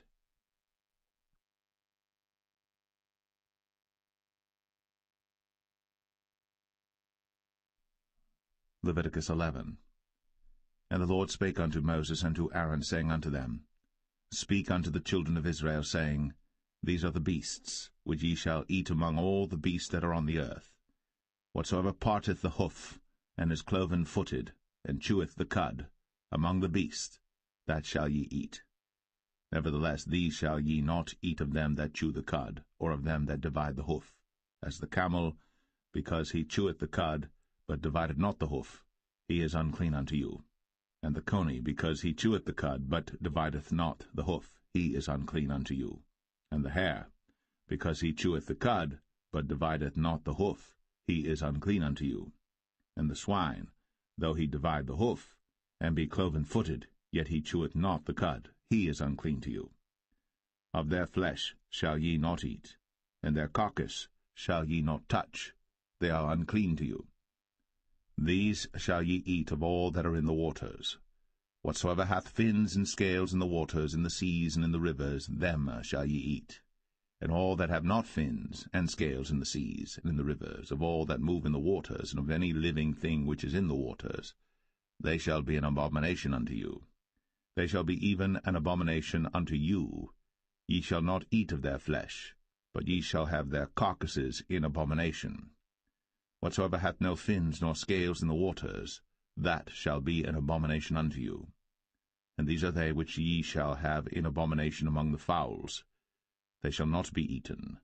They are an abomination, the eagle, and the ossifrage, and the osprey, and the vulture, and the kite after his kind, every raven after his kind, and the owl, and the nighthawk, and the cuckoo, and the hawk after his kind, and the little owl, and the cormorant, and the great owl, and the swan, and the pelican, and the gyre eagle, and the stork, the heron after her kind, and the lapwing, and the bat. All fowls that creep, going upon all four, shall be an abomination unto you. Yet these may ye eat of every flying creeping thing that goeth upon all four, which have legs above their feet, to leap withal upon the earth. Even these of them ye may eat, the locust after his kind, and the bald locust after his kind, and the beetle after his kind, and the grasshopper after his kind. But all other flying creeping things which have 4 feet shall be an abomination unto you. And for these ye shall be unclean. Whosoever toucheth the carcass of them shall be unclean until the even. And whosoever beareth aught of the carcass of them shall wash his clothes, and be unclean until the even. The carcasses of every beast which divideth the hoof, and is not cloven-footed, nor cheweth the cud, are unclean unto you. Every one that toucheth them shall be unclean. And whatsoever goeth upon his paws among all manner of beasts that go on all four, those are unclean unto you. Whoso toucheth their carcass shall be unclean until the even. And he that beareth the carcass of them shall wash his clothes, and be unclean until the even. They are unclean unto you. These also shall be unclean unto you among the creeping things that creep upon the earth, the weasel, and the mouse, and the tortoise after his kind, and the ferret, and the chameleon, and the lizard, and the snail, and the mole. These are unclean to you among all that creep. Whosoever doth touch them, when they be dead, shall be unclean until the even. And upon whatsoever any of them, when they are dead, doth fall, it shall be unclean, whether it be any vessel of wood, or raiment, or skin, or sack, whatsoever vessel it be, wherein any work is done, it must be put into water, and it shall be unclean until the even. So it shall be cleansed. And every earthen vessel, whereinto any of them falleth, whatsoever is in it shall be unclean, and ye shall break it. Of all meat which may be eaten, that on which such water cometh shall be unclean, and all drink that may be drunk in every such vessel shall be unclean. And everything whereupon any part of their carcass falleth shall be unclean, whether it be oven, or ranges, or pots, they shall be broken down, for they are unclean, and shall be unclean unto you. Nevertheless a fountain or pit wherein there is plenty of water shall be clean, but that which toucheth their carcass shall be unclean. And if any part of their carcass fall upon any sowing seed which is to be sown, it shall be clean. But if any water be put upon the seed, and any part of their carcass fall thereon, it shall be unclean unto you. And if any beast, of which ye may eat, die, he that toucheth the carcass thereof shall be unclean until the even. And he that eateth of the carcass of it shall wash his clothes, and be unclean until the even. He also that beareth the carcass of it shall wash his clothes, and be unclean until the even. And every creeping thing that creepeth upon the earth shall be an abomination, it shall not be eaten. Whatsoever goeth upon the belly, and whatsoever goeth upon all four, or whatsoever hath more feet among all creeping things that creep upon the earth, them ye shall not eat, for they are an abomination. Ye shall not make yourselves abominable with any creeping thing that creepeth, neither shall ye make yourselves unclean with them, that ye should be defiled thereby. For I am the Lord your God. Ye shall therefore sanctify yourselves, and ye shall be holy, for I am holy. Neither shall ye defile yourselves with any manner of creeping thing that creepeth upon the earth. For I am the Lord that bringeth you up out of the land of Egypt, to be your God. Ye shall therefore be holy, for I am holy.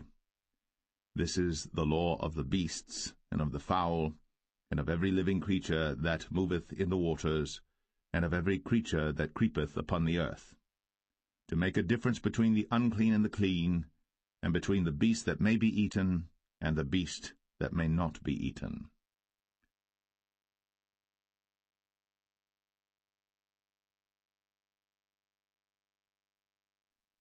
Leviticus 12. And the Lord spake unto Moses, saying, Speak unto the children of Israel, saying, If a woman have conceived seed, and born a man-child, then she shall be unclean 7 days, according to the days of the separation for her infirmity shall she be unclean. And in the 8th day the flesh of his foreskin shall be circumcised, and she shall then continue in the blood of her purifying 33 days. She shall touch no hallowed thing, nor come into the sanctuary until the days of her purifying be fulfilled. And if she bear a maid child, then she shall be unclean 2 weeks, as in her separation, and she shall continue in the blood of her purifying 66 days.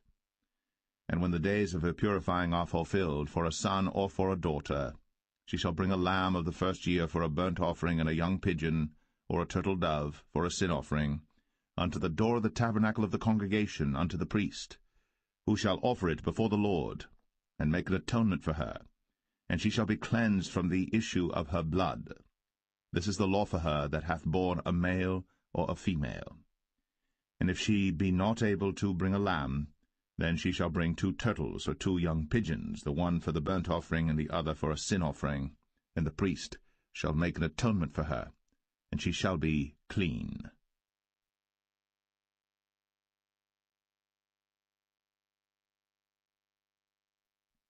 Leviticus 13. And the Lord spake unto Moses and Aaron, saying, When a man shall have in the skin of his flesh a rising, a scab, or bright spot, and it be in the skin of his flesh like the plague of leprosy, then he shall be brought unto Aaron the priest, or unto one of his sons the priests. And the priest shall look on the plague in the skin of the flesh, and when the hair in the plague is turned white, and the plague in sight be deeper than the skin of his flesh, it is a plague of leprosy, and the priest shall look on him, and pronounce him unclean. If the bright spot be white in the skin of his flesh, and in sight be not deeper than the skin, and the hair thereof be not turned white, then the priest shall shut up him that hath the plague 7 days. And the priest shall look on him the 7th day, and behold, if the plague in his sight be at a stay, and the plague spread not in the skin, then the priest shall shut him up 7 days more. And the priest shall look on him again the 7th day, and behold, if the plague be somewhat dark, and the plague spread not in the skin, the priest shall pronounce him clean, it is but a scab, and he shall wash his clothes, and be clean. But if the scab spread much abroad in the skin, after that he hath been seen of the priest for his cleansing, he shall be seen of the priest again. And if the priest see that, behold, the scab spreadeth in the skin, then the priest shall pronounce him unclean, it is a leprosy. When the plague of leprosy is in a man, then he shall be brought unto the priest.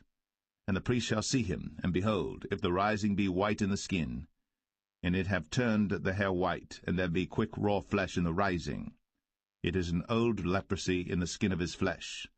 And the priest shall pronounce him unclean, and shall not shut him up, for he is unclean. And if a leprosy break out abroad in the skin, and the leprosy cover all the skin of him that hath the plague from his head even to his foot, wheresoever the priest looketh. Then the priest shall consider, and behold, if the leprosy have covered all his flesh, he shall pronounce him clean that hath the plague. It is all turned white, he is clean. But when raw flesh appeareth in him, he shall be unclean. And the priest shall see the raw flesh, and pronounce him to be unclean. For the raw flesh is unclean, it is a leprosy.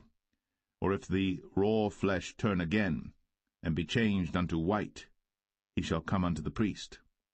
And the priest shall see him, and behold, if the plague be turned into white, then the priest shall pronounce him clean that hath the plague.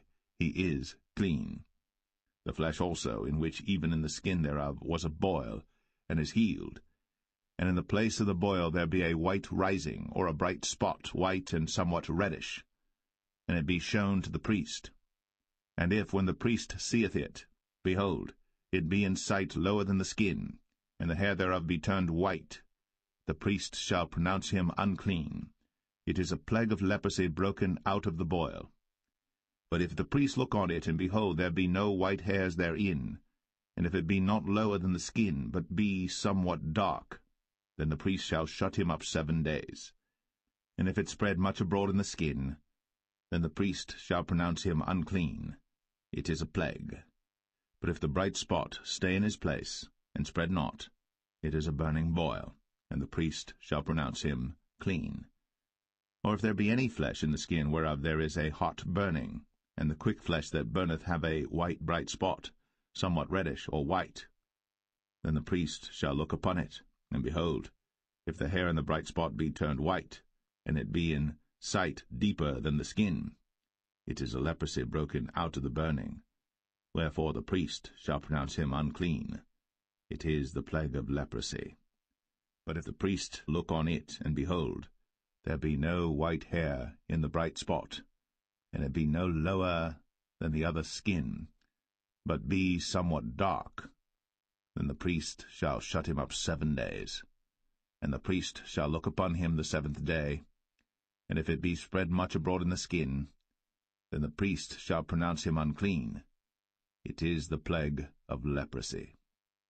And if the bright spot stay in his place, and spread not in the skin, but it be somewhat dark, it is a rising of the burning, and the priest shall pronounce him clean. For it is an inflammation of the burning. If a man or woman have a plague upon the head or the beard, then the priest shall see the plague, and behold, if it be in sight deeper than the skin, and there be in it a yellow thin hair, then the priest shall pronounce him unclean. It is a dry scall, even a leprosy upon the head or beard. Let the priest look on the plague of the scall, and behold, it be not in sight deeper than the skin, and that there is no black hair in it, then the priest shall shut up him that hath the plague of the scall 7 days. And in the 7th day the priest shall look on the plague, and behold, if the scall spread not, and there be in it no yellow hair, and the scall be not in sight deeper than the skin, he shall be shaven, but the scall shall he not shave, and the priest shall shut up him that hath the scall 7 days more. And in the 7th day the priest shall look on the scall, and behold, if the scall be not spread in the skin, nor be in sight deeper than the skin, then the priest shall pronounce him clean, and he shall wash his clothes, and be clean. But if the scall spread much in the skin after his cleansing, then the priest shall look on him, and behold, if the scall be spread in the skin, the priest shall not seek for yellow hair, he is unclean. But if the scall be in his sight at a stay, and that there is black hair grown up therein, the scall is healed, he is clean, and the priest shall pronounce him clean. If a man also or a woman have in the skin of their flesh bright spots, even white bright spots, then the priest shall look, and behold, if the bright spots in the skin of their flesh be darkish white, it is a freckled spot that groweth in the skin, he is clean. And the man whose hair is fallen off his head, he is bald, yet is he clean. And he that hath his hair fallen off from the part of his head toward his face, he is forehead bald, yet is he clean. And if there be in the bald head or bald forehead a white reddish sore, it is a leprosy sprung up in his bald head, or his bald forehead. Then the priest shall look upon it, and behold, if the rising of the sore be white, reddish in his bald head, or in his bald forehead, as leprosy appeareth in the skin of the flesh, he is a leprous man. He is unclean. The priest shall pronounce him utterly unclean. His plague is in his head. And the leper in whom the plague is, his clothes shall be rent, and his head bare, and he shall put a covering upon his upper lip, and shall cry, Unclean, unclean. All the days wherein the plague shall be in him, he shall be defiled. He is unclean. He shall dwell alone. Without the camp shall his habitation be. The garment also that the plague of leprosy is in, whether it be a woolen garment or a linen garment, whether it be in the warp or woof of linen or of woolen, whether in a skin or in anything made of skin, and if the plague be greenish or reddish in the garment or in the skin, either in the warp or in the woof or in anything of skin, it is a plague of leprosy, and shall be shown unto the priest. And the priest shall look upon the plague, and shut up it that hath the plague 7 days. And he shall look on the plague on the 7th day. If the plague be spread in the garment, either in the warp, or in the woof, or in a skin, or in any work that is made of skin, the plague is a fretting leprosy, it is unclean.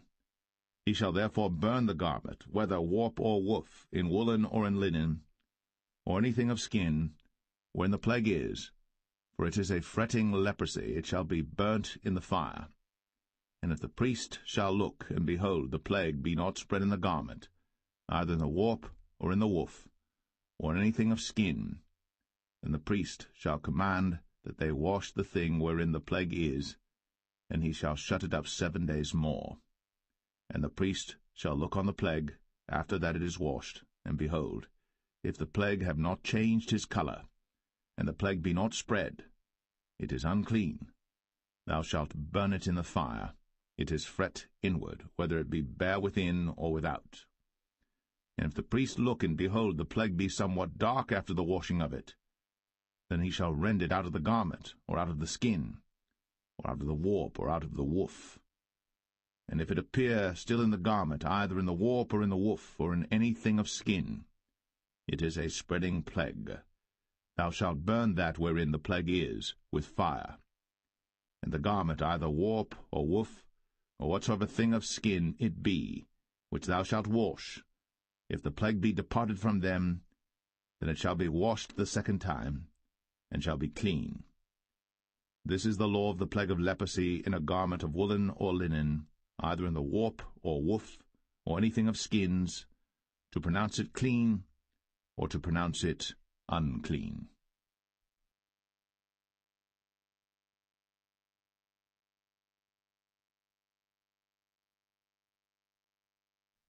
Leviticus 14.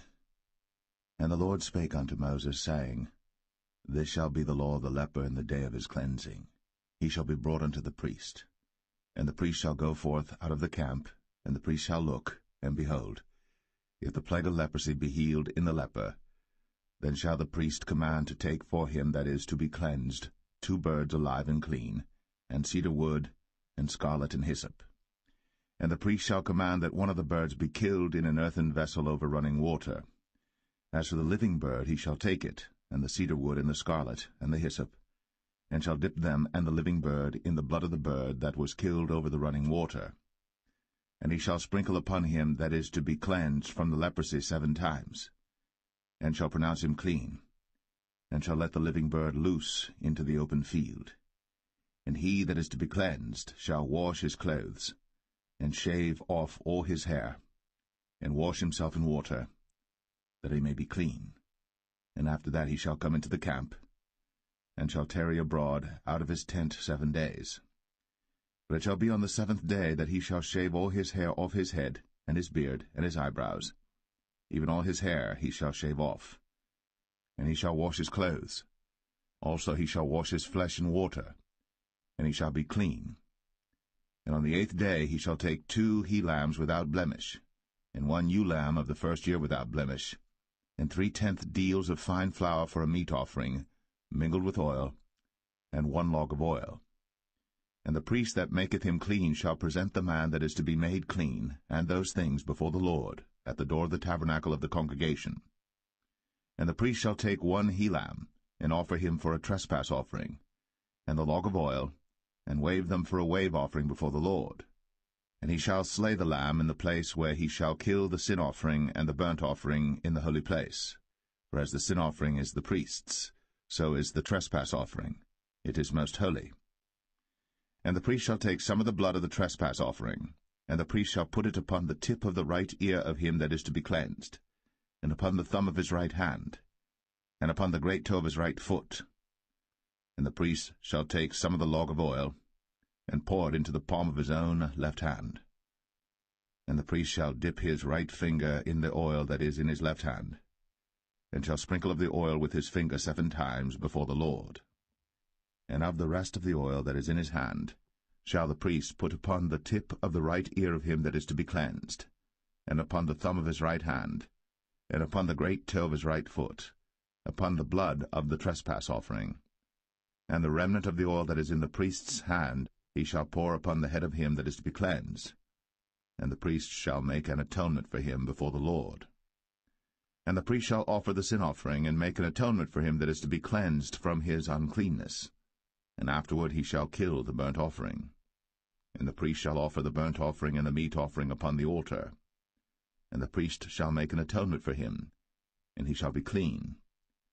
And if he be poor, and cannot get so much, then he shall take 1 lamb for a trespass offering to be waved, to make an atonement for him, and 1/10 deal of fine flour mingled with oil for a meat offering, and a log of oil, and 2 turtle doves, or 2 young pigeons, such as he is able to get, and the one shall be a sin offering, and the other a burnt offering. And he shall bring them on the 8th day for his cleansing unto the priest, unto the door of the tabernacle of the congregation before the Lord. And the priest shall take the lamb of the trespass offering, and the log of oil, and the priest shall wave them for a wave offering before the Lord. And he shall kill the lamb of the trespass offering, and the priest shall take some of the blood of the trespass offering, and put it upon the tip of the right ear of him that is to be cleansed, and upon the thumb of his right hand, and upon the great toe of his right foot. And the priest shall pour of the oil into the palm of his own left hand. And the priest shall sprinkle with his right finger some of the oil that is in his left hand 7 times before the Lord. And the priest shall put of the oil that is in his hand upon the tip of the right ear of him that is to be cleansed, and upon the thumb of his right hand, and upon the great toe of his right foot, upon the place of the blood of the trespass offering. And the rest of the oil that is in the priest's hand he shall put upon the head of him that is to be cleansed, to make an atonement for him before the Lord. And he shall offer the one of the turtle doves, or of the young pigeons, such as he can get, even such as he is able to get, the one for a sin offering, and the other for a burnt offering, with the meat offering. And the priest shall make an atonement for him that is to be cleansed before the Lord. This is the law of him in whom is the plague of leprosy, whose hand is not able to get that which pertaineth to his cleansing. And the Lord spake unto Moses and unto Aaron, saying, When ye be come into the land of Canaan, which I give to you for a possession, and I put the plague of leprosy in a house of the land of your possession, and he that owneth the house shall come and tell the priest, saying, It seemeth to me there is as it were a plague in the house. Then the priest shall command that they empty the house before the priest go into it to see the plague, that all that is in the house be not made unclean. And afterward the priest shall go in to see the house. And he shall look on the plague, and behold, if the plague be in the walls of the house with hollow strakes, greenish or reddish, which in sight are lower than the wall, then the priest shall go out of the house to the door of the house, and shut up the house 7 days. And the priest shall come again the 7th day, and shall look, and behold, if the plague be spread in the walls of the house, then the priest shall command that they take away the stones in which the plague is, and they shall cast them into an unclean place without the city. And he shall cause the house to be scraped within round about, and they shall pour out the dust that they scrape off without the city into an unclean place. And they shall take other stones, and put them in the place of those stones. And he shall take other mortar, and shall plaster the house. And if the plague come again and break out in the house, after that he hath taken away the stones, and after he hath scraped the house, and after it is plastered, then the priest shall come and look. And behold, if the plague be spread in the house, it is a fretting leprosy in the house, it is unclean. And he shall break down the house, the stones of it, and the timber thereof, and all the mortar of the house, and he shall carry them forth out of the city into an unclean place. Moreover, he that goeth into the house all the while that it is shut up shall be unclean until the even. And he that lieth in the house shall wash his clothes, and he that eateth in the house shall wash his clothes. And if the priest shall come in and look upon it, and behold, the plague hath not spread in the house, after the house was plastered, then the priest shall pronounce the house clean, because the plague is healed. And he shall take to cleanse the house 2 birds, and cedar wood, and scarlet, and hyssop. And he shall kill the one of the birds in an earthen vessel over running water. And he shall take the cedar wood, and the hyssop, and the scarlet, and the living bird, and dip them in the blood of the slain bird, and in the running water, and sprinkle the house 7 times. And he shall cleanse the house with the blood of the bird, and with the running water, and with the living bird, and with the cedar wood, and with the hyssop, and with the scarlet. But he shall let go the living bird out of the city into the open fields, and make an atonement for the house, and it shall be clean. This is the law for all manner of plague of leprosy and scall, and for the leprosy of a garment and of a house, and for a rising and for a scab, and for a bright spot, to teach when it is unclean, and when it is clean. This is the law of leprosy.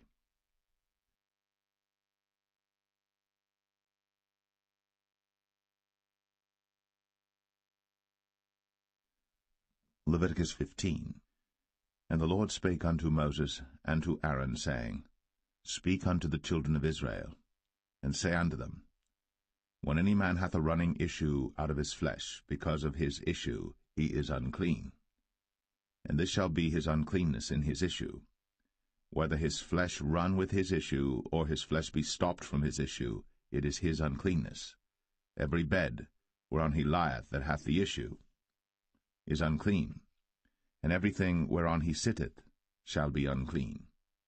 And whosoever toucheth his bed shall wash his clothes, and bathe himself in water, and be unclean until the even. And he that sitteth on anything whereon he sat that hath the issue shall wash his clothes, and bathe himself in water, and be unclean until the even.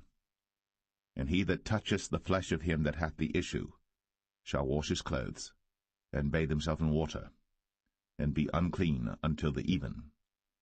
And if he that hath the issue spit upon him that is clean, then he shall wash his clothes, and bathe himself in water, and be unclean until the even. And what saddle soever he rideth upon that hath the issue shall be unclean. And whosoever toucheth anything that was under him shall be unclean until the even. And he that beareth any of those things shall wash his clothes, and bathe himself in water, and be unclean until the even. And whomsoever he toucheth that hath the issue, and hath not rinsed his hands in water, he shall wash his clothes, and bathe himself in water, and be unclean until the even. And the vessel of earth that he toucheth, which hath the issue, shall be broken, and every vessel of wood shall be rinsed in water. And when he that hath an issue is cleansed of his issue, then he shall number to himself 7 days for his cleansing, and wash his clothes, and bathe his flesh in running water, and shall be clean. And on the 8th day he shall take to him 2 turtle doves, or 2 young pigeons, and come before the Lord unto the door of the tabernacle of the congregation, and give them unto the priest. And the priest shall offer them, the one for a sin offering, and the other for a burnt offering. And the priest shall make an atonement for him before the Lord for his issue. And if any man's seed of copulation go out from him, then he shall wash all his flesh in water, and be unclean until the even. And every garment and every skin whereon is the seed of copulation shall be washed with water, and be unclean until the even. The woman also with whom man shall lie with seed of copulation, they shall both bathe themselves in water, and be unclean until the even. And if a woman have an issue, and her issue in her flesh be blood, she shall be put apart 7 days, and whosoever toucheth her shall be unclean until the even. And everything that she lieth upon in her separation shall be unclean. Everything also that she sitteth upon shall be unclean. And whosoever toucheth her bed shall wash his clothes, and bathe himself in water, and be unclean until the even. And whosoever toucheth anything that she sat upon shall wash his clothes, and bathe himself in water, and be unclean until the even.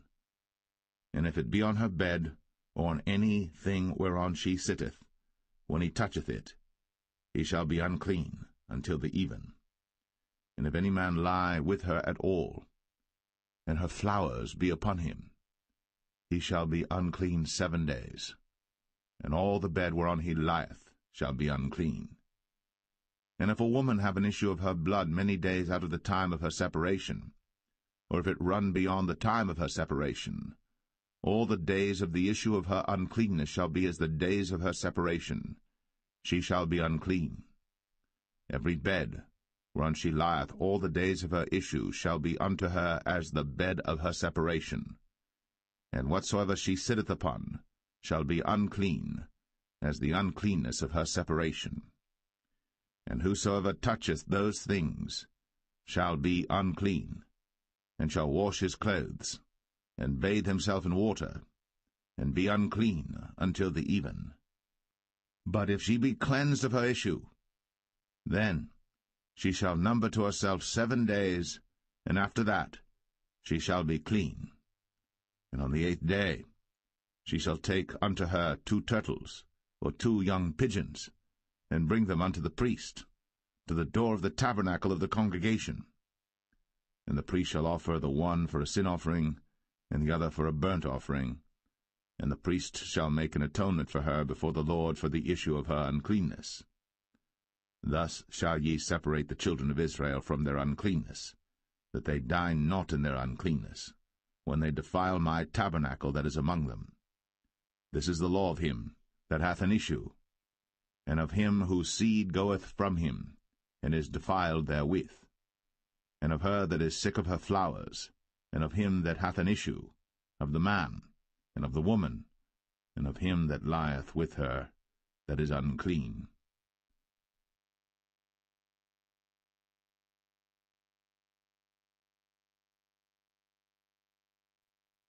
Leviticus 16.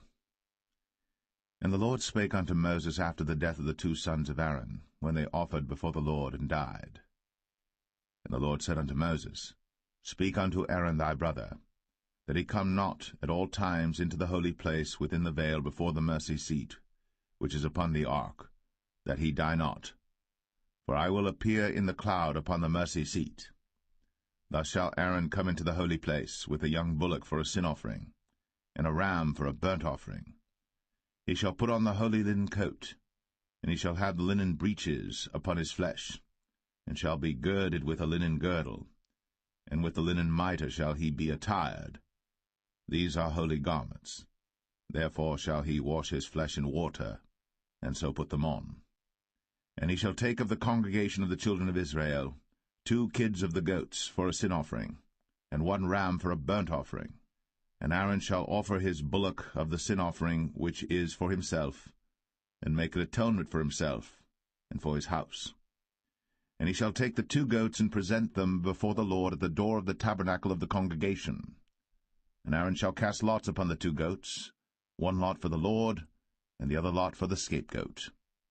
And Aaron shall bring the goat upon which the Lord's lot fell, and offer him for a sin offering.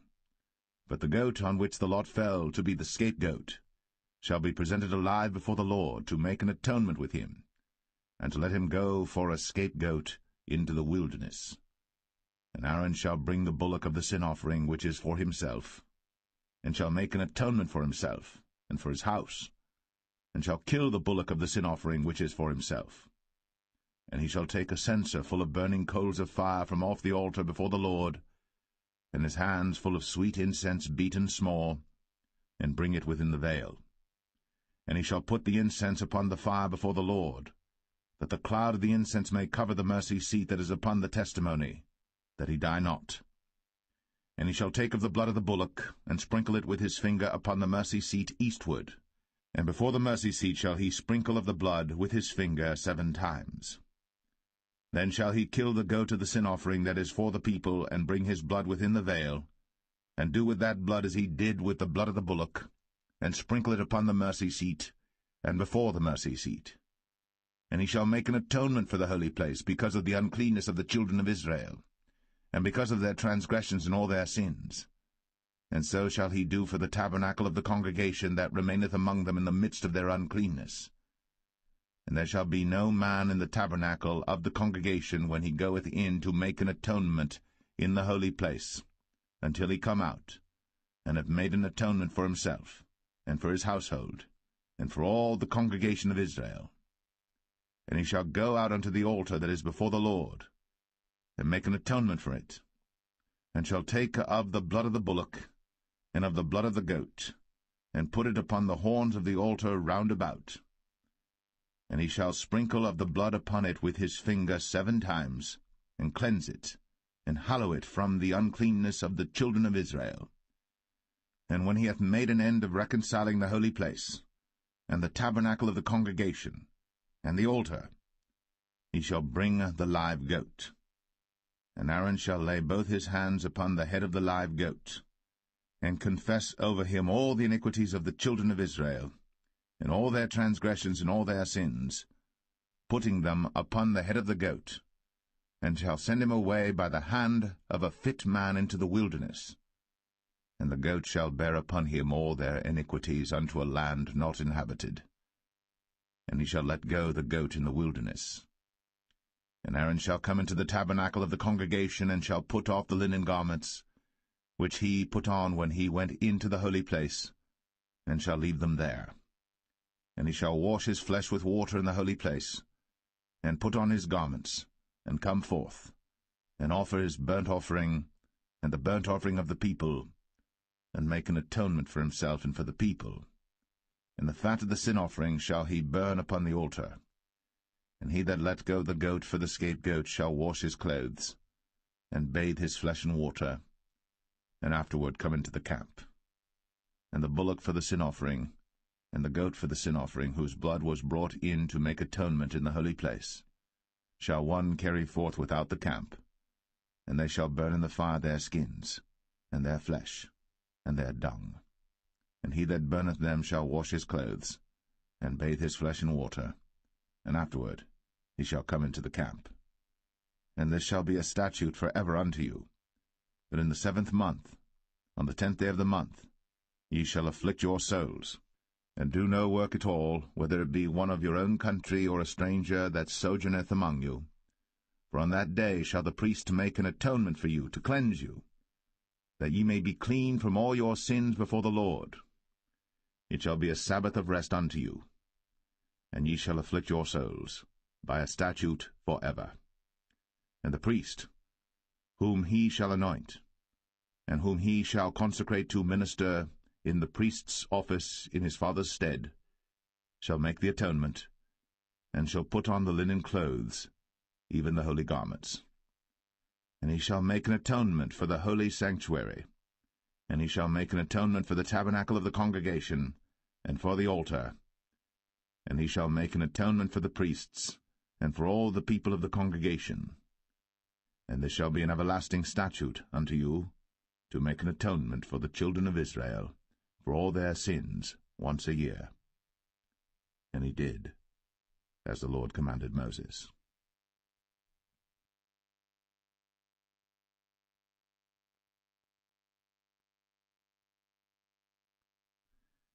Leviticus 17. And the Lord spake unto Moses, saying, Speak unto Aaron, and unto his sons, and unto all the children of Israel, and say unto them, This is the thing which the Lord hath commanded, saying, What man soever there be of the house of Israel that killeth an ox, or lamb, or goat, in the camp, or that killeth it out of the camp, and bringeth it not unto the door of the tabernacle of the congregation to offer an offering unto the Lord before the tabernacle of the Lord, blood shall be imputed unto that man, he hath shed blood, and that man shall be cut off from among his people. To the end that the children of Israel may bring their sacrifices which they offer in the open field, even that they may bring them unto the Lord, unto the door of the tabernacle of the congregation, unto the priest, and offer them for peace offerings unto the Lord. And the priest shall sprinkle the blood upon the altar of the Lord at the door of the tabernacle of the congregation, and burn the fat for a sweet savour unto the Lord. And they shall no more offer their sacrifices unto devils, after whom they have gone a-whoring. This shall be a statute for ever unto them throughout their generations. And thou shalt say unto them, Whatsoever man there be of the house of Israel, or of the strangers which sojourn among you, that offereth a burnt offering or sacrifice, and bringeth it not unto the door of the tabernacle of the congregation, to offer it unto the Lord, even that man shall be cut off from among his people. And whatsoever man there be of the house of Israel, or of the strangers that sojourn among you, that eateth any manner of blood, I will even set my face against that soul that eateth blood, and will cut him off from among his people. For the life of the flesh is in the blood, and I have given it to you upon the altar to make an atonement for your souls. For it is the blood that maketh an atonement for the soul. Therefore I said unto the children of Israel, No soul of you shall eat blood, neither shall any stranger that sojourneth among you eat blood. And whatsoever man there be of the children of Israel, or of the strangers that sojourn among you, which hunteth and catcheth any beast or fowl that may be eaten, he shall even pour out the blood thereof, and cover it with dust. For it is the life of all flesh, the blood of it is for the life thereof. Therefore I said unto the children of Israel, Ye shall eat the blood of no manner of flesh, for the life of all flesh is the blood thereof. Whosoever eateth it shall be cut off. And every soul that eateth that which died of itself, or that which was torn with beasts, whether it be one of your own country or a stranger, he shall both wash his clothes, and bathe himself in water, and be unclean until the even. Then shall he be clean. But if he wash them not, nor bathe his flesh, then he shall bear his iniquity.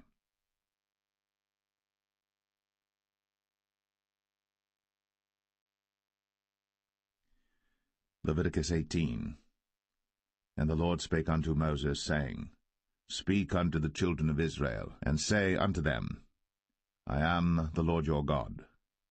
After the doings of the land of Egypt, wherein ye dwelt, shall ye not do, and after the doings of the land of Canaan, whither I bring you, shall ye not do, neither shall ye walk in their ordinances. Ye shall do my judgments, and keep mine ordinances, to walk therein. I am the Lord your God. Ye shall therefore keep my statutes and my judgments, which if a man do, he shall live in them. I am the Lord. None of you shall approach to any that is near of kin to him, to uncover their nakedness. I am the Lord. The nakedness of thy father, or the nakedness of thy mother, shalt thou not uncover. She is thy mother, thou shalt not uncover her nakedness. The nakedness of thy father's wife shalt thou not uncover. It is thy father's nakedness. The nakedness of thy sister, the daughter of thy father, or daughter of thy mother, whether she be born at home, or born abroad, even their nakedness thou shalt not uncover. The nakedness of thy son's daughter, or of thy daughter's daughter, even their nakedness thou shalt not uncover. For theirs is thine own nakedness. The nakedness of thy father's wife's daughter, begotten of thy father, she is thy sister. Thou shalt not uncover her nakedness. Thou shalt not uncover the nakedness of thy father's sister. She is thy father's near kinswoman. Thou shalt not uncover the nakedness of thy mother's sister, for she is thy mother's near kinswoman. Thou shalt not uncover the nakedness of thy father's brother. Thou shalt not approach to his wife. She is thine aunt. Thou shalt not uncover the nakedness of thy daughter-in-law. She is thy son's wife. thou shalt not uncover her nakedness. Thou shalt not uncover the nakedness of thy brother's wife. It is thy brother's nakedness. Thou shalt not uncover the nakedness of a woman and her daughter, neither shalt thou take her son's daughter, or her daughter's daughter, to uncover her nakedness, for they are her near kinswoman. It is wickedness. Neither shalt thou take a wife to her sister, to vex her, to uncover her nakedness, beside the other in her lifetime. Also thou shalt not approach unto a woman to uncover her nakedness, as long as she is put apart for her uncleanness. Moreover, thou shalt not lie carnally with thy neighbor's wife, to defile thyself with her. And thou shalt not let any of thy seed pass through the fire to Moloch, neither shalt thou profane the name of thy God. I am the Lord. Thou shalt not lie with mankind, as with womankind.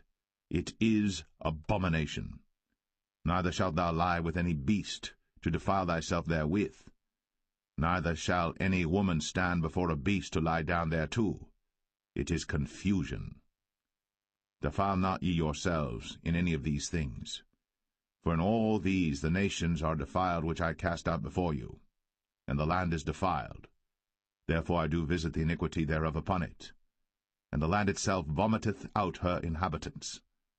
Ye shall therefore keep my statutes and my judgments, and shall not commit any of these abominations, neither any of your own nation, nor any stranger that sojourneth among you. For all these abominations have the men of the land done, which were before you, and the land is defiled, that the land spew not you out also, when ye defile it, as it spewed out the nations that were before you. For whosoever shall commit any of these abominations, even the souls that commit them, shall be cut off from among their people. Therefore shall ye keep mine ordinance, that ye commit not any one of these abominable customs, which were committed before you, and that ye defile not yourselves therein. I am the Lord your God.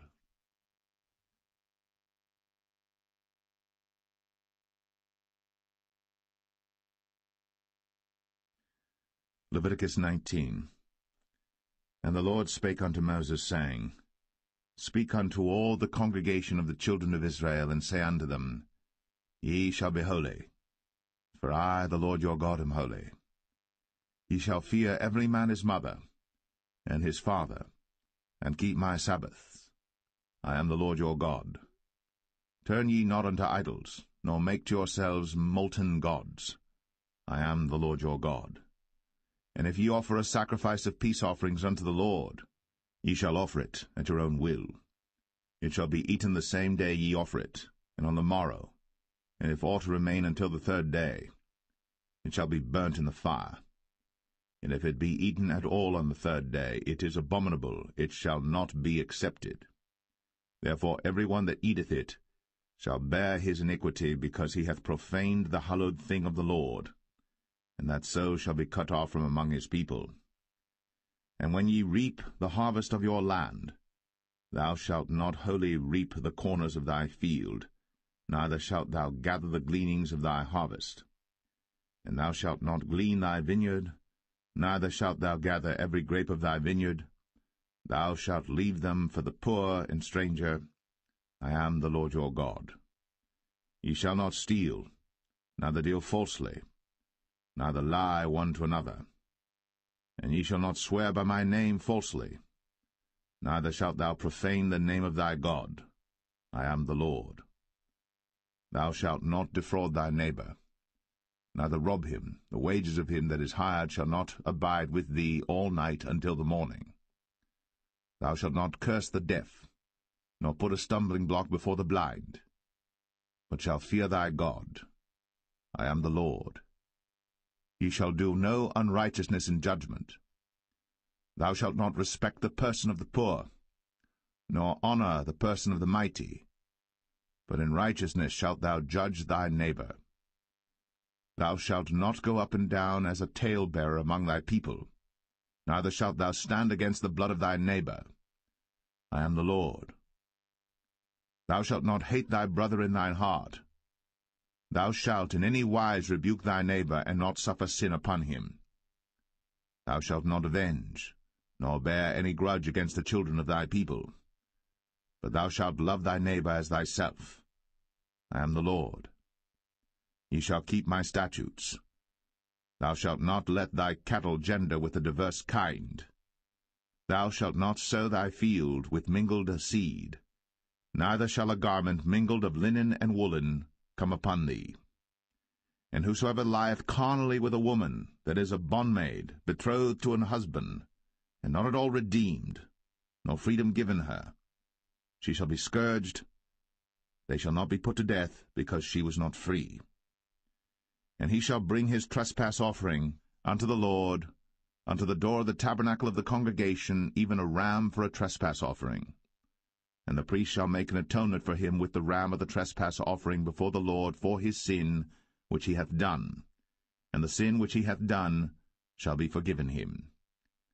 And when ye shall come into the land, and shall have planted all manner of trees for food, then ye shall count the fruit thereof as uncircumcised. 3 years shall it be as uncircumcised unto you. It shall not be eaten of. But in the 4th year all the fruit thereof shall be holy, to praise the Lord withal. And in the 5th year shall ye eat of the fruit thereof, that it may yield unto you the increase thereof. I am the Lord your God. Ye shall not eat anything with the blood, neither shall ye use enchantment, nor observe times. Ye shall not round the corners of your heads, neither shalt thou mar the corners of thy beard. Ye shall not make any cuttings in your flesh for the dead, nor print any marks upon you. I am the Lord. Do not prostitute thy daughter to cause her to be a whore, lest the land fall to whoredom, and the land become full of wickedness. Ye shall keep my Sabbaths, and reverence my sanctuary. I am the Lord. Regard not them that have familiar spirits, neither seek after wizards, to be defiled by them. I am the Lord your God.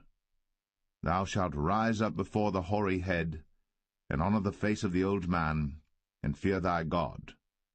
I am the Lord. And if a stranger sojourn with thee in your land, ye shall not vex him. But the stranger that dwelleth with you shall be unto you as one born among you, and thou shalt love him as thyself.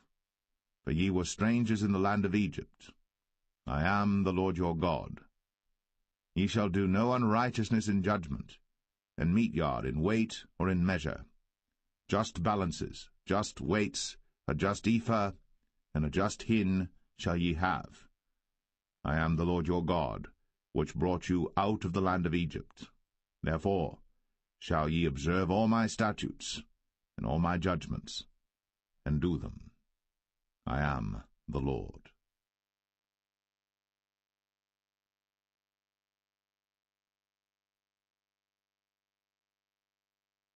Leviticus 20. And the Lord spake unto Moses, saying, Again, thou shalt say to the children of Israel, Whosoever he be of the children of Israel, or of the strangers that sojourn in Israel, that giveth any of his seed unto Moloch, he shall surely be put to death. The people of the land shall stone him with stones. And I will set my face against that man, and will cut him off from among his people, because he hath given of his seed unto Moloch, to defile my sanctuary, and to profane my holy name. And if the people of the land do any ways hide their eyes from the man, when he giveth of his seed unto Moloch, and kill him not, then I will set my face against that man, and against his family, and will cut him off, and all that go a-whoring after him, to commit whoredom with Moloch from among their people. And the soul that turneth after such as have familiar spirits, and after wizards, to go a-whoring after them, I will even set my face against that soul, and will cut him off from among his people. Sanctify yourselves, therefore, and be ye holy, for I am the Lord your God. And ye shall keep my statutes, and do them. I am the Lord which sanctify you. For every one that curseth his father or his mother shall be surely put to death. He hath cursed his father or his mother, his blood shall be upon him. And the man that committeth adultery with another man's wife, even he that committeth adultery with his neighbour's wife, the adulterer and the adulteress shall surely be put to death. And the man that lieth with his father's wife hath uncovered his father's nakedness. Both of them shall surely be put to death. Their blood shall be upon them. And if a man lie with his daughter-in-law, both of them shall surely be put to death. They have wrought confusion. Their blood shall be upon them. If a man also lie with mankind, as he lieth with a woman, both of them have committed an abomination. They shall surely be put to death. Their blood shall be upon them. And if a man take a wife and her mother, it is wickedness. They shall be burnt with fire, both he and they, that there be no wickedness among you. And if a man lie with a beast, he shall surely be put to death, and ye shall slay the beast. And if a woman approach unto any beast, and lie down thereto, thou shalt kill the woman and the beast. They shall surely be put to death. Their blood shall be upon them. And if a man shall take his sister, his father's daughter, or his mother's daughter, and see her nakedness, and she see his nakedness, it is a wicked thing, when they shall be cut off in the sight of their people. He hath uncovered his sister's nakedness, he shall bear his iniquity. And if a man shall lie with a woman having her sickness, and shall uncover her nakedness, he hath discovered her fountain, and she hath uncovered the fountain of her blood, and both of them shall be cut off from among their people. And thou shalt not uncover the nakedness of thy mother's sister, nor of thy father's sister, for he uncovereth his near kin. They shall bear their iniquity. And if a man shall lie with his uncle's wife, he hath uncovered his uncle's nakedness. They shall bear their sin. They shall die childless. And if a man shall take his brother's wife, it is an unclean thing. He hath uncovered his brother's nakedness. They shall be childless. Ye shall therefore keep all my statutes and all my judgments, and do them, that the land, whither I bring you to dwell therein, spew you not out. And ye shall not walk in the manners of the nation, which I cast out before you. For they committed all these things, and therefore I abhorred them. But I have said unto you, Ye shall inherit their land, and I will give it unto you to possess it, the land that floweth with milk and honey. I am the Lord your God, which have separated you from other people. Ye shall therefore put difference between clean beasts and unclean, and between unclean fowls and clean. And ye shall not make your souls abominable by beast, or by fowl, or by any manner of living thing that creepeth on the ground, which I have separated from you as unclean. And ye shall be holy unto me, for I the Lord am holy, and have severed you from other people, that ye should be mine. A man also, or woman that hath a familiar spirit, or that is a wizard, shall surely be put to death. They shall stone them with stones, their blood shall be upon them.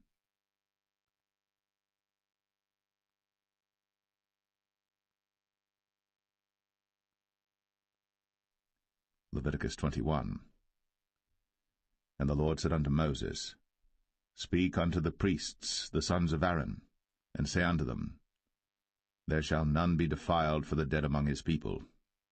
But for his kin that is near unto him, that is, for his mother, and for his father, and for his son, and for his daughter, and for his brother, and for his sister a virgin, that is nigh unto him, which hath had no husband, for her may he be defiled. But he shall not defile himself, being a chief man among his people, to profane himself. They shall not make baldness upon their head, neither shall they shave off the corner of their beard, nor make any cuttings in their flesh. They shall be holy unto their God, and not profane the name of their God, for the offerings of the Lord made by fire, and the bread of their God they do offer, therefore they shall be holy. They shall not take a wife that is a whore, or profane, neither shall they take a woman put away from her husband, for he is holy unto his God. Thou shalt sanctify him therefore, for he offereth the bread of thy God. He shall be holy unto thee. For I, the Lord, which sanctify you, am holy. And the daughter of any priest, if she profane herself by playing the whore, she profaneth her father. she shall be burnt with fire. And he that is the high priest among his brethren, upon whose head the anointing oil was poured, and that is consecrated to put on the garments, shall not uncover his head nor rend his clothes. Neither shall he go into any dead body, nor defile himself for his father or for his mother. Neither shall he go out of the sanctuary, nor profane the sanctuary of his God. For the crown of the anointing oil of his God is upon him. I am the Lord.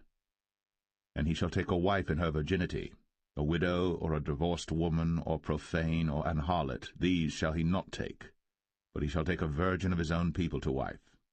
Neither shall he profane his seed among his people, for I the Lord do sanctify him.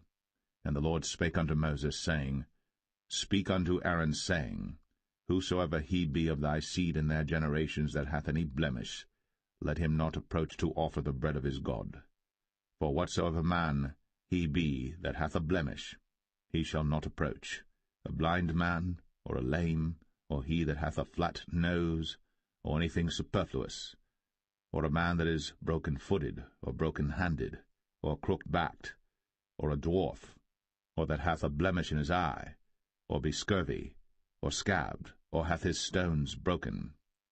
No man that hath a blemish of the seed of Aaron the priest shall come nigh to offer the offerings of the Lord made by fire. He hath a blemish. He shall not come nigh to offer the bread of his God. He shall eat the bread of his God, both of the most holy and of the holy. Only he shall not go in unto the veil, nor come nigh unto the altar, because he hath a blemish, that he profane not my sanctuaries. For I the Lord do sanctify them. And Moses told it unto Aaron and to his sons, and unto all the children of Israel.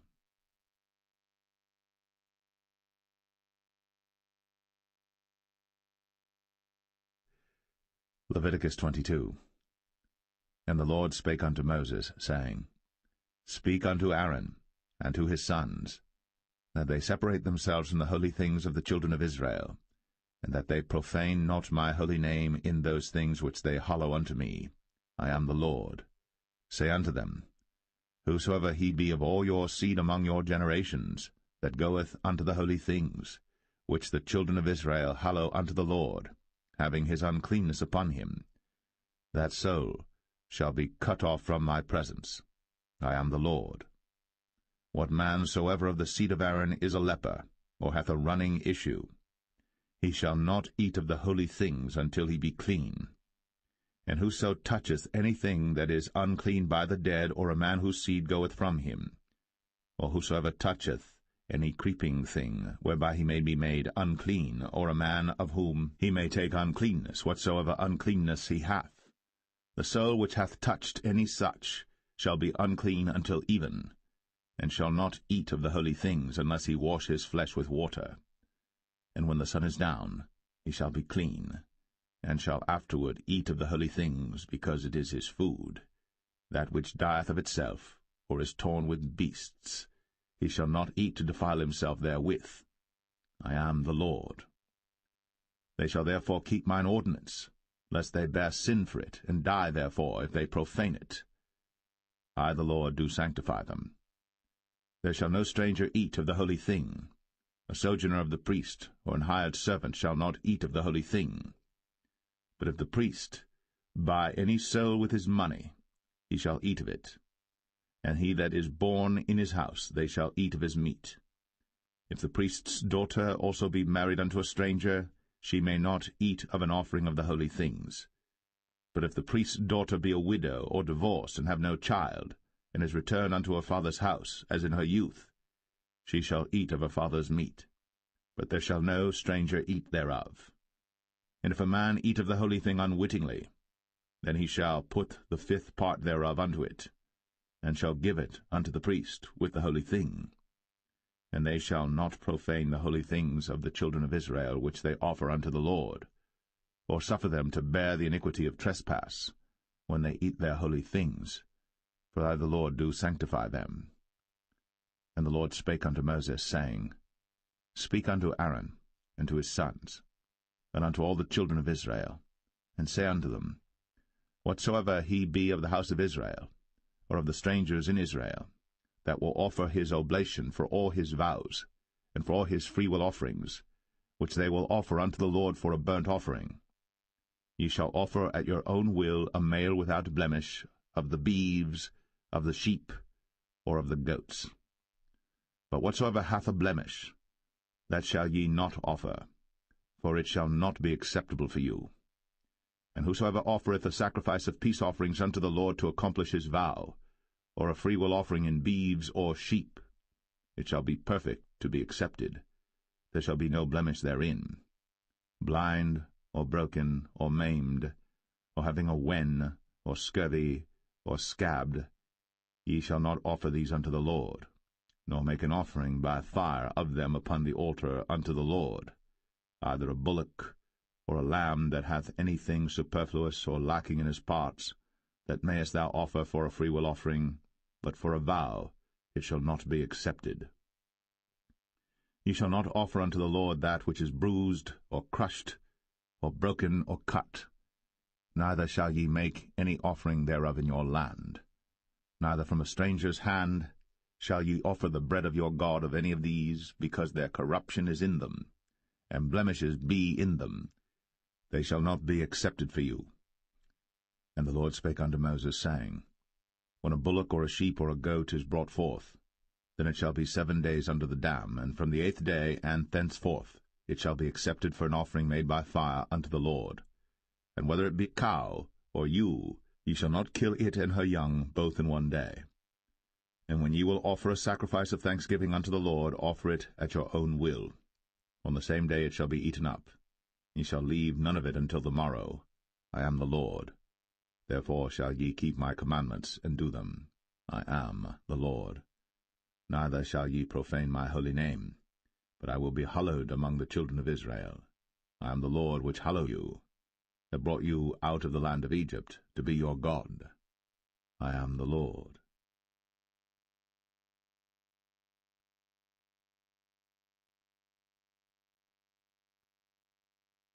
Leviticus 23. And the Lord spake unto Moses, saying, Speak unto the children of Israel, and say unto them, Concerning the feasts of the Lord, which ye shall proclaim to be holy convocations, even these are my feasts. 6 days shall work be done, but the 7th day is the Sabbath of rest, and holy convocation. Ye shall do no work therein. It is the Sabbath of the Lord in all your dwellings. These are the feasts of the Lord, even holy convocations, which ye shall proclaim in their seasons.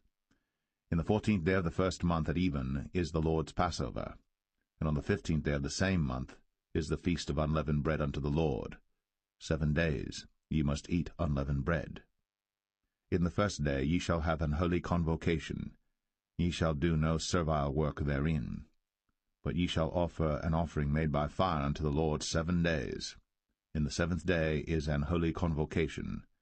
Ye shall do no servile work therein. And the Lord spake unto Moses, saying, Speak unto the children of Israel, and say unto them, When ye be come into the land which I give unto you, and shall reap the harvest thereof, then ye shall bring a sheaf of the firstfruits of your harvest unto the priest. And he shall wave the sheaf before the Lord, to be accepted for you. On the morrow after the Sabbath the priest shall wave it. And ye shall offer that day, when ye wave the sheaf, an he-lamb without blemish of the 1st year for a burnt offering unto the Lord. And the meat offering thereof shall be 2/10 deals of fine flour mingled with oil, an offering made by fire unto the Lord for a sweet savour. And the drink offering thereof shall be of wine, the 4th part of an hin. And ye shall eat neither bread, nor parched corn, nor green ears, until the selfsame day that ye have brought an offering unto your God. It shall be a statute for ever throughout your generations in all your dwellings. And ye shall count unto you from the morrow after the Sabbath, from the day that ye brought the sheaf of the wave offering, 7 Sabbaths shall be complete. Even unto the morrow, after the 7th Sabbath, shall ye number 50 days. And ye shall offer a new meat offering unto the Lord. Ye shall bring out of your habitations 2 wave loaves of 2/10 deals. They shall be of fine flour. They shall be baked with leaven. They are the firstfruits unto the Lord. And ye shall offer with the bread 7 lambs without blemish of the first year, and 1 young bullock, and 2 rams. They shall be for a burnt offering unto the Lord, with their meat offering, and their drink offerings, even an offering made by fire of sweet savour unto the Lord. Then ye shall sacrifice 1 kid of the goats for a sin offering, and 2 lambs of the first year for a sacrifice of peace offerings. And the priest shall wave them with the bread of the firstfruits for a wave offering before the Lord. With the 2 lambs they shall be holy to the Lord for the priests. And ye shall proclaim on the selfsame day that it may be an holy convocation unto you. Ye shall do no servile work therein. It shall be a statute for ever in all your dwellings throughout your generations. And when ye reap the harvest of your land, thou shalt not make clean riddance of the corners of thy field when thou reapest, neither shalt thou gather any gleanings of thy harvest. Thou shalt leave them unto the poor, and to the stranger. I am the Lord your God. And the Lord spake unto Moses, saying, Speak unto the children of Israel, saying, In the 7th month, in the 1st day of the month, shall ye have a Sabbath, a memorial of blowing of trumpets, and holy convocation. Ye shall do no servile work therein, but ye shall offer an offering made by fire unto the Lord. And the Lord spake unto Moses, saying, Also on the 10th day of this 7th month there shall be a day of atonement. It shall be an holy convocation unto you. And ye shall afflict your souls, and offer an offering made by fire unto the Lord. And ye shall do no work in that same day. For it is a day of atonement, to make an atonement for you before the Lord your God. For whatsoever soul it be that shall not be afflicted in that same day, he shall be cut off from among his people. And whatsoever soul it be that doeth any work in that same day, the same soul will I destroy from among his people. He shall do no manner of work. It shall be a statute for ever throughout your generations in all your dwellings. It shall be unto you a Sabbath of rest, and ye shall afflict your souls. In the 9th day of the month at even, from even unto even shall ye celebrate your Sabbath. And the Lord spake unto Moses, saying, Speak unto the children of Israel, saying, The 15th day of this 7th month shall be the feast of tabernacles for 7 days unto the Lord. On the 1st day shall be an holy convocation. Ye shall do no servile work therein. 7 days ye shall offer an offering made by fire unto the Lord. On the 8th day shall be an holy convocation unto you. And ye shall offer an offering made by fire unto the Lord. It is a solemn assembly. And ye shall do no servile work therein. These are the feasts of the Lord which ye shall proclaim to be holy convocations, to offer an offering made by fire unto the Lord, a burnt offering, and a meat offering, a sacrifice, and drink offerings, everything upon his day. Beside the Sabbaths of the Lord, and beside your gifts, and beside all your vows, and beside all your free will offerings which ye give unto the Lord, also in the 15th day of the 7th month, when ye have gathered in the fruit of the land, ye shall keep a feast unto the Lord 7 days. On the 1st day shall be a Sabbath, and on the 8th day shall be a Sabbath. And ye shall take you on the 1st day the boughs of goodly trees, branches of palm trees, and the boughs of thick trees, and willows of the brook. And ye shall rejoice before the Lord your God 7 days. And ye shall keep it a feast unto the Lord 7 days in the year. It shall be a statute for ever in your generations. Ye shall celebrate it in the 7th month. Ye shall dwell in booths 7 days. All that are Israelites born shall dwell in booths. That your generations may know that I made the children of Israel to dwell in booths, when I brought them out of the land of Egypt. I am the Lord your God. And Moses declared unto the children of Israel the feasts of the Lord.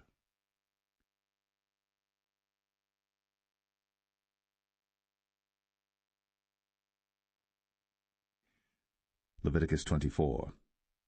And the Lord spake unto Moses, saying, Command the children of Israel, that they bring unto thee pure oil olive beaten for the light, to cause the lamps to burn continually.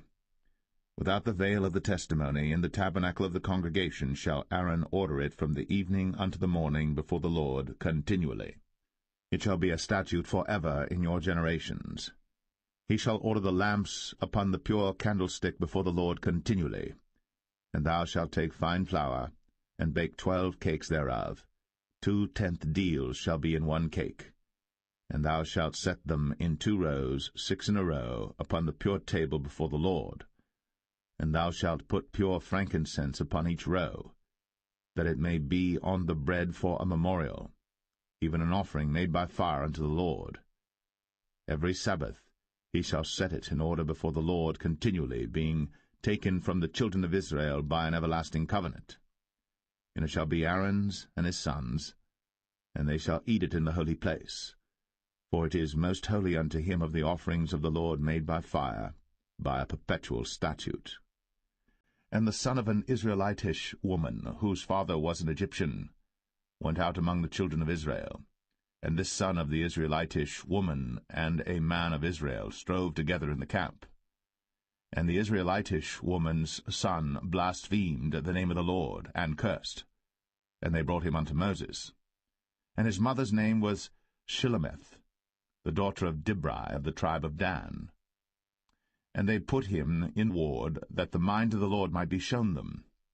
And the Lord spake unto Moses, saying, Bring forth him that hath cursed without the camp, and let all that heard him lay their hands upon his head, and let all the congregation stone him. And thou shalt speak unto the children of Israel, saying, Whosoever curseth his God shall bear his sin. And he that blasphemeth the name of the Lord, he shall surely be put to death. And all the congregation shall certainly stone him, as well the stranger, as he that is born in the land, when he blasphemeth the name of the Lord, shall be put to death.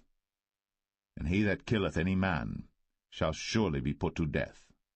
And he that killeth a beast shall make it good, beast for beast. And if a man cause a blemish in his neighbor, as he hath done, so shall it be done to him.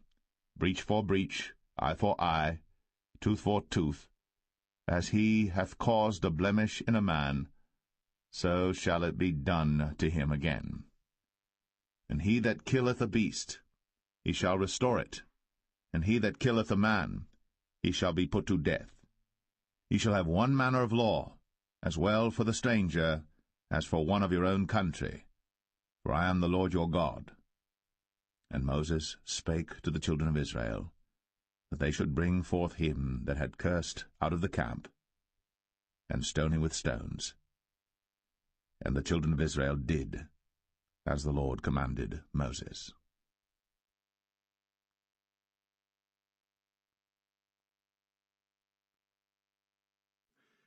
Leviticus 25. And the Lord spake unto Moses in Mount Sinai, saying, Speak unto the children of Israel, and say unto them, When ye come into the land which I give you, then shall the land keep a Sabbath unto the Lord. 6 years thou shalt sow thy field, and 6 years thou shalt prune thy vineyard, and gather in the fruit thereof. But in the 7th year shall be a Sabbath of rest unto the land, a Sabbath for the Lord. Thou shalt neither sow thy field, nor prune thy vineyard. That which groweth of its own accord of thy harvest thou shalt not reap, neither gather the grapes of thy vine undressed. For it is a year of rest unto the land, and the Sabbath of the land shall be meat for you, for thee and for thy servant, and for thy maid, and for thy hired servant, and for thy stranger that sojourneth with thee, and for thy cattle, and for the beasts that are in thy land shall all the increase thereof be meat. And thou shalt number 7 Sabbaths of years unto thee, 7 times 7 years, and the space of the 7 Sabbaths of years shall be unto thee 49 years. Then shalt thou cause the trumpet of the Jubilee to sound on the 10th day of the 7th month. In the day of atonement shall ye make the trumpet sound throughout all your land. And ye shall hallow the 50th year, and proclaim liberty throughout all the land unto all the inhabitants thereof. It shall be a jubilee unto you. And ye shall return every man unto his possession, and ye shall return every man unto his family. A jubilee shall that 50th year be unto you. Ye shall not sow, neither reap that which groweth of itself in it, nor gather the grapes in it of thy vine undressed. For it is the jubilee. It shall be holy unto you. Ye shall eat the increase thereof out of the field. In the year of this Jubilee ye shall return every man unto his possession. And if thou sell aught unto thy neighbor, or buyest aught of thy neighbor's hand, ye shall not oppress one another. According to the number of years after the Jubilee thou shalt buy of thy neighbor, and according unto the number of years of the fruits he shall sell unto thee. According to the multitude of years thou shalt increase the price thereof, and according to the fewness of years thou shalt diminish the price of it, for according to the number of the years of the fruits doth he sell unto thee. Ye shall not therefore oppress one another, but thou shalt fear thy God, for I am the Lord your God. Wherefore ye shall do my statutes, and keep my judgments, and do them. And ye shall dwell in the land in safety, and the land shall yield her fruit, and ye shall eat your fill, and dwell therein in safety. And if ye shall say, What shall we eat the 7th year? Behold, we shall not sow, nor gather in our increase. Then I will command my blessing upon you in the 6th year, and it shall bring forth fruit for 3 years. And ye shall sow the 8th year, and eat yet of old fruit until the 9th year. Until her fruits come in, ye shall eat of the old store. The land shall not be sold forever, for the land is mine, for ye are strangers and sojourners with me. And in all the land of your possession ye shall grant a redemption for the land. If thy brother be waxen poor, and hath sold away some of his possession, and if any of his kin come to redeem it, then shall he redeem that which his brother sold. And if the man have none to redeem it, and himself be able to redeem it, then let him count the years of the sale thereof, and restore the overplus unto the man to whom he sold it, that he may return unto his possession. But if he be not able to restore it to him, then that which is sold shall remain in the hand of him that hath bought it until the year of Jubilee, and in the Jubilee it shall go out, and he shall return unto his possession. And if a man sell a dwelling house in a walled city, then he may redeem it within a whole year after it is sold. Within a full year may he redeem it. And if it be not redeemed within the space of a full year, then the house that is in the walled city shall be established for ever to him that bought it throughout his generations. It shall not go out in the Jubilee. But the houses of the villages which have no wall round about them shall be counted as the fields of the country. They may be redeemed, and they shall go out in the Jubilee. Notwithstanding the cities of the Levites, and the houses of the cities of their possession, may the Levites redeem at any time. And if a man purchase of the Levites, then the house that was sold, and the city of his possession, shall go out in the year of Jubilee, for the houses of the cities of the Levites are their possession among the children of Israel. But the field of the suburbs of their cities may not be sold, for it is their perpetual possession. And if thy brother be waxen poor, and fallen in decay with thee, then thou shalt relieve him, yea, though he be a stranger, or a sojourner, that he may live with thee. Take thou no usury of him, or increase, but fear thy God, that thy brother may live with thee. Thou shalt not give him thy money upon usury, nor lend him thy victuals for increase. I am the Lord your God, which brought you forth out of the land of Egypt, to give you the land of Canaan, and to be your God. And if thy brother that dwelleth by thee be waxen poor, and be sold unto thee, thou shalt not compel him to serve as a bondservant, but as an hired servant, and as a sojourner. He shall be with thee, and shall serve thee unto the year of Jubilee. And then shall he depart from thee, both he and his children with him, and shall return unto his own family, and unto the possession of his fathers shall he return. For they are my servants, which I brought forth out of the land of Egypt. They shall not be sold as bondmen. Thou shalt not rule over him with rigor, but shalt fear thy God. Both thy bondmen and thy bondmaids, which thou shalt have, shall be of the heathen that are round about you. Of them shall ye buy bondmen and bondmaids. Moreover, of the children of the strangers that do sojourn among you, of them shall ye buy, and of their families that are with you, which they begat in your land, and they shall be your possession. And ye shall take them as an inheritance for your children after you, to inherit them for a possession. They shall be your bondmen for ever. But over your brethren, the children of Israel, ye shall not rule one over another with rigor. And if a sojourner or stranger wax rich by thee, and thy brother that dwelleth by him wax poor, and sell himself unto the stranger or sojourner by thee, or to the stock of the stranger's family, after that he is sold, he may be redeemed again. One of his brethren may redeem him. Either his uncle or his uncle's son may redeem him, or any that is nigh of kin unto him of his family may redeem him, or if he be able, he may redeem himself. And he shall reckon with him that bought him from the year that he was sold to him unto the year of Jubilee. And the price of his sale shall be according unto the number of years, according to the time of an hired servant shall it be with him. If there be yet many years behind, according unto them, he shall give again the price of his redemption out of the money that he was bought for. And if there remain but few years unto the year of Jubilee, then he shall count with him, and according unto his years shall he give him again the price of his redemption.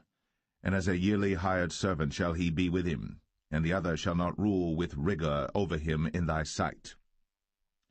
And if he be not redeemed in these years, then he shall go out in the year of Jubilee, both he and his children with him. For unto me the children of Israel are servants. They are my servants whom I brought forth out of the land of Egypt. I am the Lord your God.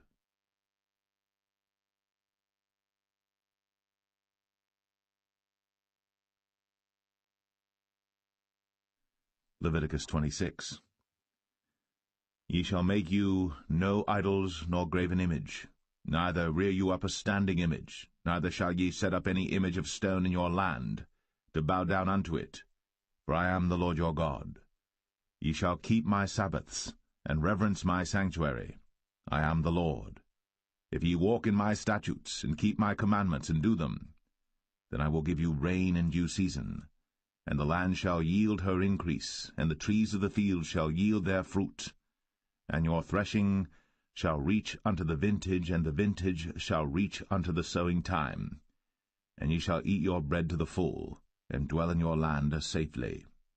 And I will give peace in the land, and ye shall lie down, and none shall make you afraid. And I will rid evil beasts out of the land, neither shall the sword go through your land.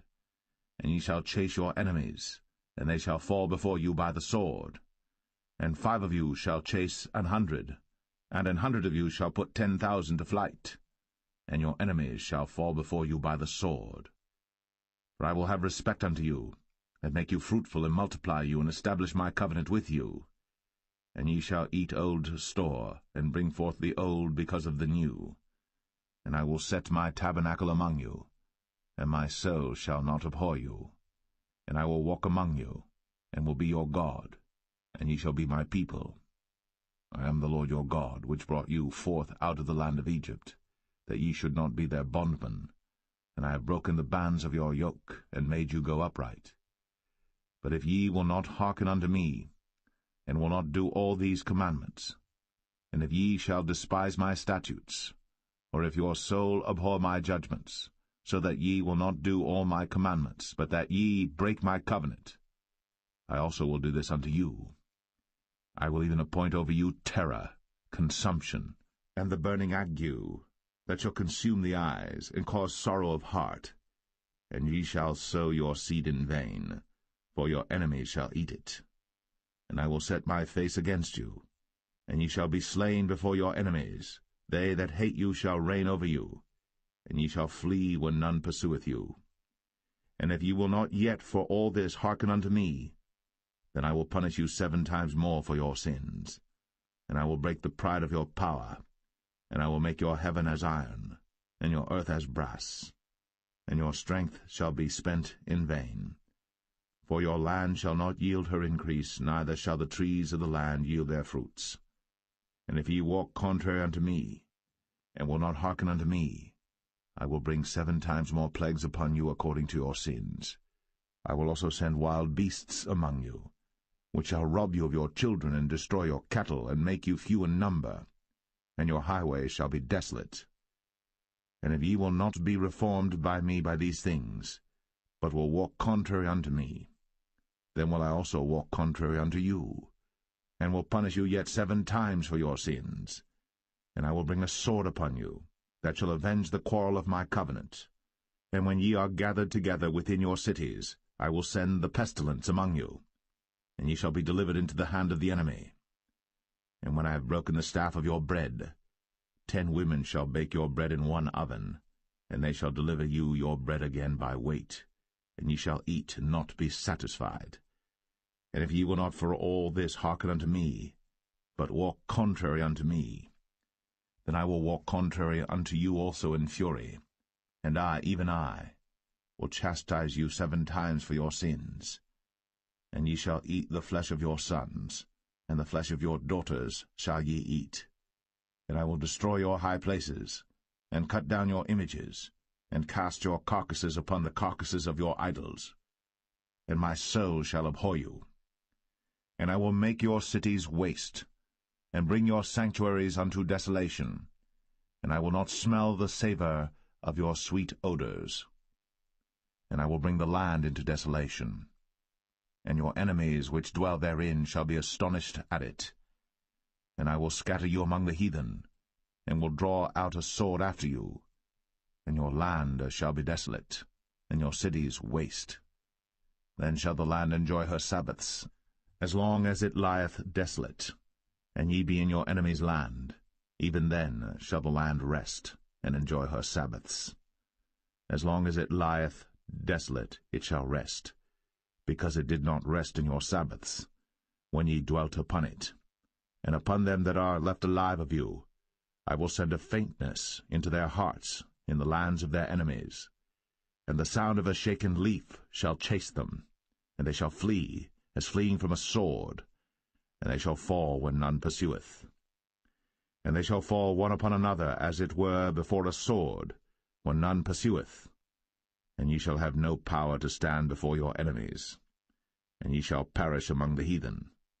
And the land of your enemies shall eat you up, and they that are left of you shall pine away in their iniquity in your enemies' lands, and also in the iniquities of their fathers shall they pine away with them, if they shall confess their iniquity, and the iniquity of their fathers, with their trespass which they trespassed against me, and that also they have walked contrary unto me, and that I also have walked contrary unto them, and have brought them into the land of their enemies.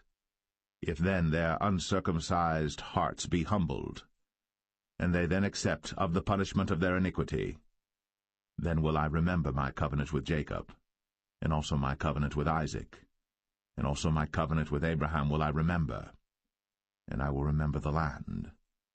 The land also shall be left of them, and shall enjoy her Sabbaths, while she lieth desolate without them. And they shall accept of the punishment of their iniquity, even because they despised my judgments, and because their soul abhorred my statutes.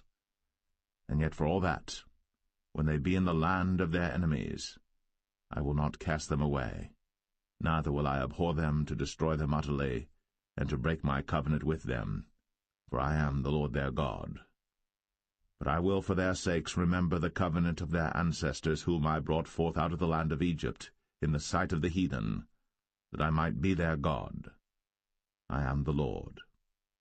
These are the statutes and judgments and laws which the Lord made between him and the children of Israel in Mount Sinai by the hand of Moses.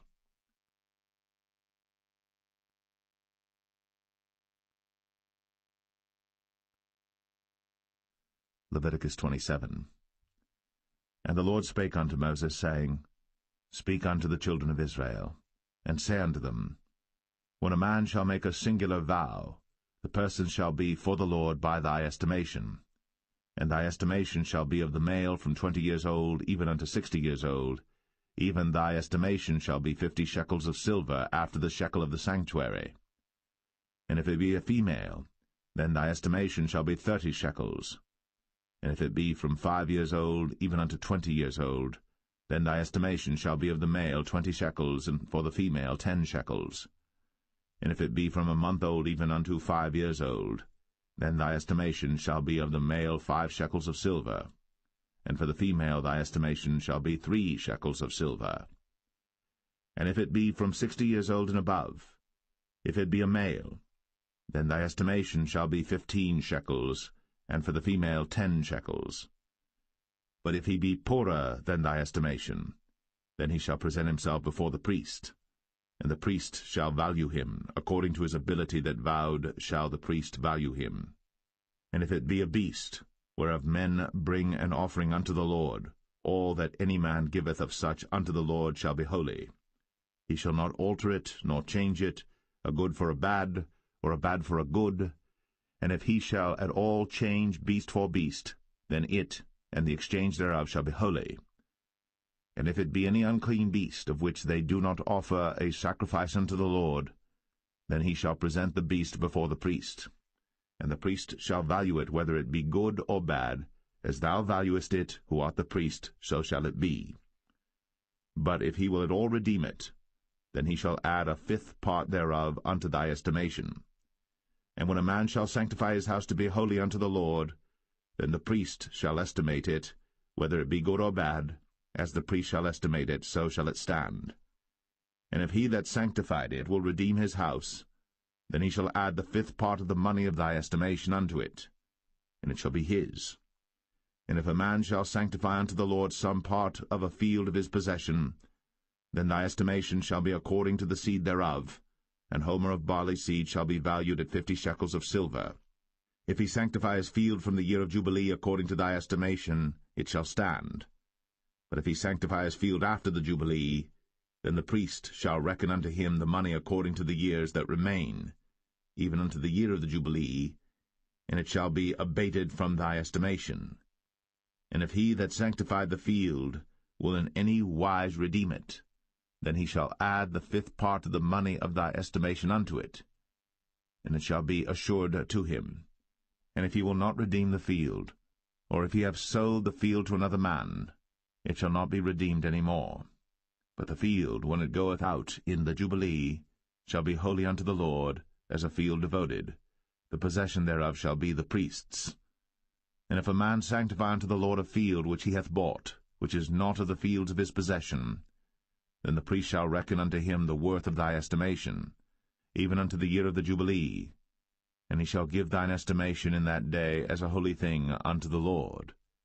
In the year of the Jubilee the field shall return unto him of whom it was bought, even to him to whom the possession of the land did belong. And all thy estimation shall be according to the shekel of the sanctuary. 20 gerahs shall be the shekel. Only the firstling of the beasts, which should be the Lord's firstling, no man shall sanctify it, whether it be ox or sheep, it is the Lord's. And if it be of an unclean beast, then he shall redeem it according to thine estimation, and shall add a fifth part of it thereto. Or if it be not redeemed, then it shall be sold according to thy estimation. Notwithstanding no devoted thing, that a man shall devote unto the Lord of all that he hath, both of man and beast, and of the field of his possession, shall be sold or redeemed. Every devoted thing is most holy unto the Lord. None devoted, which shall be devoted of men, shall be redeemed, but shall surely be put to death. And all the tithe of the land, whether of the seed of the land or of the fruit of the tree, is the Lord's. It is holy unto the Lord. And if a man will at all redeem aught of his tithes, he shall add thereto the fifth part thereof. And concerning the tithe of the herd or of the flock, even of whatsoever passeth under the rod, the 10th shall be holy unto the Lord. He shall not search whether it be good or bad, neither shall he change it. And if he change it at all, then both it and the change thereof shall be holy. It shall not be redeemed. These are the commandments which the Lord commanded Moses for the children of Israel in Mount Sinai.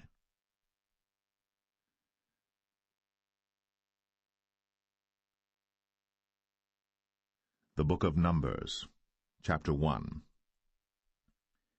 And the Lord spake unto Moses in the wilderness of Sinai, in the tabernacle of the congregation, on the first day of the 2nd month, in the 2nd year after they were come out of the land of Egypt, saying, Take ye the sum of all the congregation of the children of Israel, after their families, by the house of their fathers, with the number of their names, every male by their polls.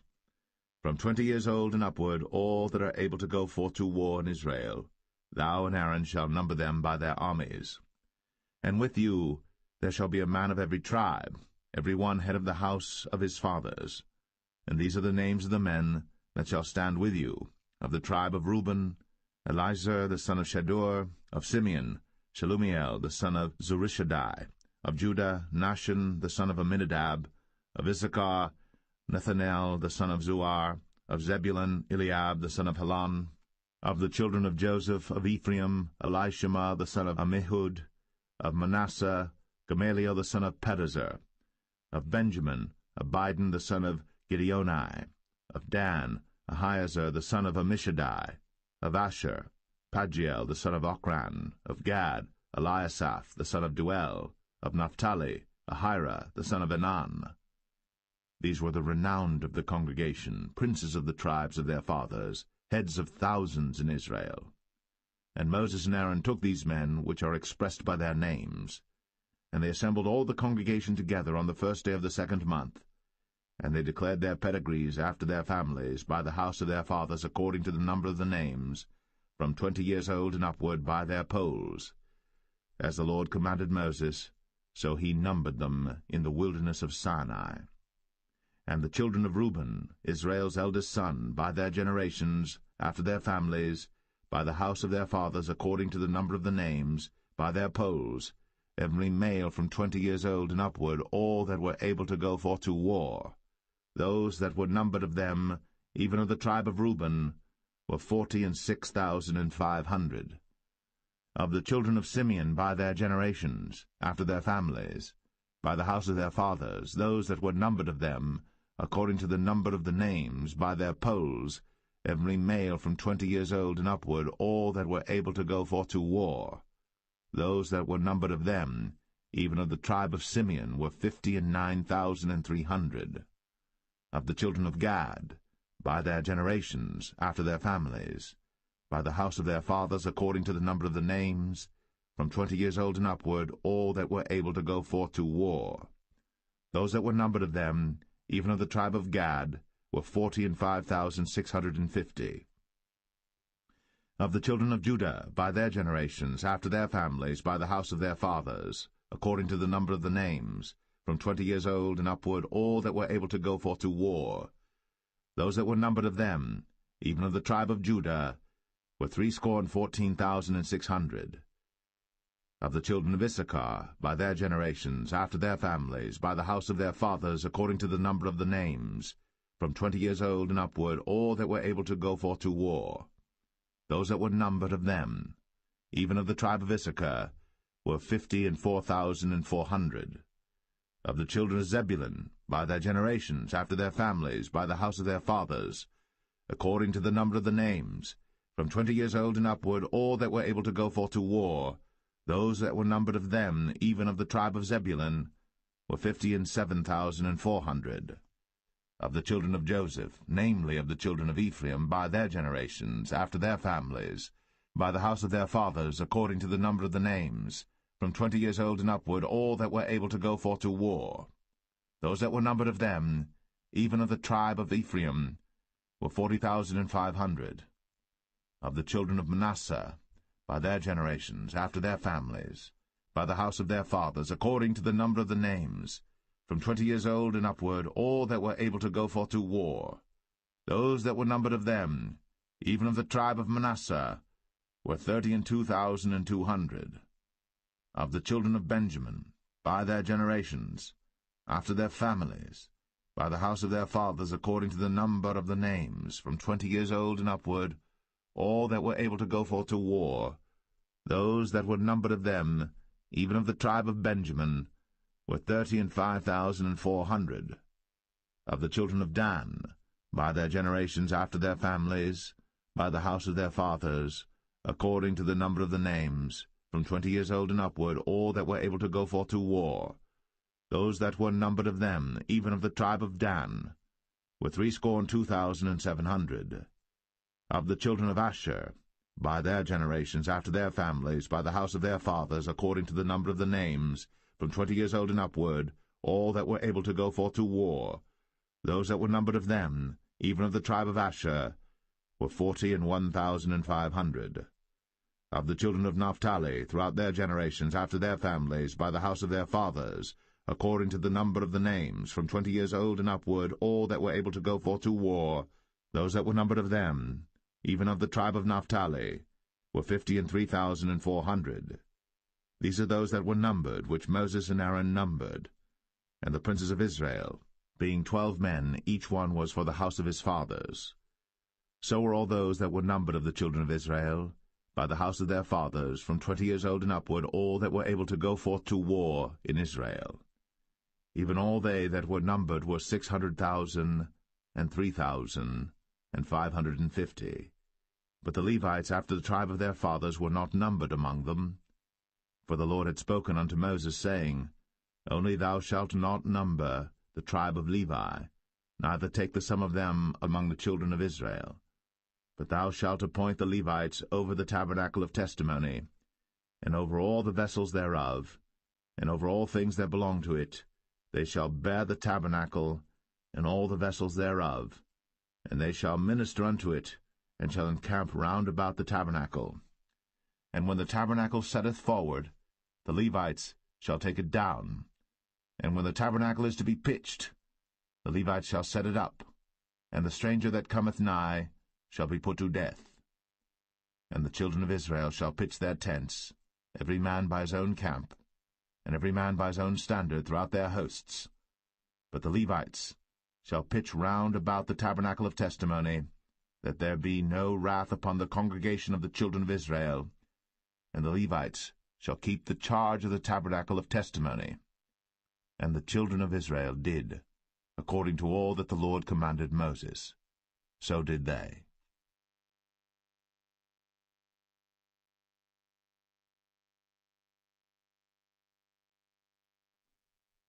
Numbers 2. And the Lord spake unto Moses and unto Aaron, saying, Every man of the children of Israel shall pitch by his own standard, with the ensign of their father's house. Far off about the tabernacle of the congregation shall they pitch. And on the east side toward the rising of the sun shall they of the standard of the camp of Judah pitch throughout their armies. And Nahshon the son of Amminadab shall be captain of the children of Judah. And his host, and those that were numbered of them, were 314,600. And those that do pitch next unto him shall be the tribe of Issachar. And Nethaniel the son of Zuar shall be captain of the children of Issachar. And his host, and those that were numbered thereof, were 54,400. Then the tribe of Zebulun, and Eliab the son of Helon, shall be captain of the children of Zebulun. And his host, and those that were numbered thereof, were 57,400. All that were numbered in the camp of Judah were 100,000 and 80,000 and 6,400 throughout their armies. These shall first set forth. On the south side shall be the standard of the camp of Reuben, according to their armies, and the captain of the children of Reuben shall be Elizur, the son of Shedeur. And his host, and those that were numbered thereof, were 46,500. And those which pitched by him shall be the tribe of Simeon. And the captain of the children of Simeon shall be Shelumiel, the son of Zerushadai. And his host, and those that were numbered of them, were 59,300. Then the tribe of Gad, and the captain of the sons of Gad shall be Eliasaph, the son of Ruel. And his host, and those that were numbered of them, were 45,650. All that were numbered in the camp of Reuben were 100,050 and 1,450 throughout their armies, and they shall set forth in the second rank. Then the tabernacle of the congregation shall set forward with the camp of the Levites, in the midst of the camp, as they encamp, so shall they set forward, every man in his place by their standards. On the west side shall be the standard of the camp of Ephraim, according to their armies, and the captain of the sons of Ephraim shall be Elishama, the son of Ammihud. And his host, and those that were numbered of them, were 40,500.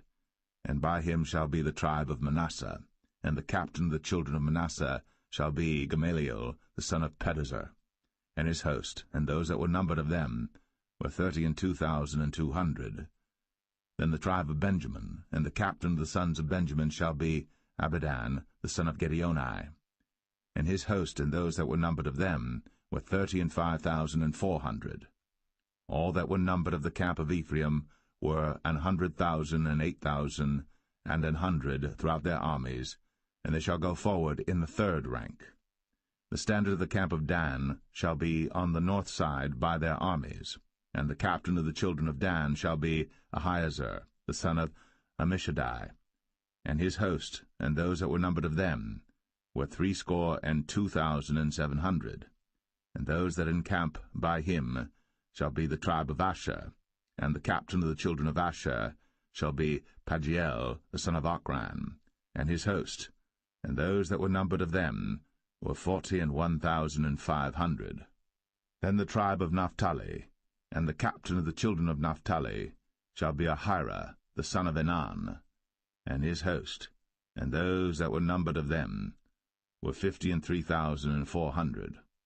All they that were numbered in the camp of Dan were 100,050 and 7,600. They shall go hindmost with their standards. These are those which were numbered of the children of Israel, by the house of their fathers. All those that were numbered of the camps throughout their hosts were 600,000 and 3,550. But the Levites were not numbered among the children of Israel, as the Lord commanded Moses. And the children of Israel did according to all that the Lord commanded Moses. So they pitched by their standards, and so they set forward, every one after their families, according to the house of their fathers.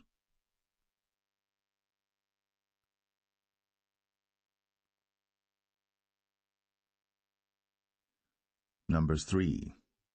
These also are the generations of Aaron and Moses in the day that the Lord spake with Moses in Mount Sinai. And these are the names of the sons of Aaron: Nadab the firstborn, and Abihu, Eleazar, and Ithamar. These are the names of the sons of Aaron, the priests which were anointed, whom he consecrated to minister in the priest's office. And Nadab and Abihu died before the Lord, when they offered strange fire before the Lord in the wilderness of Sinai, and they had no children. And Eleazar and Ithamar ministered in the priest's office in the sight of Aaron their father. And the Lord spake unto Moses, saying, Bring the tribe of Levi near, and present them before Aaron the priest, that they may minister unto him. And they shall keep his charge, and the charge of the whole congregation before the tabernacle of the congregation, to do the service of the tabernacle. And they shall keep all the instruments of the tabernacle of the congregation, and the charge of the children of Israel, to do the service of the tabernacle. And thou shalt give the Levites unto Aaron, and to his sons. They are wholly given unto him out of the children of Israel. And thou shalt appoint Aaron and his sons, and they shall wait on their priest's office, and the stranger that cometh nigh shall be put to death. And the Lord spake unto Moses, saying, And I, behold, I have taken the Levites from among the children of Israel, instead of all the firstborn that openeth the matrix among the children of Israel. Therefore the Levites shall be mine. Because all the firstborn are mine, for on the day that I smote all the firstborn in the land of Egypt, I hallowed unto me all the firstborn in Israel, both man and beast. Mine shall they be. I am the Lord. And the Lord spake unto Moses in the wilderness of Sinai, saying, Number the children of Levi after the house of their fathers by their families. Every male from a month old and upward shalt thou number them. And Moses numbered them according to the word of the Lord, as he was commanded. And these were the sons of Levi by their names, Gershon and Kohath and Merari. And these are the names of the sons of Gershon by their families, Libni and Shimei. And the sons of Kohath by their families, Amram, and Izahar, Hebron, and Uzziel. And the sons of Merari by their families, Mahli and Mushai. These are the families of the Levites according to the house of their fathers. Of Gershon was the family of the Libnites, and the family of the Shimites. These are the families of the Gershonites. Those that were numbered of them, according to the number of all the males, from a month old and upward, even those that were numbered of them, were 7,500. The families of the Gershonites shall pitch behind the tabernacle westward. And the chief of the house of the father of the Gershonites shall be Eliasaph the son of Lael. And the charge of the sons of Gershon in the tabernacle of the congregation shall be the tabernacle, and the tent, the covering thereof, and the hanging for the door of the tabernacle of the congregation, and the hangings of the court, and the curtain for the door of the court which is by the tabernacle, and by the altar round about, and the cords of it for all the service thereof. And of Kohath was the family of the Amramites, and the family of the Isharites, and the family of the Hebronites, and the family of the Uzzielites. These are the families of the Kohathites. In the number of all the males from a month old and upward were 8,600, keeping the charge of the sanctuary. The families of the sons of Kohath shall pitch on the side of the tabernacle southward. And the chief of the house of the father of the families of the Kohathites shall be Elizaphan the son of Uzziel. And their charge shall be the ark, and the table, and the candlestick, and the altars, and the vessels of the sanctuary wherewith they minister, and the hanging, and all the service thereof. And Eleazar the son of Aaron the priest shall be chief over the chief of the Levites, and have the oversight of them that keep the charge of the sanctuary. Of Merari was the family of the Mahlites, and the family of the Mushites. These are the families of Merari. And those that were numbered of them, according to the number of all the males, from a month old and upward, were 6,200. And the chief of the house of the father of the families of Merari was Zuriel, the son of Abihail. These shall pitch on the side of the tabernacle northward. And under the custody and charge of the sons of Merari shall be the boards of the tabernacle, and the bars thereof, and the pillars thereof, and the sockets thereof, and all the vessels thereof, and all that serveth thereto, and the pillars of the court round about, and their sockets, and their pins, and their cords. But those that encamp before the tabernacle toward the east, even before the tabernacle of the congregation eastward, shall be Moses and Aaron and his sons, keeping the charge of the sanctuary for the charge of the children of Israel, and the stranger that cometh nigh shall be put to death. All that were numbered of the Levites, which Moses and Aaron numbered at the commandment of the Lord, throughout their families, all the males from a month old and upward, were 22,000. And the Lord said unto Moses, Number all the firstborn of the males of the children of Israel from a month old and upward, and take the number of their names. And thou shalt take the Levites for me, I am the Lord, instead of all the firstborn among the children of Israel, and the cattle of the Levites instead of all the firstlings among the cattle of the children of Israel.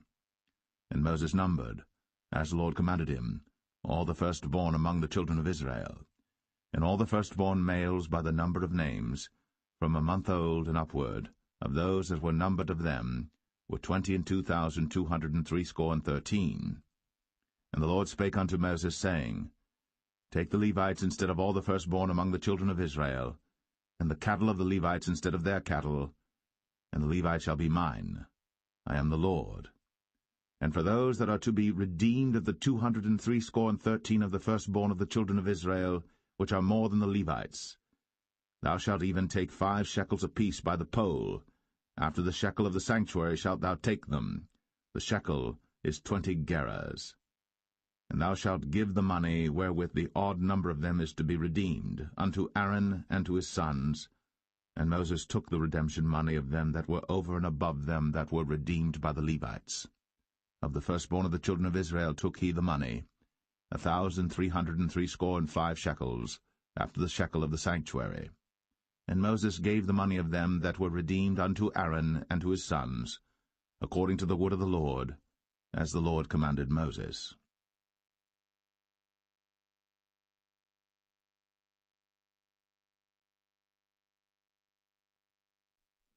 Numbers 4. And the Lord spake unto Moses and unto Aaron, saying, Take the sum of the sons of Kohath, from among the sons of Levi, after their families, by the house of their fathers, from 30 years old and upward, even until 50 years old, all that enter into the host, to do the work in the tabernacle of the congregation. This shall be the service of the sons of Kohath, in the tabernacle of the congregation, about the most holy things. And when the camp setteth forward, Aaron shall come, and his sons, and they shall take down the covering veil, and cover the ark of the testimony with it, and shall put thereon the covering of badgers' skins, and shall spread over it a cloth wholly of blue, and shall put in the staves thereof. And upon the table of showbread they shall spread a cloth of blue, and put thereon the dishes, and the spoons, and the bowls, and covers to cover withal, and the continual bread shall be thereon. And they shall spread upon them a cloth of scarlet, and cover the same with the covering of badgers' skins, and shall put in the staves thereof. And they shall take a cloth of blue, and cover the candlestick of the light, and his lamps, and his tongs, and his snuff dishes, and all the oil vessels thereof, wherewith they minister unto it. And they shall put it in all the vessels thereof within a covering of badgers' skins, and shall put it upon a bar. And upon the golden altar they shall spread a cloth of blue, and cover it with a covering of badgers' skins, and shall put to the staves thereof. And they shall take all the instruments of ministry, wherewith they minister in the sanctuary, and put them in a cloth of blue, and cover them with a covering of badgers' skins, and shall put them on a bar. And they shall take away the ashes from the altar, and spread a purple cloth thereon. And they shall put upon it all the vessels thereof, wherewith they minister about it, even the censers, the fleshhooks, and the shovels, and the basins, all the vessels of the altar, and they shall spread upon it a covering of badgers' skins, and put to the staves of it. And when Aaron and his sons have made an end of covering the sanctuary, and all the vessels of the sanctuary as the camp is to set forward, after that the sons of Kohath shall come to bear it. But they shall not touch any holy thing, lest they die. These things are the burden of the sons of Kohath in the tabernacle of the congregation. And to the office of Eleazar the son of Aaron the priest pertaineth the oil for the light, and the sweet incense, and the daily meat offering, and the anointing oil, and the oversight of all the tabernacle, and of all that therein is, in the sanctuary, and in the vessels thereof. And the Lord spake unto Moses and unto Aaron, saying, Cut ye not off the tribe of the families of the Kohathites from among the Levites, but thus do unto them, that they may live and not die, when they approach unto the most holy things. Aaron and his sons shall go in, and appoint them every one to his service and to his burden. But they shall not go in to see when the holy things are covered, lest they die. And the Lord spake unto Moses, saying, Take also the sum of the sons of Gershon, throughout the houses of their fathers by their families.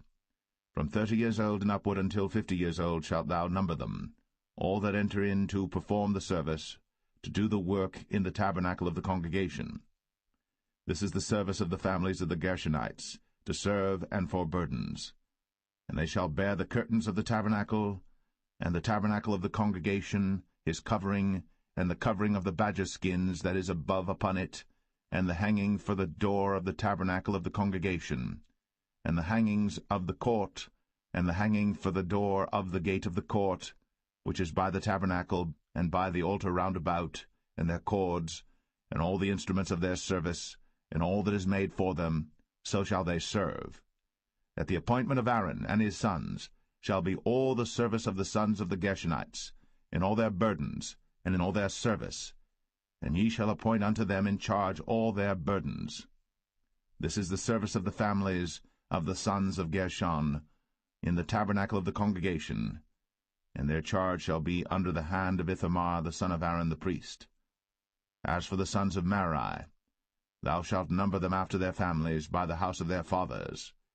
From 30 years old and upward, even unto 50 years old, shalt thou number them, every one that entereth into the service, to do the work of the tabernacle of the congregation. And this is the charge of their burden, according to all their service in the tabernacle of the congregation, the boards of the tabernacle, and the bars thereof, and the pillars thereof, and sockets thereof. And the pillars of the court round about, and their sockets, and their pins, and their cords, with all their instruments, and with all their service. And by name ye shall reckon the instruments of the charge of their burden. This is the service of the families of the sons of Merari, according to all their service, in the tabernacle of the congregation under the hand of Ithamar the son of Aaron the priest. And Moses and Aaron, and the chief of the congregation numbered the sons of the Kohathites after their families, and after the house of their fathers, from 30 years old and upward, even unto 50 years old, every one that entereth into the service, for the work in the tabernacle of the congregation. And those that were numbered of them by their families were 2,750. These were they that were numbered of the families of the Kohathites, all that might do service in the tabernacle of the congregation, which Moses and Aaron did number, according to the commandment of the Lord, by the hand of Moses. And those that were numbered of the sons of Gershon throughout their families and by the house of their fathers, from 30 years old and upward, even unto 50 years old, every one that entereth into the service, for the work in the tabernacle of the congregation, even those that were numbered of them throughout their families by the house of their fathers, were 2,630.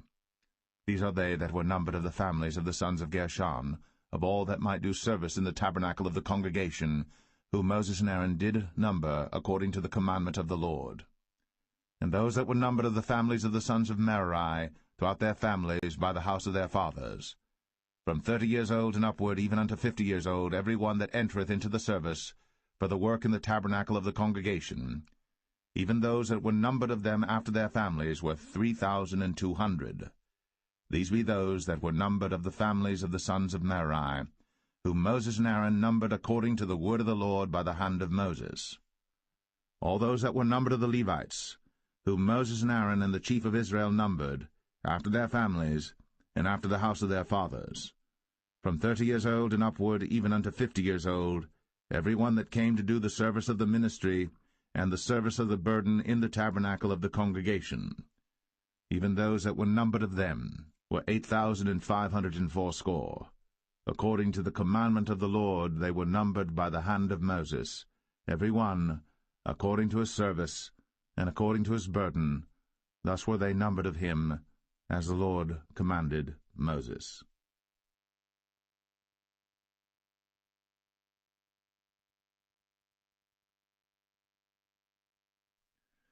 Numbers 5.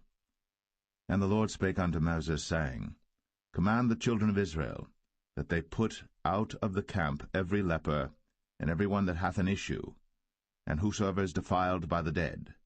Both male and female shall ye put out, without the camp shall ye put them, that they defile not their camps, in the midst whereof I dwell. And the children of Israel did so, and put them out without the camp, as the Lord spake unto Moses. So did the children of Israel. And the Lord spake unto Moses, saying, Speak unto the children of Israel, when a man or woman shall commit any sin that men commit, to do a trespass against the Lord, and that person be guilty, then they shall confess their sin which they have done, and he shall recompense his trespass with the principal thereof, and add unto it the 5th part thereof, and give it unto him against whom he hath trespassed.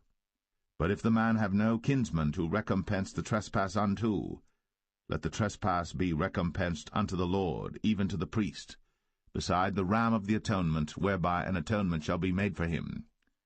And every offering of all the holy things of the children of Israel, which they bring unto the priest, shall be his. And every man's hallowed things shall be his. Whatsoever any man giveth the priest, it shall be his.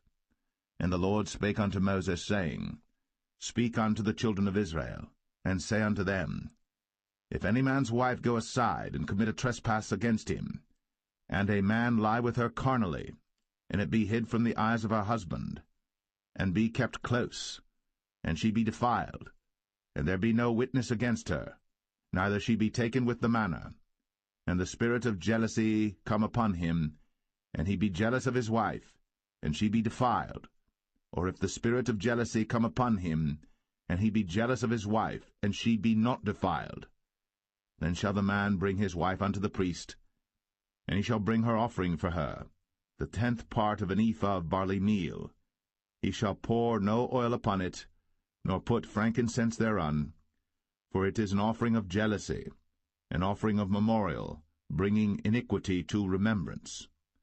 And the priest shall bring her near, and set her before the Lord.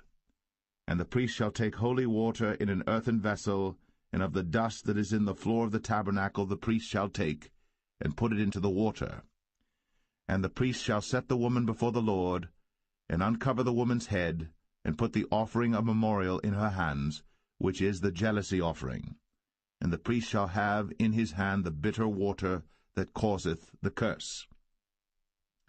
And the priest shall charge her by an oath, and say unto the woman, If no man have lain with thee, and if thou hast not gone aside to uncleanness with another instead of thy husband, be thou free from this bitter water that causeth the curse. But if thou hast gone aside to another instead of thy husband, and if thou be defiled, and some man have lain with thee beside thine husband, then the priest shall charge the woman with an oath of cursing, and the priest shall say unto the woman, The Lord make thee a curse, and an oath among thy people, when the Lord doth make thy thigh to rot, and thy belly to swell. And this water that causeth the curse shall go into thy bowels, to make thy belly to swell, and thy thigh to rot. And the woman shall say, Amen, Amen.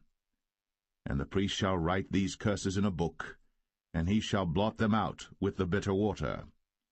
And he shall cause the woman to drink the bitter water that causeth the curse, and the water that causeth the curse shall enter into her, and become bitter. Then the priest shall take the jealousy offering out of the woman's hand, and shall wave the offering before the Lord, and offer it upon the altar. And the priest shall take an handful of the offering, even the memorial thereof, and burn it upon the altar, and afterward shall cause the woman to drink the water. And when he hath made her to drink the water, then it shall come to pass that if she be defiled, and have done trespass against her husband, that the water that causeth the curse shall enter into her, and become bitter, and her belly shall swell, and her thigh shall rot, and the woman shall be a curse among her people.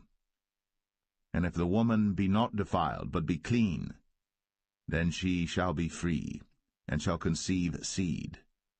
This is the law of jealousies, when a wife goeth aside to another instead of her husband, and is defiled. Or when the spirit of jealousy cometh upon him, and he be jealous over his wife, and shall set the woman before the Lord, and the priest shall execute upon her all this law. Then shall the man be guiltless from iniquity, and this woman shall bear her iniquity.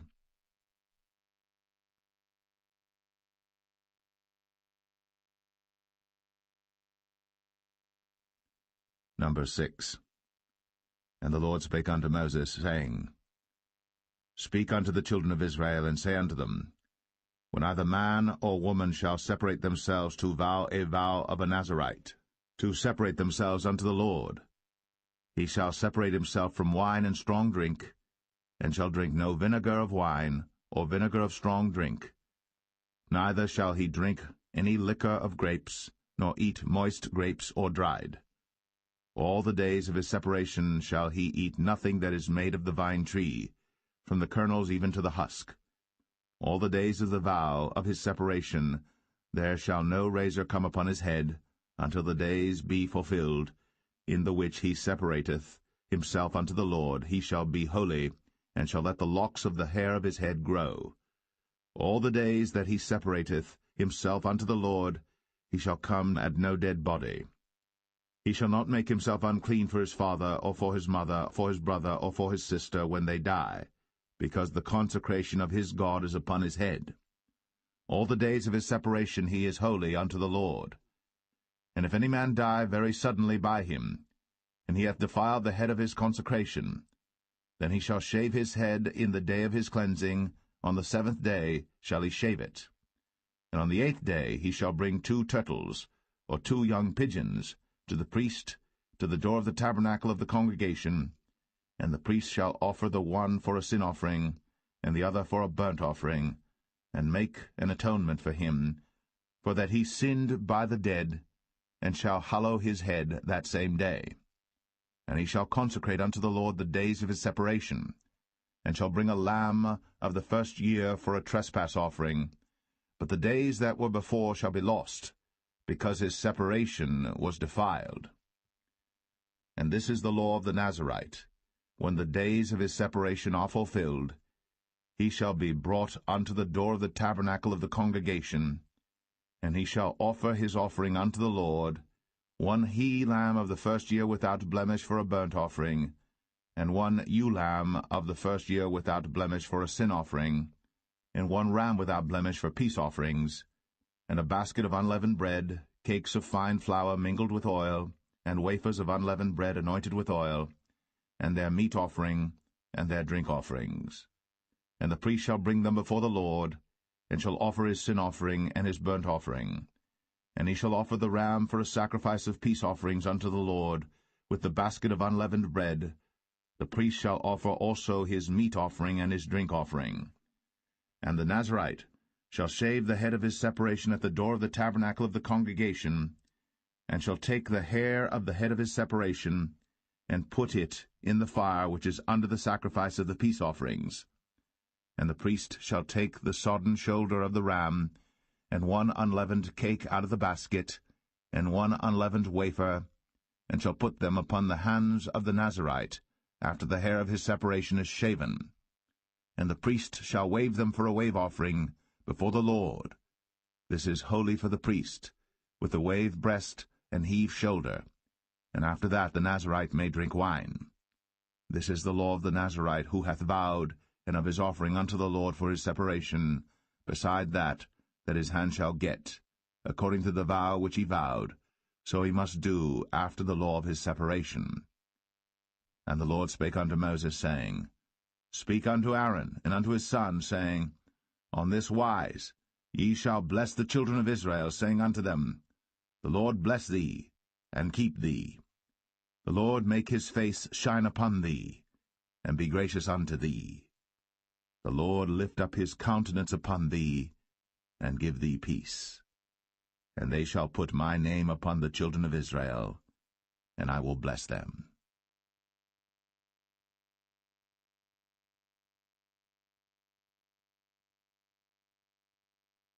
Number 7. And it came to pass on the day that Moses had fully set up the tabernacle, and had anointed it, and sanctified it, and all the instruments thereof, both the altar and all the vessels thereof, and had anointed them and sanctified them, that the princes of Israel, heads of the house of their fathers, who were the princes of the tribes, and were over them that were numbered, offered. And they brought their offering before the Lord, 6 covered wagons, and 12 oxen, a wagon for 2 of the princes, and for each one an ox. And they brought them before the tabernacle. And the Lord spake unto Moses, saying, Take it of them, that they may be to do the service of the tabernacle of the congregation, and thou shalt give them unto the Levites, to every man according to his service. And Moses took the wagons and the oxen, and gave them unto the Levites. 2 wagons and 4 oxen he gave unto the sons of Gershon, according to their service. And 4 wagons and 8 oxen he gave unto the sons of Merari, according unto their service, under the hand of Ithamar the son of Aaron the priest. But unto the sons of Kohath he gave none, because the service of the sanctuary belonging unto them was that they should bear upon their shoulders. And the princes offered for dedicating of the altar in the day that it was anointed, even the princes offered their offering before the altar. And the Lord said unto Moses, They shall offer their offering, each prince on his day, for the dedicating of the altar. And he that offered his offering the first day was Nahshon the son of Amminadab, of the tribe of Judah. And his offering was 1 silver charger, the weight thereof was 130 shekels, 1 silver bowl of 70 shekels after the shekel of the sanctuary. Both of them were full of fine flour, mingled with oil, for a meat offering. 1 spoon of 10 shekels of gold, full of incense. 1 young bullock, 1 ram, 1 lamb of the first year, for a burnt offering. 1 kid of the goats for a sin offering, and for a sacrifice of peace offerings. 2 oxen, 5 rams, 5 he-goats, 5 lambs of the first year. This was the offering of Nahshon the son of Amminadab. On the 2nd day, Nathanael the son of Zuar, prince of Issachar, did offer.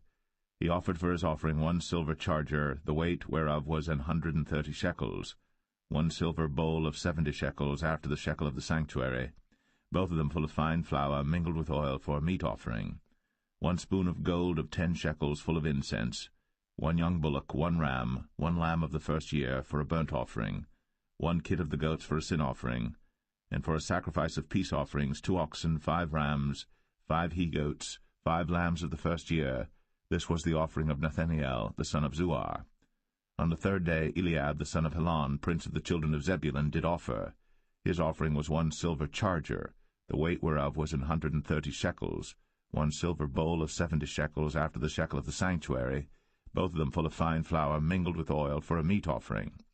1 golden spoon of 10 shekels, full of incense. 1 young bullock, 1 ram, 1 lamb of the first year, for a burnt offering. 1 kid of the goats for a sin offering. And for a sacrifice of peace offerings, 2 oxen, 5 rams, 5 he-goats, 5 lambs of the first year. This was the offering of Eliab the son of Helon. On the 4th day Eleazar the son of Shadur, prince of the children of Reuben, did offer. His offering was 1 silver charger of the weight of 130 shekels, 1 silver bowl of 70 shekels after the shekel of the sanctuary, both of them full of fine flour, mingled with oil, for a meat offering. 1 golden spoon of 10 shekels, full of incense. 1 young bullock, 1 ram, 1 lamb of the first year for a burnt offering, 1 kid of the goats for a sin offering, and for a sacrifice of peace offerings 2 oxen, 5 rams, 5 he-goats, 5 lambs of the first year. This was the offering of Elizur, the son of Shadur. On the 5th day, Shelumiel, the son of Zerushadai, prince of the children of Simeon, did offer. His offering was 1 silver charger, the weight whereof was 130 shekels, 1 silver bowl of 70 shekels, after the shekel of the sanctuary, both of them full of fine flour mingled with oil for a meat offering, 1 golden spoon of 10 shekels full of incense, 1 young bullock, 1 ram, 1 lamb of the first year for a burnt offering, 1 kid of the goats for a sin offering, and for a sacrifice of peace offerings 2 oxen, 5 rams, 5 he-goats, 5 lambs of the first year. This was the offering of Shelumiel, the son of Zerushadai. On the 6th day, Eliasaph, the son of Deuel, prince of the children of Gad, offered. His offering was 1 silver charger of the weight of 130 shekels, a silver bowl of 70 shekels, after the shekel of the sanctuary, both of them full of fine flour mingled with oil for a meat offering, 1 golden spoon of 10 shekels full of incense, 1 young bullock, 1 ram, 1 lamb of the first year for a burnt offering, 1 kid of the goats for a sin offering, and for a sacrifice of peace offerings 2 oxen, 5 rams, 5 he-goats, 5 lambs of the first year. This was the offering of Eliasaph, the son of Deuel. On the 7th day, Elishama, the son of Ammihud, prince of the children of Ephraim, offered. His offering was 1 silver charger, the weight whereof was 130 shekels, 1 silver bowl of 70 shekels, after the shekel of the sanctuary, both of them full of fine flour mingled with oil for a meat offering, 1 golden spoon of 10 shekels full of incense, 1 young bullock, 1 ram, 1 lamb of the first year for a burnt offering, 1 kid of the goats for a sin offering, and for a sacrifice of peace offerings 2 oxen, 5 rams, 5 he-goats, 5 lambs of the first year. This was the offering of Elishama, the son of Ammihud. On the 8th day offered Gamaliel, the son of Pedahzur, prince of the children of Manasseh. His offering was 1 silver charger of the weight of 130 shekels, 1 silver bowl of 70 shekels, after the shekel of the sanctuary, both of them full of fine flour mingled with oil for a meat offering, 1 golden spoon of 10 shekels full of incense, 1 young bullock, 1 ram, 1 lamb of the first year for a burnt offering, 1 kid of the goats for a sin offering, and for a sacrifice of peace offerings 2 oxen, 5 rams, 5 he-goats, 5 lambs of the first year. This was the offering of Gamaliel, the son of Pedahzur. On the 9th day, Abidan, the son of Gideoni, prince of the children of Benjamin, offered. His offering was 1 silver charger, the weight whereof was 130 shekels, 1 silver bowl of 70 shekels, after the shekel of the sanctuary, both of them full of fine flour mingled with oil for a meat offering, 1 golden spoon of 10 shekels full of incense, 1 young bullock, 1 ram, 1 lamb of the first year for a burnt offering, 1 kid of the goats for a sin offering, and for a sacrifice of peace offerings 2 oxen, 5 rams, 5 he-goats, 5 lambs of the first year. This was the offering of Abidan, the son of Gideoni. On the 10th day, Ahiezer, the son of Ammishaddai, prince of the children of Dan, offered. His offering was 1 silver charger, the weight whereof was 130 shekels, 1 silver bowl of 70 shekels, after the shekel of the sanctuary, both of them full of fine flour mingled with oil for a meat offering, 1 golden spoon of 10 shekels full of incense, 1 young bullock, 1 ram, 1 lamb of the first year for a burnt offering, 1 kid of the goats for a sin offering, and for a sacrifice of peace offerings 2 oxen, 5 rams, 5 he-goats, 5 lambs of the first year. This was the offering of Ahiezer, the son of Ammishaddai.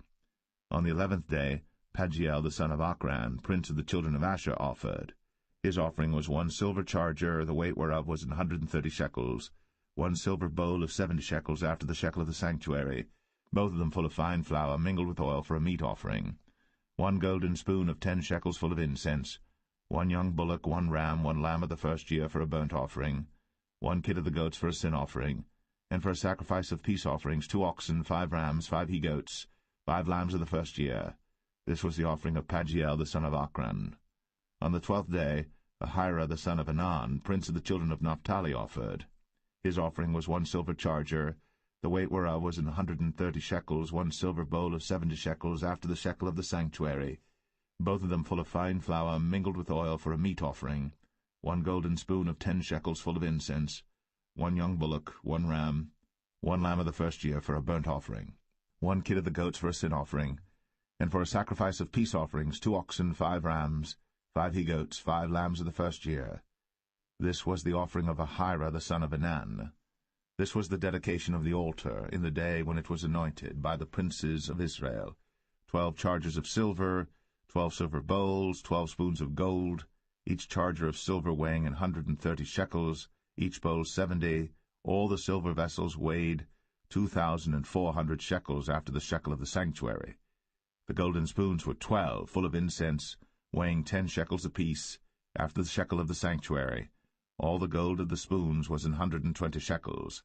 All the oxen for the burnt offering were 12 bullocks, the rams 12, the lambs of the first year 12, with their meat offering, and the kids of the goats for sin offering 12. And all the oxen for the sacrifice of the peace offerings were 20 and 4 bullocks, the rams 60, the he-goats 60, the lambs of the first year 60. This was the dedication of the altar. After that it was anointed. And when Moses was gone into the tabernacle of the congregation to speak with him, then he heard the voice of one speaking unto him from off the mercy seat, that was upon the ark of testimony, from between the 2 cherubims, and he spake unto him.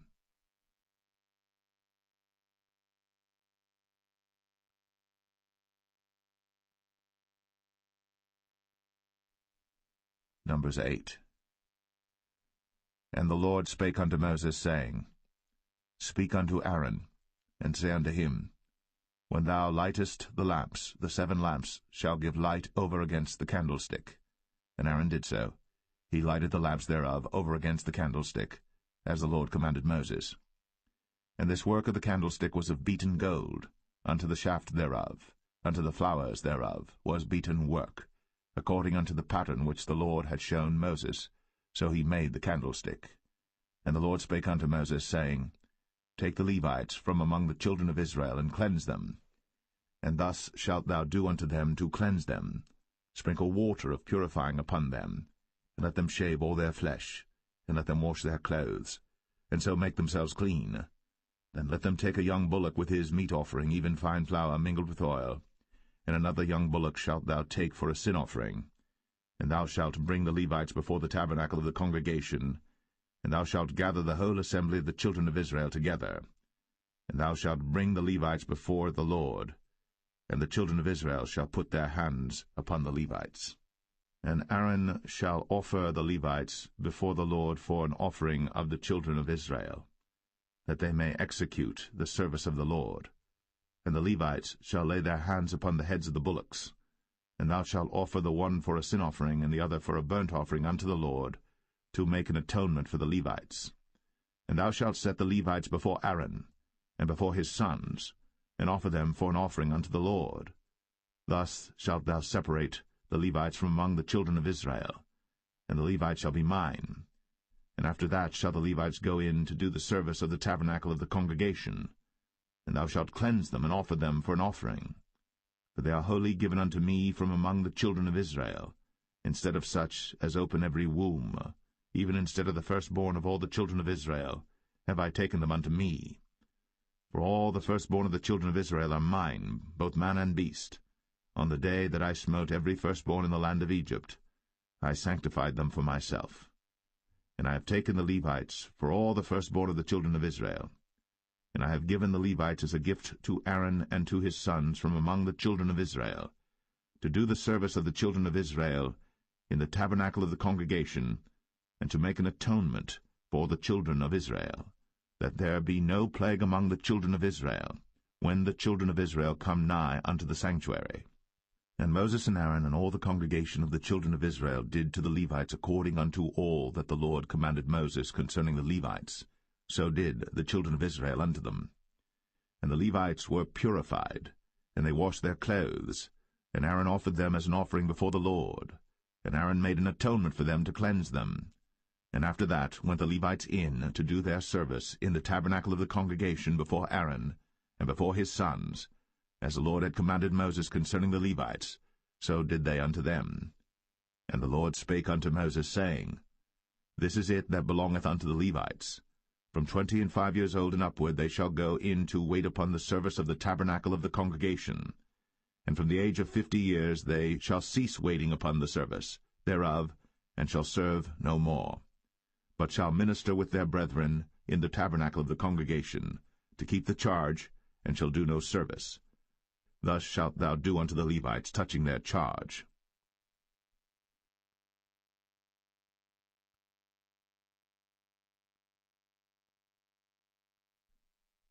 Numbers 9. And the Lord spake unto Moses in the wilderness of Sinai, in the 1st month of the 2nd year, after they were come out of the land of Egypt, saying, Let the children of Israel also keep the Passover at his appointed season. In the 14th day of this month, at even, ye shall keep it in his appointed season, according to all the rites of it, and according to all the ceremonies thereof shall ye keep it. And Moses spake unto the children of Israel, that they should keep the Passover. And they kept the Passover on the 14th day of the 1st month, at even, in the wilderness of Sinai, according to all that the Lord commanded Moses, so did the children of Israel. And there were certain men who were defiled by the dead body of a man, that they could not keep the Passover on that day. And they came before Moses and before Aaron on that day. And those men said unto him, We are defiled by the dead body of a man. Wherefore are we kept back, that we may not offer an offering of the Lord in his appointed season among the children of Israel? And Moses said unto them, Stand still, and I will hear what the Lord will command concerning you. And the Lord spake unto Moses, saying, Speak unto the children of Israel, saying, If any man of you or of your posterity shall be unclean by reason of a dead body, or be in a journey afar off, yet he shall keep the Passover unto the Lord. The 14th day of the 2nd month at even they shall keep it, and eat it with unleavened bread and bitter herbs. They shall leave none of it unto the morning, nor break any bone of it. According to all the ordinances of the Passover they shall keep it.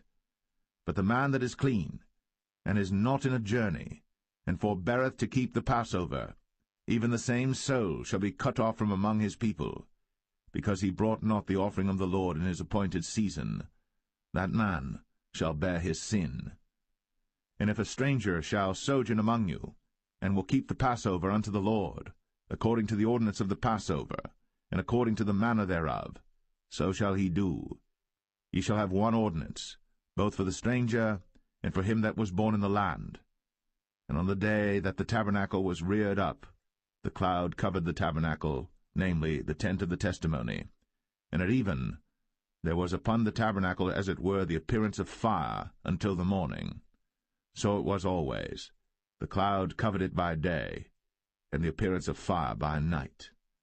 And when the cloud was taken up from the tabernacle, then after that the children of Israel journeyed. In the place where the cloud abode, there the children of Israel pitched their tents. At the commandment of the Lord the children of Israel journeyed, and at the commandment of the Lord they pitched. As long as the cloud abode upon the tabernacle they rested in their tents. And when the cloud tarried long upon the tabernacle many days, then the children of Israel kept the charge of the Lord, and journeyed not. And so it was, when the cloud was a few days upon the tabernacle, according to the commandment of the Lord, they abode in their tents, and according to the commandment of the Lord they journeyed. And so it was, when the cloud abode from even unto the morning, and that the cloud was taken up in the morning, then they journeyed. Whether it was by day or by night that the cloud was taken up, they journeyed. Or whether it were 2 days, or a month, or a year, that the cloud tarried upon the tabernacle, remaining thereon, the children of Israel abode in their tents, and journeyed not. But when it was taken up, they journeyed. At the commandment of the Lord they rested in the tents, and at the commandment of the Lord they journeyed. They kept the charge of the Lord, at the commandment of the Lord, and by the hand of Moses.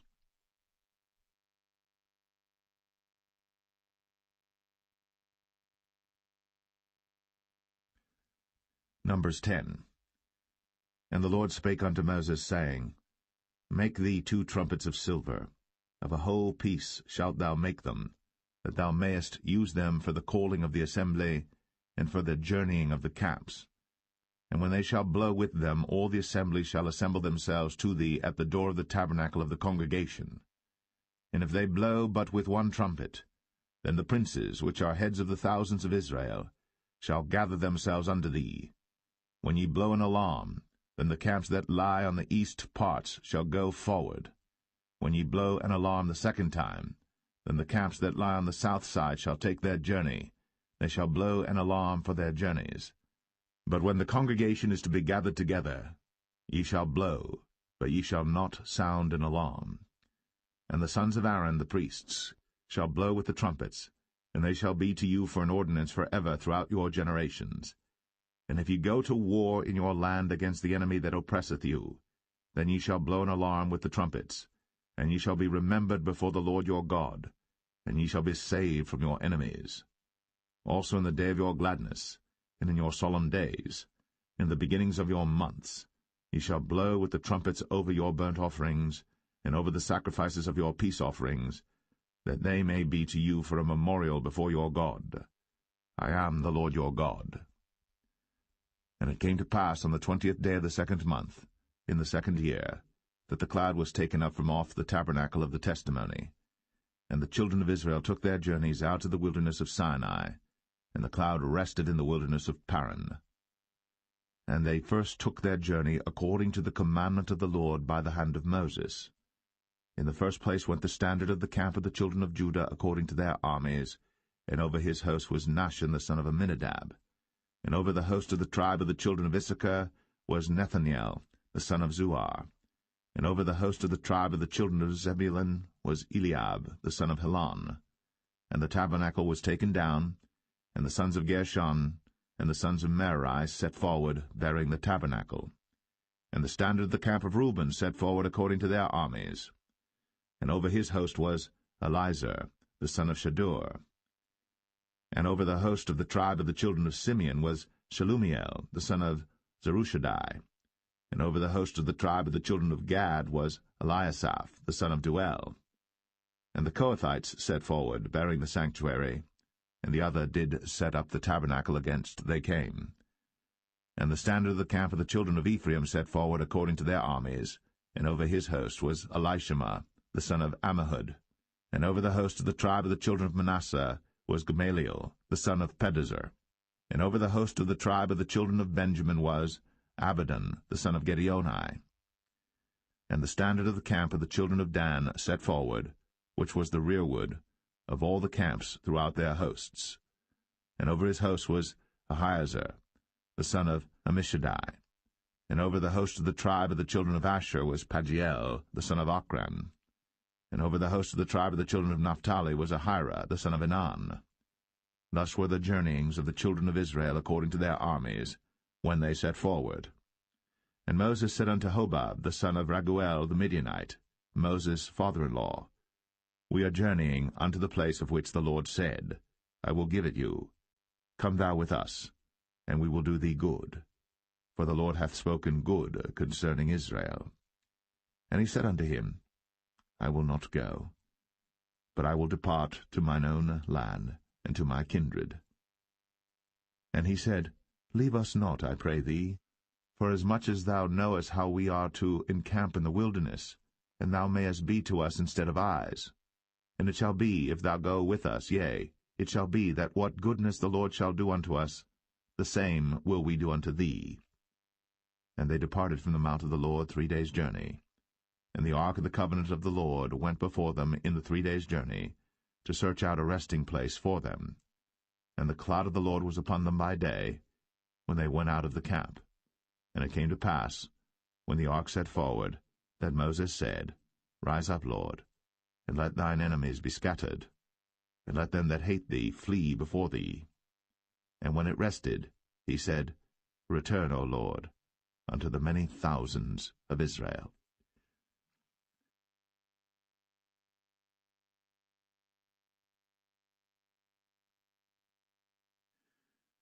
Numbers 11. And when the people complained, it displeased the Lord. And the Lord heard it, and his anger was kindled. And the fire of the Lord burnt among them, and consumed them that were in the uttermost parts of the camp. And the people cried unto Moses. And when Moses prayed unto the Lord, the fire was quenched. And he called the name of the place Taberah, because the fire of the Lord burnt among them. And the mixed multitude that was among them fell a-lusting. And the children of Israel also wept again, and said, Who shall give us flesh to eat? We remember the fish which we did eat in Egypt freely, the cucumbers, and the melons, and the leeks, and the onions, and the garlic. But now our soul is dried away. There is nothing at all beside this manna before our eyes. And the manna was as coriander seed, and the color thereof as the color of bdellium. And the people went about, and gathered it, and ground it in mills, or beat it in a mortar, and baked it in pans, and made cakes of it. And the taste of it was as the taste of fresh oil. And when the dew fell upon the camp in the night, the manna fell upon it. Then Moses heard the people weep throughout their families, every man in the door of his tent. And the anger of the Lord was kindled greatly. Moses also was displeased. And Moses said unto the Lord, Wherefore hast thou afflicted thy servant? And wherefore have I not found favor in thy sight, that thou layest the burden of all this people upon me? Have I conceived all this people? Have I begotten them, that thou shouldst say unto me, Carry them in thy bosom, as a nursing father beareth the sucking child, unto the land which thou swarest unto their fathers? Whence should I have flesh to give unto all this people? For they weep unto me, saying, Give us flesh, that we may eat. I am not able to bear all this people alone, because it is too heavy for me. And if thou deal thus with me, kill me, I pray thee, out of hand, if I have found favor in thy sight, and let me not see my wretchedness.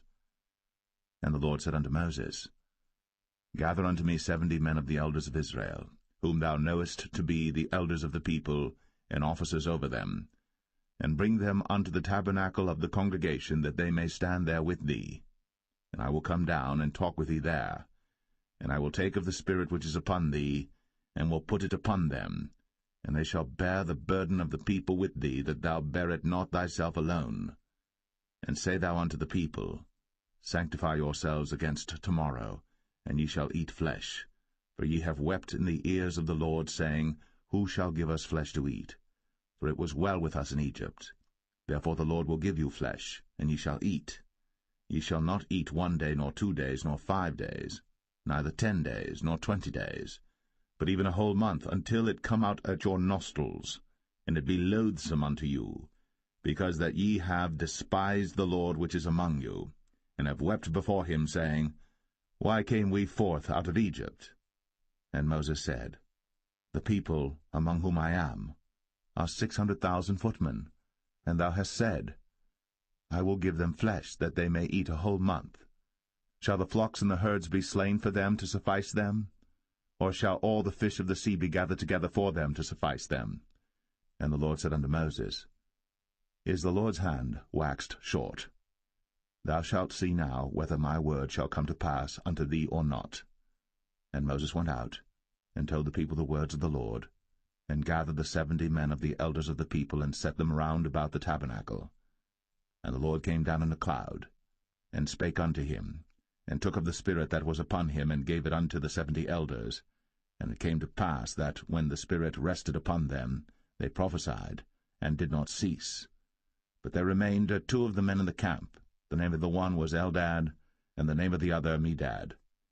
And the Spirit rested upon them, and they were of them that were written, but went not out unto the tabernacle, and they prophesied in the camp. And there ran a young man, and told Moses, and said, Eldad and Medad do prophesy in the camp. And Joshua the son of Nun, the servant of Moses, one of his young men, answered and said, My lord Moses, forbid them. And Moses said unto him, Enviest thou for my sake? Would God that all the Lord's people were prophets, and that the Lord would put his Spirit upon them. And Moses gat him into the camp, he and the elders of Israel. And there went forth a wind from the Lord, and brought quails from the sea, and let them fall by the camp, as it were a day's journey on this side, and as it were a day's journey on the other side, round about the camp, and as it were 2 cubits high upon the face of the earth. And the people stood up all that day, and all that night, and all the next day. And they gathered the quails, he that gathered least gathered 10 homers, and they spread them all abroad for themselves round about the camp.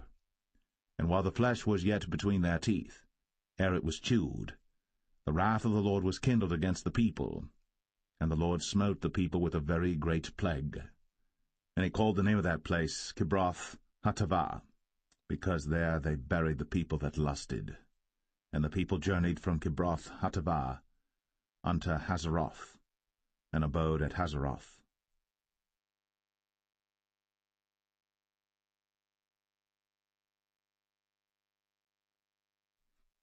Numbers 12. And Miriam and Aaron spake against Moses because of the Ethiopian woman whom he had married, for he had married an Ethiopian woman. And they said, Hath the Lord indeed spoken only by Moses? Hath he not spoken also by us? And the Lord heard it. Now the man Moses was very meek, above all the men which are upon the face of the earth. And the Lord spake suddenly unto Moses, and unto Aaron, and unto Miriam, Come out ye three unto the tabernacle of the congregation. And they three came out. And the Lord came down in the pillar of the cloud, and stood in the door of the tabernacle, and called Aaron and Miriam. And they both came forth. And he said, Hear now my words. If there be a prophet among you, I the Lord will make myself known unto him in a vision, and will speak unto him in a dream. My servant Moses is not so, who is faithful in all mine house. With him will I speak mouth to mouth, even apparently, and not in dark speeches. And the similitude of the Lord shall he behold. Wherefore then were ye not afraid to speak against my servant Moses? And the anger of the Lord was kindled against them, and he departed. And the cloud departed from off the tabernacle, and behold, Miriam became leprous, white as snow. And Aaron looked upon Miriam, and behold, she was leprous. And Aaron said unto Moses, Alas, my Lord, I beseech thee, lay not the sin upon us, wherein we have done foolishly, and wherein we have sinned. Let her not be as one dead, of whom the flesh is half consumed, when he cometh out of his mother's womb. And Moses cried unto the Lord, saying, Heal her now, O God, I beseech thee. And the Lord said unto Moses, If her father had but spit in her face, should she not be ashamed 7 days? Let her be shut out from the camp 7 days, and after that let her be received in again. And Miriam was shut out from the camp 7 days. And the people journeyed not till Miriam was brought in again. And afterward the people removed from Hazeroth, and pitched in the wilderness of Paran.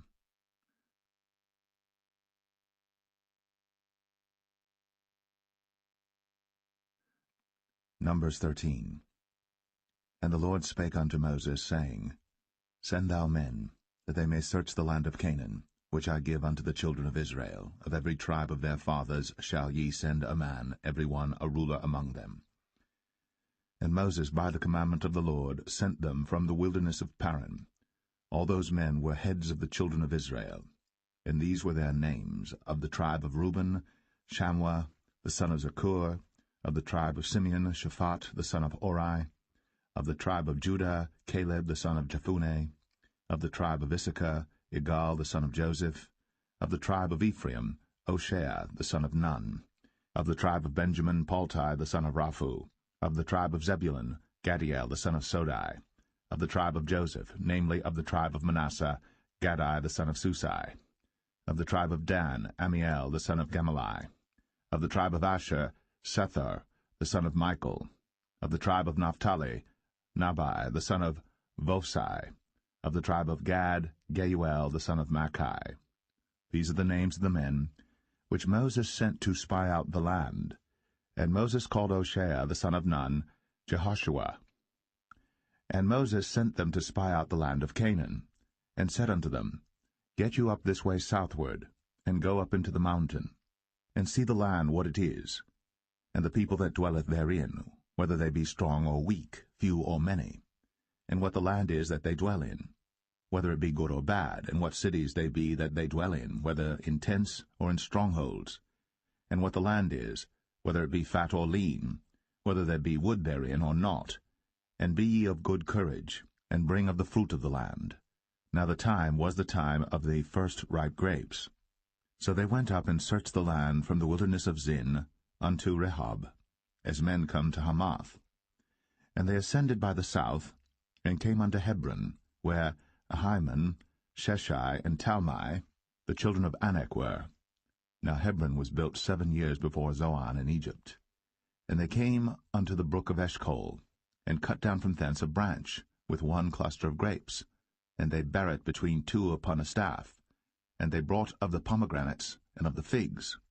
The place was called the brook Eshcol, because of the cluster of grapes which the children of Israel cut down from thence. And they returned from searching of the land after 40 days.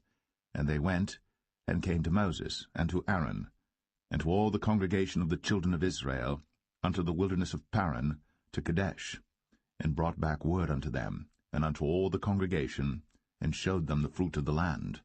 And they told him, and said, We came unto the land whither thou sentest us, and surely it floweth with milk and honey, and this is the fruit of it. Nevertheless the people be strong that dwell in the land, and the cities are walled and very great. And moreover, we saw the children of Anak there. The Amalekites dwell in the land of the south, and the Hittites, and the Jebusites, and the Amorites dwell in the mountains, and the Canaanites dwell by the sea, and by the coast of Jordan. And Caleb stilled the people before Moses, and said, Let us go up at once, and possess it, for we are well able to overcome it. But the men that went up with him said, We be not able to go up against the people, for they are stronger than we. And they brought up an evil report of the land, which they had searched unto the children of Israel, saying, The land, through which we have gone to search it, is a land that eateth up the inhabitants thereof, and all the people that we saw in it are men of a great stature. And there we saw the giants, the sons of Anak, which come of the giants. And we were in our own sight as grasshoppers, and so we were in their sight.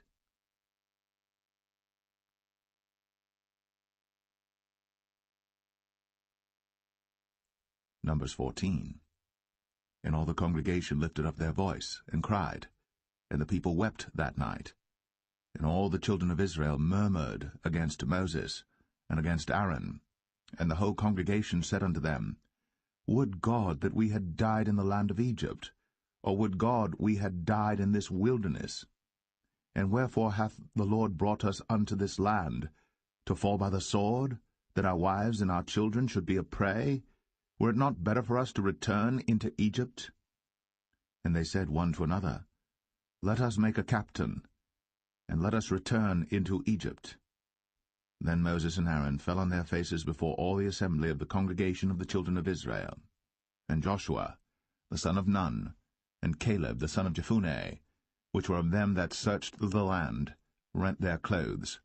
And they spake unto all the company of the children of Israel, saying, The land, which we passed through to search it, is an exceeding good land. If the Lord delight in us, then he will bring us into this land, and give it us, a land which floweth with milk and honey. Only rebel not ye against the Lord, neither fear ye the people of the land, for they are bread for us, their defense is departed from them, and the Lord is with us, fear them not. But all the congregation bade stone them with stones. And the glory of the Lord appeared in the tabernacle of the congregation before all the children of Israel. And the Lord said unto Moses, How long will this people provoke me? And how long will it be ere they believe me, for all the signs which I have shown among them? I will smite them with the pestilence, and disinherit them, and will make of thee a greater nation, and mightier than they. And Moses said unto the Lord, Then the Egyptians shall hear it, for thou broughtest up this people in thy might from among them, and they will tell it to the inhabitants of this land. For they have heard that thou, Lord, art among this people, that thou, Lord, art seen face to face, and that thy cloud standeth over them, and that thou goest before them by daytime in a pillar of a cloud, and in a pillar of fire by night. Now if thou shalt kill all this people as one man, then the nations which have heard the fame of thee will speak, saying, Because the Lord was not able to bring this people into the land which he sware unto them, therefore he hath slain them in the wilderness. And now I beseech thee, let the power of my Lord be great, according as thou hast spoken, saying, The Lord is long-suffering, and of great mercy, forgiving iniquity and transgression, and by no means clearing the guilty, visiting the iniquity of the fathers upon the children unto the third and fourth generation. Pardon, I beseech thee, the iniquity of this people according unto the greatness of thy mercy, and as thou hast forgiven this people from Egypt even until now. And the Lord said, I have pardoned according to thy word. But as truly as I live, all the earth shall be filled with the glory of the Lord, because all those men which have seen my glory and my miracles, which I did in Egypt and in the wilderness, and have tempted me now these 10 times, and have not hearkened to my voice, surely they shall not see the land which I swear unto their fathers, neither shall any of them that provoked me see it. But my servant Caleb, because he had another spirit with him, and hath followed me fully, him will I bring into the land whereinto he went, and his seed shall possess it. Now the Amalekites and the Canaanites dwelt in the valley. Tomorrow turn you, and get you into the wilderness by the way of the Red Sea. And the Lord spake unto Moses and unto Aaron, saying, How long shall I bear with this evil congregation, which murmur against me? I have heard the murmurings of the children of Israel, which they murmur against me. Say unto them, As truly as I live, saith the Lord, as ye have spoken in mine ears, so will I do to you. Your carcasses shall fall in this wilderness, and all that were numbered of you according to your whole number, from 20 years old and upward, which have murmured against me. Doubtless ye shall not come into the land, concerning which I swear to make you dwell therein, save Caleb the son of Jephunneh, and Joshua the son of Nun. But your little ones, which ye said should be a prey, them will I bring in, and they shall know the land which ye have despised. But as for you, your carcasses, they shall fall in this wilderness, and your children shall wander in the wilderness 40 years, and bear your whoredoms until your carcasses be wasted in the wilderness.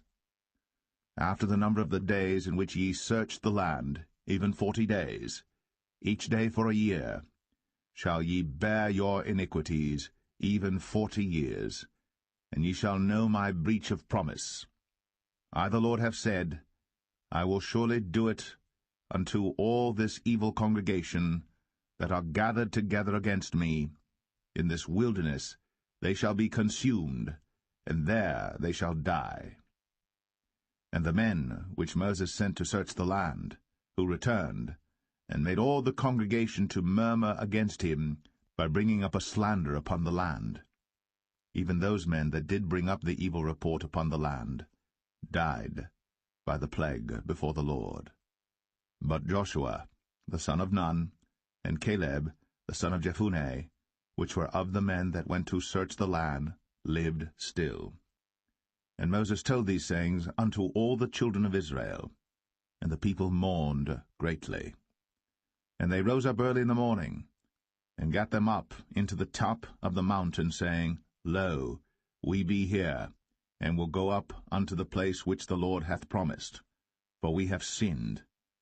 And Moses said, Wherefore now do ye transgress the commandment of the Lord? But it shall not prosper. Go not up, for the Lord is not among you, that ye be not smitten before your enemies. For the Amalekites and the Canaanites are there before you, and ye shall fall by the sword, because ye are turned away from the Lord. Therefore the Lord will not be with you. But they presumed to go up unto the hilltop. Nevertheless the ark of the covenant of the Lord and Moses departed not out of the camp. Then the Amalekites came down, and the Canaanites which dwelt in that hill, and smote them, and discomfited them, even unto Hormah.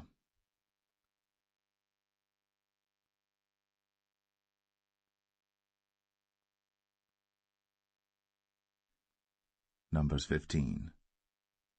And the Lord spake unto Moses, saying, Speak unto the children of Israel, and say unto them, When ye be come into the land of your habitations, which I give unto you, and will make an offering by fire unto the Lord, a burnt offering, or a sacrifice in performing a vow, or in a freewill offering, or in your solemn feasts, to make a sweet savour unto the Lord, of the herd or of the flock.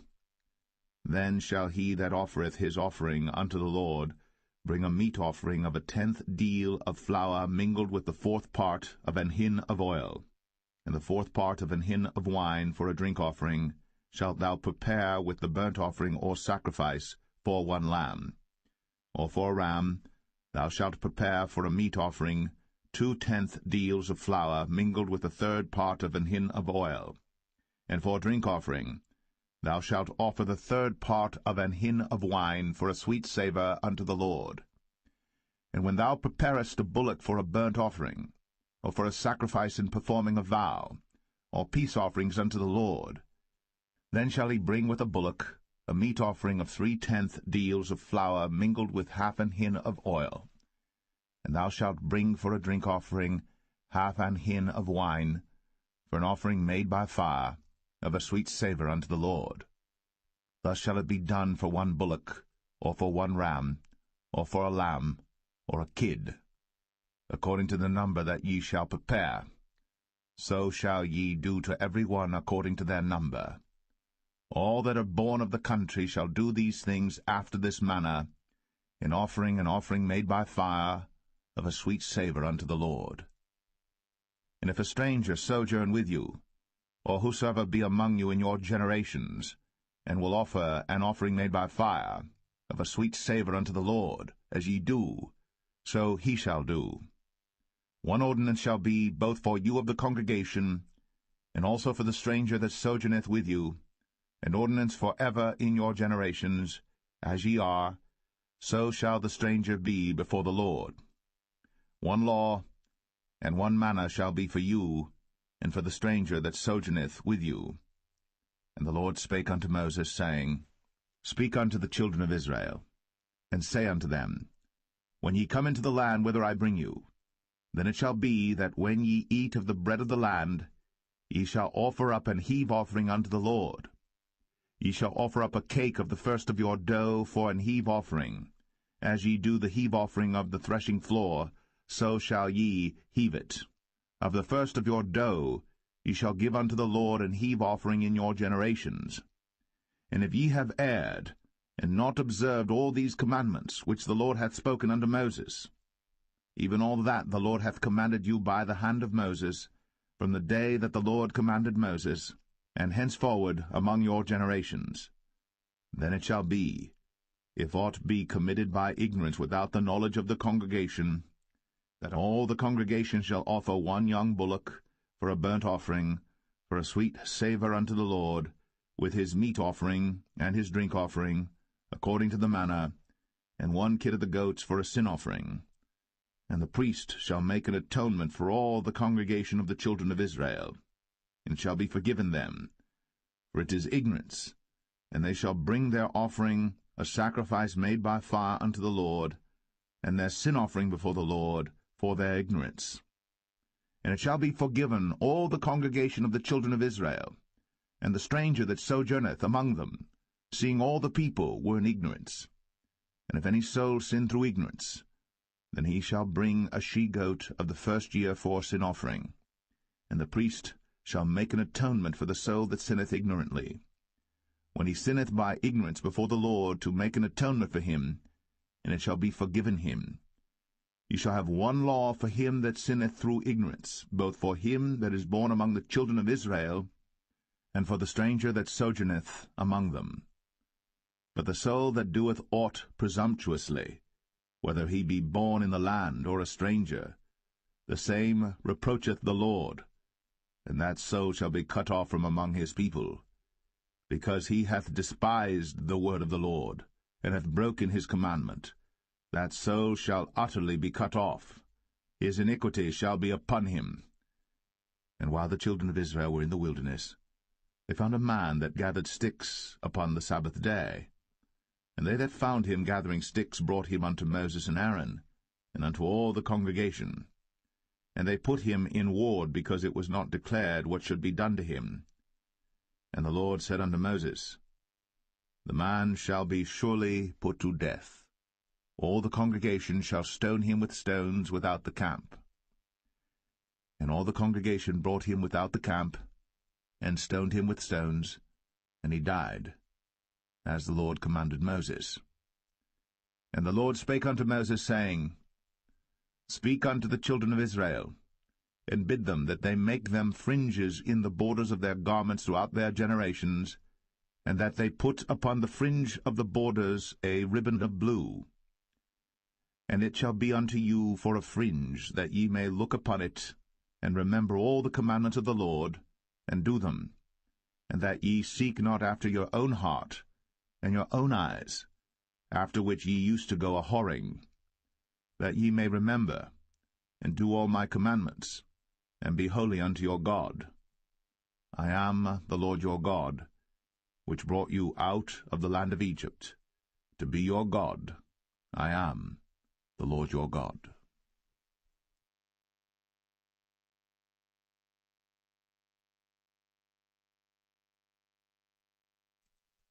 Numbers 16. Now Korah the son of Izhar, the son of Kohath, the son of Levi, and Dathan and Abiram, the sons of Eliab, and On, the son of Paulett, sons of Reuben, took men. And they rose up before Moses with certain of the children of Israel, 250 princes of the assembly, famous in the congregation, men of renown. And they gathered themselves together against Moses and against Aaron, and said unto them, Ye take too much upon you, seeing all the congregation are holy, every one of them, and the Lord is among them. Wherefore then lift ye up yourselves above the congregation of the Lord. And when Moses heard it, he fell upon his face. And he spake unto Korah and unto all his company, saying, Even tomorrow the Lord will show who are his, and who is holy, and will cause him to come near unto him. Even him whom he hath chosen will he cause to come near unto him. This do, take your censers, Korah, and all his company, and put fire therein, and put incense in them before the Lord tomorrow. And it shall be, that the man whom the Lord doth choose, he shall be holy. Ye take too much upon you, ye sons of Levi. And Moses said unto Korah, Hear, I pray you, ye sons of Levi. Seemeth it but a small thing unto you, that the God of Israel hath separated you from the congregation of Israel, to bring you near to himself, to do the service of the tabernacle of the Lord, and to stand before the congregation to minister unto them?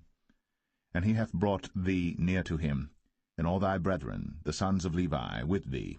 And seek ye the priesthood also? For which cause both thou and all thy company are gathered together against the Lord? And what is Aaron, that ye murmur against him? And Moses sent to call Dathan and Abiram, the sons of Eliab, which said, We will not come up. Is it a small thing that thou hast brought us up out of a land that floweth with milk and honey, to kill us in the wilderness, except thou make thyself altogether a prince over us?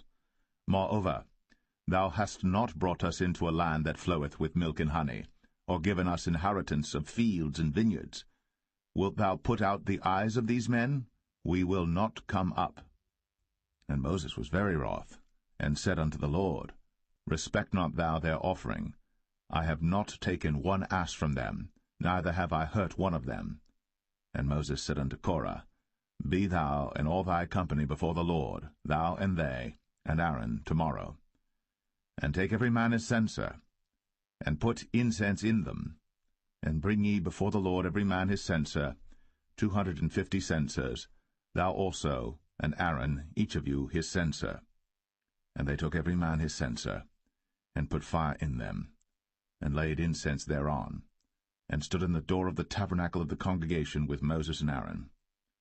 And Korah gathered all the congregation against them unto the door of the tabernacle of the congregation.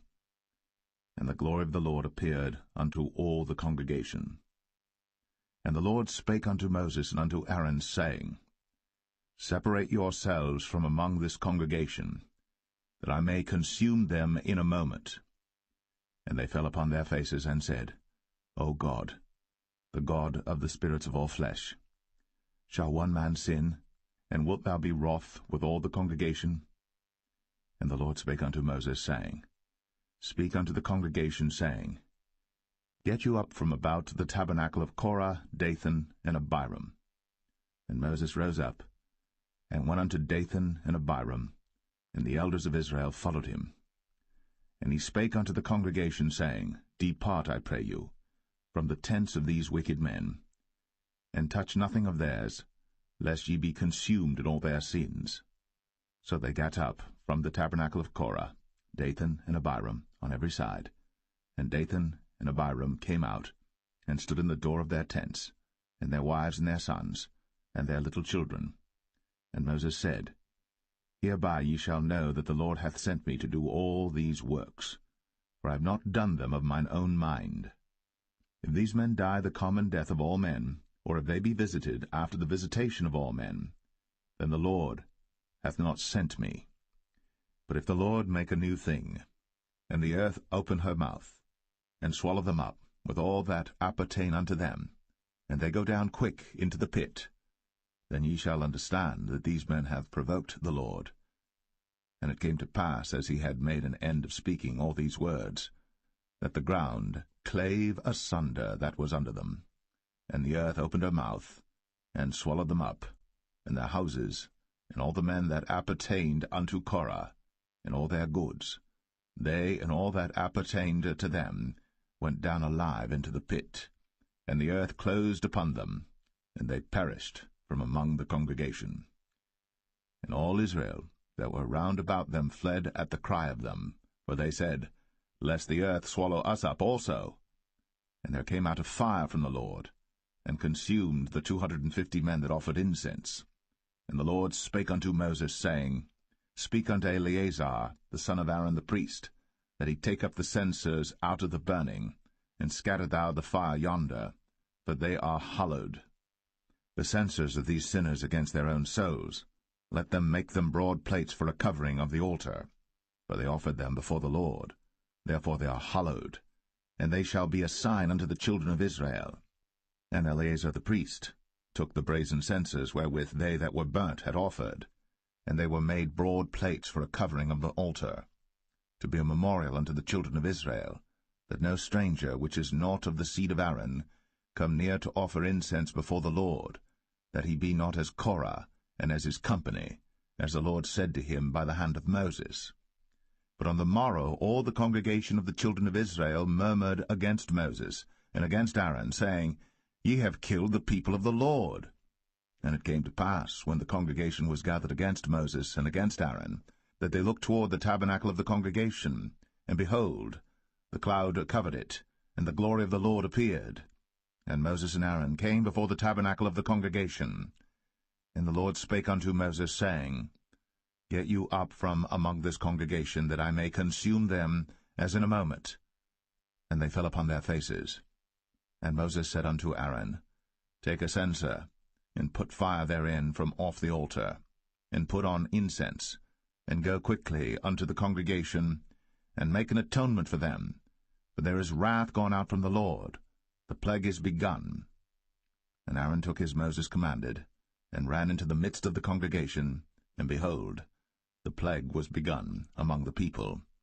And he put on incense, and made an atonement for the people. And he stood between the dead and the living, and the plague was stayed. Now they that died in the plague were 14,700, beside them that died about the matter of Korah. And Aaron returned unto Moses, unto the door of the tabernacle of the congregation, and the plague was stayed.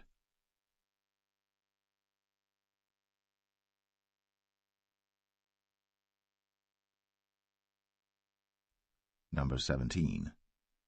And the Lord spake unto Moses, saying, Speak unto the children of Israel, and take of every one of them a rod according to the house of their fathers, of all their princes according to the house of their fathers 12 rods. Write thou every man's name upon his rod. And thou shalt write Aaron's name upon the rod of Levi. For 1 rod shall be for the head of the house of their fathers. And thou shalt lay them up in the tabernacle of the congregation before the testimony, where I will meet with you. And it shall come to pass, that the man's rod, whom I shall choose, shall blossom, and I will make to cease from me the murmurings of the children of Israel, whereby they murmur against you.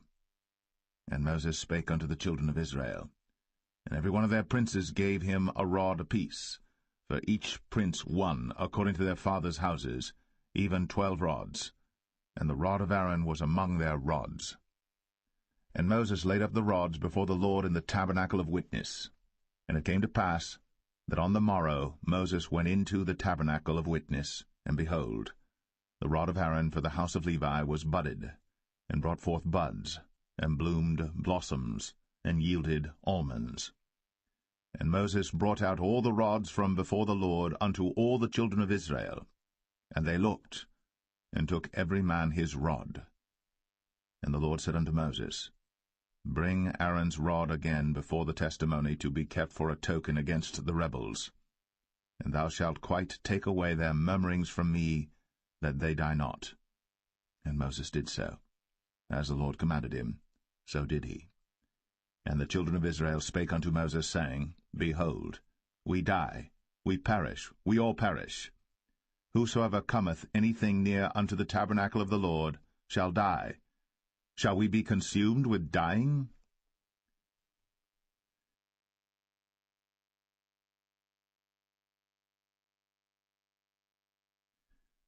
Numbers 18. And the Lord said unto Aaron, Thou and thy sons, and thy father's house with thee shall bear the iniquity of the sanctuary, and thou and thy sons with thee shall bear the iniquity of your priesthood.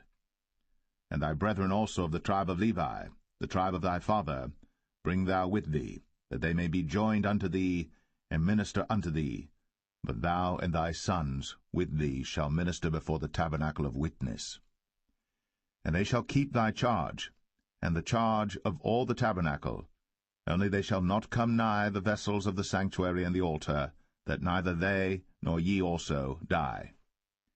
And they shall be joined unto thee, and keep the charge of the tabernacle of the congregation, for all the service of the tabernacle, and a stranger shall not come nigh unto you. And ye shall keep the charge of the sanctuary, and the charge of the altar, that there be no wrath any more upon the children of Israel.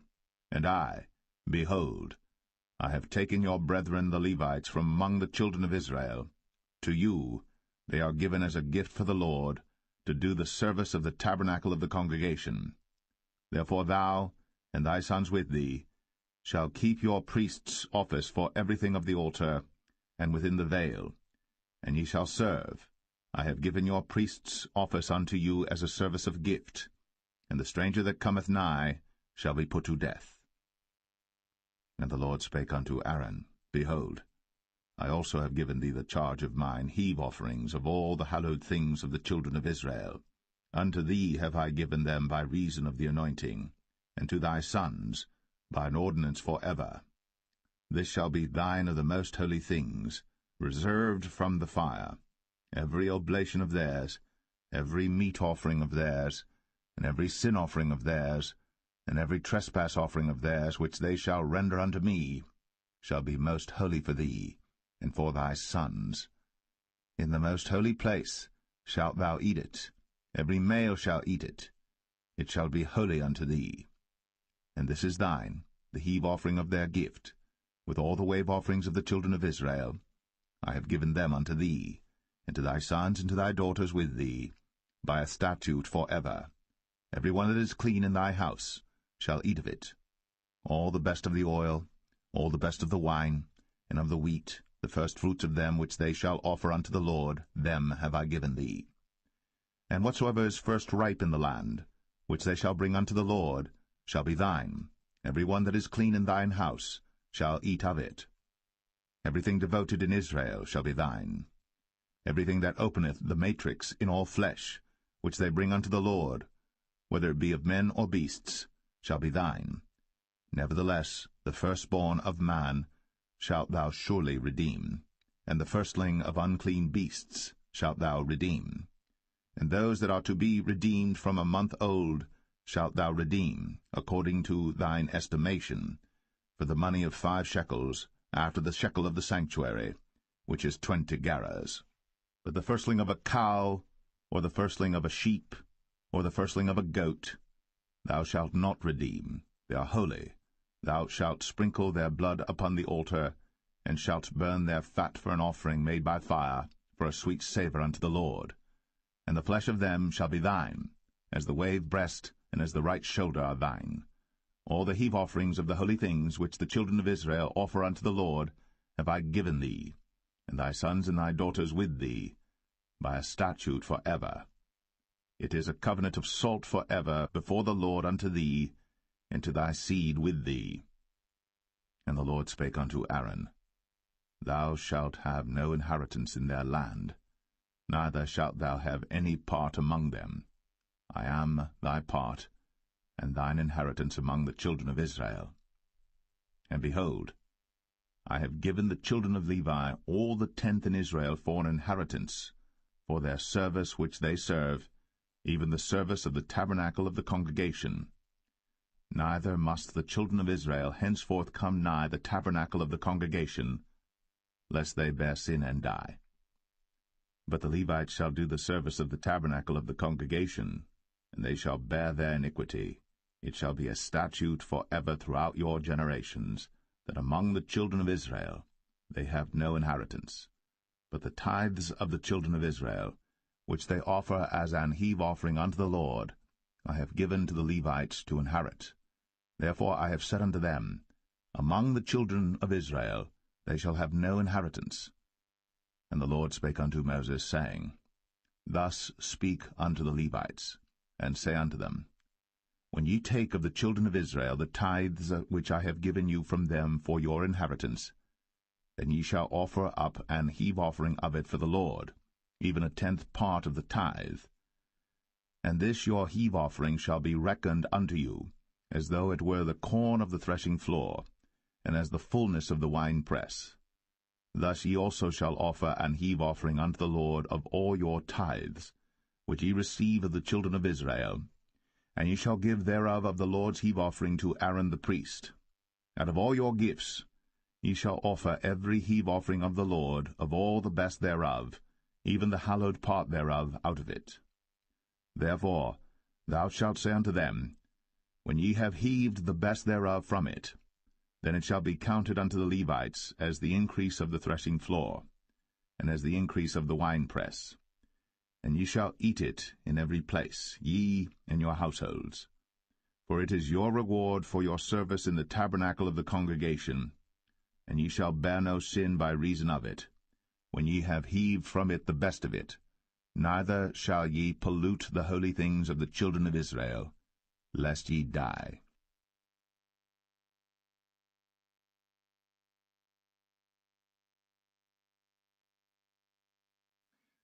Numbers 19.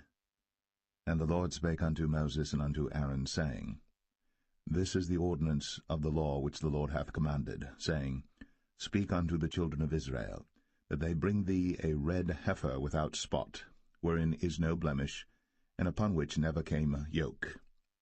And ye shall give her unto Eleazar the priest, that he may bring her forth without the camp, and one shall slay her before his face.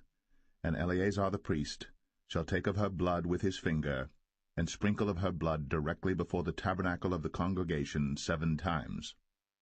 And one shall burn the heifer in his sight, her skin and her flesh, and her blood, with her dung shall he burn. And the priest shall take cedar wood and hyssop, and scarlet, and cast it into the midst of the burning of the heifer. Then the priest shall wash his clothes, and he shall bathe his flesh in water, and afterward he shall come into the camp, and the priest shall be unclean until the even. And he that burneth her shall wash his clothes in water, and bathe his flesh in water, and shall be unclean until the even.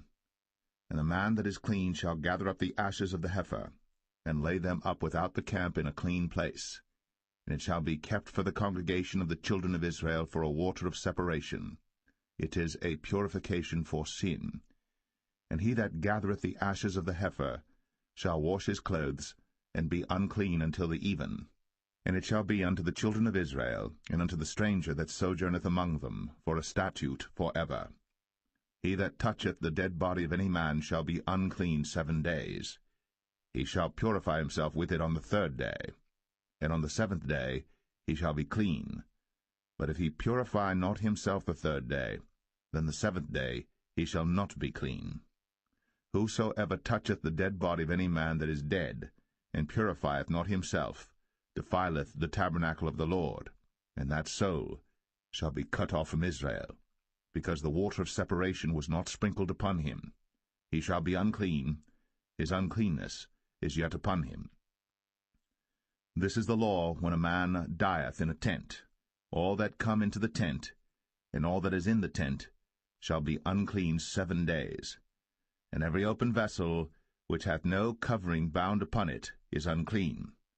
And whosoever toucheth one that is slain with a sword in the open fields, or a dead body, or a bone of a man, or a grave, shall be unclean 7 days. And for an unclean person, they shall take of the ashes of the burnt heifer, of purification for sin, and running water shall be put thereto in a vessel. And a clean person shall take hyssop, and dip it in the water, and sprinkle it upon the tent, and upon all the vessels, and upon the persons that were there, and upon him that touched a bone, or one slain, or one dead, or a grave. And the clean person shall sprinkle upon the unclean on the 3rd day, and on the 7th day. And on the 7th day he shall purify himself, and wash his clothes, and bathe himself in water, and shall be clean at even. But the man that shall be unclean, and shall not purify himself, that soul shall be cut off from among the congregation, because he hath defiled the sanctuary of the Lord. The water of separation hath not been sprinkled upon him. He is unclean. And it shall be a perpetual statute unto them, that he that sprinkleth the water of separation shall wash his clothes, and he that toucheth the water of separation shall be unclean until even. And whatsoever the unclean person toucheth shall be unclean, and the soul that toucheth it shall be unclean until even.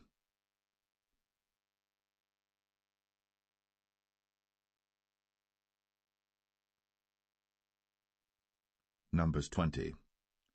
Then came the children of Israel, even the whole congregation, into the desert of Zin, in the 1st month, and the people abode in Kadesh. And Miriam died there, and was buried there. And there was no water for the congregation, and they gathered themselves together against Moses and against Aaron. And the people chode with Moses, and spake, saying, Would God that we had died when our brethren died before the Lord! And why have ye brought up the congregation of the Lord into this wilderness, that we and our cattle should die there? And wherefore have ye made us to come up out of Egypt, to bring us in unto this evil place? It is no place of seed, or of figs, or of vines, or of pomegranates, neither is there any water to drink. Then Moses and Aaron went from the presence of the assembly unto the door of the tabernacle of the congregation, and they fell upon their faces, and the glory of the Lord appeared unto them. And the Lord spake unto Moses, saying, Take the rod, and gather thou the assembly together, thou and Aaron thy brother, and speak ye unto the rock before their eyes, and it shall give forth his water. And thou shalt bring forth to them water out of the rock, so thou shalt give the congregation and their beasts drink. And Moses took the rod from before the Lord, as he commanded him. And Moses and Aaron gathered the congregation together before the rock, and he said unto them, Hear now, ye rebels, must we fetch you water out of this rock? And Moses lifted up his hand, and with his rod he smote the rock twice, and the water came out abundantly, and the congregation drank, and their beasts also. And the Lord spake unto Moses and Aaron, Because ye believed me not, to sanctify me in the eyes of the children of Israel, therefore ye shall not bring this congregation into the land which I have given them. This is the water of Meribah, because the children of Israel strove with the Lord, and he was sanctified in them. And Moses sent messengers from Kadesh unto the king of Edom. Thus saith thy brother Israel, Thou knowest all the travail that hath befallen us, how our fathers went down into Egypt, and we have dwelt in Egypt a long time, and the Egyptians vexed us and our fathers. And when we cried unto the Lord, he heard our voice, and sent an angel, and hath brought us forth out of Egypt. And behold, we are in Kadesh, a city in the uttermost of thy border. Let us pass, I pray thee, through thy country. We will not pass through the fields, or through the vineyards, neither will we drink of the water of the wells. We will go by the king's highway. We will not turn to the right hand, nor to the left, until we have passed thy borders. And Edom said unto him, Thou shalt not pass by me, lest I come out against thee with the sword. And the children of Israel said unto him, We will go by the highway, and if I and my cattle drink of thy water, then I will pay for it. I will only, without doing anything else, go through on my feet. And he said, Thou shalt not go through. And Edom came out against him with much people, and with a strong hand. Thus Edom refused to give Israel passage through his border. Wherefore Israel turned away from him. And the children of Israel, even the whole congregation, journeyed from Kadesh, and came unto Mount Or. And the Lord spake unto Moses and Aaron in Mount Or, by the coast of the land of Edom, saying, Aaron shall be gathered unto his people, for he shall not enter into the land which I have given unto the children of Israel, because ye rebelled against my word at the water of Meribah. Take Aaron and Eleazar his son, and bring them up unto Mount Or, and strip Aaron of his garments, and put them upon Eleazar his son, and Aaron shall be gathered unto his people, and shall die there. And Moses did as the Lord commanded, and they went up into Mount Or in the sight of all the congregation. And Moses stripped Aaron of his garments, and put them upon Eleazar his son, and Aaron died there in the top of the mount. And Moses and Eleazar came down from the mount. And when all the congregation saw that Aaron was dead, they mourned for Aaron 30 days, even all the house of Israel.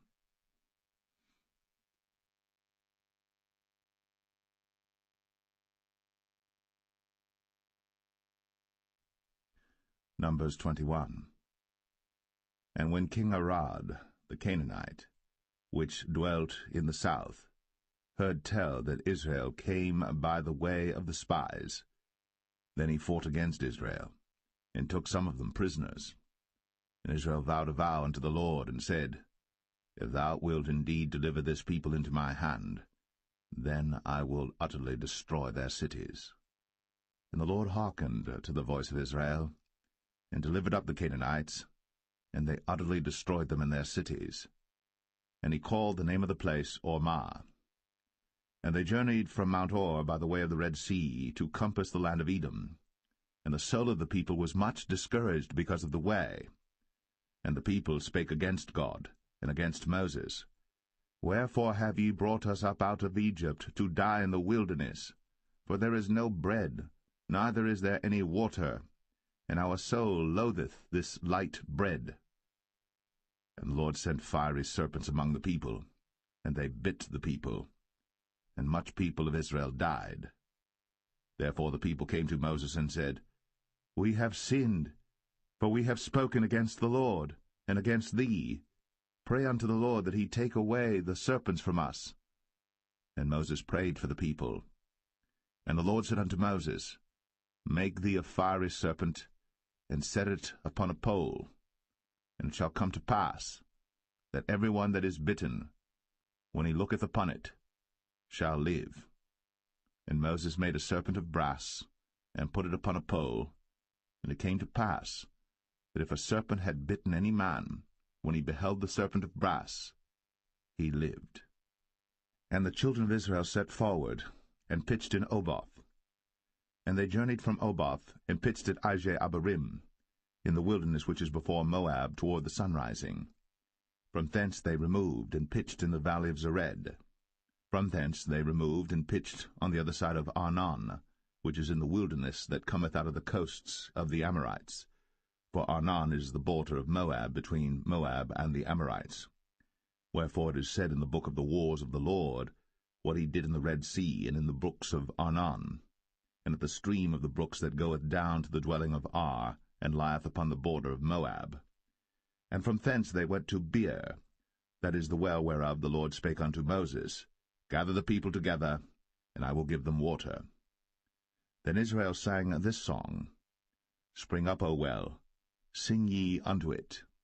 The princes digged the well, the nobles of the people digged it, by the direction of the lawgiver, with their staves. And from the wilderness they went to Mattanah, and from Mattanah to Nahaliel, and from Nahaliel to Bamoth, and from Bamoth in the valley, that is in the country of Moab, to the top of Pisgah, which looketh toward Jeshimon. And Israel sent messengers unto Sihon king of the Amorites, saying, Let me pass through thy land. We will not turn into the fields or into the vineyards, we will not drink of the waters of the well, but we will go along by the king's highway until we be past thy borders. And Sihon would not suffer Israel to pass through his border. But Sihon gathered all his people together, and went out against Israel into the wilderness. And he came to Jahaz, and fought against Israel. And Israel smote him with the edge of the sword, and possessed his land from Arnon unto Jabbok, even unto the children of Ammon. For the border of the children of Ammon was strong. And Israel took all these cities, and Israel dwelt in all the cities of the Amorites, in Heshbon, in all the villages thereof. For Heshbon was the city of Sihon the king of the Amorites, who had fought against the former king of Moab, and taken all his land out of his hand, even unto Arnon. Wherefore they that speak in Proverbs say, Come into Heshbon, let the city of Sihon be built and prepared. For there is a fire gone out of Heshbon, a flame from the city of Sihon. It hath consumed Ar of Moab, and the lords of the high places of Arnon. Woe to thee, Moab! Thou art undone, O people of Chemosh. He hath given his sons that escaped, and his daughters, into captivity unto Sihon king of the Amorites. We have shot at them. Heshbon is perished even unto Dibon, and we have laid them waste even unto Nephah, which reacheth unto Medeba. Thus Israel dwelt in the land of the Amorites. And Moses sent to spy out Jazer, and they took the villages thereof, and drove out the Amorites that were there. And they turned, and went up by the way of Bashan, and Og the king of Bashan went out against them, he and all his people, to the battle at Edrei. And the Lord said unto Moses, Fear him not, for I have delivered him into thy hand, and all his people and his land. And thou shalt do to him as thou didst unto Sihon king of the Amorites, which dwelt at Heshbon. So they smote him, and his sons, and all his people, until there was none left him alive, and they possessed his land.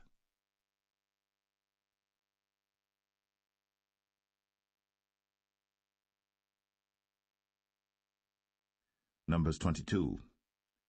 And the children of Israel set forward, and pitched in the plains of Moab, on this side Jordan, by Jericho.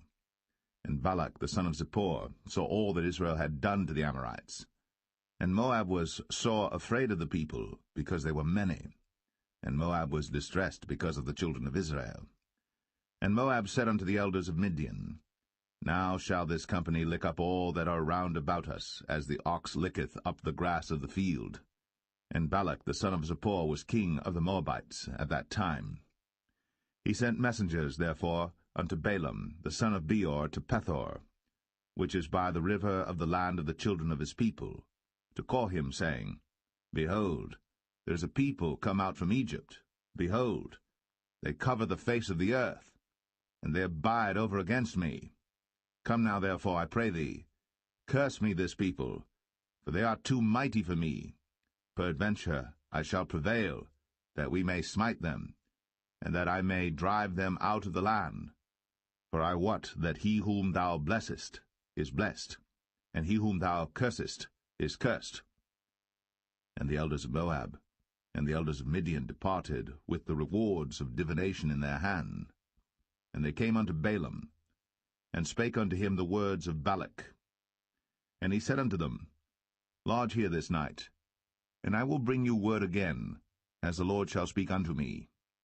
And the princes of Moab abode with Balaam. And God came unto Balaam, and said, What men are these with thee? And Balaam said unto God, Balak the son of Zippor, king of Moab, hath sent unto me, saying, Behold, there is a people come out of Egypt, which covereth the face of the earth. Come now, curse me them. Peradventure I shall be able to overcome them, and drive them out. And God said unto Balaam, Thou shalt not go with them. Thou shalt not curse the people, for they are blessed. And Balaam rose up in the morning, and said unto the princes of Balak, Get you into your land, for the Lord refuseth to give me leave to go with you. And the princes of Moab rose up, and they went unto Balak, and said, Balaam refuseth to come with us. And Balak sent yet again princes, more and more honorable than they. And they came to Balaam, and said to him, Thus saith Balak the son of Zippor, Let nothing, I pray thee, hinder thee from coming unto me. For I will promote thee unto very great honor, and I will do whatsoever thou sayest unto me. Come therefore, I pray thee, curse me this people. And Balaam answered and said unto the servants of Balak, If Balak would give me his house full of silver and gold, I cannot go beyond the word of the Lord my God, to do less or more.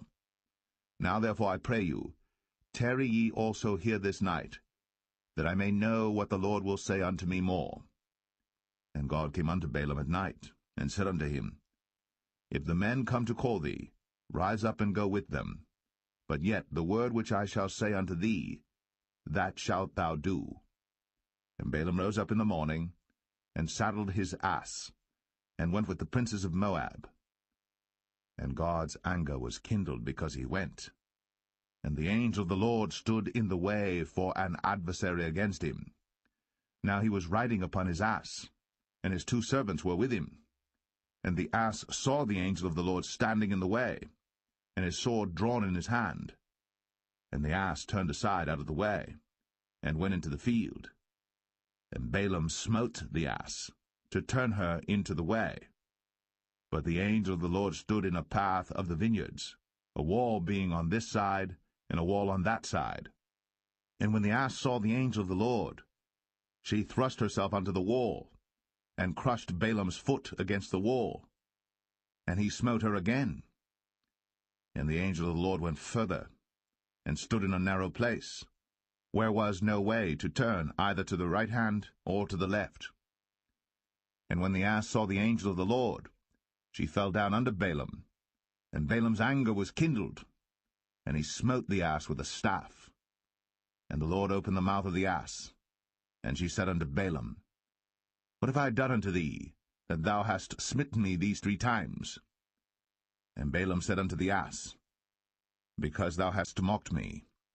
I would there were a sword in mine hand, for now would I kill thee. And the ass said unto Balaam, Am not I thine ass, upon which thou hast ridden ever since I was thine unto this day? Was I ever wont to do so unto thee? And he said, Nay. Then the Lord opened the eyes of Balaam, and he saw the angel of the Lord standing in the way, and his sword drawn in his hand. And he bowed down his head, and fell flat on his face. And the angel of the Lord said unto him, Wherefore hast thou smitten thine ass these 3 times? Behold, I went out to withstand thee, because thy way is perverse before me. And the ass saw me, and turned from me these 3 times. Unless she had turned from me, surely now also I had slain thee, and saved her alive. And Balaam said unto the angel of the Lord, I have sinned, for I knew not that thou stoodest in the way against me. Now therefore, if it displease thee, I will get me back again. And the angel of the Lord said unto Balaam, Go with the men, but only the word that I shall speak unto thee, that thou shalt speak. So Balaam went with the princes of Balak. And when Balak heard that Balaam was come, he went out to meet him unto a city of Moab, which is in the border of Arnon, which is in the utmost coast. And Balak said unto Balaam, Did I not earnestly send unto thee to call thee? Wherefore camest thou not unto me? Am I not able indeed to promote thee to honor? And Balaam said unto Balak, Lo, I am come unto thee. Have I now any power at all to say anything? The word that God putteth in my mouth, that shall I speak.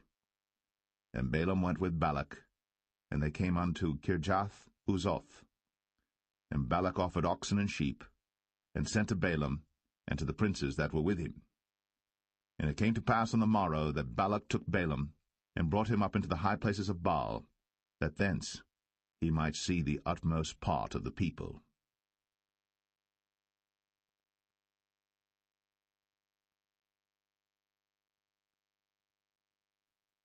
Numbers 23. And Balaam said unto Balak, Build me here 7 altars, and prepare me here 7 oxen and 7 rams. And Balak did as Balaam had spoken. And Balak and Balaam offered on every altar a bullock and a ram. And Balaam said unto Balak, Stand by thy burnt offering, and I will go. Peradventure the Lord will come to meet me. And whatsoever he showeth me, I will tell thee. And he went to an high place. And God met Balaam, and he said unto him, I have prepared 7 altars, and I have offered upon every altar a bullock and a ram. And the Lord put a word in Balaam's mouth, and said, Return unto Balak, and thus thou shalt speak. And he returned unto him, and lo, he stood by his burnt sacrifice, he and all the princes of Moab. And he took up his parable, and said, Balak the king of Moab hath brought me from Aram out of the mountains of the east, saying, Come, curse me, Jacob, and come, defy Israel. How shall I curse whom God hath not cursed?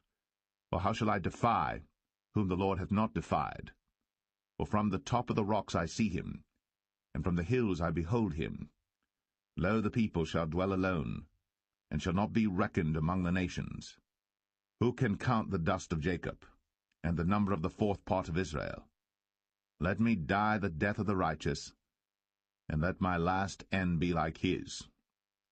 And Balak said unto Balaam, What hast thou done unto me? I took thee to curse mine enemies, and behold, thou hast blessed them altogether. And he answered and said, Must I not take heed to speak that which the Lord hath put in my mouth?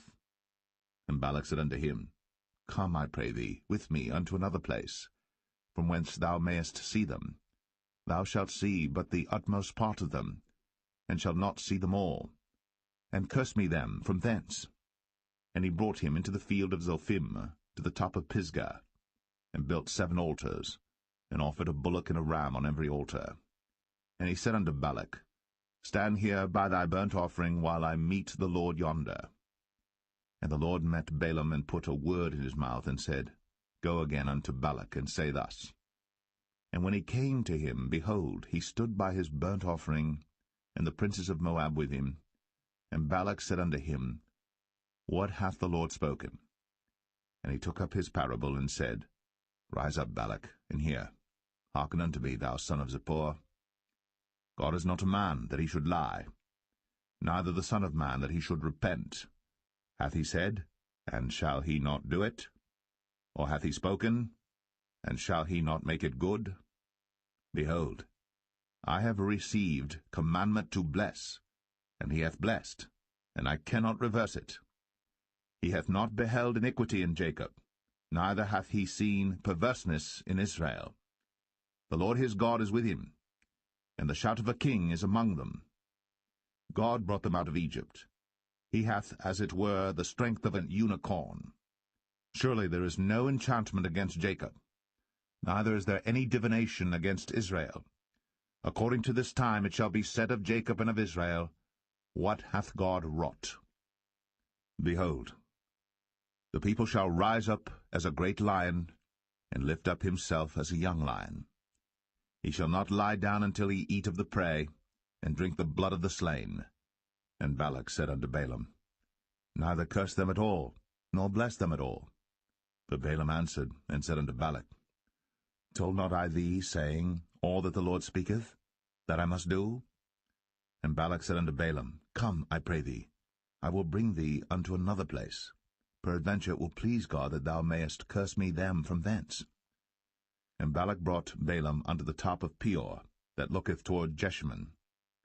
Then Balaam said unto Balak, Build me here 7 altars, and prepare me here 7 bullocks and 7 rams. And Balak did as Balaam had said, and offered a bullock and a ram on every altar.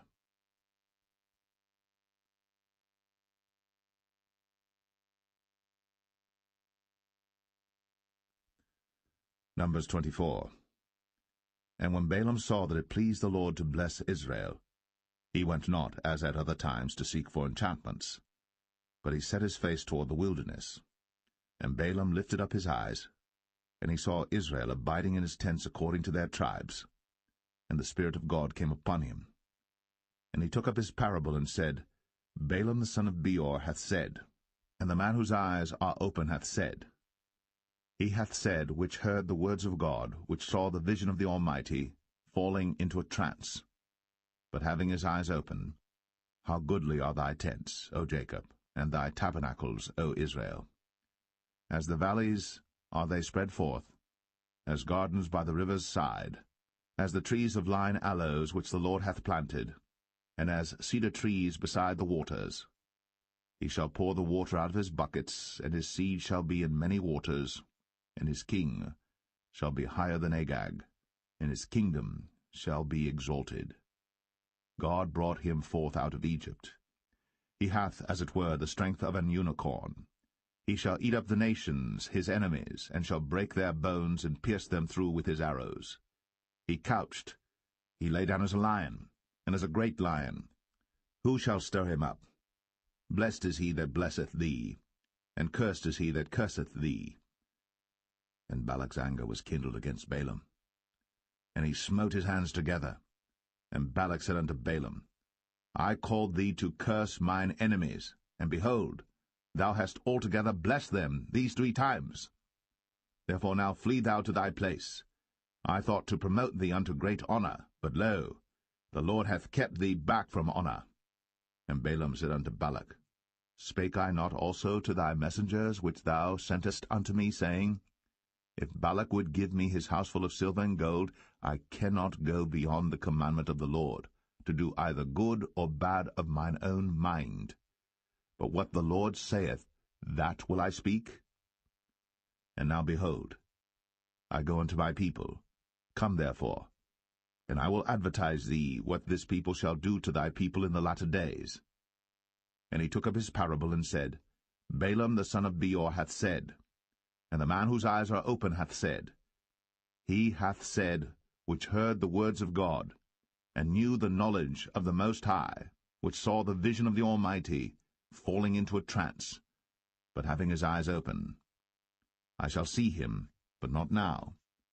I shall behold him, but not nigh. There shall come a star out of Jacob, and a scepter shall rise out of Israel, and shall smite the corners of Moab, and destroy all the children of Sheth. And Edom shall be a possession, Sire also shall be a possession for his enemies. And Israel shall do valiantly. Out of Jacob shall come he that shall have dominion, and shall destroy him that remaineth of the city. And when he looked on Amalek, he took up his parable and said, Amalek was the first of the nations, but his latter end shall be that he perish for ever.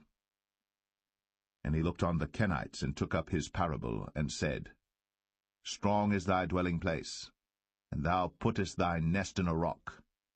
Nevertheless, the Kenites shall be wasted, until Ashur shall carry thee away captive.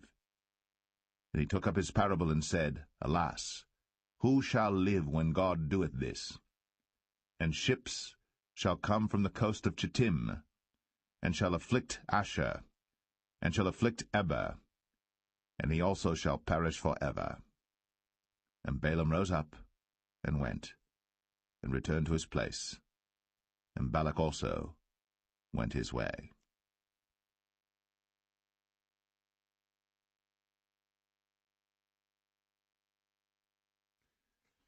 Numbers 25. And Israel abode in Shittim, and the people began to commit whoredom with the daughters of Moab. And they called the people unto the sacrifices of their gods, and the people did eat, and bowed down to their gods. And Israel joined himself unto Baal Peor, and the anger of the Lord was kindled against Israel. And the Lord said unto Moses, Take all the heads of the people, and hang them up before the Lord against the sun, that the fierce anger of the Lord may be turned away from Israel. And Moses said unto the judges of Israel, Slay ye every one his men that were joined unto Baal Peor. And behold, one of the children of Israel came and brought unto his brethren a Midianitish woman in the sight of Moses, and in the sight of all the congregation of the children of Israel, who were weeping before the door of the tabernacle of the congregation. And when Phinehas the son of Eleazar the son of Aaron the priest saw it, he rose up from among the congregation, and took a javelin in his hand. And he went after the man of Israel into the tent, and thrust both of them through, the man of Israel, and the woman through her belly. So the plague was stayed from the children of Israel. And those that died in the plague were 24,000. And the Lord spake unto Moses, saying, Phinehas the son of Eleazar, the son of Aaron the priest, hath turned my wrath away from the children of Israel, while he was zealous for my sake among them, that I consumed not the children of Israel in my jealousy. Wherefore say, Behold, I give unto him my covenant of peace, and he shall have it, and his seed after him, even the covenant of an everlasting priesthood, because he was zealous for his God, and made an atonement for the children of Israel. Now the name of the Israelite that was slain, even that was slain with the Midianitish woman, was Zimri, the son of Salu, a prince of a chief house among the Simeonites. And the name of the Midianitish woman that was slain was Cosbi, the daughter of Zur. He was head over a people, and of a chief house in Midian. And the Lord spake unto Moses, saying, Vex the Midianites, and smite them, for they vex you with their wiles, wherewith they have beguiled you in the matter of Peor, and in the matter of Cosbi, the daughter of a prince of Midian, their sister, which was slain in the day of the plague, for Peor's sake.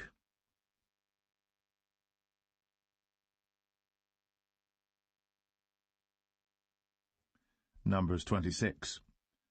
And it came to pass after the plague, that the Lord spake unto Moses and unto Eleazar the son of Aaron the priest, saying, Take the sum of all the congregation of the children of Israel, from 20 years old and upward, throughout their father's house, all that are able to go to war in Israel.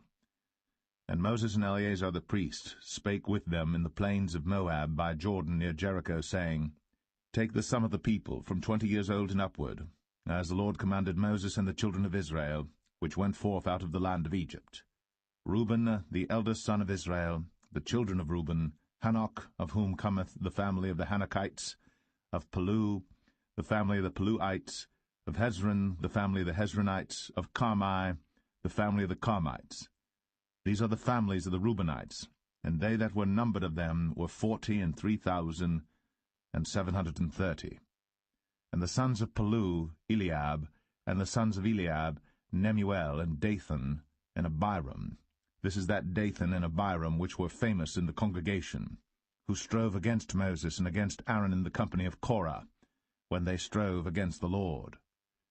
And the earth opened her mouth, and swallowed them up together with Korah, when that company died, what time the fire devoured 250 men, and they became a sign.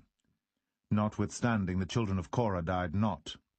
The sons of Simeon after their families, of Nemuel, the family of the Nemuelites, of Jamin, the family of the Jaminites, of Jachin, the family of the Jachinites, of Zerah, the family of the Zarhites, of Shaul, the family of the Shaulites. These are the families of the Simeonites, 22,200. The children of Gad after their families, of Zephon, the family of the Zephonites, of Haggai, the family of the Haggites, of Shuni, the family of the Shunites, of Ozni, the family of the Oznites, of Eri, the family of the Erites, of Arad, the family of the Aradites, of Arali, the family of the Aralites. These are the families of the children of Gad according to those that were numbered of them, 40,500. The sons of Judah were Er and Onan, and Er and Onan died in the land of Canaan. And the sons of Judah after their families were, of Shelah, the family of the Shelonites, of Pharez, the family of the Pharzites, of Zerah, the family of the Zarhites. And the sons of Pharez were, of Hezron, the family of the Hezronites, of Hamul, the family of the Hamulites. These are the families of Judah according to those that were numbered of them, 16,500. Of the sons of Issachar after their families, of Tola, the family of the Tolaites, of Pua, the family of the Punites, of Jashub, the family of the Jashubites, of Shimron, the family of the Shimronites. These are the families of Issachar according to those that were numbered of them, 64,300. Of the sons of Zebulun after their families, of Sered, the family of the Sardites, of Elon, the family of the Elonites, of Jaleel, the family of the Jaleelites. These are the families of the Zebulunites, according to those that were numbered of them, 70,000, The sons of Joseph, after their families, were Manasseh and Ephraim. Of the sons of Manasseh, of Machir, the family of the Machirites, and Machir begat Gilead. Of Gilead come the family of the Gileadites. These are the sons of Gilead. Of Jezer, the family of the Jezerites. Of Helek, the family of the Helekites. And of Azriel, the family of the Azrielites. And of Shechem, the family of the Shechemites. And of Shemida, the family of the Shemidites. And of Hepher, the family of the Hepherites. And Zelophehad, the son of Hepher, had no sons, but daughters. And the names of the daughters of Zelophehad were Mahlah and Noah, Hoglah, Milcah, and Tirzah. These are the families of Manasseh, and those that were numbered of them, 52,700. These are the sons of Ephraim after their families. Of Shuthelah, the family of the Shuthelites. Of Becher, the family of the Bachrites. Of Tahan, the family of the Tahanites. And these are the sons of Shuthelah. Of Iran, the family of the Iranites. These are the families of the sons of Ephraim, according to those that were numbered of them, 32,500. These are the sons of Joseph after their families. The sons of Benjamin after their families, of Bela, the family of the Belites. Of Ashbel, the family of the Ashbelites. Of Ahiram, the family of the Ahiramites. Of Shepham, the family of the Shuphamites. Of Hupham, the family of the Huphamites. And the sons of Bela were Ard and Naaman. Of Ard, the family of the Ardites. And of Naaman, the family of the Naamites. These are the sons of Benjamin after their families. And they that were numbered of them were 45,600. These are the sons of Dan after their families. Of Shuham, the family of the Shuhamites. These are the families of Dan after their families. All the families of the Shuhamites, according to those that were numbered of them, were 64,400. Of the children of Asher after their families. Of Jimnah, the family of the Jimnites. Of Jesui, the family of the Jesuites. Of Beriah, the family of the Berites. Of the sons of Beriah, of Heber, the family of the Heberites. Of Malkiel, the family of the Malkielites. And the name